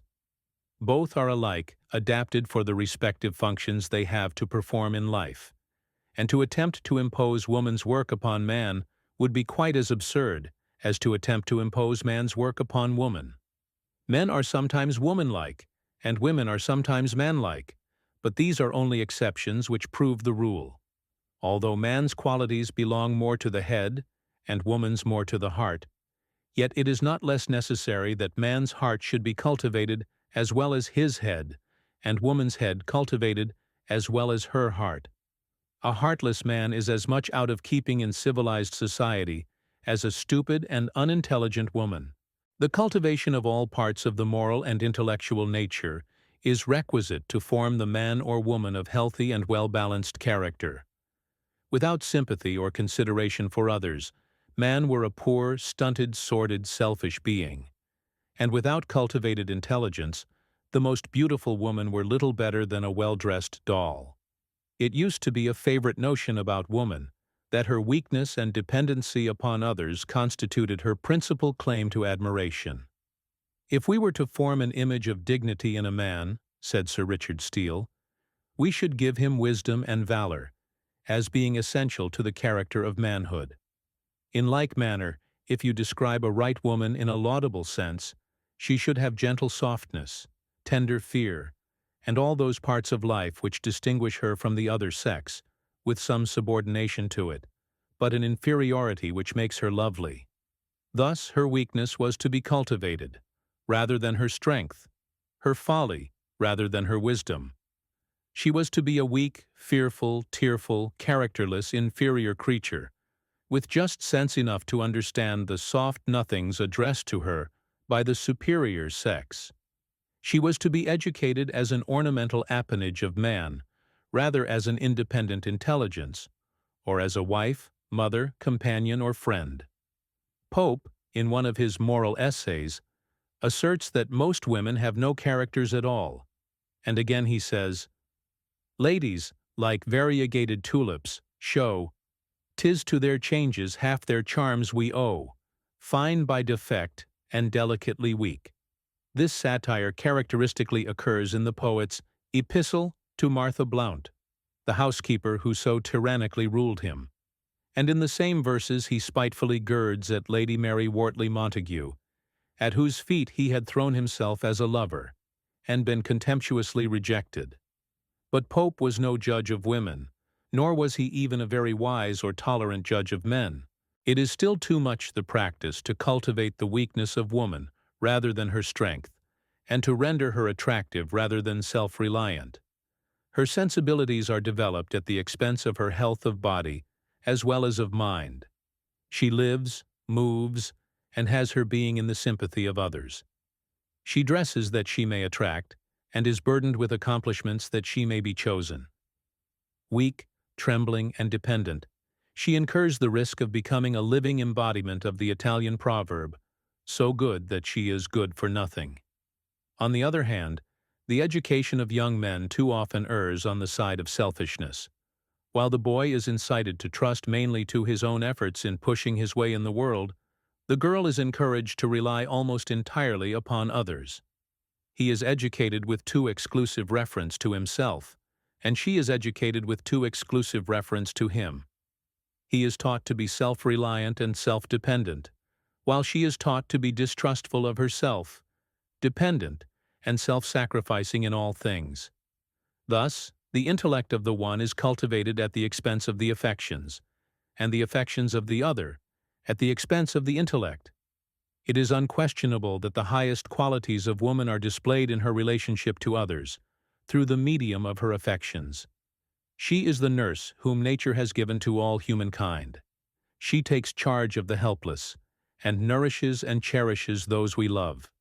She is the presiding genius of the fireside, where she creates an atmosphere of serenity and contentment, suitable for the nurture and growth of character in its best forms.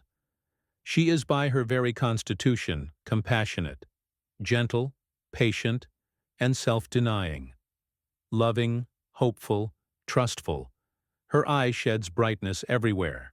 It shines upon coldness and warms it, upon suffering and relieves it, upon sorrow and cheers it. Her silver flow of subtle-paced counsel in distress, right to the heart and brain, though undescried, winning its way with extreme gentleness through all the outworks of suspicion's pride.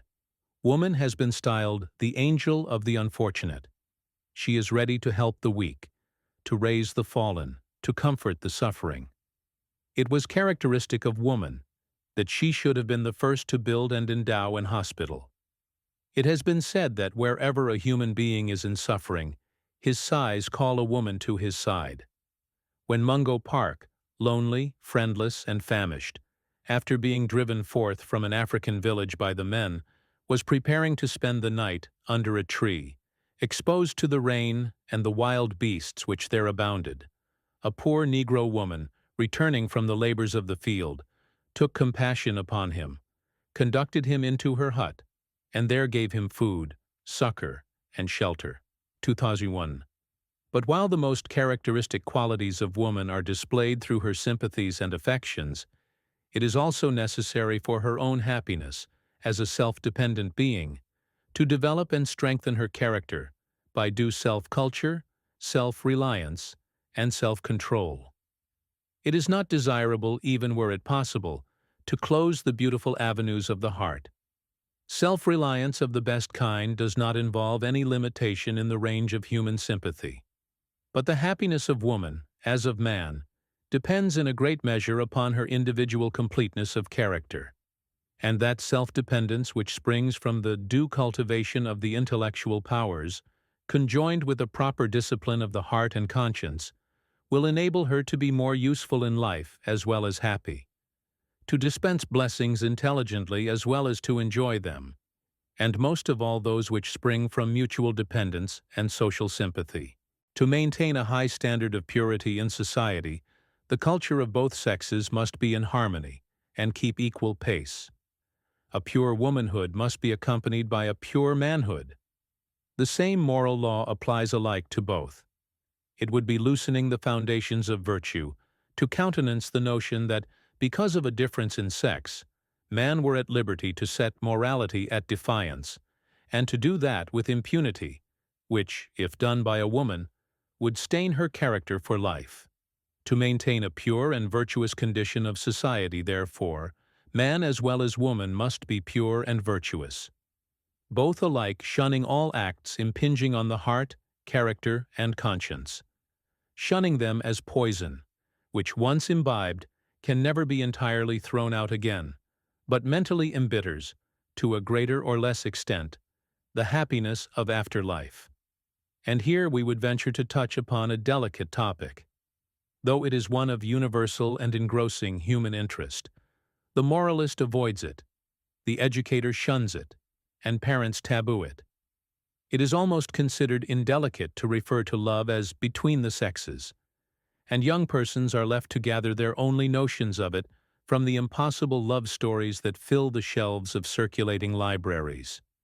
This strong and absorbing feeling, this besoin d'aimer, which nature has for wise purposes made so strong in woman that it colors her whole life and history, though it may form but an episode in the life of man, is usually left to follow its own inclinations, and to grow up for the most part unchecked, without any guidance or direction whatever.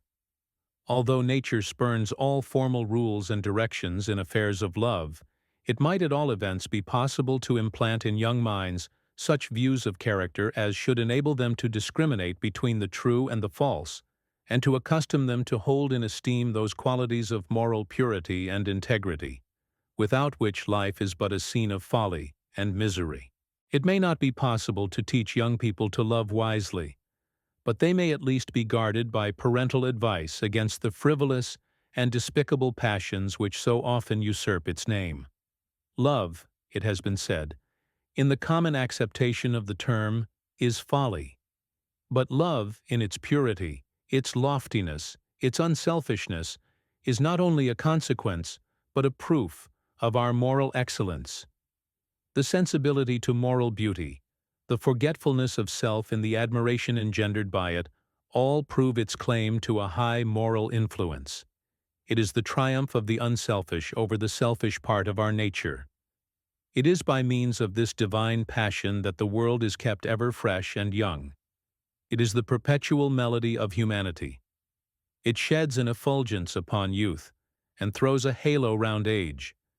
It glorifies the present by the light it casts backward, and it lightens the future by the beams it casts forward. The love which is the outcome of esteem and admiration has an elevating and purifying effect on the character. It tends to emancipate one from the slavery of self. It is altogether unsordid. Itself is its only price. It inspires gentleness, sympathy, mutual faith, and confidence. True love also, in a measure, elevates the intellect. All love renders wise in a degree, says the poet Browning, and the most gifted minds have been the sincerest lovers. Great souls make all affections great. They elevate and consecrate all true delights. The sentiment even brings to light qualities before lying dormant and unsuspected. It elevates the aspirations, expands the soul, and stimulates the mental powers. One of the finest compliments ever paid to a woman was that of Steele, when he said of Lady Elizabeth Hastings that to have loved her was a liberal education. Viewed in this light, woman is an educator in the highest sense, because above all other educators, she educates humanly and lovingly. It has been said that no man and no woman can be regarded as complete in their experience of life, until they have been subdued into union with the world through their affections. As woman is not woman until she has known love, neither is man man. Both are requisite to each other's completeness. Plato entertained the idea that lovers each sought a likeness in the other, and that love was only the divorced half of the original human being entering into union with its counterpart. But philosophy would here seem to be at fault, for affection quite as often springs from unlikeness as from likeness in its object. The true union must needs be one of mind as well as of heart, and based on mutual esteem as well as mutual affection. No true and enduring love, says Fichte, can exist without esteem. Every other draws regret after it, and is unworthy of any noble human soul. One cannot really love the bad, but always something that we esteem and respect as well as admire. In short, true union must rest on qualities of character, which rule in domestic as in public life. But there is something far more than mere respect and esteem in the union between man and wife. The feeling on which it rests is far deeper and tenderer, such, indeed, as never exists between men or between women. In matters of affection, says Nathaniel Hawthorne, there is always an impassable gulf between man and man. They can never quite grasp each other's hands, and therefore man never derives any intimate help, any heart sustenance, from his brother man, but from woman, his mother, his sister, or his wife. Man enters a new world of joy and sympathy and human interest through the porch of love. He enters a new world in his home, the home of his own making, altogether different from the home of his boyhood, where each day brings with it a succession of new joys and experiences. He enters also, it may be, a new world of trials and sorrows, in which he often gathers his best culture and discipline. Family life, says Sainte-Beuve, may be full of thorns and cares, but they are fruitful. All others are dry thorns. And again, if a man's home, at a certain period of life, does not contain children, it will probably be found filled with follies or with vices. A life exclusively occupied in affairs of business insensibly tends to narrow and harden the character. It is mainly occupied with self-watching for advantages, and guarding against sharp practice on the part of others. Thus the character unconsciously tends to grow suspicious and ungenerous.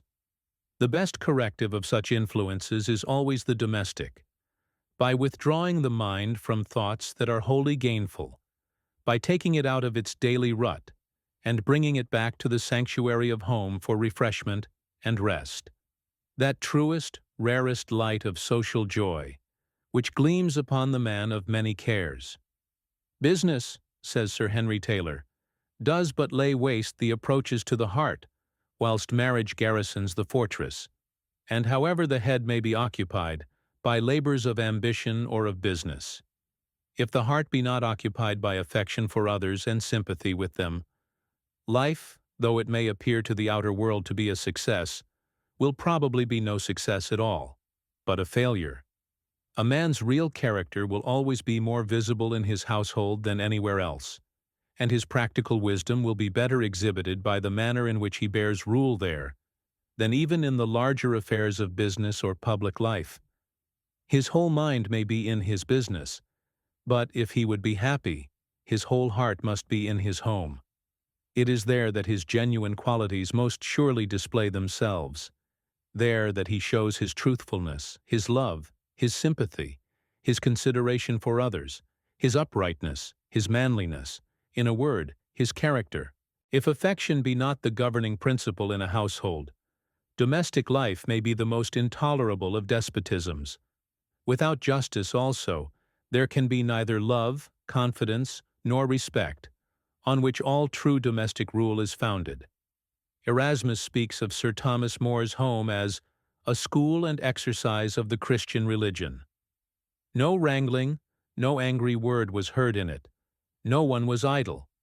Every one did his duty with alacrity, and not without a temperate cheerfulness. Sir Thomas won all hearts to obedience by his gentleness.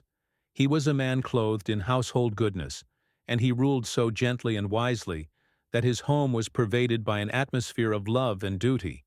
He himself spoke of the hourly interchange of the smaller acts of kindness with the several members of his family, as having a claim upon his time as strong as those other public occupations of his life, which seemed to others so much more serious and important. But the man whose affections are quickened by home life does not confine his sympathies within that comparatively narrow sphere. His love enlarges in the family, and through the family it expands into the world. Love, says Emerson, is a fire that, kindling its first embers in the narrow nook of a private bosom, caught from a wandering spark out of another private heart, glows and enlarges until it warms and beams upon multitudes of men and women, upon the universal heart of all, and so lights up the whole world and nature with its generous flames. It is by the regimen of domestic affection that the heart of man is best composed and regulated. The home is the woman's kingdom, her state, her world, where she governs by affection, by kindness, by the power of gentleness. There is nothing which so settles the turbulence of a man's nature as his union in life with a high-minded woman. There he finds rest, contentment, and happiness, rest of brain and peace of spirit. He will also often find in her his best counselor, for her instinctive tact will usually lead him right, when his own unaided reason might be apt to go wrong. The true wife is a staff to lean upon in times of trial and difficulty, and she is never wanting in sympathy and solace when distress occurs or fortune frowns. In the time of youth, she is a comfort and an ornament of man's life, and she remains a faithful helpmate in maturer years, when life has ceased to be an anticipation, and we live in its realities. What a happy man must Edmund Burke have been when he could say of his home, "Every care vanishes the moment I enter under my own roof." And Luther, a man full of human affection, speaking of his wife, said, "I would not exchange my poverty with her for all the riches of Croesus without her." Of marriage he observed, "The utmost blessing that God can confer on a man is the possession of a good and pious wife, with whom he may live in peace and tranquillity, to whom he may confide his whole possessions, even his life and welfare." And again he said, "To rise betimes and to marry young are what no man ever repents of doing." For a man to enjoy true repose and happiness in marriage, he must have in his wife a soulmate as well as a helpmate. But it is not requisite that she should be merely a pale copy of himself. A man no more desires in his wife a manly woman than the woman desires in her husband a feminine man. A woman's best qualities do not reside in her intellect, but in her affections. She gives refreshment by her sympathies, rather than by her knowledge. "The brain women," says Oliver Wendell Holmes, "never interest us like the heart women." Men are often so wearied with themselves that they are rather predisposed to admire qualities and tastes in others different from their own. "If I were suddenly asked," says Mr. Helps, "to give a proof of the goodness of God to us, I think I should say that it is most manifest in the exquisite difference he has made between the souls of men and women, so as to create the possibility of the most comforting and charming companionship that the mind of man can imagine." 2:6. But though no man may love a woman for her understanding, it is not the less necessary for her to cultivate it on that account. There may be difference in character, but there must be harmony of mind and sentiment, two intelligent souls as well as two loving hearts, two heads in council, two beside the hearth, two in the tangled business of the world, two in the liberal offices of life. There are few men who have written so wisely on the subject of marriage as Sir Henry Taylor. What he says about the influence of a happy union in its relation to successful statesmanship applies to all conditions of life. The true wife, he says, should possess such qualities as will tend to make home as much as may be a place of repose. To this end, she should have sense enough or worth enough to exempt her husband as much as possible from the troubles of family management, and more especially from all possibility of debt. She should be pleasing to his eyes and to his taste. The taste goes deep into the nature of all men. Love is hardly apart from it. And in a life of care and excitement, that home which is not the seat of love cannot be a place of repose. Rest for the brain, and peace for the spirit, being only to be had through the softening of the affections. He should look for a clear understanding, cheerfulness, and alacrity of mind, rather than gaiety and brilliancy, and for a gentle tenderness of disposition in preference to an impassioned nature. Lively talents are too stimulating in a tired man's house. Passion is too disturbing. Her love should be a love that clings not, nor is exigent, encumbers not the active purposes, nor drains their source, but prefers with free grace pleasure at pleasure touched, at pleasure waved, a washing of the weary traveler's feet, a quenching of his thirst, a sweet repose, alternate and preparative. In groves, where loving much the flower that loves the shade, and loving much the shade that that flower loves, he yet is unbewildered, unenslaved, thence starting light, and pleasantly let go when serious service calls. Some persons are disappointed in marriage because they expect too much from it, but many more because they do not bring into the co-partnership their fair share of cheerfulness, kindliness, forbearance, and common sense. Their imagination has perhaps pictured a condition never experienced on this side heaven, and when real life comes, with its troubles and cares, there is a sudden waking up as from a dream, or they look for something approaching perfection in their chosen companion, and discover by experience that the fairest of characters have their weaknesses. Yet it is often the very imperfection of human nature, rather than its perfection, that makes the strongest claims on the forbearance and sympathy of others, and, in affectionate and sensible natures, tends to produce the closest unions. The golden rule of married life is, bear and forbear. Marriage, like government, is a series of compromises. One must give and take, refrain and restrain, endure and be patient. One may not be blind to another's failings, but they may be born with good-natured forbearance. Of all qualities, good temper is the one that wears and works the best in married life. Conjoined with self-control, it gives patience, the patience to bear and forbear, to listen without retort, to refrain until the angry flash has passed. How true it is in marriage, that the soft answer turneth away wrath. Burns the poet, in speaking of the qualities of a good wife, divided them into 10 parts. 4 of these he gave to good temper, 2 to good sense, 1 to wit, 1 to beauty, such as a sweet face, eloquent eyes, a fine person, a graceful carriage, and the other 2 parts he divided amongst the other qualities belonging to or attending on a wife, such as fortune, connections, education that is, of a higher standard than ordinary, family blood. But he said, divide those 2 degrees as you please, only remember that all these minor proportions must be expressed by fractions, for there is not any one of them that is entitled to the dignity of an integer. It has been said that girls are very good at making nets, but that it would be better still if they would learn to make cages. Men are often as easily caught as birds, but as difficult to keep. If the wife cannot make her home bright and happy, so that it shall be the cleanest, sweetest, cheerfulest place that her husband can find refuge in, a retreat from the toils and troubles of the outer world, then God help the poor man, for he is virtually homeless. No wise person will marry for beauty mainly. It may exercise a powerful attraction in the first place, but it is found to be of comparatively little consequence afterwards. Not that beauty of person is to be underestimated, for, other things being equal, handsomeness of form and beauty of features are the outward manifestations of health. But to marry a handsome figure without character, fine features unbeautified by sentiment or good nature, is the most deplorable of mistakes. As even the finest landscape seen daily becomes monotonous, so does the most beautiful face, unless a beautiful nature shines through it.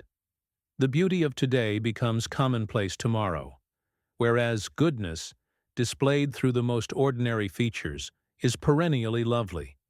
Moreover, this kind of beauty improves with age, and time ripens rather than destroys it. After the first year, married people rarely think of each other's features, and whether they be classically beautiful or otherwise, but they never fail to be cognizant of each other's temper. When I see a man, says Addison, with a sour, riveled face, I cannot forbear pitying his wife, and when I meet with an open, ingenuous countenance, I think of the happiness of his friends, his family, and his relations. We have given the views of the poet Burns as to the qualities necessary in a good wife. Let us add the advice given by Lord Burleigh to his son, embodying the experience of a wise statesman and practiced man of the world. When it shall please God, said he, to bring thee to man's estate, use great providence and circumspection in choosing thy wife. For from thence will spring all thy future good or evil. And it is an action of thy life, like unto a stratagem of war, wherein a man can err but once. Inquire diligently of her disposition, and how her parents have been inclined in their youth. Let her not be poor, how generous, 20 well-born soever. For a man can buy nothing in the market with gentility, nor choose a base and uncomely creature altogether for wealth. For it will cause contempt in others, and loathing in thee. Neither make choice of a dwarf or a fool. For by the one thou shalt beget a race of pygmies, while the other will be thy continual disgrace. And it will yerk thee to hear her talk. For thou shalt find it to thy great grief, that there is nothing more fulsome disgusting than a she-fool. A man's moral character is, necessarily, powerfully influenced by his wife. A lower nature will drag him down, as a higher will lift him up.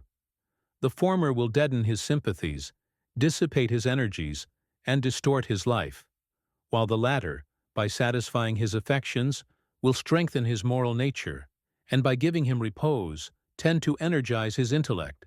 Not only so, but a woman of high principles will insensibly elevate the aims and purposes of her husband, as one of low principles will unconsciously degrade them. De Tocqueville was profoundly impressed by this truth. He entertained the opinion that man could have no such mainstay in life as the companionship of a wife of good temper and high principle. He says that in the course of his life he had seen even weak men display real public virtue, because they had by their side a woman of noble character, who sustained them in their career and exercised a fortifying influence on their views of public duty. Whilst, on the contrary, he had still oftener seen men of great and generous instincts transformed into vulgar self-seekers, by contact with women of narrow natures, devoted to an imbecile love of pleasure, and from whose minds the grand motive of duty was altogether absent. De Tocqueville himself had the good fortune to be blessed with an admirable wife, and in his letters to his intimate friends, he spoke most gratefully of the comfort and support he derived from her sustaining courage, her equanimity of temper, and her nobility of character. The more indeed that de Tocqueville saw of the world and of practical life, the more convinced he became of the necessity of healthy domestic conditions for a man's growth in virtue and goodness. Especially did he regard marriage as of inestimable importance in regard to a man's true happiness, and he was accustomed to speak of his own as the wisest action of his life. Many external circumstances of happiness, he said, have been granted to me, but more than all, I have to thank heaven for having bestowed on me true domestic happiness, the first of human blessings. As I grow older, the portion of my life which in my youth I used to look down upon, every day becomes more important in my eyes, and would now easily console me for the loss of all the rest. Waidri, and again, writing to his bosom friend de Kergorle, he said, "Of all the blessings which God has given to me, the greatest of all in my eyes is to have lighted on Marie. You cannot imagine what she is in great trials. Usually so gentle, she then becomes strong and energetic. She watches me without my knowing it. She softens, calms, and strengthens me in difficulties which disturb me, but leave her serene." 2012. In another letter he says, "I cannot describe to you the happiness yielded in the long run by the habitual society of a woman in whose soul all that is good in your own is reflected naturally, and even improved.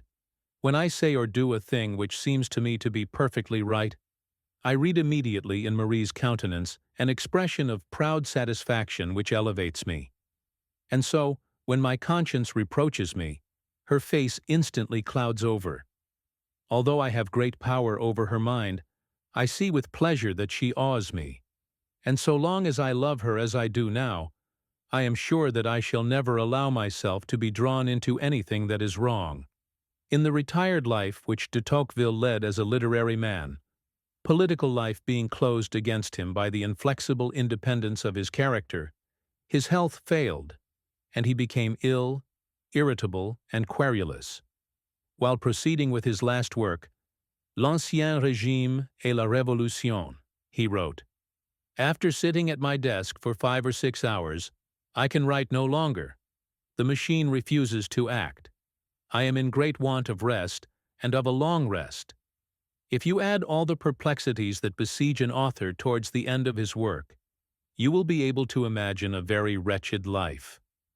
I could not go on with my task if it were not for the refreshing calm of Marie's companionship. It would be impossible to find a disposition forming a happier contrast to my own. In my perpetual irritability of body and mind, she is a providential resource that never fails me. M. Guizot was, in like manner, sustained and encouraged, amidst his many vicissitudes and disappointments, by his noble wife. If he was treated with harshness by his political enemies, his consolation was in the tender affection which filled his home with sunshine. Though his public life was bracing and stimulating, he felt nevertheless that it was cold and calculating, and neither filled the soul nor elevated the character. Man longs for a happiness, he says in his Memoirs, more complete and more tender than that which all the labors and triumphs of active exertion and public importance can bestow. What I know today, at the end of my race, I have felt when it began, and during its continuance. Even in the midst of great undertakings, domestic affections form the basis of life, and the most brilliant career has only superficial and incomplete enjoyments, if a stranger to the happy ties of family and friendship. The circumstances connected with Monsieur Guizot's courtship and marriage are curious and interesting. While a young man living by his pen in Paris, writing books, reviews, and translations, he formed a casual acquaintance with Mademoiselle Pauline de Moulins, a lady of great ability, then editor of the Publiciste. A severe domestic calamity having befallen her, she fell ill, and was unable for a time to carry on the heavy literary work connected with her journal. At this juncture a letter without any signature reached her one day, offering a supply of articles, which the writer hoped would be worthy of the reputation of the Publiciste. The articles duly arrived, were accepted, and published. They dealt with a great variety of subjects: art, literature, theatricals, and general criticism. When the editor at length recovered from her illness, the writer of the articles disclosed himself. It was Monsieur Guizot. An intimacy sprang up between them which ripened into mutual affection, and before long Mademoiselle de Moulins became his wife. From that time forward, she shared in all her husband's joys and sorrows, as well as in many of his labors. Before they became united, he asked her if she thought she should ever become dismayed at the vicissitudes of his destiny, which he then saw looming before him. She replied that he might assure himself that she would always passionately enjoy his triumphs, but never heave a sigh over his defeats. When Monsieur Guizot became First Minister of Louis Philippe, she wrote to a friend, "I now see my husband much less than I desire, but still I see him.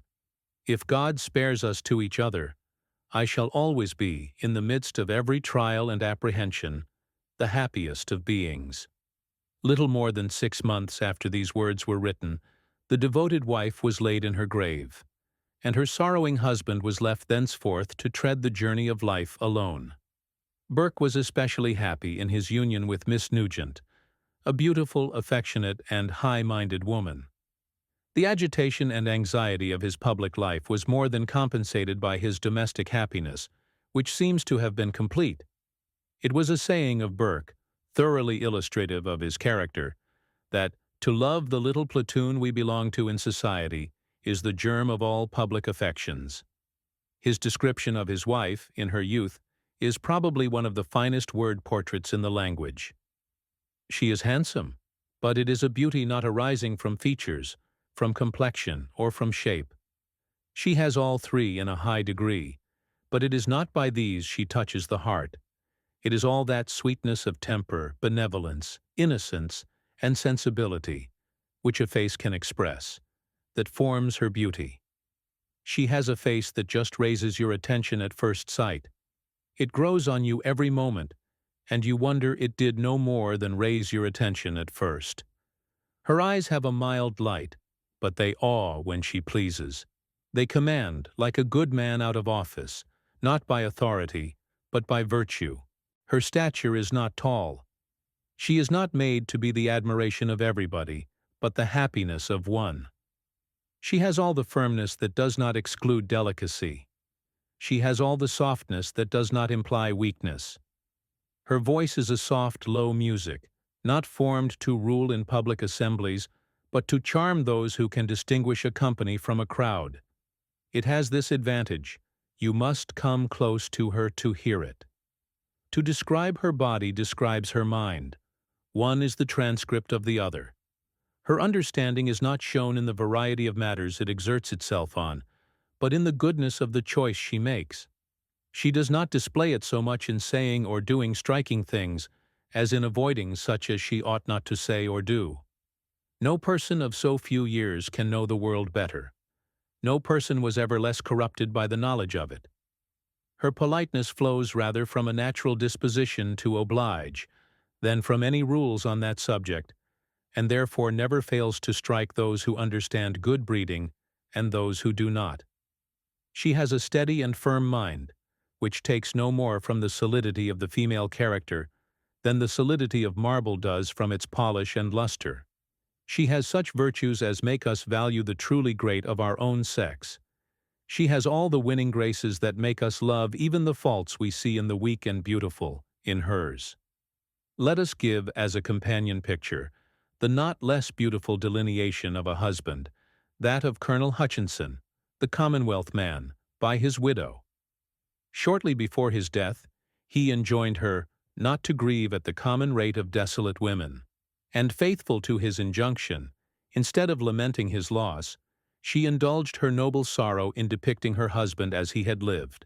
They who dote on mortal excellences, she says, in her introduction to the Life, when, by the inevitable fate of all things frail, their adored idols are taken from them, may let loose the winds of passion, to bring in a flood of sorrow, whose ebbing tides carry away the dear memory of what they have lost.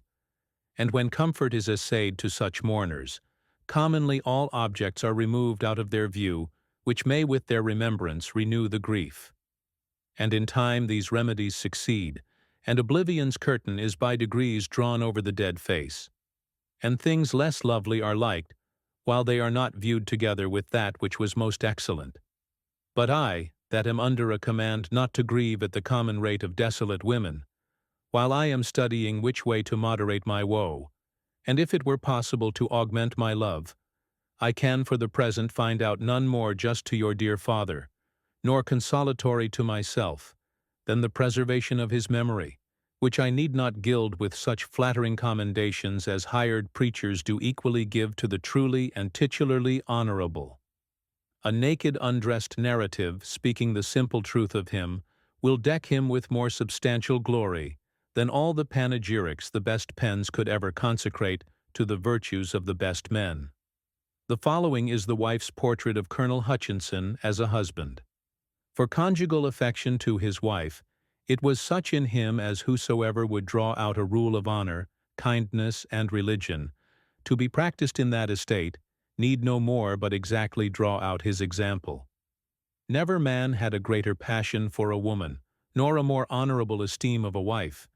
Yet he was not uxorious, nor remitted he that just rule which it was her honor to obey, but managed the reins of government with such prudence and affection, that she who could not delight in such an honorable and advantageable subjection must have wanted a reasonable soul. He governed by persuasion, which he never employed but to things honorable and profitable to herself. He loved her soul and her honor more than her outside, and yet he had ever for her person a constant indulgence, exceeding the common temporary passion of the most uxorious fools. If he esteemed her at a higher rate than she and herself could have deserved, he was the author of that virtue he doted on, while she only reflected his own glories upon him. All that she was him, while he was here, and all that she is now, at best, is but his pale shade.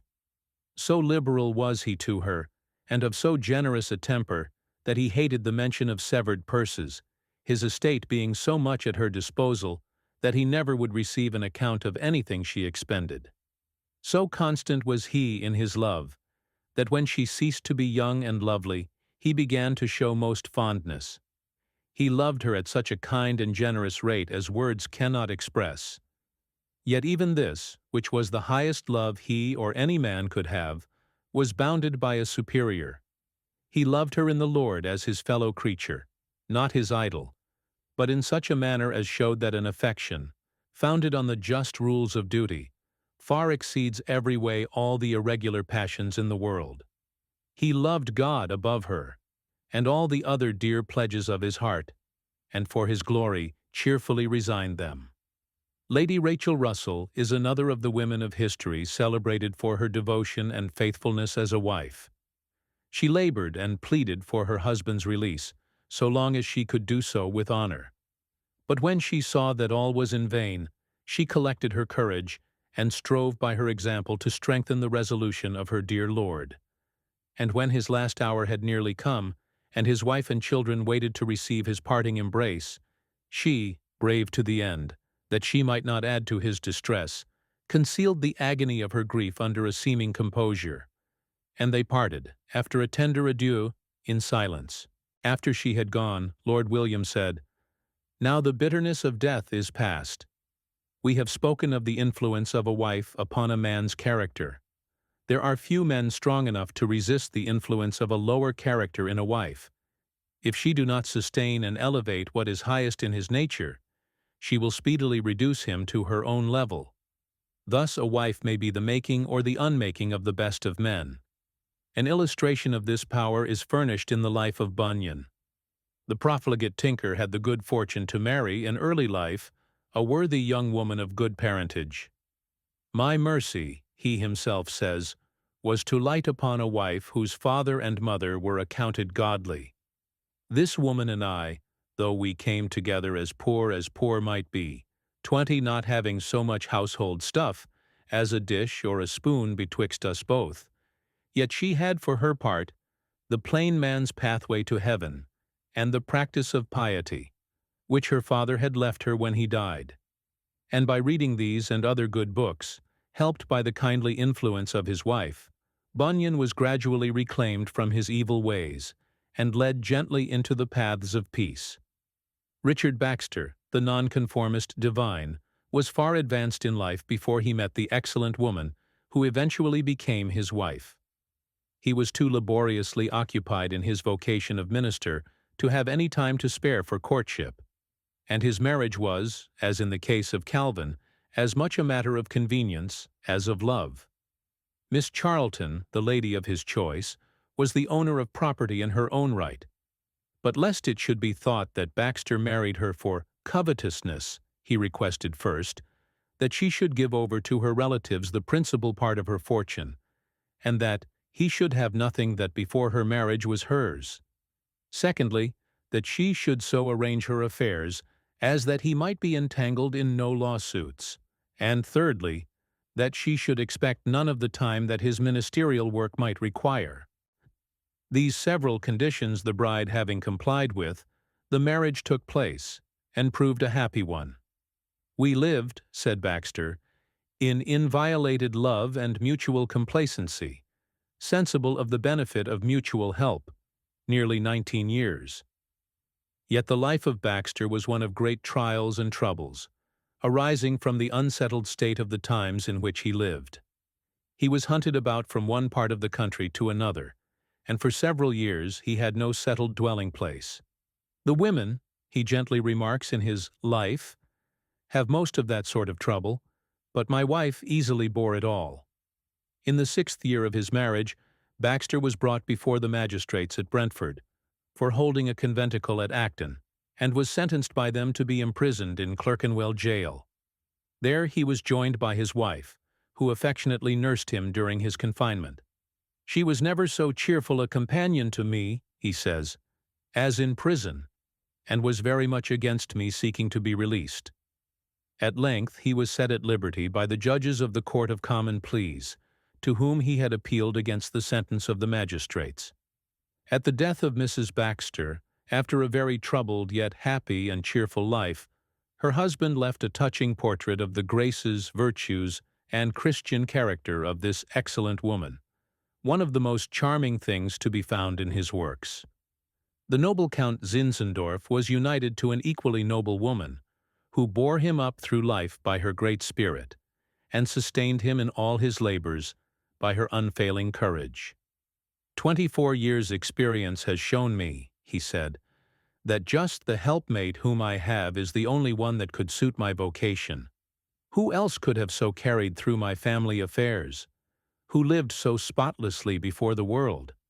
Who so wisely aided me in my rejection of a dry morality? Who would, like she, without a murmur, have seen her husband encounter such dangers by land and sea? Who undertaken with him and sustained such astonishing pilgrimages? Who, amid such difficulties, could have held up her head and supported me? And finally, who, of all human beings, could so well understand and interpret to others my inner and outer being as this one, of such nobleness in her way of thinking, such great intellectual capacity, and free from the theological perplexities that so often enveloped me? One of the brave Dr. Livingstone's greatest trials during his travels in South Africa was the death of his affectionate wife, who had shared his dangers and accompanied him in so many of his wanderings. In communicating the intelligence of her decease at Shupanga, on the river Zambesi, to his friend Sir Roderick Murchison, Dr. Livingstone said, "I must confess that this heavy stroke quite takes the heart out of me. Everything else that has happened only made me more determined to overcome all difficulties. But after this sad stroke I feel crushed and void of strength. Only 3 short months of her society, after 4 years' separation. I married her for love, and the longer I lived with her, I loved her the more. A good wife, and a good, brave, kind-hearted mother was she, deserving all the praises you bestowed upon her at our parting dinner, for teaching her own and the native children, too, at Kolobeng.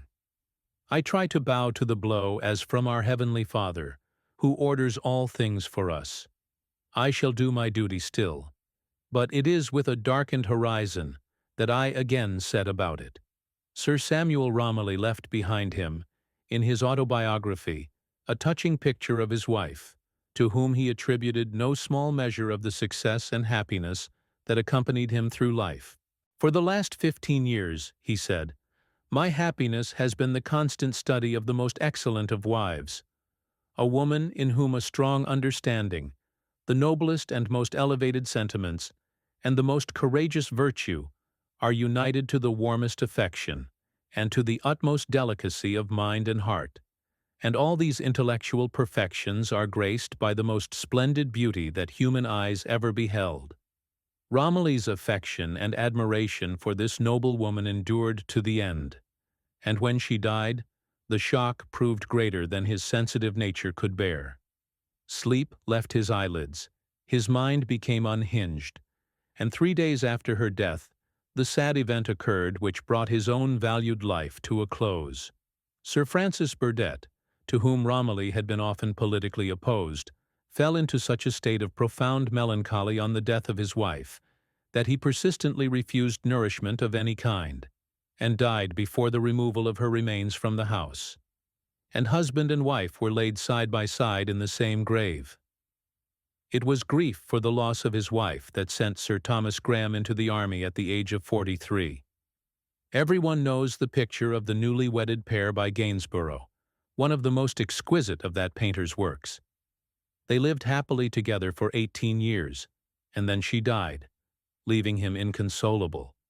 To forget his sorrow, and, as some thought, to get rid of the weariness of his life without her, Graham joined Lord Hood as a volunteer, and distinguished himself by the recklessness of his bravery at the siege of Toulon. He served all through the Peninsular War, first under Sir John Moore, and afterwards under Wellington, rising through the various grades of the service until he rose to be second in command. He was commonly known as the Hero of Barossa, because of his famous victory at that place, and he was eventually raised to the peerage as Lord Lynedoch, ending his days peacefully at a very advanced age. But to the last he tenderly cherished the memory of his dead wife, to the love of whom he may be said to have owed all his glory. "Never," said Sheridan of him, when pronouncing his eulogy in the House of Commons, "never was there seated a loftier spirit in a braver heart, and so have noble wives cherished the memory of their husbands. There is a celebrated monument in Vienna, erected to the memory of one of the best generals of the Austrian army, on which there is an inscription, setting forth his great services during the 7 Years' War, concluding with the words, Non patria, nec imperator, sed conjuax posuit. When Sir Albert Morton died, his wife's grief was such that she shortly followed him, and was laid by his side. Wotton's 2 lines on the event have been celebrated as containing a volume in 17 words. He first deceased, she for a little tried to live without him, liked it not, and died. So when Washington's wife was informed that her dear lord had suffered his last agony, had drawn his last breath and departed, she said, "'Tis well, all is now over, I shall soon follow him, I have no more trials to pass through."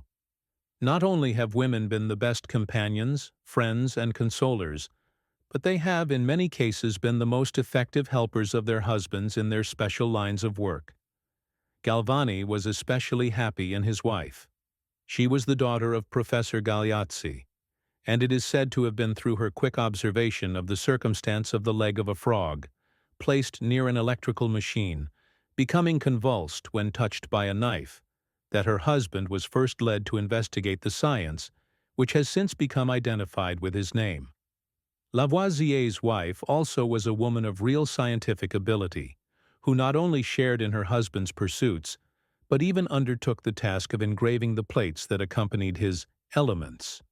The late Dr. Buckland had another true helper in his wife, who assisted him with her pen, prepared and mended his fossils, and furnished many of the drawings and illustrations of his published works. Notwithstanding her devotion to her husband's pursuits, says her son, Frank Buckland, in the preface to one of his father's works, she did not neglect the education of her children, but occupied her mornings in superintending their instruction in sound and useful knowledge.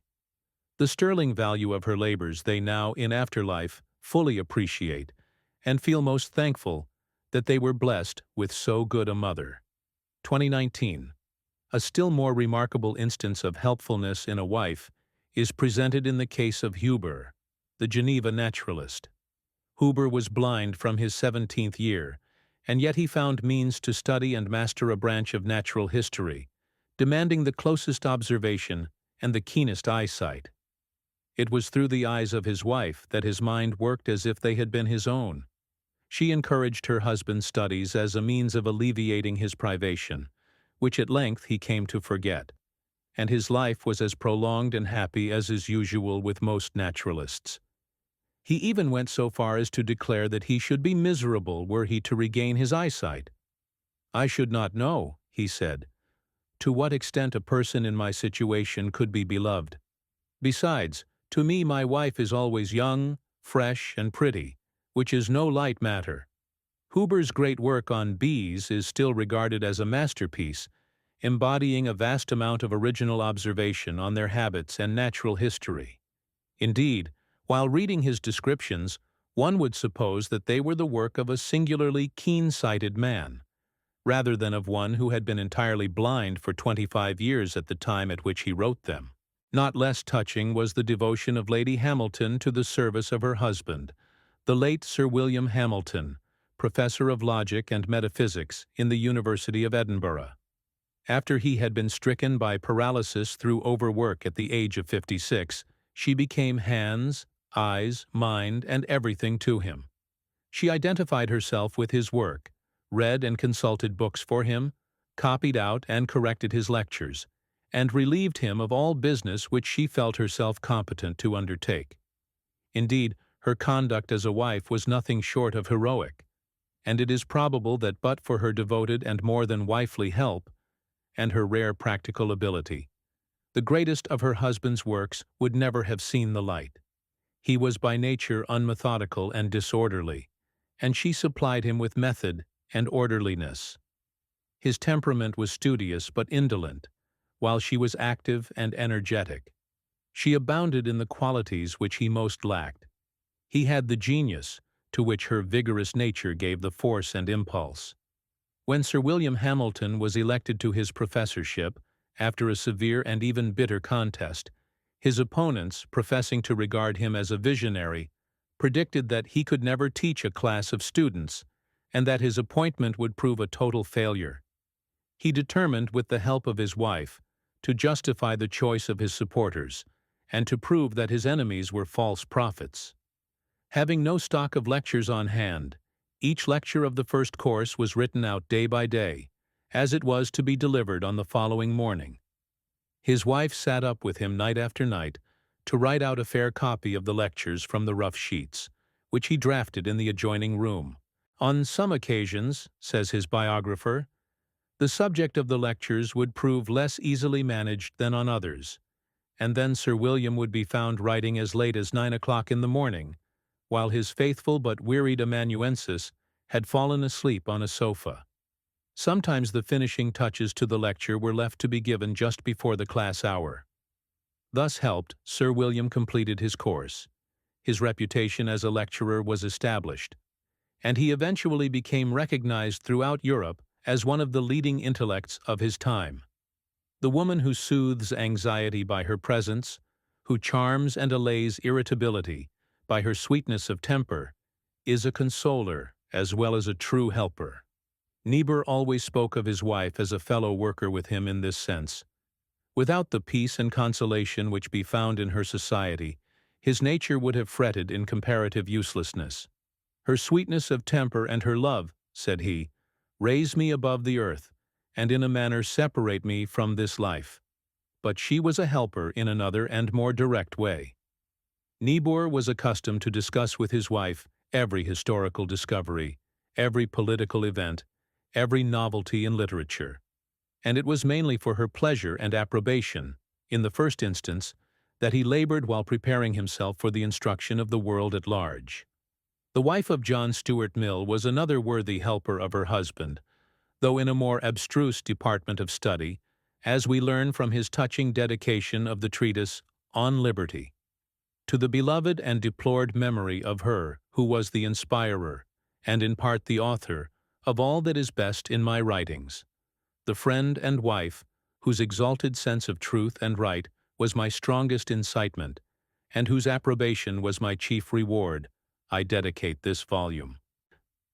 Not less touching is the testimony borne by another great living writer to the character of his wife, in the inscription upon the tombstone of Mrs. Carlyle in Haddington churchyard, where are inscribed these words: "In her bright existence, she had more sorrows than are common, but also a soft amiability, a capacity of discernment, and a noble loyalty of heart, which are rare. For 40 years she was the true and loving helpmate of her husband, and by act and word unweariedly forwarded him as none else could, in all of worthy that he did or attempted." The married life of Faraday was eminently happy. In his wife he found, at the same time, a true helpmate and soulmate. She supported, cheered, and strengthened him on his way through life, giving him the clear contentment of a heart at ease. In his diary he speaks of his marriage as a source of honor and happiness far exceeding all the rest. After 28 years' experience, he spoke of it as an event which, more than any other, had contributed to his earthly happiness and healthy state of mind. The union, said, he has in no wise changed, except only in the depth and strength of its character. And for 46 years did the union continue unbroken, the love of the old man remaining as fresh, as earnest, as heart-whole, as in the days of his impetuous youth. In this case, marriage was as a golden chain let down from heaven, whose links are bright and even, that falls like sleep on lovers, and combines the soft and sweetest minds in equal knots. Besides being a helper, woman is emphatically a consoler. Her sympathy is unfailing. She soothes, cheers, and comforts. Never was this more true than in the case of the wife of Tom Hood, whose tender devotion to him during a life that was a prolonged illness is one of the most affecting things in biography. A woman of excellent good sense, she appreciated her husband's genius, and, by encouragement and sympathy, cheered and heartened him to renewed effort in many a weary struggle for life. She created about him an atmosphere of hope and cheerfulness, and nowhere did the sunshine of her love seem so bright as when lighting up the couch of her invalid husband. Nor was he unconscious of her worth. In one of his letters to her, when absent from his side, Hood said, "I never was anything, dearest, till I knew you, and I have been a better, happier, and more prosperous man ever since. Lay by that truth in lavender, sweetest, and remind me of it when I fail. I am writing warmly and fondly, but not without good cause. First, your own affectionate letter, lately received. Next, the remembrance of our dear children, pledges, what darling ones, of our old familiar love. Then a delicious impulse to pour out the overflowings of my heart into yours. And last, not least, the knowledge that your dear eyes will read what my hand is now writing. Perhaps there is an afterthought that, whatever may befall me, the wife of my bosom will have the acknowledgment of her tenderness, worth, excellence, all that is wifely or womanly, from my pen." In another letter, also written to his wife during a brief absence, there is a natural touch, showing his deep affection for her. "I went and retraced our walk in the park, and sat down on the same seat, and felt happier and better." But not only was Mrs. Hood a consoler, she was also a helper of her husband in his special work.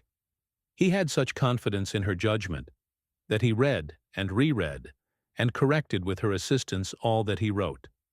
Many of his pieces were first dedicated to her, and her ready memory often supplied him with the necessary references and quotations. Thus, in the role of noble wives of men of genius, Mrs. Hood will always be entitled to take a foremost place.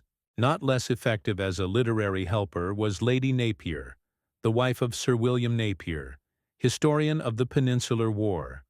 She encouraged him to undertake the work, and without her help, he would have experienced great difficulty in completing it. She translated and epitomized the immense mass of original documents, many of them in cipher, on which it was in a great measure founded. When the Duke of Wellington was told of the art and industry she had displayed in deciphering King Joseph's portfolio, and the immense mass of correspondence taken at Vittoria, he at first would hardly believe it, adding, "I would have given 20,000 to any person who could have done this for me in the peninsula." Sir William Napier's handwriting being almost illegible, Lady Napier made out his rough, interlined manuscript, which he himself could scarcely read, and wrote out a full fair copy for the printer. And all this vast labor she undertook and accomplished, according to the testimony of her husband, without having for a moment neglected the care and education of a large family. When Sir William lay on his deathbed, Lady Napier was at the same time dangerously ill. But she was wheeled into his room on a sofa, and the two took their silent farewell of each other. The husband died first. In a few weeks the wife followed him, and they sleep side by side in the same grave.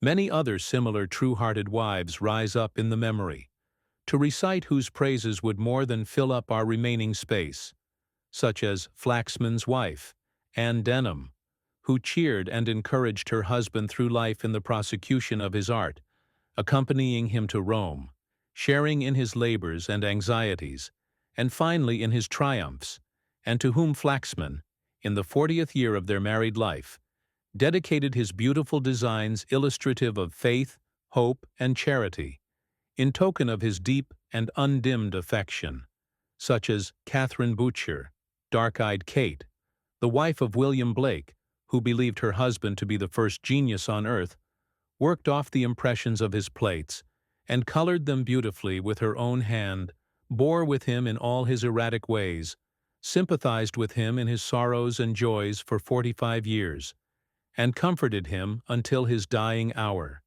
His last sketch, made in his 71st year, being a likeness of himself. Before making which, seeing his wife crying by his side, he said, "Stay, Kate. Just keep as you are. I will draw your portrait, for you have ever been an angel to me." Such again as Lady Franklin, the true and noble woman who never rested in her endeavors to penetrate the secret of the polar sea and prosecute the search for her long-lost husband, undaunted by failure, and persevering in her determination, with a devotion and singleness of purpose altogether unparalleled. Or such again as the wife of Zimmermann, whose intense melancholy she strove in vain to assuage, sympathizing with him, listening to him, and endeavoring to understand him, and to whom, when on her deathbed, about to leave him forever, she addressed the touching words, "My poor Zimmermann, who will now understand thee?" Wives have actively helped their husbands in other ways. Before Weinsberg surrendered to its besiegers, the women of the place asked permission of the captors to remove their valuables. The permission was granted, and shortly after the women were seen issuing from the gates carrying their husbands on their shoulders. Lord Nithsdale owed his escape from prison to the address of his wife, who changed garments with him, sending him forth in her stead, and herself remaining prisoner, an example which was successfully repeated by Madame de Lavalette. But the most remarkable instance of the release of a husband through the devotion of a wife was that of the celebrated Grotius.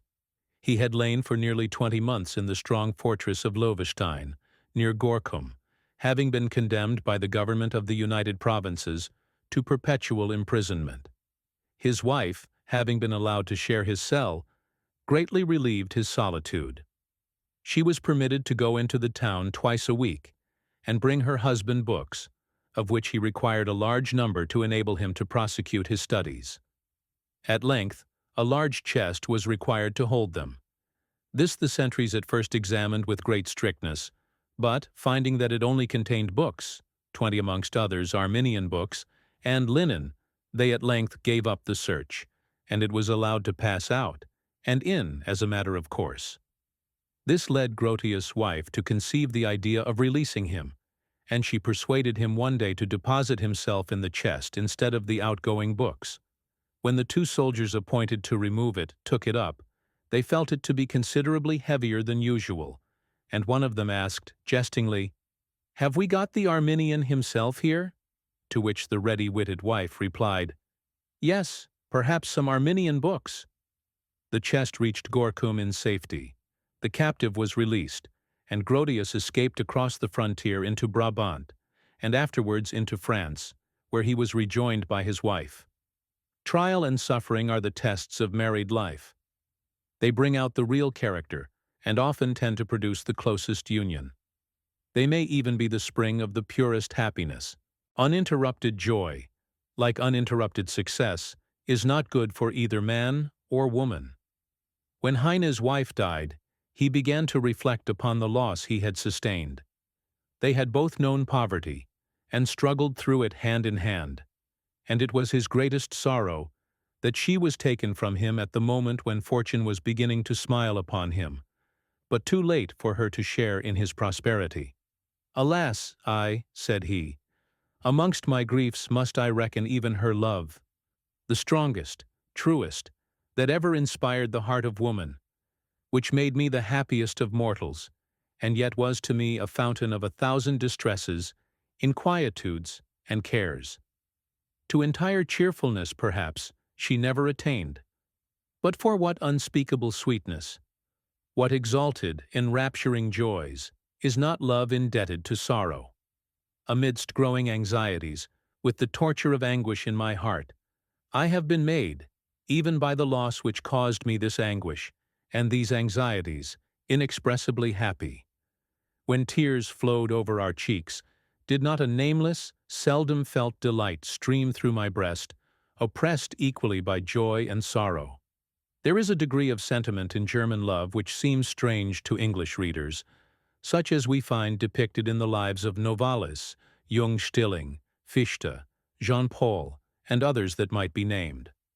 The German betrothal is a ceremony of almost equal importance to the marriage itself, and in that state the sentiments are allowed free play, whilst English lovers are restrained, shy, and as if ashamed of their feelings.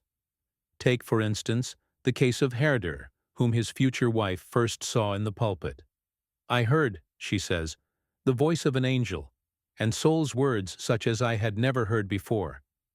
In the afternoon I saw him, and stammered out my thanks to him. From this time forth our souls were one." They were betrothed long before their means would permit them to marry, but at length they were united. "We were married," says Caroline the wife, "by the rose light of a beautiful evening. We were one heart, one soul." Herder was equally ecstatic in his language. "I have a wife," he wrote to Jacobi. "That is the tree, the consolation, and the happiness of my life. Even in flying transient thoughts, 20 which often surprise us, we are one." Take again the case of Fichte, in whose history his courtship and marriage form a beautiful episode. He was a poor German student, living with a family at Zurich in the capacity of tutor, when he first made the acquaintance of Johanna Maria Hahn, a niece of Klopstock. Her position in life was higher than that of Fichte. Nevertheless, she regarded him with sincere admiration. When Fichte was about to leave Zurich, his troth plighted to her, she, knowing him to be very poor, offered him a gift of money before setting out. He was inexpressibly hurt by the offer, and at first even doubted whether she could really love him. But, on second thoughts, he wrote to her, expressing his deep thanks, but, at the same time, the impossibility of his accepting such a gift from her. He succeeded in reaching his destination, though entirely destitute of means. After a long and hard struggle with the world, extending over many years, Fichte was at length earning money enough to enable him to marry. In one of his charming letters to his betrothed, he said, "And so, dearest, I solemnly devote myself to thee, and thank thee that thou hast thought me not unworthy to be thy companion on the journey of life. There is no land of happiness here below, I know it now, but a land of toil, where every joy but strengthens us for greater labor. Hand in hand we shall traverse it, and encourage and strengthen each other, until our spirits, oh, may it be together, shall rise to the eternal fountain of all peace." The married life of Fichte was very happy. His wife proved a true and high-minded helpmate. During the War of Liberation, she was assiduous in her attention to the wounded in the hospitals, where she caught a malignant fever, which nearly carried her off. Fichte himself caught the same disease, and was for a time completely prostrated, but he lived for a few more years, and died at the early age of 52, consumed by his own fire. What a contrast does the courtship and married life of the blunt and practical William Cobbett present to the aesthetical and sentimental love of these highly refined Germans. Not less honest, not less true, but as some would think, comparatively coarse and vulgar. When he first set eyes upon the girl that was afterwards to become his wife, she was only 13 years old, and he was 21. A sergeant major in a foot regiment stationed at St. John's in New Brunswick. He was passing the door of her father's house one day in winter, and saw the girl out in the snow scrubbing a washing tub. He said at once to himself, "That's the girl for me." He made her acquaintance, and resolved that she should be his wife so soon as he could get discharged from the army. On the eve of the girl's return to Woolwich with her father, who was a sergeant major in the artillery, Cobbett sent her 150 guineas which he had saved, in order that she might be able to live without hard work until his return to England. The girl departed, taking with her the money, and 5 years later Cobbett obtained his discharge. On reaching London, he made haste to call upon the sergeant major's daughter. "I found," he says, "my little girl a servant of all work, 20 and hard work it was, at £5 a year, in the house of a Captain Brissac, and without hardly saying a word about the matter, she put into my hands the whole of my 150 guineas, unbroken." Admiration of her conduct was now added to love of her person, and Cobbett shortly after married the girl, who proved an excellent wife. He was, indeed, never tired of speaking her praises, and it was his pride to attribute to her all the comfort and much of the success of his afterlife. Though Cobbett was regarded by many in his lifetime as a coarse, hard, practical man, full of prejudices, there was yet a strong undercurrent of poetry in his nature. And while he declaimed against sentiment, there were few men more thoroughly imbued with sentiment of the best kind. He had the tenderest regard for the character of woman. He respected her purity and her virtue, and in his Advice to Young Men, he has painted the true womanly woman, the helpful, cheerful, affectionate wife, with a vividness and brightness, and at the same time, a force of good sense that has never been surpassed by any English writer. Cobbett was anything but refined, in the conventional sense of the word, but he was pure, temperate, self-denying, industrious, vigorous, and energetic, in an eminent degree. Many of his views were, no doubt, wrong, but they were his own, for he insisted on thinking for himself in everything. Though few men took a firmer grasp of the real than he did, perhaps still fewer were more swayed by the ideal. In word pictures of his own emotions, he is unsurpassed. Indeed, Cobbett might almost be regarded as one of the greatest prose poets of English real life. Chapter 12. The Discipline of Experience. I would the great would grow like thee, who grewest not alone in power and knowledge, but by year and hour in reverence and in charity. Tennyson. Not to be unhappy is unhappiness, and misery not to have known misery. For the best way unto discretion is the way that leads us by adversity, and men are better showed what is amiss, by th' expert finger of calamity, than they can be with all that fortune brings, who never shows them the true face of things. Daniel. A lump of woe affliction is, yet thence I borrow lumps of bliss. Though few can see a blessing in't, it is my furnace and my mint. Erskine's Gospel Sonnets.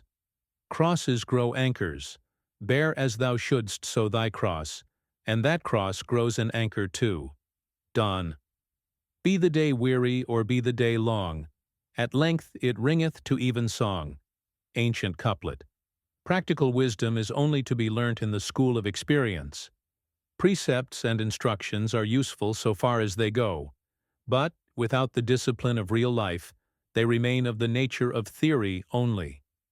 The hard facts of existence have to be faced, to give that touch of truth to character which can never be imparted by reading or tuition, but only by contact with the broad instincts of common men and women. To be worth anything, character must be capable of standing firm upon its feet in the world of daily work, temptation, and trial, and able to bear the wear and tear of actual life. Cloistered virtues do not count for much. The life that rejoices in solitude may be only rejoicing in selfishness.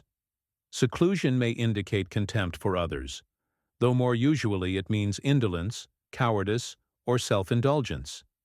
To every human being belongs his fair share of manful toil and human duty, and it cannot be shirked without loss to the individual himself, as well as to the community to which he belongs. It is only by mixing in the daily life of the world and taking part in its affairs that practical knowledge can be acquired and wisdom learnt. It is there that we find our chief sphere of duty, that we learn the discipline of work, and that we educate ourselves in that patience, diligence, and endurance which shape and consolidate the character.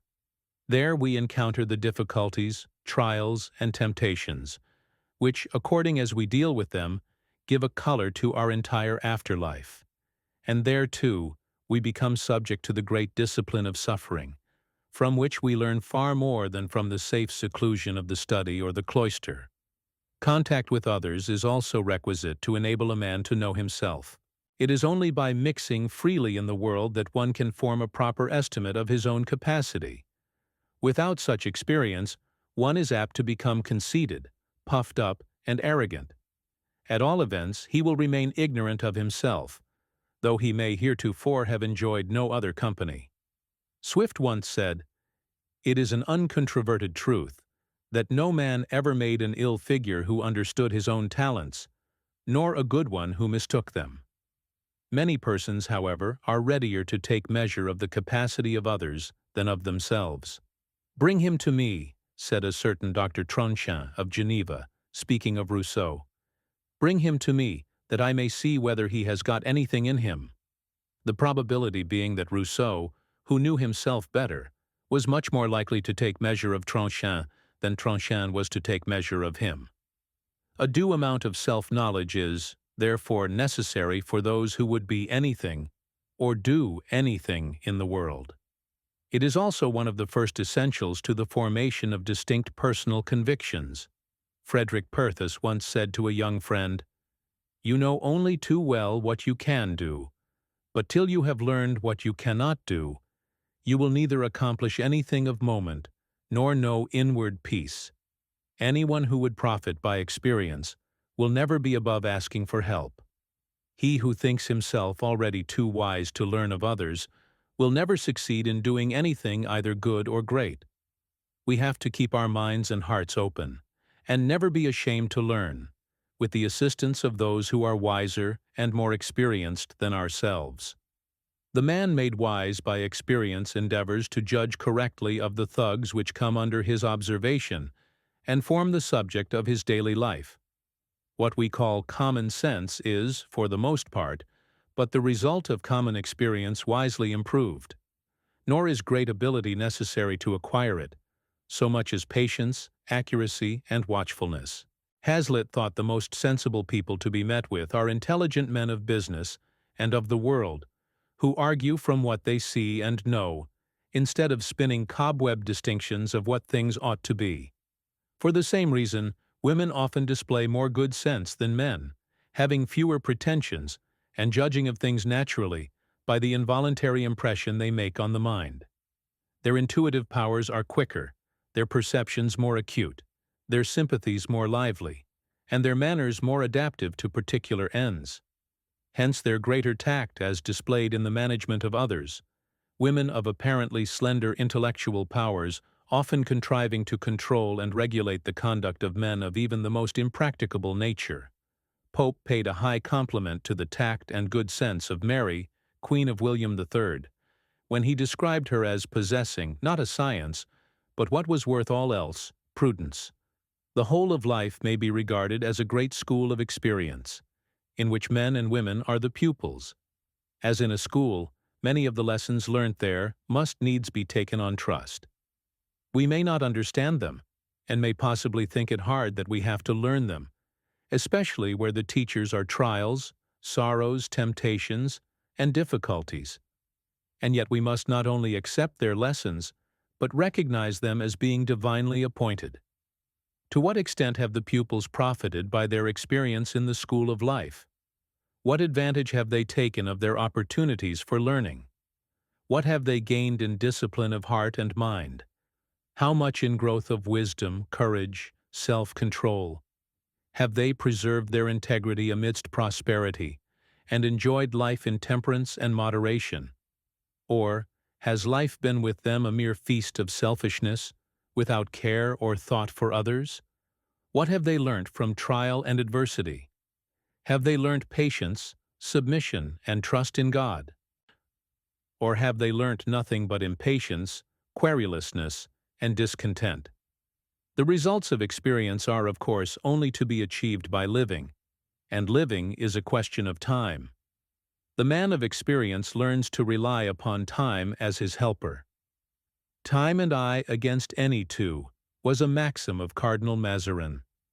Time has been described as a beautifier and as a consoler, but it is also a teacher. It is the food of experience, the soil of wisdom. It may be the friend or the enemy of youth, and time will sit beside the old as a consoler or as a tormentor, according as it has been used or misused, and the past life has been well or ill spent. "Time," says George Herbert, "is the rider that breaks youth." To the young how bright the new world looks, how full of novelty, of enjoyment, of pleasure. But as years pass, we find the world to be a place of sorrow as well as of joy. As we proceed through life, many dark vistas open upon us, of toil, suffering, difficulty, perhaps misfortune and failure. Happy they who can pass through and amidst such trials with a firm mind and pure heart, encountering trials with cheerfulness, and standing erect beneath even the heaviest burden. A little youthful ardor is a great help in life, and is useful as an energetic motive power. It is gradually cooled down by time, no matter how glowing it has been, while it is trained and subdued by experience. But it is a healthy and hopeful indication of character, to be encouraged in a right direction, and not to be sneered down and repressed. It is a sign of a vigorous, unselfish nature, as egotism is of a narrow and selfish one. And to begin life with egotism and self-sufficiency is fatal to all breadth and vigor of character. Life, in such a case, would be like a year in which there was no spring. Without a generous seed time, there will be an unflowering summer and an unproductive harvest.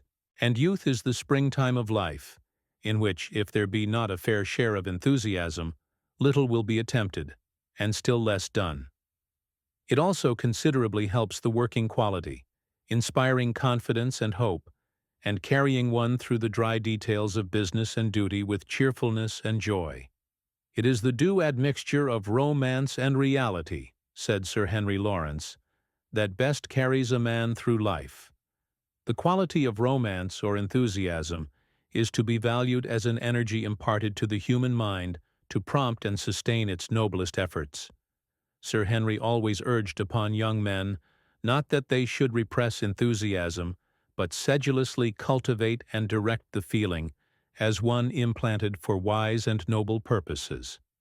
When the two faculties of romance and reality, he said, are duly blended, reality pursues a straight, rough path to a desirable and practicable result, while romance beguiles the road by pointing out its beauties, by bestowing a deep and practical conviction that, even in this dark and material existence, there may be found a joy with which a stranger intermeddleth not, a light that shineth more and more unto the perfect day. It was characteristic of Joseph Lancaster, when a boy of only 14 years of age, after reading Clarkson on the slave trade, to form the resolution of leaving his home and going out to the West Indies, to teach the poor blacks to read the Bible. And he actually set out with a Bible and Pilgrim's Progress in his bundle, and only a few shillings in his purse. He even succeeded in reaching the West Indies, doubtless very much at a loss how to set about his proposed work. But in the meantime his distressed parents, having discovered whither he had gone, had him speedily brought back, yet with his enthusiasm unabated. And from that time forward he unceasingly devoted himself to the truly philanthropic work of educating the destitute poor. There needs all the force that enthusiasm can give to enable a man to succeed in any great enterprise of life.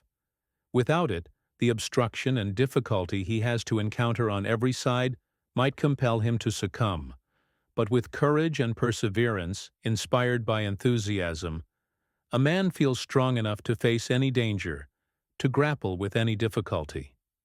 What an enthusiasm was that of Columbus, who, believing in the existence of a new world, braved the dangers of unknown seas, and when those about him despaired and rose up against him, threatening to cast him into the sea, still stood firm upon his hope and courage until the great new world at length rose upon the horizon.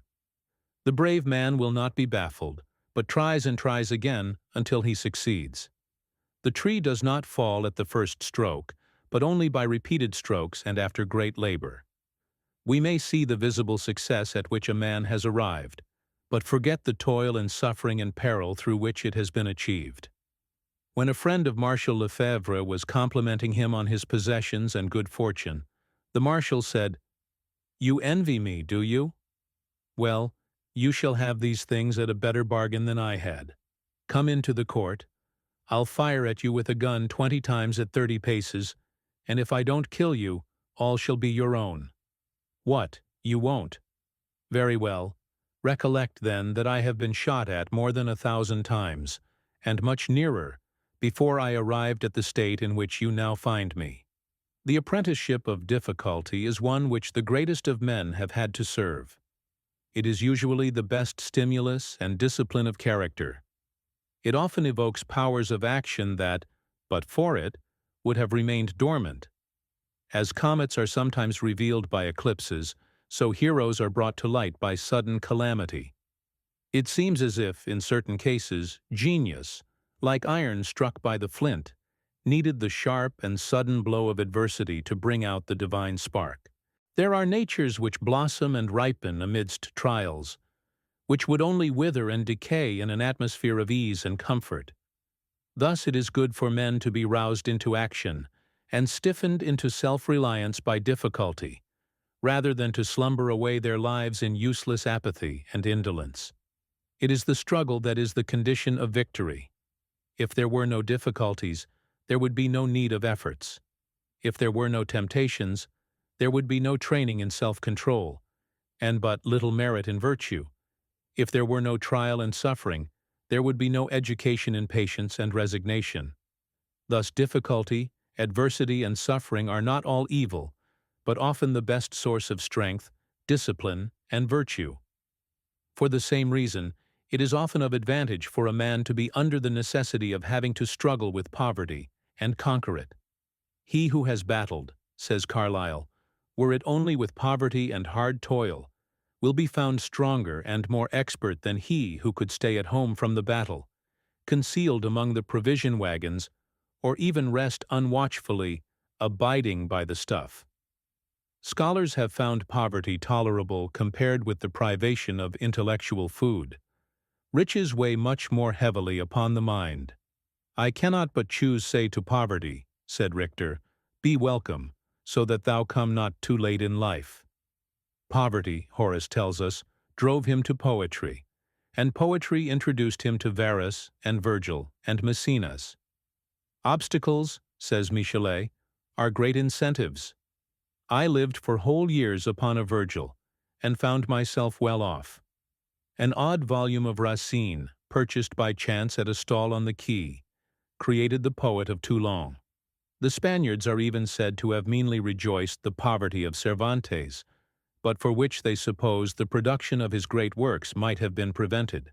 When the Archbishop of Toledo visited the French ambassador at Madrid, the gentlemen in the suite of the latter expressed their high admiration of the writings of the author of Don Quixote, and intimated their desire of becoming acquainted with one who had given them so much pleasure. The answer they received was, that Cervantes had borne arms in the service of his country, and was now old and poor. "What!" exclaimed one of the Frenchmen, "is not Señor Cervantes in good circumstances? Why is he not maintained, then, out of the public treasury?" "Heaven forbid," was the reply, "that his necessities should be ever relieved, if it is those which make him right, since it is his poverty that makes the world rich. It is not prosperity so much as adversity, not wealth so much as poverty, that stimulates the perseverance of strong and healthy natures, rouses their energy and develops their character." Burke said of himself, "I was not rocked and swaddled and dandled into a legislator. Nitor in adversum is the motto for a man like you." Some men only require a great difficulty set in their way to exhibit the force of their character and genius, and that difficulty once conquered becomes one of the greatest incentives to their further progress. It is a mistake to suppose that men succeed through success. They much oftener succeed through failure. By far the best experience of men is made up of their remembered failures in dealing with others in the affairs of life. Such failures, in sensible men, incite to better self-management and greater tact and self-control, as a means of avoiding them in the future. Ask the diplomatist, and he will tell you that he has learned his art through being baffled, defeated, thwarted, and circumvented, far more than from having succeeded. Precept, study, advice, and example could never have taught them so well as failure has done. It has disciplined them experimentally, and taught them what to do as well as what not to do, which is often still more important in diplomacy. Many have to make up their minds to encounter failure again and again before they succeed. But if they have pluck, the failure will only serve to rouse their courage, and stimulate them to renewed efforts. Talma, the greatest of actors, was hissed off the stage when he first appeared on it. Lacordaire, one of the greatest preachers of modern times, only acquired celebrity after repeated failures. Montalembert said of his first public appearance in the Church of Saint Roch, "He failed completely," and on coming out everyone said, "Though he may be a man of talent, he will never be a preacher." Again and again he tried until he succeeded, and only 2 years after his debut, Lacordaire was preaching in Notre Dame to audiences such as few French orators have addressed since the time of Bossuet and Massillon. When Mr. Cobden first appeared as a speaker at a public meeting in Manchester, he completely broke down, and the chairman apologized for his failure. Sir James Graham and Mr. Disraeli failed, and were derided at first, and only succeeded by dint of great labor and application. At one time Sir James Graham had almost given up public speaking in despair. He said to his friend Sir Francis Baring, "I have tried it every way, extempore, from notes, and committing all to memory, and I can't do it.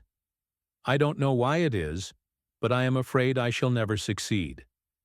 Yet, by dint of perseverance, Graham, like Disraeli, lived to become one of the most effective and impressive of parliamentary speakers.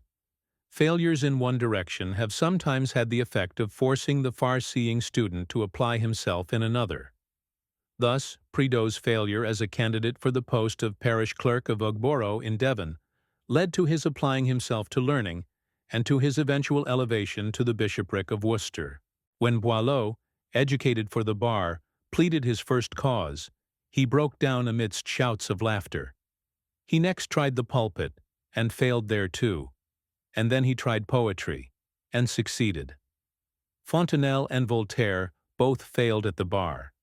So Cowper, through his diffidence and shyness, broke down when pleading his first cause, though he lived to revive the poetic art in England. Montesquieu and Bentham both failed as lawyers, and forsook the bar for more congenial pursuits, the latter leaving behind him a treasury of legislative procedure for all time. Goldsmith failed in passing as a surgeon, but he wrote The Deserted Village and The Vicar of Wakefield, whilst Addison failed as a speaker, but succeeded in writing Sir Roger de Coverley and his many famous papers in The Spectator. Even the privation of some important bodily sense, such as sight or hearing, has not been sufficient to deter courageous men from zealously pursuing the struggle of life. Milton, when struck by blindness, still bore up and steered right onward. His greatest works were produced during that period of his life in which he suffered most, when he was poor, sick, old, blind, slandered, and persecuted. The lives of some of the greatest men have been a continuous struggle with difficulty and apparent defeat. Dante produced his greatest work in penury and exile. Banished from his native city by the local faction to which he was opposed, his house was given up to plunder, and he was sentenced in his absence to be burnt alive. When informed by a friend that he might return to Florence if he would consent to ask for pardon and absolution, he replied, "No, this is not the way that shall lead me back to my country. I will return with hasty steps if you, or any other, can open to me a way that shall not derogate from the fame or the honor of Dante. But if by no such way Florence can be entered, then to Florence I shall never return." His enemies remaining implacable, Dante, after a banishment of 20 years, died in exile. They even pursued him after death, when his book, De Monarchia, was publicly burnt at Bologna by order of the papal legate. Camoens also wrote his great poems mostly in banishment. Tired of solitude at Santarem, he joined an expedition against the Moors, in which he distinguished himself by his bravery. He lost an eye when boarding an enemy's ship in a sea fight. At Goa, in the East Indies, he witnessed with indignation the cruelty practiced by the Portuguese on the natives, and expostulated with the governor against it. He was in consequence banished from the settlement and sent to China. In the course of his subsequent adventures and misfortunes, Camoens suffered shipwreck, escaping only with his life and the manuscript of his Lusiad. Persecution and hardship seemed everywhere to pursue him. At Macau, he was thrown into prison. Escaping from it, he set sail for Lisbon, where he arrived after 16 years' absence, poor and friendless. His Lusiad, which was shortly after published, brought him much fame, but no money. But for his old Indian slave Antonio, who begged for his master in the streets, Camoens must have perished. As it was, he died in a public almshouse, worn out by disease and hardship. An inscription was placed over his grave. Here lies Luis de Camoens. He excelled all the poets of his time. He lived poor and miserable, and he died so mdlx sanai. This record, disgraceful but truthful, has since been removed, and a lying and pompous epitaph, in honor of the great national poet of Portugal, has been substituted in its stead. Even Michelangelo was exposed, during the greater part of his life, to the persecutions of the envious, vulgar nobles, vulgar priests, and sordid men of every degree, who could neither sympathize with him nor comprehend his genius. When Paul IV condemned some of his work in The Last Judgment, the artist observed that the Pope would do better to occupy himself with correcting the disorders and indecencies which disgrace the world, than with any such hypercriticisms upon his art. Tasso also was the victim of almost continual persecution and calumny. After lying in a madhouse for 7 years, he became a wanderer over Italy, and when on his deathbed he wrote, "I will not complain of the malignity of fortune, because I do not choose to speak of the ingratitude of men who have succeeded in dragging me to the tomb of a mendicant. But time brings about strange revenges. The persecutors and the persecuted often change places. It is the latter who are great, the former who are infamous.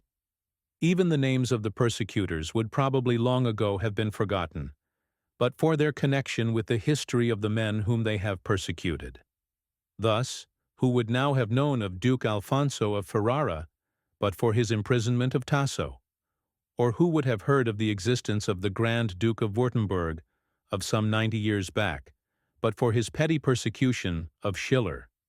Science also has had its martyrs, who have fought their way to light through difficulty, persecution, and suffering. We need not refer again to the cases of Bruno, Galileo, and others, persecuted because of the supposed heterodoxy of their views. But there have been other unfortunates amongst men of science, whose genius has been unable to save them from the fury of their enemies. Thus Bailly, the celebrated French astronomer who had been mayor of Paris, and Lavoisier, the great chemist, were both guillotined in the First French Revolution, when the latter, after being sentenced to death by the Commune, asked for a few days' respite to enable him to ascertain the result of some experiments he had made during his confinement. The tribunal refused his appeal and ordered him for immediate execution, one of the judges saying that the Republic had no need of philosophers. In England also, about the same time, Dr. Priestley, the father of modern chemistry, had his house burnt over his head and his library destroyed, amidst shouts of "No philosophers!" and he fled from his native country to lay his bones in a foreign land. The work of some of the greatest discoverers has been done in the midst of persecution, difficulty, and suffering. Columbus, who discovered the New World and gave it as a heritage to the Old, was in his lifetime persecuted, maligned, and plundered by those whom he had enriched. Mungo Park's drowning agony in the African river he had discovered, but which he was not to live to describe. Clapperton's perishing of fever on the banks of the Great Lake, in the heart of the same continent, which was afterwards to be rediscovered and described by other explorers. Franklin's perishing in the snow, it might be after he had solved the long-sought problem of the Northwest Passage, are among the most melancholy events in the history of enterprise and genius. The case of Flinders, the navigator, who suffered a 6 years' imprisonment in the Isle of France, was one of peculiar hardship. In 1801, he set sail from England in the Investigator, on a voyage of discovery and survey, provided with a French pass, requiring all French governors, notwithstanding that England and France were at war, to give him protection and succor in the sacred name of science. In the course of his voyage he surveyed great part of Australia, Van Diemen's Land, and the neighboring islands. The investigator, being found leaky and rotten, was condemned, and the navigator embarked as passenger in the Porpoise for England, to lay the results of his 3 years' labors before the Admiralty. On the voyage home the Porpoise was wrecked on a reef in the South Seas, and Flinders, with part of the crew, in an open boat, made for Port Jackson, which they safely reached, though distant from the scene of the wreck not less than 750 miles. There he procured a small schooner, the Cumberland, no larger than a Gravesend sailing boat, and returned for the remainder of the crew, who had been left on the reef. Having rescued them, he set sail for England, making for the Isle of France, which the Cumberland reached in a sinking condition, being a wretched little craft badly found. To his surprise, he was made a prisoner with all his crew, and thrown into prison, where he was treated with brutal harshness, his French pass proving no protection to him. What aggravated the horrors of Flinders' confinement was that he knew that Baudin, the French navigator, whom he had encountered while making his survey of the Australian coasts, would reach Europe first and claim the merit of all the discoveries he had made. It turned out as he had expected, and while Flinders was still imprisoned in the Isle of France, the French atlas of the new discoveries was published, all the points named by Flinders and his precursors being named afresh.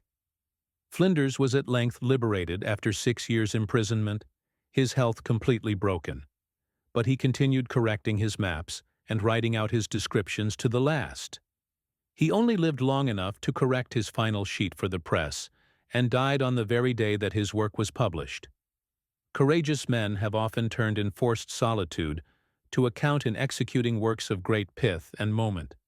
It is in solitude that the passion for spiritual perfection best nurses itself. The soul communes with itself in loneliness until its energy often becomes intense.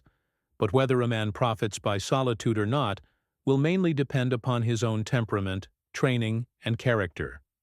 While, in a large-natured man, solitude will make the pure heart purer, in the small-natured man it will only serve to make the hard heart still harder. For though solitude may be the nurse of great spirits, it is the torment of small ones. It was in prison that Boetius wrote his Consolations of Philosophy, and Grotius his Commentary on St. Matthew, regarded as his masterwork in biblical criticism. Buchanan composed his beautiful Paraphrases on the Psalms, while imprisoned in the cell of a Portuguese monastery. Campanella, the Italian patriot monk, suspected of treason, was immured for 27 years in a Neapolitan dungeon, during which, deprived of the sun's light, he sought higher light, and there created his Civitas Solis, which has been so often reprinted and reproduced in translations in most European languages. During his 13 years' imprisonment in the Tower, Raleigh wrote his History of the World, a project of vast extent, of which he was only able to finish the first 5 books. Luther occupied his prison hours in the castle of Wartburg in translating the Bible, and in writing the famous tracts and treatises with which he inundated all Germany. It was to the circumstance of John Bunyan having been cast into jail that we probably owe the Pilgrim's Progress. He was thus driven in upon himself. Having no opportunity for action, his active mind found vent in earnest thinking and meditation. And indeed, after his enlargement, his life as an author virtually ceased. His Grace Abounding and the Holy War were also written in prison. Bunyan lay in Bedford jail, with a few intervals of precarious liberty, during not less than 12 years. And it was most probably to his prolonged imprisonment that we owe what Macaulay has characterized as the finest allegory in the world. All the political parties of the times in which Bunyan lived imprisoned their opponents when they had the opportunity and the power. Bunyan's prison experiences were principally in the time of Charles II. But in the preceding reign of Charles III, as well as during the Commonwealth, illustrious prisoners were very numerous. The prisoners of the former included Sir John Eliot, Hampden, Selden, Prynne, a most voluminous prison writer, and many more. It was while under strict confinement in the Tower that Eliot composed his noble treatise, The Monarchy of Man. George Wither, the poet, was another prisoner of Charles I, and it was while confined in the Marshalsea that he wrote his famous Satire to the King. At the Restoration he was again imprisoned in Newgate, from which he was transferred to the Tower, and he is supposed by some to have died there. The Commonwealth also had its prisoners. Sir William Davenant, because of his loyalty, was for some time confined a prisoner in Cowes Castle, where he wrote the greater part of his poem of Gondibert, and it is said that his life was saved principally through the generous intercession of Milton. He lived to repay the debt and to save Milton's life when Charles enjoyed his own again. Lovelace, the poet and cavalier, was also imprisoned by the Roundheads, and was only liberated from the gatehouse on giving an enormous bail. Though he suffered and lost all for the Stuarts, he was forgotten by them at the Restoration, and died in extreme poverty. Besides Wither and Bunyan, Charles II imprisoned Baxter, Harrington, 21st the author of Oceana, Penn, and many more. All these men solaced their prison hours with writing. Baxter wrote some of the most remarkable passages of his Life and Times while lying in the King's Bench prison, and Penn wrote his No Cross, No Crown while imprisoned in the Tower. In the reign of Queen Anne, Matthew Prior was in confinement on a vamped-up charge of treason for 2 years, during which he wrote his Alma, or Progress of the Soul. Since then, political prisoners of eminence in England have been comparatively few in number. Among the most illustrious were Defoe, who besides standing 3 times in the pillory, spent much of his time in prison, writing Robinson Crusoe there and many of his best political pamphlets. There also he wrote his Hymn to the Pillory, and corrected for the press a collection of his voluminous writings. Arthur Smollett wrote his Sir Lancelot Greaves in prison, while undergoing confinement for libel. Of recent prison writers in England, the best known are James Montgomery, who wrote his first volume of poems while a prisoner in York Castle, and Thomas Cooper, the Chartist, who wrote his Purgatory of Suicide in Stafford Jail. Silvio Pellico was one of the latest and most illustrious of the prison writers of Italy. He lay confined in Austrian jails for 10 years, 8 of which he passed in the castle of Spielberg in Moravia. It was there that he composed his charming Memoirs, the only materials for which were furnished by his fresh living habit of observation. And out of even the transient visits of his jailer's daughter, and the colorless events of his monotonous daily life, he contrived to make for himself a little world of thought and healthy human interest. Kaczynski, the great reviver of Hungarian literature, spent 7 years of his life in the dungeons of Buda, Brunna, Kufstein, and Munkacs, during which he wrote a Diary of his Imprisonment, and amongst other things translated Sterno's Sentimental Journey, whilst Kossuth beguiled his 2 years' imprisonment at Buda in studying English, so as to be able to read Shakespeare in the original. Men who, like these, suffer the penalty of law, and seem to fail, at least for a time, do not really fail. Many who have seemed to fail utterly have often exercised a more potent and enduring influence upon their race than those whose career has been a course of uninterrupted success. The character of a man does not depend on whether his efforts are immediately followed by failure or by success. The martyr is not a failure if the truth for which he suffered acquires a fresh luster through his sacrifice. The patriot who lays down his life for his cause may thereby hasten its triumph. And those who seem to throw their lives away in the van of a great movement often open a way for those who follow them and pass over their dead bodies to victory. The triumph of a just cause may come late, but when it does come, it is due as much to those who failed in their first efforts as to those who succeeded in their last. The example of a great death may be an inspiration to others, as well as the example of a good life. A great act does not perish with the life of him who performs it, but lives and grows up into like acts in those who survive the doer thereof and cherish his memory. Of some great men, it might almost be said that they have not begun to live until they have died. The names of the men who have suffered in the cause of religion, of science, and of truth are the men of all others whose memories are held in the greatest esteem and reverence by mankind. They perished, but their truth survived. They seemed to fail, and yet they eventually succeeded. Prisons may have held them, but their thoughts were not to be confined by prison walls. They have burst through and defied the power of their persecutors. It was Lovelace, a prisoner, who wrote, "Stone walls do not a prison make, nor iron bars a cage. Minds innocent and quiet take that for a hermitage." It was a saying of Milton that, "Who best can suffer best can do." The work of many of the greatest men, inspired by duty, has been done amidst suffering and trial and difficulty. They have struggled against the tide and reached the shore exhausted, only to grasp the sand and expire. They have done their duty and been content to die. But death hath no power over such men.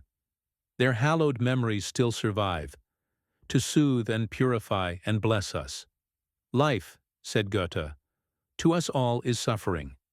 Who save God alone shall call us to our reckoning?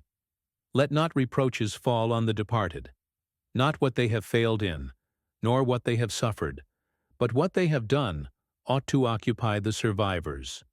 Thus, it is not ease and facility that tries men and brings out the good that is in them, so much as trial and difficulty. Adversity is the touchstone of character. As some herbs need to be crushed to give forth their sweetest odor, so some natures need to be tried by suffering to evoke the excellence that is in them. Hence trials often unmask virtues and bring to light hidden graces. Men apparently useless and purposeless, when placed in positions of difficulty and responsibility, have exhibited powers of character before unsuspected. And where we before saw only pliancy and self-indulgence, we now see strength, valor, and self-denial. As there are no blessings which may not be perverted into evils, so there are no trials which may not be converted into blessings. All depends on the manner in which we profit by them or otherwise. Perfect happiness is not to be looked for in this world. If it could be secured, it would be found profitless. The hollowest of all gospels is the gospel of ease and comfort. Difficulty and even failure are far better teachers. Sir Humphrey Davy said, "Even in private life, too much prosperity either injures the moral man and occasions conduct which ends in suffering, or it is accompanied by the workings of envy, calumny, and malevolence of others.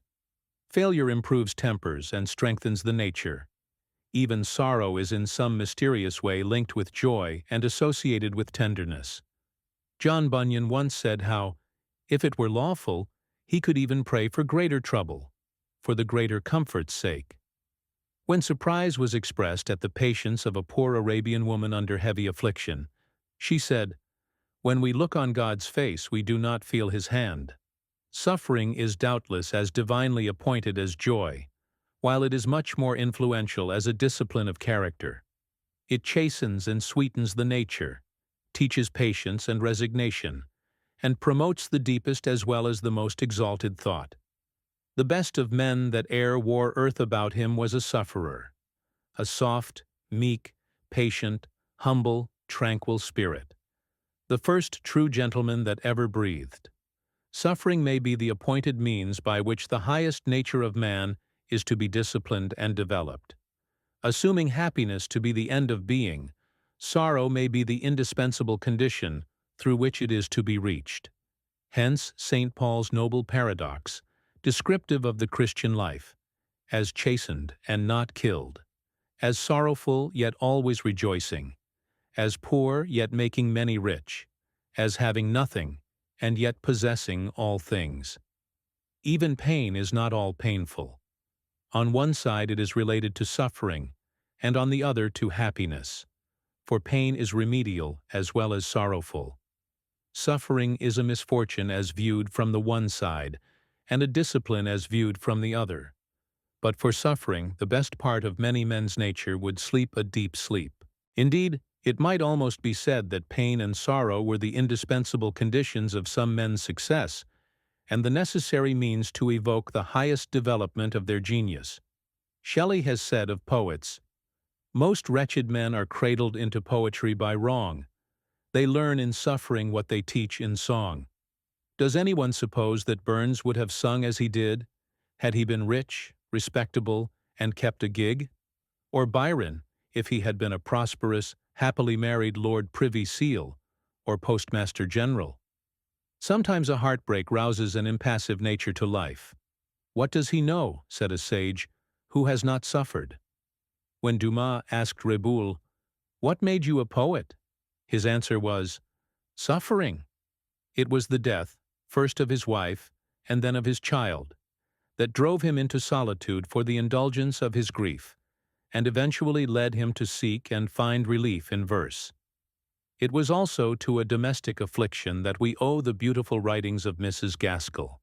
"It was as a recreation, in the highest sense of the word," says a recent writer, speaking from personal knowledge, "as an escape from the great void of a life from which a cherished presence had been taken, that she began that series of exquisite creations which has served to multiply the number of our acquaintances and to enlarge even the circle of our friendships. Much of the best and most useful work done by men and women has been done amidst affliction, sometimes as a relief from it, sometimes from a sense of duty overpowering personal sorrow. If I had not been so great an invalid," said Dr. Darwin to a friend, "I should not have done nearly so much work as I have been able to accomplish." So Dr. Don, speaking of his illnesses, once said, "This advantage you and my other friends have by my frequent fevers is, that I am so much the oftener at the gates of heaven, and by the solitude and close imprisonment they reduce me to, I am so much the oftener at my prayers, in which you and my other dear friends are not forgotten." Schiller produced his greatest tragedies in the midst of physical suffering almost amounting to torture. Handel was never greater than when, warned by palsy of the approach of death, and struggling with distress and suffering, he sat down to compose the great works which have made his name immortal in music. Mozart composed his great operas, and last of all his Requiem, when oppressed by debt, and struggling with a fatal disease. Beethoven produced his greatest works amidst gloomy sorrow, when oppressed by almost total deafness. And poor Schubert, after his short but brilliant life, laid it down at the early age of 32, his sole property at his death consisting of his manuscripts, the clothes he wore, and 63 florins in money. Some of Lamb's finest writings were produced amidst deep sorrow, and Hood's apparent gaiety often sprang from a suffering heart. As he himself wrote, "There's not a string attuned to mirth, but has its chord in melancholy." Again, in science, we have the noble instance of the suffering Wollaston, even in the last stages of the mortal disease which afflicted him, devoting his numbered hours to putting on record, by dictation, the various discoveries and improvements he had made, so that any knowledge he had acquired, calculated to benefit his fellow creatures, might not be lost. Afflictions often prove but blessings in disguise. "Fear not the darkness," said the Persian sage. "It conceals perhaps the springs of the waters of life." Experience is often bitter but wholesome. Only by its teaching can we learn to suffer and be strong. Character in its highest forms is disciplined by trial and made perfect through suffering. Even from the deepest sorrow, the patient and thoughtful mind will gather richer wisdom than pleasure ever yielded. The soul's dark cottage, battered and decayed, lets in new light through chinks that time has made. "Consider," said Jeremy Taylor, "that sad accidents and a state of afflictions is a school of virtue. It reduces our spirits to soberness and our counsels to moderation. It corrects levity and interrupts the confidence of sinning. God, who in mercy and wisdom governs the world, would never have suffered so many sadnesses, and have sent them, especially, to the most virtuous and the wisest men, but that he intends they should be the seminary of comfort, the nursery of virtue, the exercise of wisdom, the trial of patience, the venturing for a crown, and the gate of glory. And again, no man is more miserable than he that hath no adversity. That man is not tried, whether he be good or bad. And God never crowns those virtues which are only faculties and dispositions, but every act of virtue is an ingredient unto reward. Prosperity and success of themselves do not confer happiness. Indeed, it not unfrequently happens that the least successful in life have the greatest share of true joy in it. No man could have been more successful than Goethe, possessed of splendid health, honor, power, and sufficiency of this world's goods, and yet he confessed that he had not, in the course of his life, enjoyed 5 weeks of genuine pleasure. So the Caliph Abd al-Rahman, in surveying his successful reign of 50 years, found that he had enjoyed only 14 days of pure and genuine happiness. After this, might it not be said that the pursuit of mere happiness is an illusion? Life, all sunshine without shade, all happiness without sorrow, all pleasure without pain, were not life at all, at least not human life. Take the lot of the happiest. It is a tangled yarn. It is made up of sorrows and joys, and the joys are all the sweeter because of the sorrows, bereavements and blessings, one following another, making us sad and blessed by turns. Even death itself makes life more loving. It binds us more closely together while here. Dr. Thomas Brown has argued that death is one of the necessary conditions of human happiness, and he supports his argument with great force and eloquence. But when death comes into a household, we do not philosophize, we only feel. The eyes that are full of tears do not see, though in course of time they come to see more clearly and brightly than those that have never known sorrow. The wise person gradually learns not to expect too much from life. While he strives for success by worthy methods, he will be prepared for failures. He will keep his mind open to enjoyment, but submit patiently to suffering. Wailings and complainings of life are never of any use. Only cheerful and continuous working in right paths are of real avail. Nor will the wise man expect too much from those about him.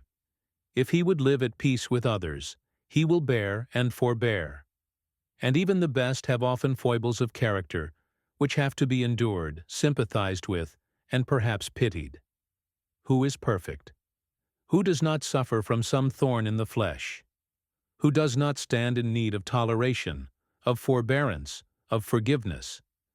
What the poor imprisoned Queen Caroline Matilda of Denmark wrote on her chapel window ought to be the prayer of all. Oh, keep me innocent, make others great. Then, how much does the disposition of every human being depend upon their innate constitution and their early surroundings, the comfort or discomfort of the homes in which they have been brought up, their inherited characteristics, and the examples, good or bad, to which they have been exposed through life. Regard for such considerations should teach charity and forbearance to all men. At the same time, life will always be to a large extent what we ourselves make it. Each mind makes its own little world. The cheerful mind makes it pleasant, and the discontented mind makes it miserable. My mind to me a kingdom is, applies alike to the peasant as to the monarch. The one may be in his heart a king, as the other may be a slave. Life is for the most part but the mirror of our own individual selves. Our mind gives to all situations, to all fortunes, high or low, their real characters. To the good, the world is good. To the bad, it is bad. If our views of life be elevated, if we regard it as a sphere of useful effort, of high living and high thinking, of working for others' good as well as our own, it will be joyful, hopeful, and blessed. If, on the contrary, we regard it merely as affording opportunities for self-seeking, pleasure, and aggrandizement, it will be full of toil, anxiety, and disappointment. There is much in life that, while in this state, we can never comprehend. There is, indeed, a great deal of mystery in life, much that we see as in a glass darkly. But though we may not apprehend the full meaning of the discipline of trial through which the best have to pass, we must have faith in the completeness of the design of which our little individual lives form a part. We have each to do our duty in that sphere of life in which we have been placed. Duty alone is true. There is no true action but in its accomplishment. Duty is the end and aim of the highest life. The truest pleasure of all is that derived from the consciousness of its fulfillment. Of all others, it is the one that is most thoroughly satisfying and the least accompanied by regret and disappointment. In the words of George Herbert, the consciousness of duty performed gives us music at midnight. And when we have done our work on earth, of necessity, of labor, of love, or of duty, like the silkworm that spins its little cocoon and dies, we too depart. But short though our stay in life may be, it is the appointed sphere in which each has to work out the great aim and end of his being to the best of his power. And when that is done, the accidents of the flesh will affect but little the immortality we shall at last put on. Therefore we can go die as sleep, and trust half that we have unto an honest faithful grave, making our pillows either down or dust.